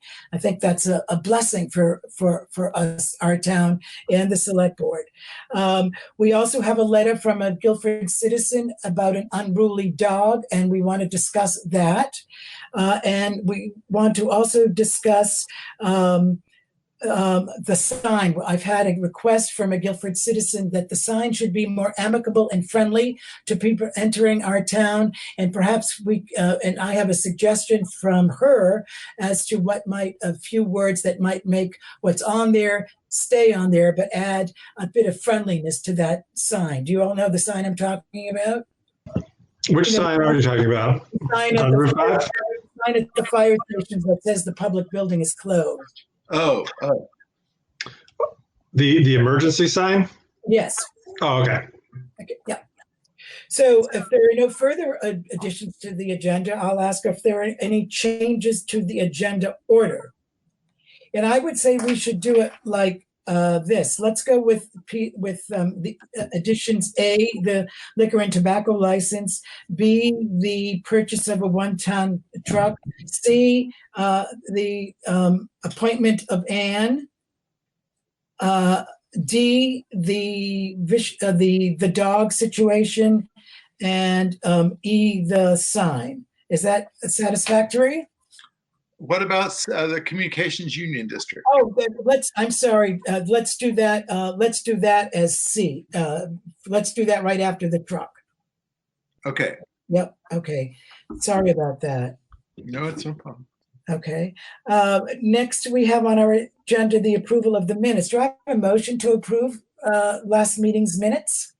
I approve. I will so move. I had written to Peter. Well, yes, I will move the minutes. Okay. Do I have a second? I'll second.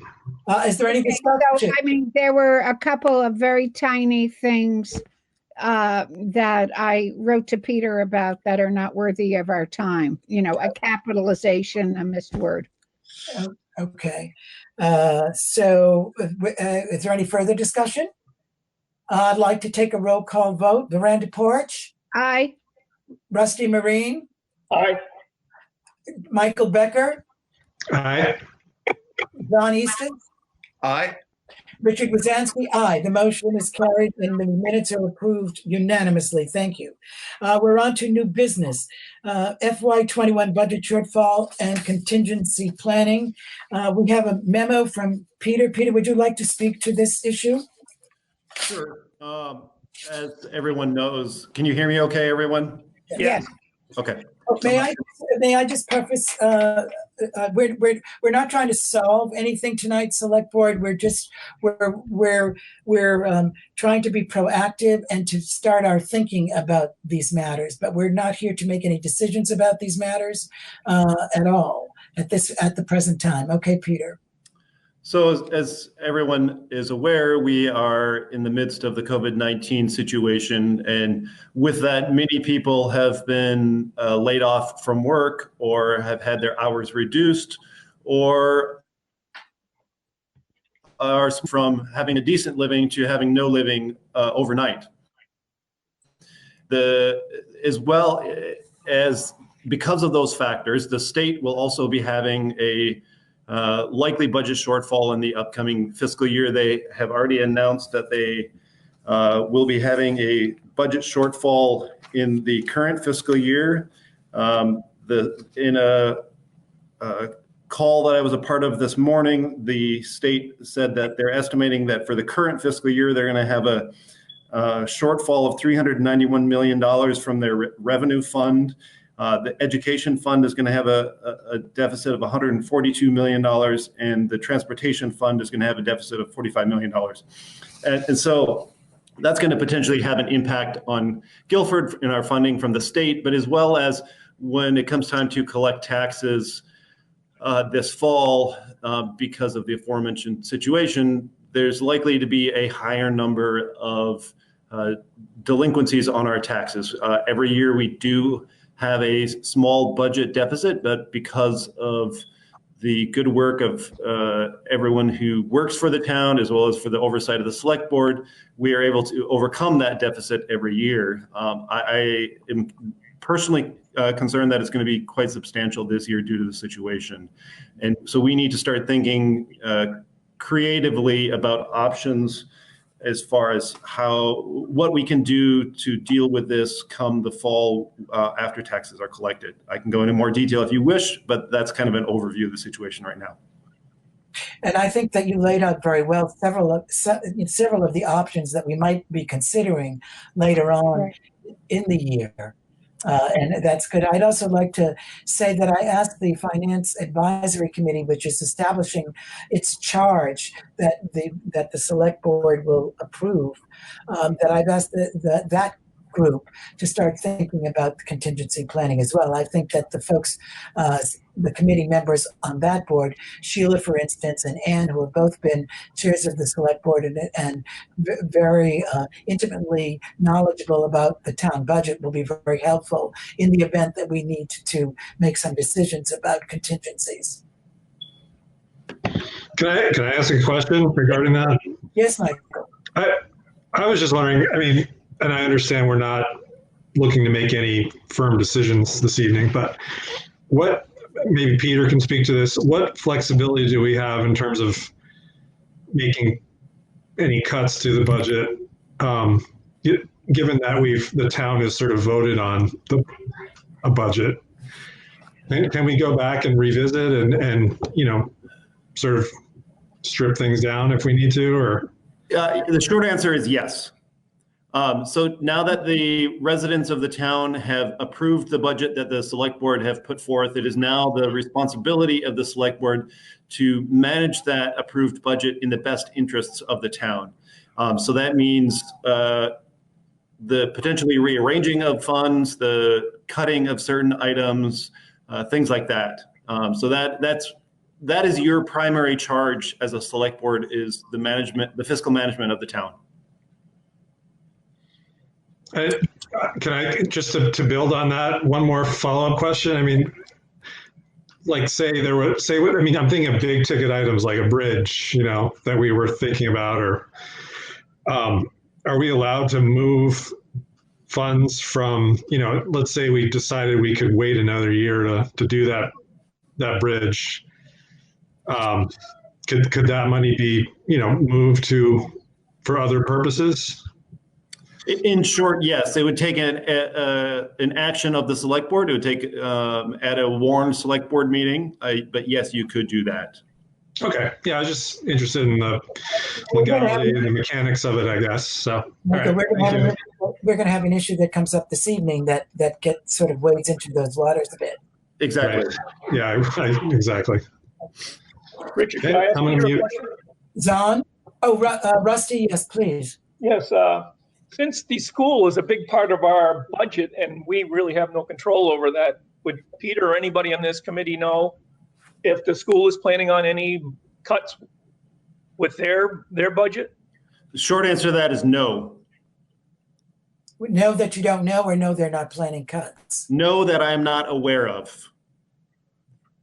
Nothing has come from the state in that respect. There has been some discussion, particularly with Vermont League of Cities and Towns, from a number of towns that are deeply concerned about this issue, in that when it comes time for us to make our education payments to the local school as well as to the state, the town is responsible to pay those fees regardless, similar to how each of us pay taxes. If we are delinquent on our taxes, we face an 8% penalty and 1% interest charge. The town faces the same thing if we don't pay our education taxes. And so even if we are 1 day late at the moment, we would have to pay that 8% penalty on through approximately, speaking with Penny, it's approximately $3.5 million. We'd pay an 8% penalty on that, plus 1% interest per month. So that would be pretty substantial. Unfortunately, the situation can only be addressed by the legislature and the Agency of Education. This is out of the governor's control, for better or for worse. And so if, for example, if the town does face a substantial budget shortfall, we're still responsible for paying our education taxes, even if we don't have those funds. Unless the state does something to ameliorate that situation. Unless they do. And at the moment that we have, it's something I've been following closely, and it's something that is of huge importance to VLCT. And as of yet, I have not heard of anything that has happened. Well, there are so many unknowns. I think it's wonderful that we're having this conversation now, just for us to begin preparing for it. But, you know, the school is, I'm sure that the people who are involved with Vermont schools are having their own critical conversations, especially considering that school will be based from each family's home until the end of the school year, and what will the implications of that be?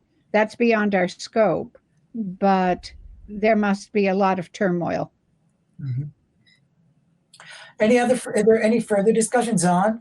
Yes, I'm just interested to know if we should begin now to, shall we depend on Peter to just keep us advised, or shall we perhaps develop, I know I would learn a lot from knowing like what are three possible scenarios, worst case, ranging down to best case, and begin to develop some sets of actions that we could be framing our thinking around. This is great. I agree with Brandon to have this conversation, but I don't want to just continually be in a situation where I need to be reactive because of the latest news that we just found out about that forces us into a way of thinking without having more context. Does that sound reasonable? I mean, what I'm suggesting? It sounds reasonable to me, but we're lacking quite a bit of the context because we don't know. I mean, there are so many unknowns at this point. But I suppose we could conceptually plan scenarios that if in this case, then we would do this. Yeah, that would be helpful to me. I mean, it would help me limber up the possibilities of how to think about our way through this, rather than just reacting to a scenario when it's presented to us at one moment. If that makes sense. That does make sense to me. So, Richard. Yeah. So this was something that I was thinking quite a lot about during my work day today. And so one of the things I was going to start working on to present to the select board is a series of various scenarios looking at estimated, at this point, it's only going to be an estimated guess, but estimating, say, for example, if we had a 1% budget shortfall, if we had a 5%, and if we had a 15%, and maybe say 30% at the worst case scenario, what that would look like for our overall budget and how that would impact us being able to, as a town, being able to provide the services that we do for the residents who live here. Right. And then present that. Obviously, as you stated, we don't know what's going to happen, and we're not going to know until October. Right. But I think that, Peter, I'd like you to take that on. I'm sure the select board agrees with me to take that on as a task, to start thinking about it and preparing some scenarios, just as you said. Does the select board agree that would be a good, productive? Absolutely. I'm just going to ask, are you serious about the 1% scenario? Or, I mean. No, that was just hypothetical. That was hypothetical? Okay. I was thinking like 10, 20, 40, or, something like that. Or yeah, I think 10, 20, and 40, I think is likely what I'm going to start with. Okay. That was just a hypothetical. I get it. Yeah. No, but those are actually the numbers I was thinking about today was 10, 20, and 40. Based on the numbers that the state has put forth to us, I think somewhere in the 20 plus range is going to likely be realistic. It also seems to me that if we have information about the school situation, about if there's any changes in the works, that might give us some flexibility for thinking about when actions need to be taken or when changes in drastic budget changes need to be made. And that might move us to some sorts of advocacy that we might want to join forces at the state level or something in some way. And again, not just leave that all to Peter, but maybe there are things that we as the select board could begin begin to do to move some of this. One thing, if I can suggest, I think we need to start, I think those are great ideas, Dawn, and I think that we need to start the advocacy now. We still have, 2 months until the end of our fiscal year. This current fiscal year, we're fine. But I think that, for example, my personal recommendation would be for the select board to draft a letter to send to VLCT and express your concerns and what your concerns are. And VLCT is already aware of it and they're already working with the legislature, but just to add our names to the already growing list of towns, who are expressing concern. Because on average, most towns pay between 60 and 70% of their annual taxes towards education. Yeah. Do I have a volunteer who would work with Peter on a letter like that? Zon, you're on. Yeah, I'd be happy to, just because I think it's very important. So. Yes, and let's make that. Let's make that an step, please. I have an additional question. So are we going to be involving our financial advisory committee at this point in time in our deliberations about this? As I said earlier, it's one of their tasks, and if we call upon them for their advice, I'm sure they would give it. But they're in the middle of right now forming themselves and establishing their mission and task. But I think that they will be sooner rather than later very helpful in this process. Okay. Okay, so we have an action step that's on, and Peter will work on an advocacy letter. I'm sure that Sarah, our representative, is very well aware of these issues and working on our behalf. Yeah. Yes, she is. I've had some communication from her, and I know that she's doing as much as possible at the state level. Okay. Any further discussion? Excellent. I know that Sarah is also working to attend to the needs of our residents who have been trying to get, this is relevant because they've been trying to get their unemployment in place. And so she's been very active in that, and that will have an effect on our taxes, people being able to pay. Yep. Okay, now we're on to item number 8, Select Board Revised Annual Goals. I hope you all had a chance to look at the revision. Well, Richard, we should take on the new additions first. Oh, okay. That's the order that we should go in? Yes. All right. For those that are new business. Excuse me just a moment. Yeah. How does the audience get recognized for a question? Oh, you just raised your hand, but I didn't see you in my gallery here. Are you in the gallery? Can anybody else? Yeah, I'm here. I'm here. Okay. And if I don't see you, please just say I'd like to, Richard, may I say something? Well, may I say something regarding the last item? I couldn't get unmuted in order to do it in time. Please. I would just like to ask that somehow, I know it's, at least I think, I haven't been in the office a lot, except maybe twice since the middle of March. I know Peter is obviously involved in this discussion. I believe Penny is going to be a member of this finance committee. Is that correct? Yep. What's the communication going to be to the rest of the staff?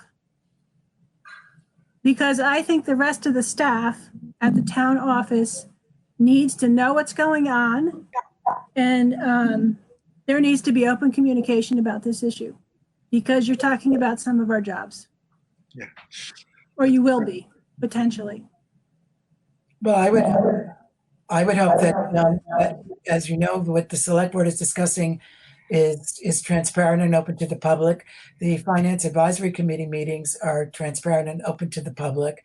And I would imagine that as we move down the road, if there are communications that we need the staff to hear about, which they should hear about, we'll open a line of communication. Penny as the town clerk is certainly going to be on. Is the reason she's on the finance advisory committee is because she is the town clerk and she needs to be involved in these in the discussions. Okay. But I think just to underline, thank you for bringing that to our attention, and it's something that we will remember. I would appreciate that. Absolutely. Thanks, Ellie. Yeah. Mm-hmm. The Guilford Country Store liquor and tobacco license. I have their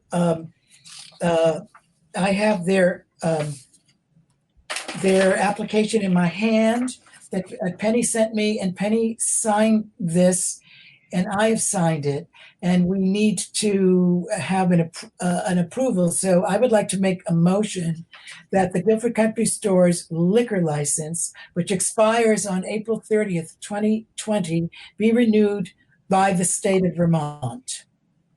And I'll second that. Thank you. Is there any discussion? Okay, let me take the roll, please. Michael? Aye. And John? Aye. Rusty? Aye.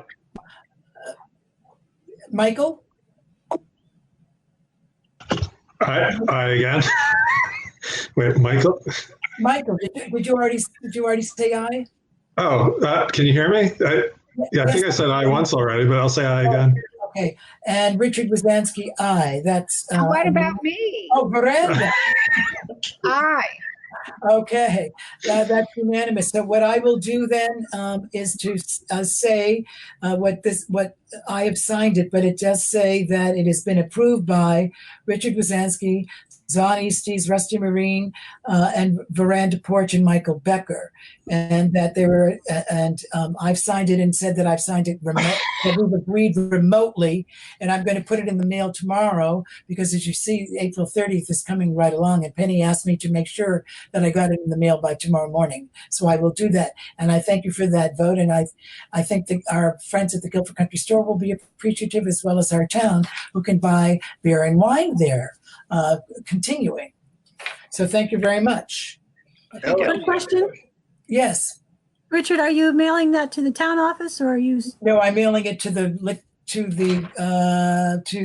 Division of Liquor Control. Okay. Thank you. Yep. Yep. Okay. Thanks for keeping on that. So next is on the purchase of a 1-ton truck. And Peter, would you like to speak to that?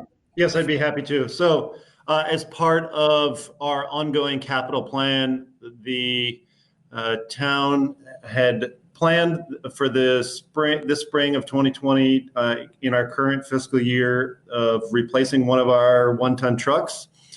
Just very briefly, we are on a schedule of replacing the small trucks every 7 years. Due to the use and abuse that they see, and our large major equipment is purchased on a 10-year rolling cycle. So this truck had been planned. This particular one that we are needing to replace is one that Danny has been having many issues with over the past year and a half or so. I don't have the specific numbers in front of me.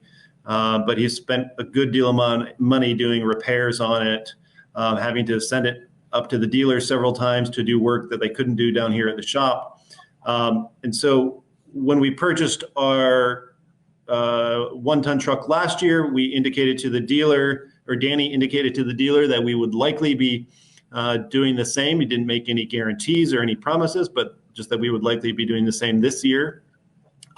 They have so all of these trucks are called spec trucks, which means that they are built to municipal specifications. They build only a certain number per year. So they did put, quote unquote, our name on this truck and contacted Danny at the end of last week, letting him know that the truck is completed. And I did, and he shared with me the quote from the dealer, which I shared with all of you earlier today. This is the same price that we paid for the truck last year, which would be a total of $94,316, which includes all of the equipment as well as a municipal discount of $4,200.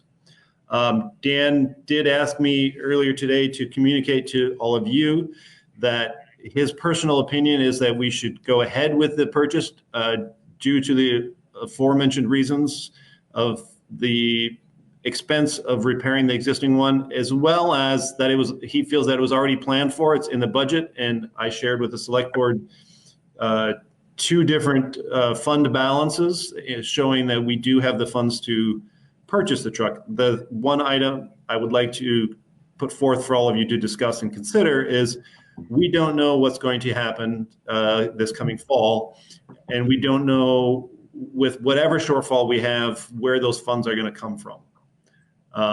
And so while, for example, the funds in the Highway Reserve Fund can only be used for highway purposes, the funds in the capital fund could be potentially reallocated for other uses should that need to happen if we aren't able to secure funding in other ways that would be more beneficial.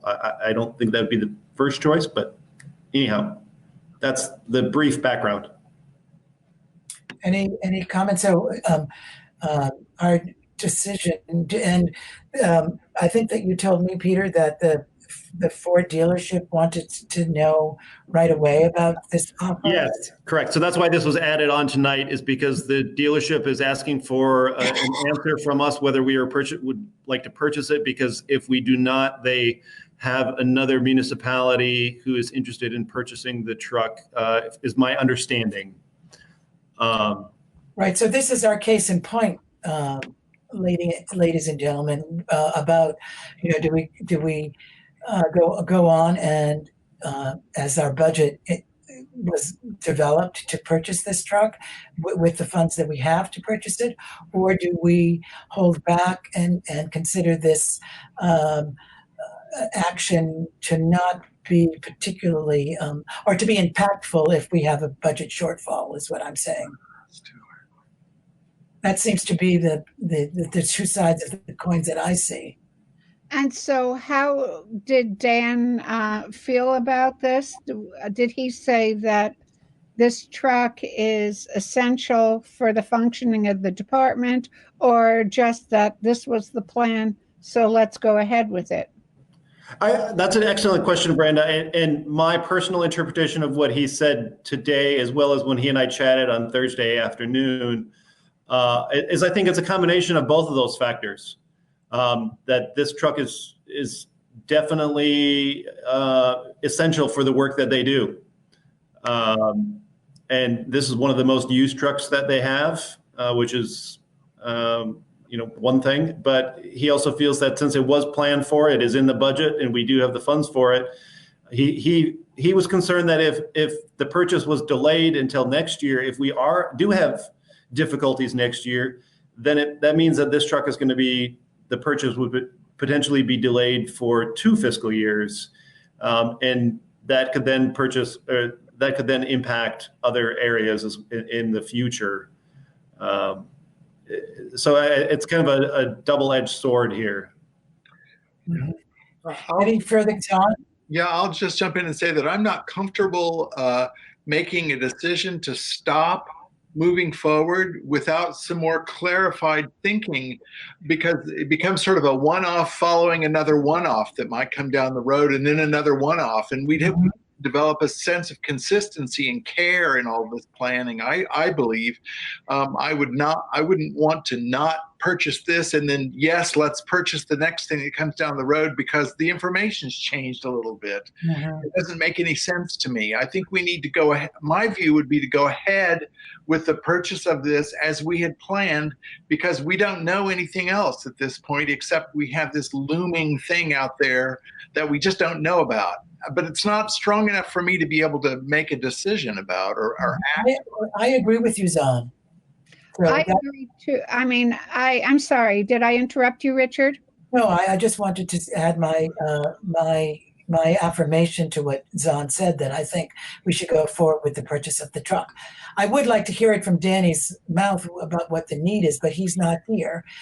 And And the significant factors of the present truck being lousy and breaking down and costing us money to repair makes it all the more, I think, a value proposition to buy the new truck. I would also add too, that I believe, at least from a communication with Danny, I believe his intent is to sell this truck. He won't be getting a lot of money for it, but his intent is to sell the existing truck. So that would help for part of the purchase price as well. And as we know, the roads, the care of the roads affects every resident in the town.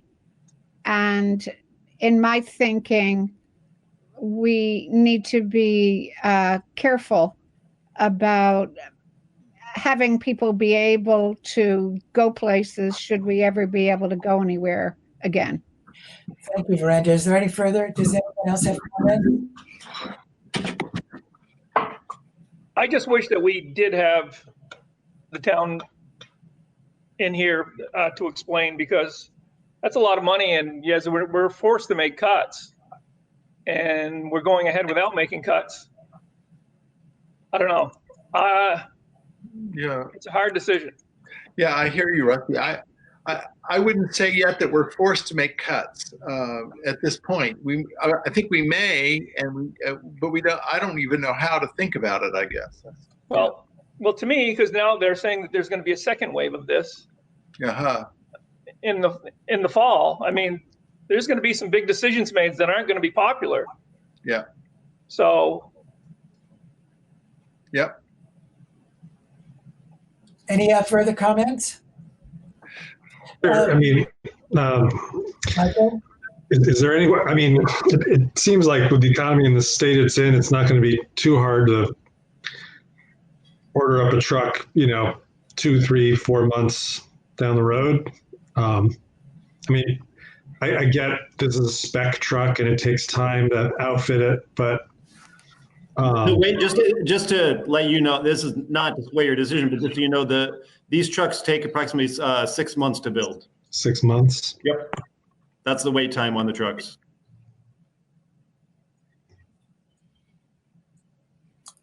Peter, do we have to vote on this? I mean, yeah, they're looking for whether or not the town is going to purchase the truck. So the only way you can decide that is for you to vote on it. Okay. Are we ready to vote? Yeah. Okay. I'll take the roll. John? First, somebody needs to make a motion. We need a motion. I'm sorry. Can I have a motion?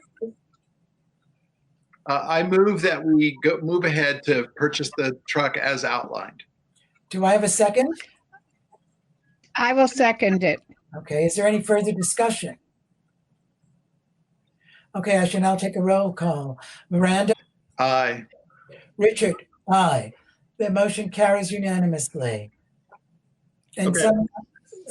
I'd just like to say that this whole kind of way is going to make me very nervous. So if we have to continually move like this going forward, I'm going to be very, very uncomfortable. So we are going to have we're going to develop some premises that we can work under, right? Good. But we are also we're also in a conditional situation. So sure, I say that mostly in support of Rusty. Well, I'm having a hard time with just mentioned today, and we're talking about budget cuts, and then all of a sudden, $93,000. That's not chump change, Yeah. Yeah. But I mean, we're talking about potential budget cuts, not budget cuts. Yes, that's the key point, Richard. Yeah. So, very good. I think that we have advanced the care of our roads significantly by replacing the truck and having a new truck. Okay. Richard, I'll communicate with Danny tomorrow to finalize the details of that. Okay, thank you. Miranda, were you saying something? Richard, I just wanted to make a very brief comment to reassure Rusty that when the time comes that we really need to deliberate and make cuts, this isn't a board that's just going to avoid our responsibility. I just wanted to try to provide a little reassurance. Yeah. Thank you for that. And we're all in it together, to use a popular cliche. Current phrase. Okay. So our next item on the agenda is the CUD, the CUD. Zon, you're up.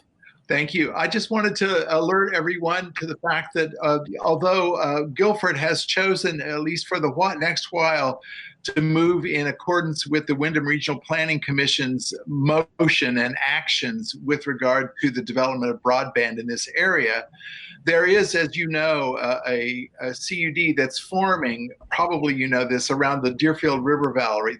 Right now, there are 7 towns that have joined together to form a CUD, and they meet on a very regular basis as a CUD. They're not moving against the Wyndham Regional Commission; they're just moving ahead. And so it's not that they're moving it counter to or anything. Their hopes are probably in the same vein as ours. But I was contacted because I'm, personal friends with the person in Marlborough who's leading the effort there. So he just wanted us to know that they have monthly meetings. This new CUD has monthly meetings that we would be invited to go to if we wanted to. And part of their agenda is to bring in 8 utilities, potential utilities that would offer services in this part of the state. And they're just going to interview these 8 utilities. That's happening on a different schedule, but they're also willing to invite us to. So there's a way that Guilford could be gaining information about what's actually going on with the CUD. I'm imagining down the road that we will be joining that CUD. That CUD will eventually become the Wyndham County Regional CUD. It's just not there yet. So it's just all I want to say is that we've been invited to attend meetings, even though we're not actively engaged. We don't need to join the CUD at this point. Oh, that's good. We could take part. And so they were asking us, Stephen John, if any of you know who he is, he asked me if we wanted to appoint a person, and I said that Peter is our current person with relationship to the Wyndham Regional Commission, and would we want Peter to be informed about all these other meetings, or would you all be comfortable if I were informed or if Michael were informed, and between the 3 of us we would just build up the information system here is what we're trying to do. Well, I would be very happy with that myself. What about the rest of us? I would certainly be happy with it. I was approached by a couple of residents about why we weren't already applying to be part of the CUD, and I really didn't have a good answer.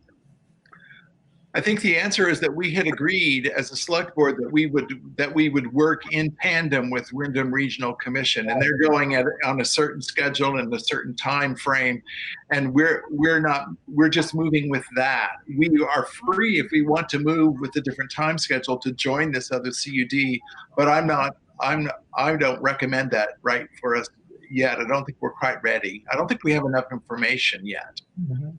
So would the 3 of you work, Michael, you and Peter, work out how you will gather the information and then let us have that information? I'm willing to be involved. I can attend meetings when other people can't, but I don't know if we want this round robin approach or just Peter, what are you thinking? I'm willing to Well, I mean, so I know. Go ahead. I'm sorry, I thought you were done, Michael. Go ahead. Oh, I guess I'm sort of wondering, given your recent additional duties, is that something we can assist with? I mean, at the moment, there's not a lot for us to do. I think that when it comes to that point, then yes, I think it would be very helpful if, say you and Zon could provide some assistance on that.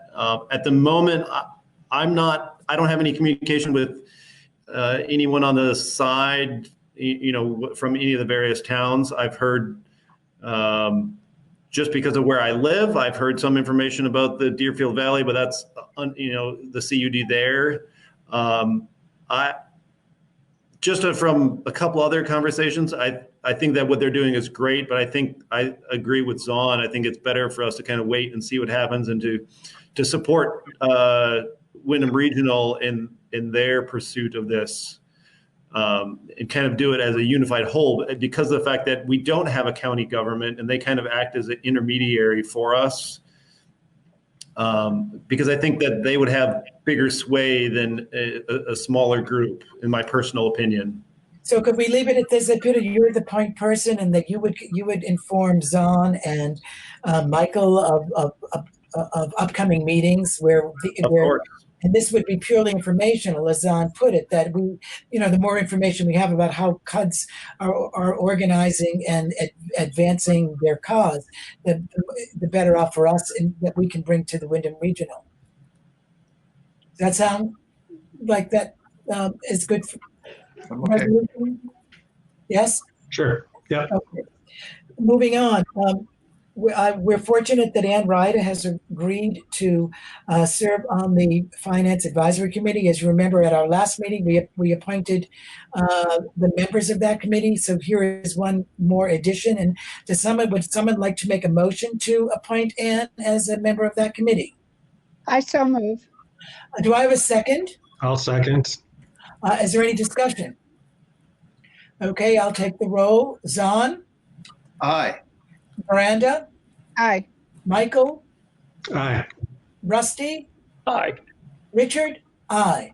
The motion carries unanimously. Thank you very much. I think that Ann is going to be a great addition to that committee and its work. The next item on the agenda is the dog.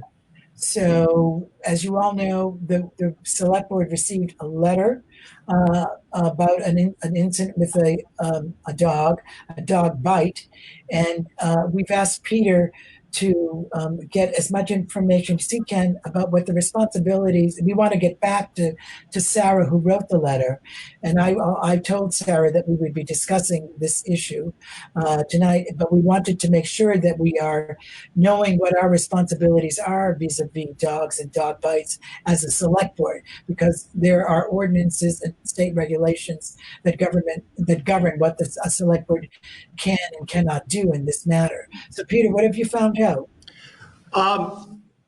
Pretty much not a whole lot new or different than what you already know. I did read the state statute. It does not appear that the statute around dogs has been altered in recent years.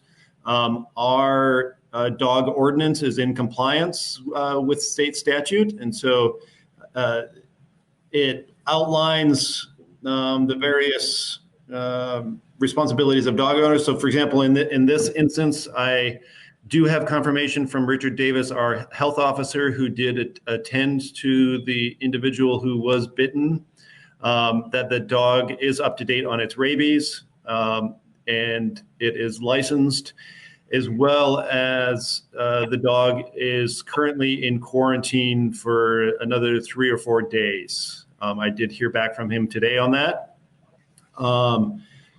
So on a technical level, if we wanted to, the select board could pursue some civil fines towards the dog owner for a number of things. For the specific dog bite incident, it's also considered a vicious dog because of that. So that's another, as well as not having control of their dog and not having their dog on their property. So those are all things that could be pursued from our dog ordinance. Not to dissuade that decision, that is last year, Michael and I were both in a workshop that talked about the various steps that are needed for that. It has to go through the Vermont judiciary system in order for us to assess civil fines on an individual. And it is a rather lengthy and cumbersome process that's going to take several months to come to fruition.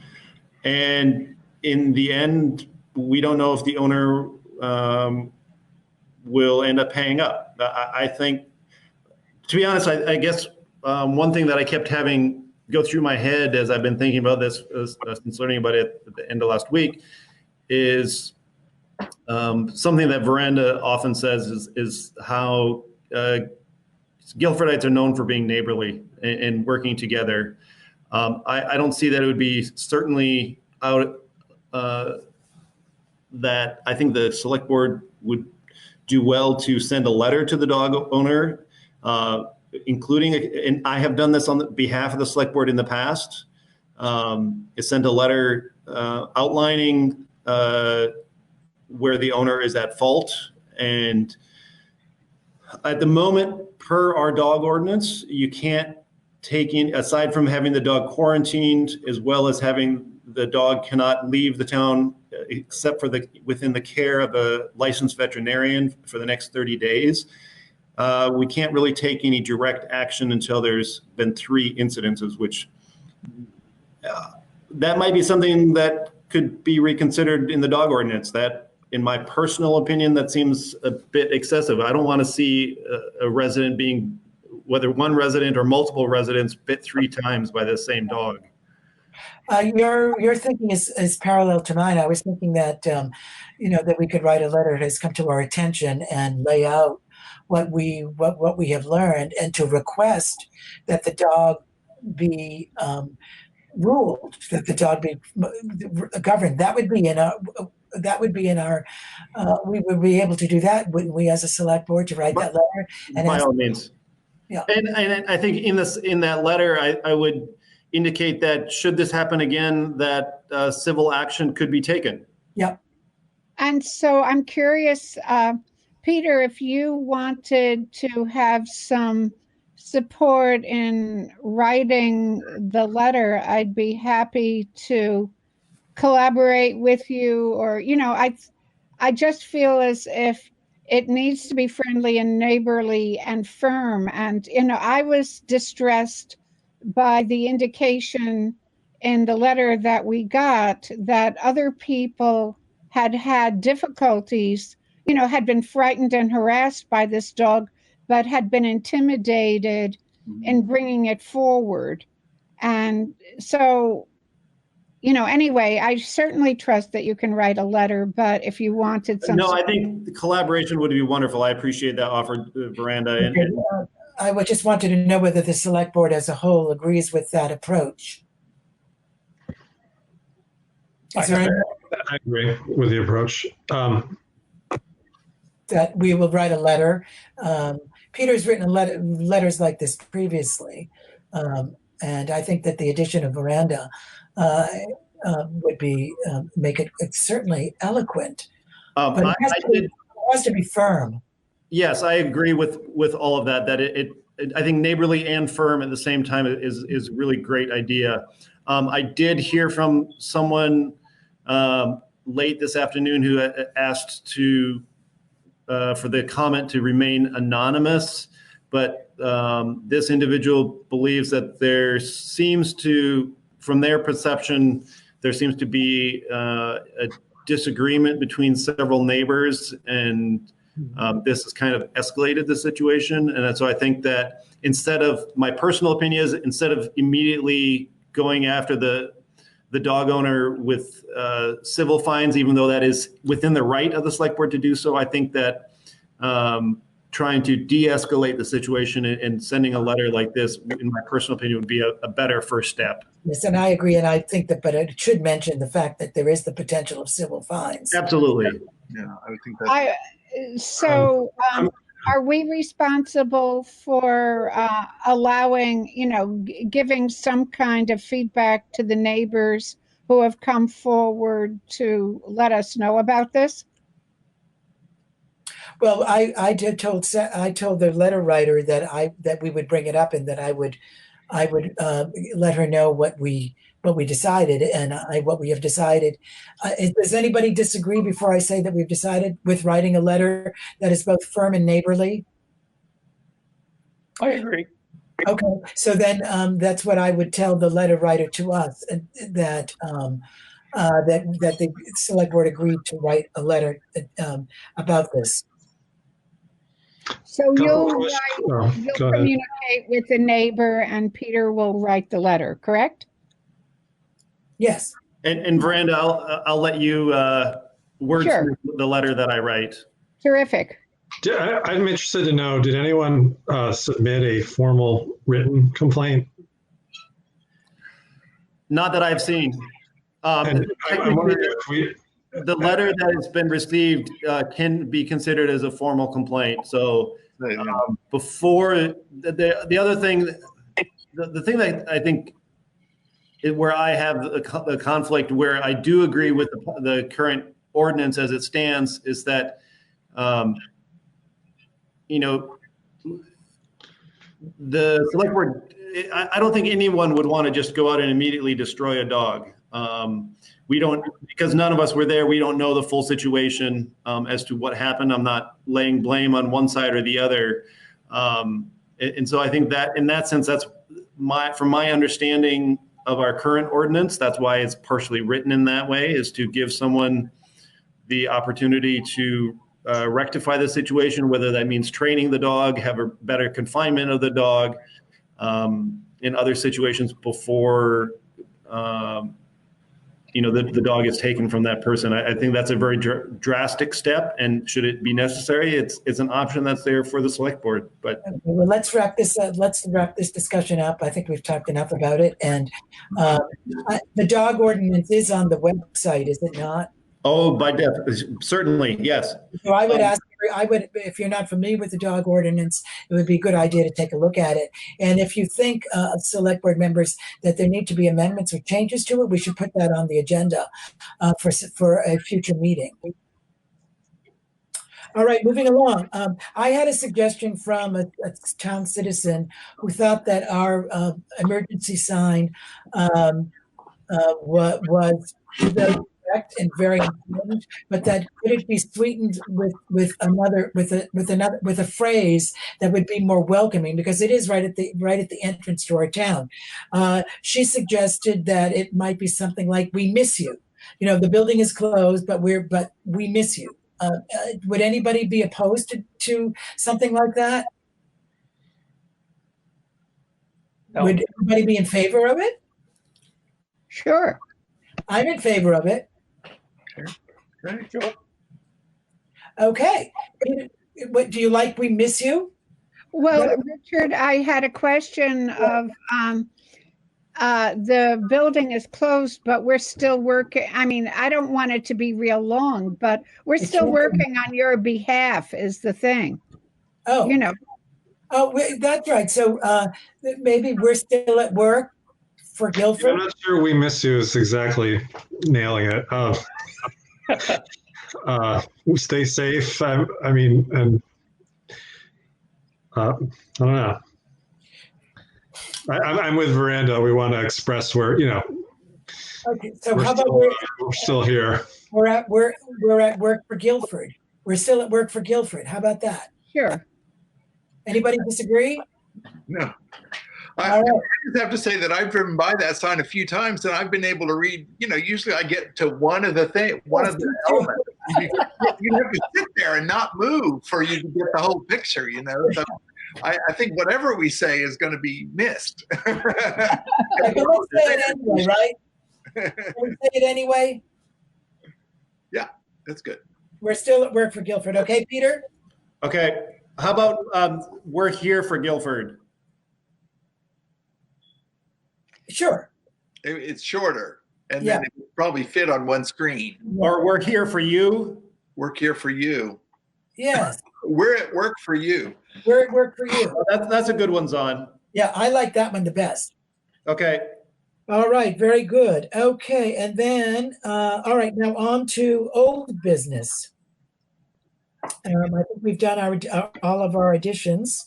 Thank you very much. And we're moving right along. The revised annual goals that were revised by Veranda and Zahn, and we all had a draft version. Does anyone have any comments about the goals, or suggestions about how they might be further changed? Well, I wondered whether, I mean, I think these goals are great. And I didn't know, I didn't know whether there was a way we wanted to acknowledge the pandemic somewhere in our goals, maybe in an introductory, a brief introductory statement, and then do these goals. Yeah. Okay.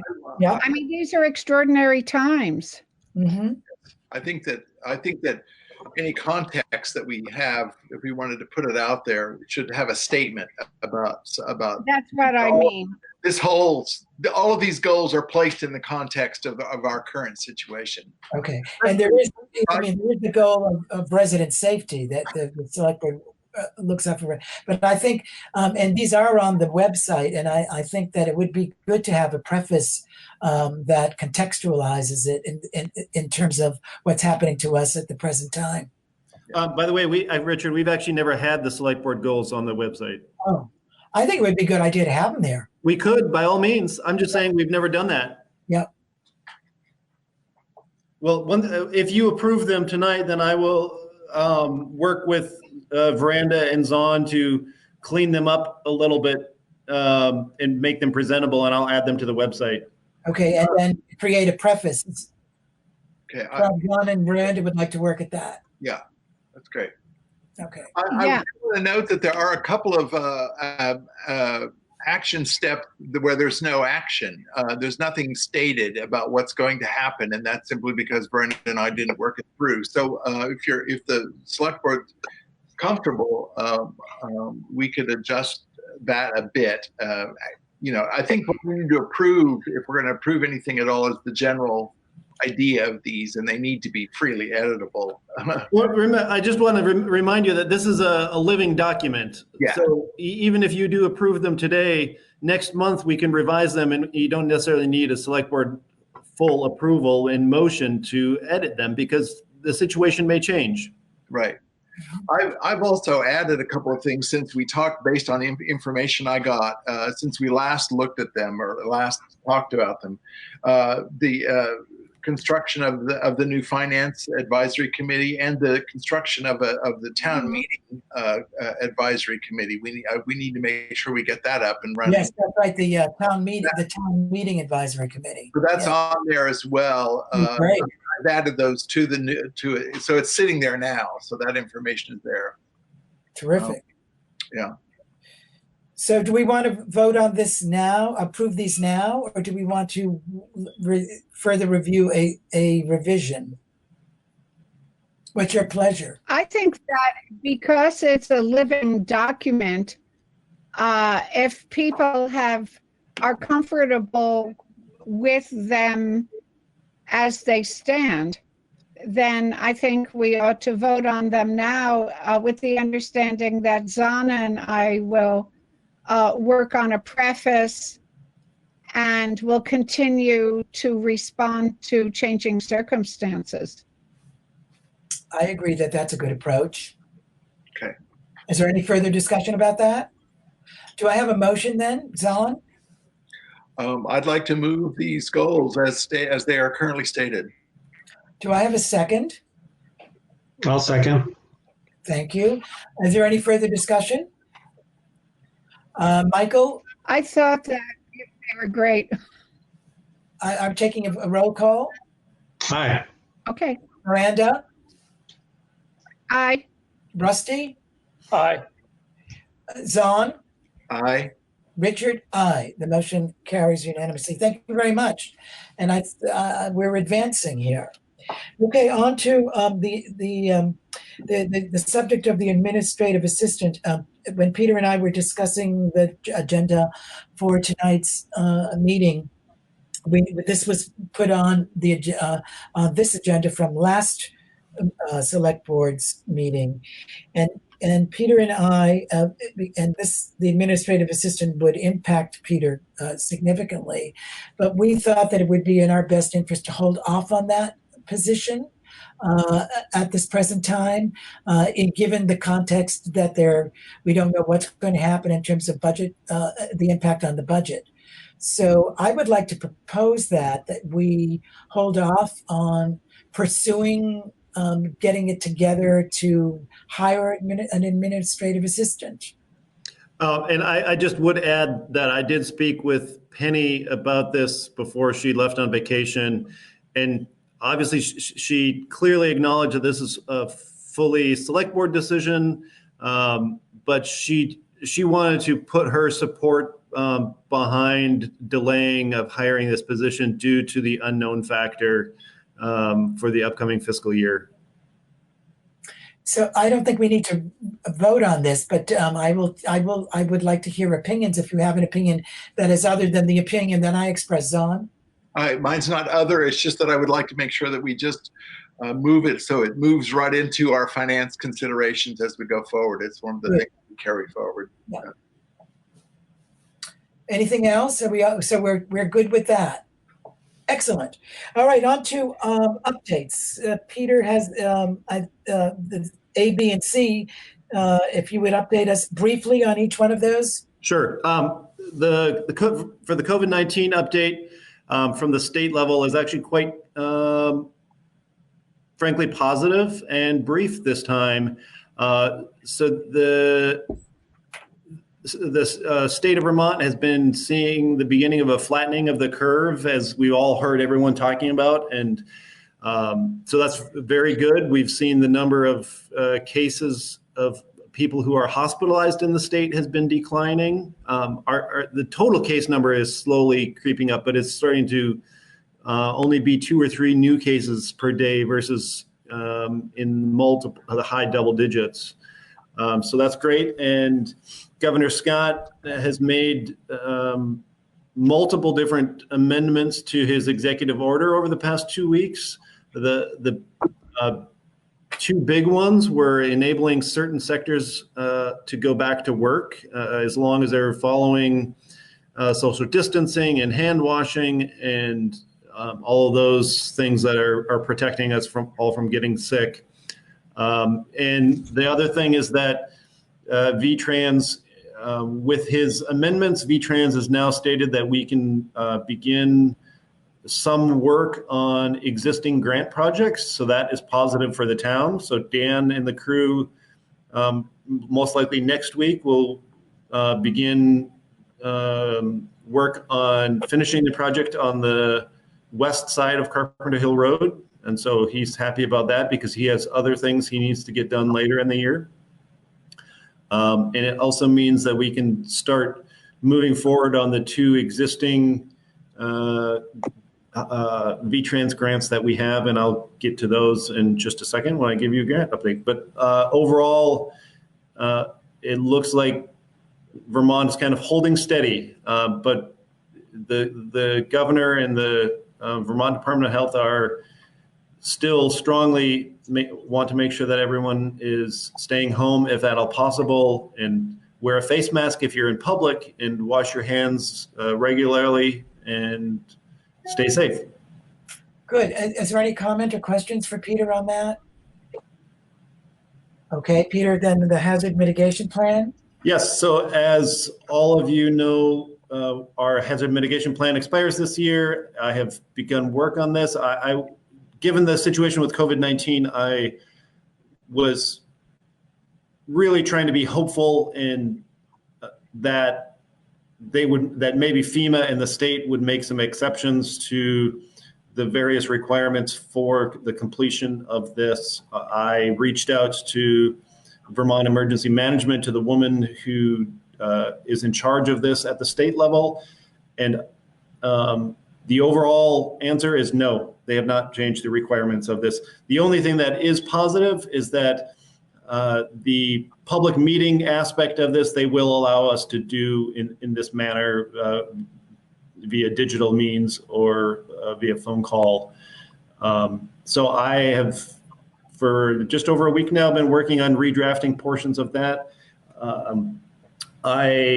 The one thing I did want to just briefly talk about is, so we need to put together a planning team for this. It doesn't explicitly have to be a select board agenda. If you want, I can just go ahead and reach out to some individuals. So previous members of the planning team were Sheila Morse, Herb Meyer, Michelle Frazee, Troy Rivas, Ann Ryder, Dick Clark, Steve Lemke, Linda Lemke, and then Alyssa Sabeto from WRC. My personal recommendation for folks to be involved is at least one person from the Planning Commission, one person from the Conservation Commission, put out an invitation to the Green River Village Preservation Trust, Select Board Liaison, myself, both as EMD as well as Town Administrator, our Town Health Officer, our Floodplain Administrator, and our Road Foreman. If you want, you can make it a formal group. I don't think it personally needs to be. It was not formally created by the select board. I think these people were asked if they would participate, and they said yes. Is there anyone who would like to volunteer on the select board to represent the select board? I can do that. Okay. So then what would happen is I would coordinate several planning meetings to discuss certain aspects of the hazard mitigation plan and what you folks see as most important to highlight in that. And I would come to the meeting prepared with talking points for all of you to discuss and to consider. And you would all have forewarned notice of what that would be. And these would be public meetings, so the public could participate and give input should they desire. So I'd like to just clarify what the action steps are in regard to this. One I heard is that you are going to send invitations to the road commissioner, someone from the Conservation Commission, someone from the Planning Commission, and who you have a representative from the Select Board now, isn't that? And then I think Steve Lemke should be involved, shouldn't he? Yep. So the Planning Commission, Conservation, Green River Village Trust, the Health Officer, the Floodplain Administrator, and the Road Foreman, and myself. Great. Right, and so Linda was representing Linda Lemke was representing the Conservation Commission. She was, yep. So Linda represented, for previous members, Linda represented the Conservation Commission. Steve at that time represented the Green River Trust. The three select board members, Michelle represented the Planning Commission. Herb was the EMD, and Sheila was also a Planning Commission member. When I volunteered, I didn't want to shut out any other select board members. Is there anyone else who would like to join me or replace me as a member? I'm interested. I'm also on the Green River Village Trust. So. All right. So we have two representatives. Okay, great. Great. Thank you, Michael. Got it. And Peter, it's due in June, is it not? No, it's due in September. Right. Yep. And you did draft a timeline at my request, I believe, right? Well, yep. I did. Do you want me to share that with you guys again? Yes, please. Okay, I'll put that as an action point to share that with you again. So Peter's working on a timeline to get this done, and he's going to share that with us. Okay, status of grants and projects. Yep. So as far as active grant, the primary active, we have two active grants at the moment. One is for the Highway Department, as I stated a few moments ago, for the project over on the west side of Carpenter Hill Road that they began last year.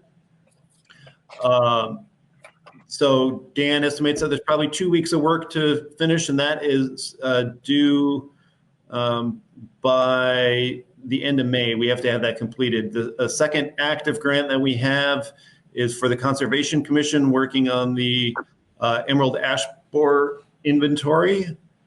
And that we got an extension until the end of August. And that is an activity that folks can be out and maintain social distancing. The Conservation Commission is just waiting for the leaves to pop here. And if it would stop snowing, maybe that could happen. But and then we were awarded another structures grant to replace a culvert over on Tater Lane. I need to put together an RFP for that. But now that we have received the go-ahead from VTrans that we can begin that type of project, now I can start working on that and we can get that put out there. We did apply for another structures grant and another paving grant. We have not received word on that because I guess the committee reviewing those has not met. So we generally don't hear about responses on those until the end of June anyways. So Peter, probably, we do have a spreadsheet that shows where we are. Are you keeping that updated? yes, sir, I am. Okay, so then we would be able to access that on in our Google Drive. Google Drive. Yes, that is correct. So, the other thing that Richard and I spoke about when we were planning the agenda, one of the areas of concern, in addition to the two grants, so in addition to, for example, the grant for the project on Tater Lane, as well as the two grants that we applied for, with this approximately $45 million deficit in the transportation budget for this year due to COVID-19, we do need to consider the fact that one area we haven't been told explicitly yet, so I'm just trying to plan for the future. We may potentially lose grant funding due to COVID-19 because of shortfalls within the state. Mm-hmm. And so Danny is aware of that. He and I spoke about that both last Thursday and this morning. And while it would be frustrating to lose those funds, he feels that we could get by at least for another fiscal year without them. The bigger concern would be the town receives grant funding from VTrans for road maintenance every year, and that is part of our annual fiscal year budget. And that is potentially something that the state could theoretically cut if they do have that big of a shortfall. And so for us, for this upcoming fiscal year, that grant is just over $153,000 for our highway maintenance. And we would have to find some other source to make up those funds. So it's just something to think about as far as grant revenue that we're anticipating forthcoming. Any questions or discussion for Peter on the update on grants and projects? And remember that there is a spreadsheet on Google Drive where you can find what the current status of grants is. Sorry. Okay, warrants. Who's doing the warrants? Well, I didn't. I usually do the warrants, but I didn't get They're there, Veranda. Pardon me? If you open up the document, they're there now. Oh, okay. Well, let me. I also see that Vaughn has been looking at the document currently, so he could do them as well, and then you could. Okay. Okay, who's looking at the document? Okay, well, why don't we just have Zahn go ahead with it since he has it in front of him? I have it open. Happy to do it. Thank you. All right. So I move that the town fulfill these following warrants: payroll week ending April 19, 2020 for $5,827.71. Payroll for week ending April 26, 2020 for $5,671.51. An expense warrant number 2020 for $6,931.71, and expense warrant FW20 for $58.50 for a grand total of $18,489.43. Thank you. Do I have a second? I will second it. I'll second that. Okay, Rusty was before you, Miranda. Thank you, Rusty. And is there any discussion or questions? I don't have the detail in front of me, so I can't provide any detail about the largest expenses, but I would say generally the expense warrant is smaller than, quite a bit smaller than normal, so I don't think there's anything unusual inside of it, probably. No, I mean, I can tell you, I have it open in front of me. Of that amount, the largest item in there was the water bill for the town of Brattleboro that we pay for Algiers Village, but we collect that in fees from the residents who use that service. But that was $1,328. I will just say this is the smallest warrant I have seen in 4 years. Yes. I'm looking for a second. Did I have a second? Yes. Yes, Rusty. That's right. And is there any further discussion? I'll take the roll then. Zahn? Aye. Michael? Michael? Aye. He has to be unmuted. He said aye. Okay. Veranda? Aye. Rusty? Aye. Richard? Aye. The motion carries unanimously. Thank you very much. On to communications. Are there any communications? I have none. Okay. That indicates that we can have a motion for adjournment. No action summary from last meeting. Oh, I'm sorry. Thank you. It's very brief. So there were 3 actions last meeting. You approved the annual VTrans financial plan. You adopted the 2020 local emergency management plan and the NIMS system of communication. And you appointed the first 4 members of the finance advisory committee, and that was all. Okay, thank you. And there will be new actions on the current minutes. The minutes that go out now. All right. Any further discussion, or can we have a motion for adjournment? I so move. Okay. Can you hear me? Just one action step. I just want to make sure we get down on paper is the response to the concerned citizen over the dog situation. Yes. So I will write a letter to an email to that person to let that person know what we decided, and then Veranda and Peter are working on a letter to the dog owner. Correct. Okay, just want to make sure we're all on the same page. And Zahn and I will write a preface to the goals. Right. Excellent. And I would like to do this at every meeting, just go over the action steps. So we have 2. Were there any more, Peter, in the minutes? Let me just go back through them.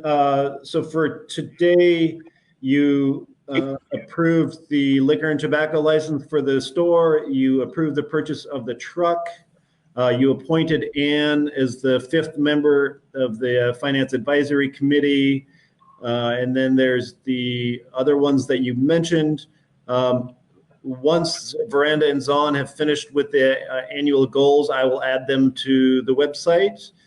And Richard volunteered to be the select board liaison for the hazard mitigation planning team. And Michael too. Sorry, Michael. I have Michael too. I'm sorry, I just didn't read it. Very good. So where were we on the, did we have a second on the adjournment? Oh, you need a second. I need a second on the adjournment. I'll do it. Okay. Any further discussion? All those in favor? Everybody be well. Roll. Zahn? Aye. Rusty? Aye. Michael? Aye. Who am I missing? Miranda? Aye. Richard? Aye. Thank you very much. Thank you. Thank you. Stay safe, stay well, everybody. Thank you, Peter. Good night, everybody. Have a good night, everyone.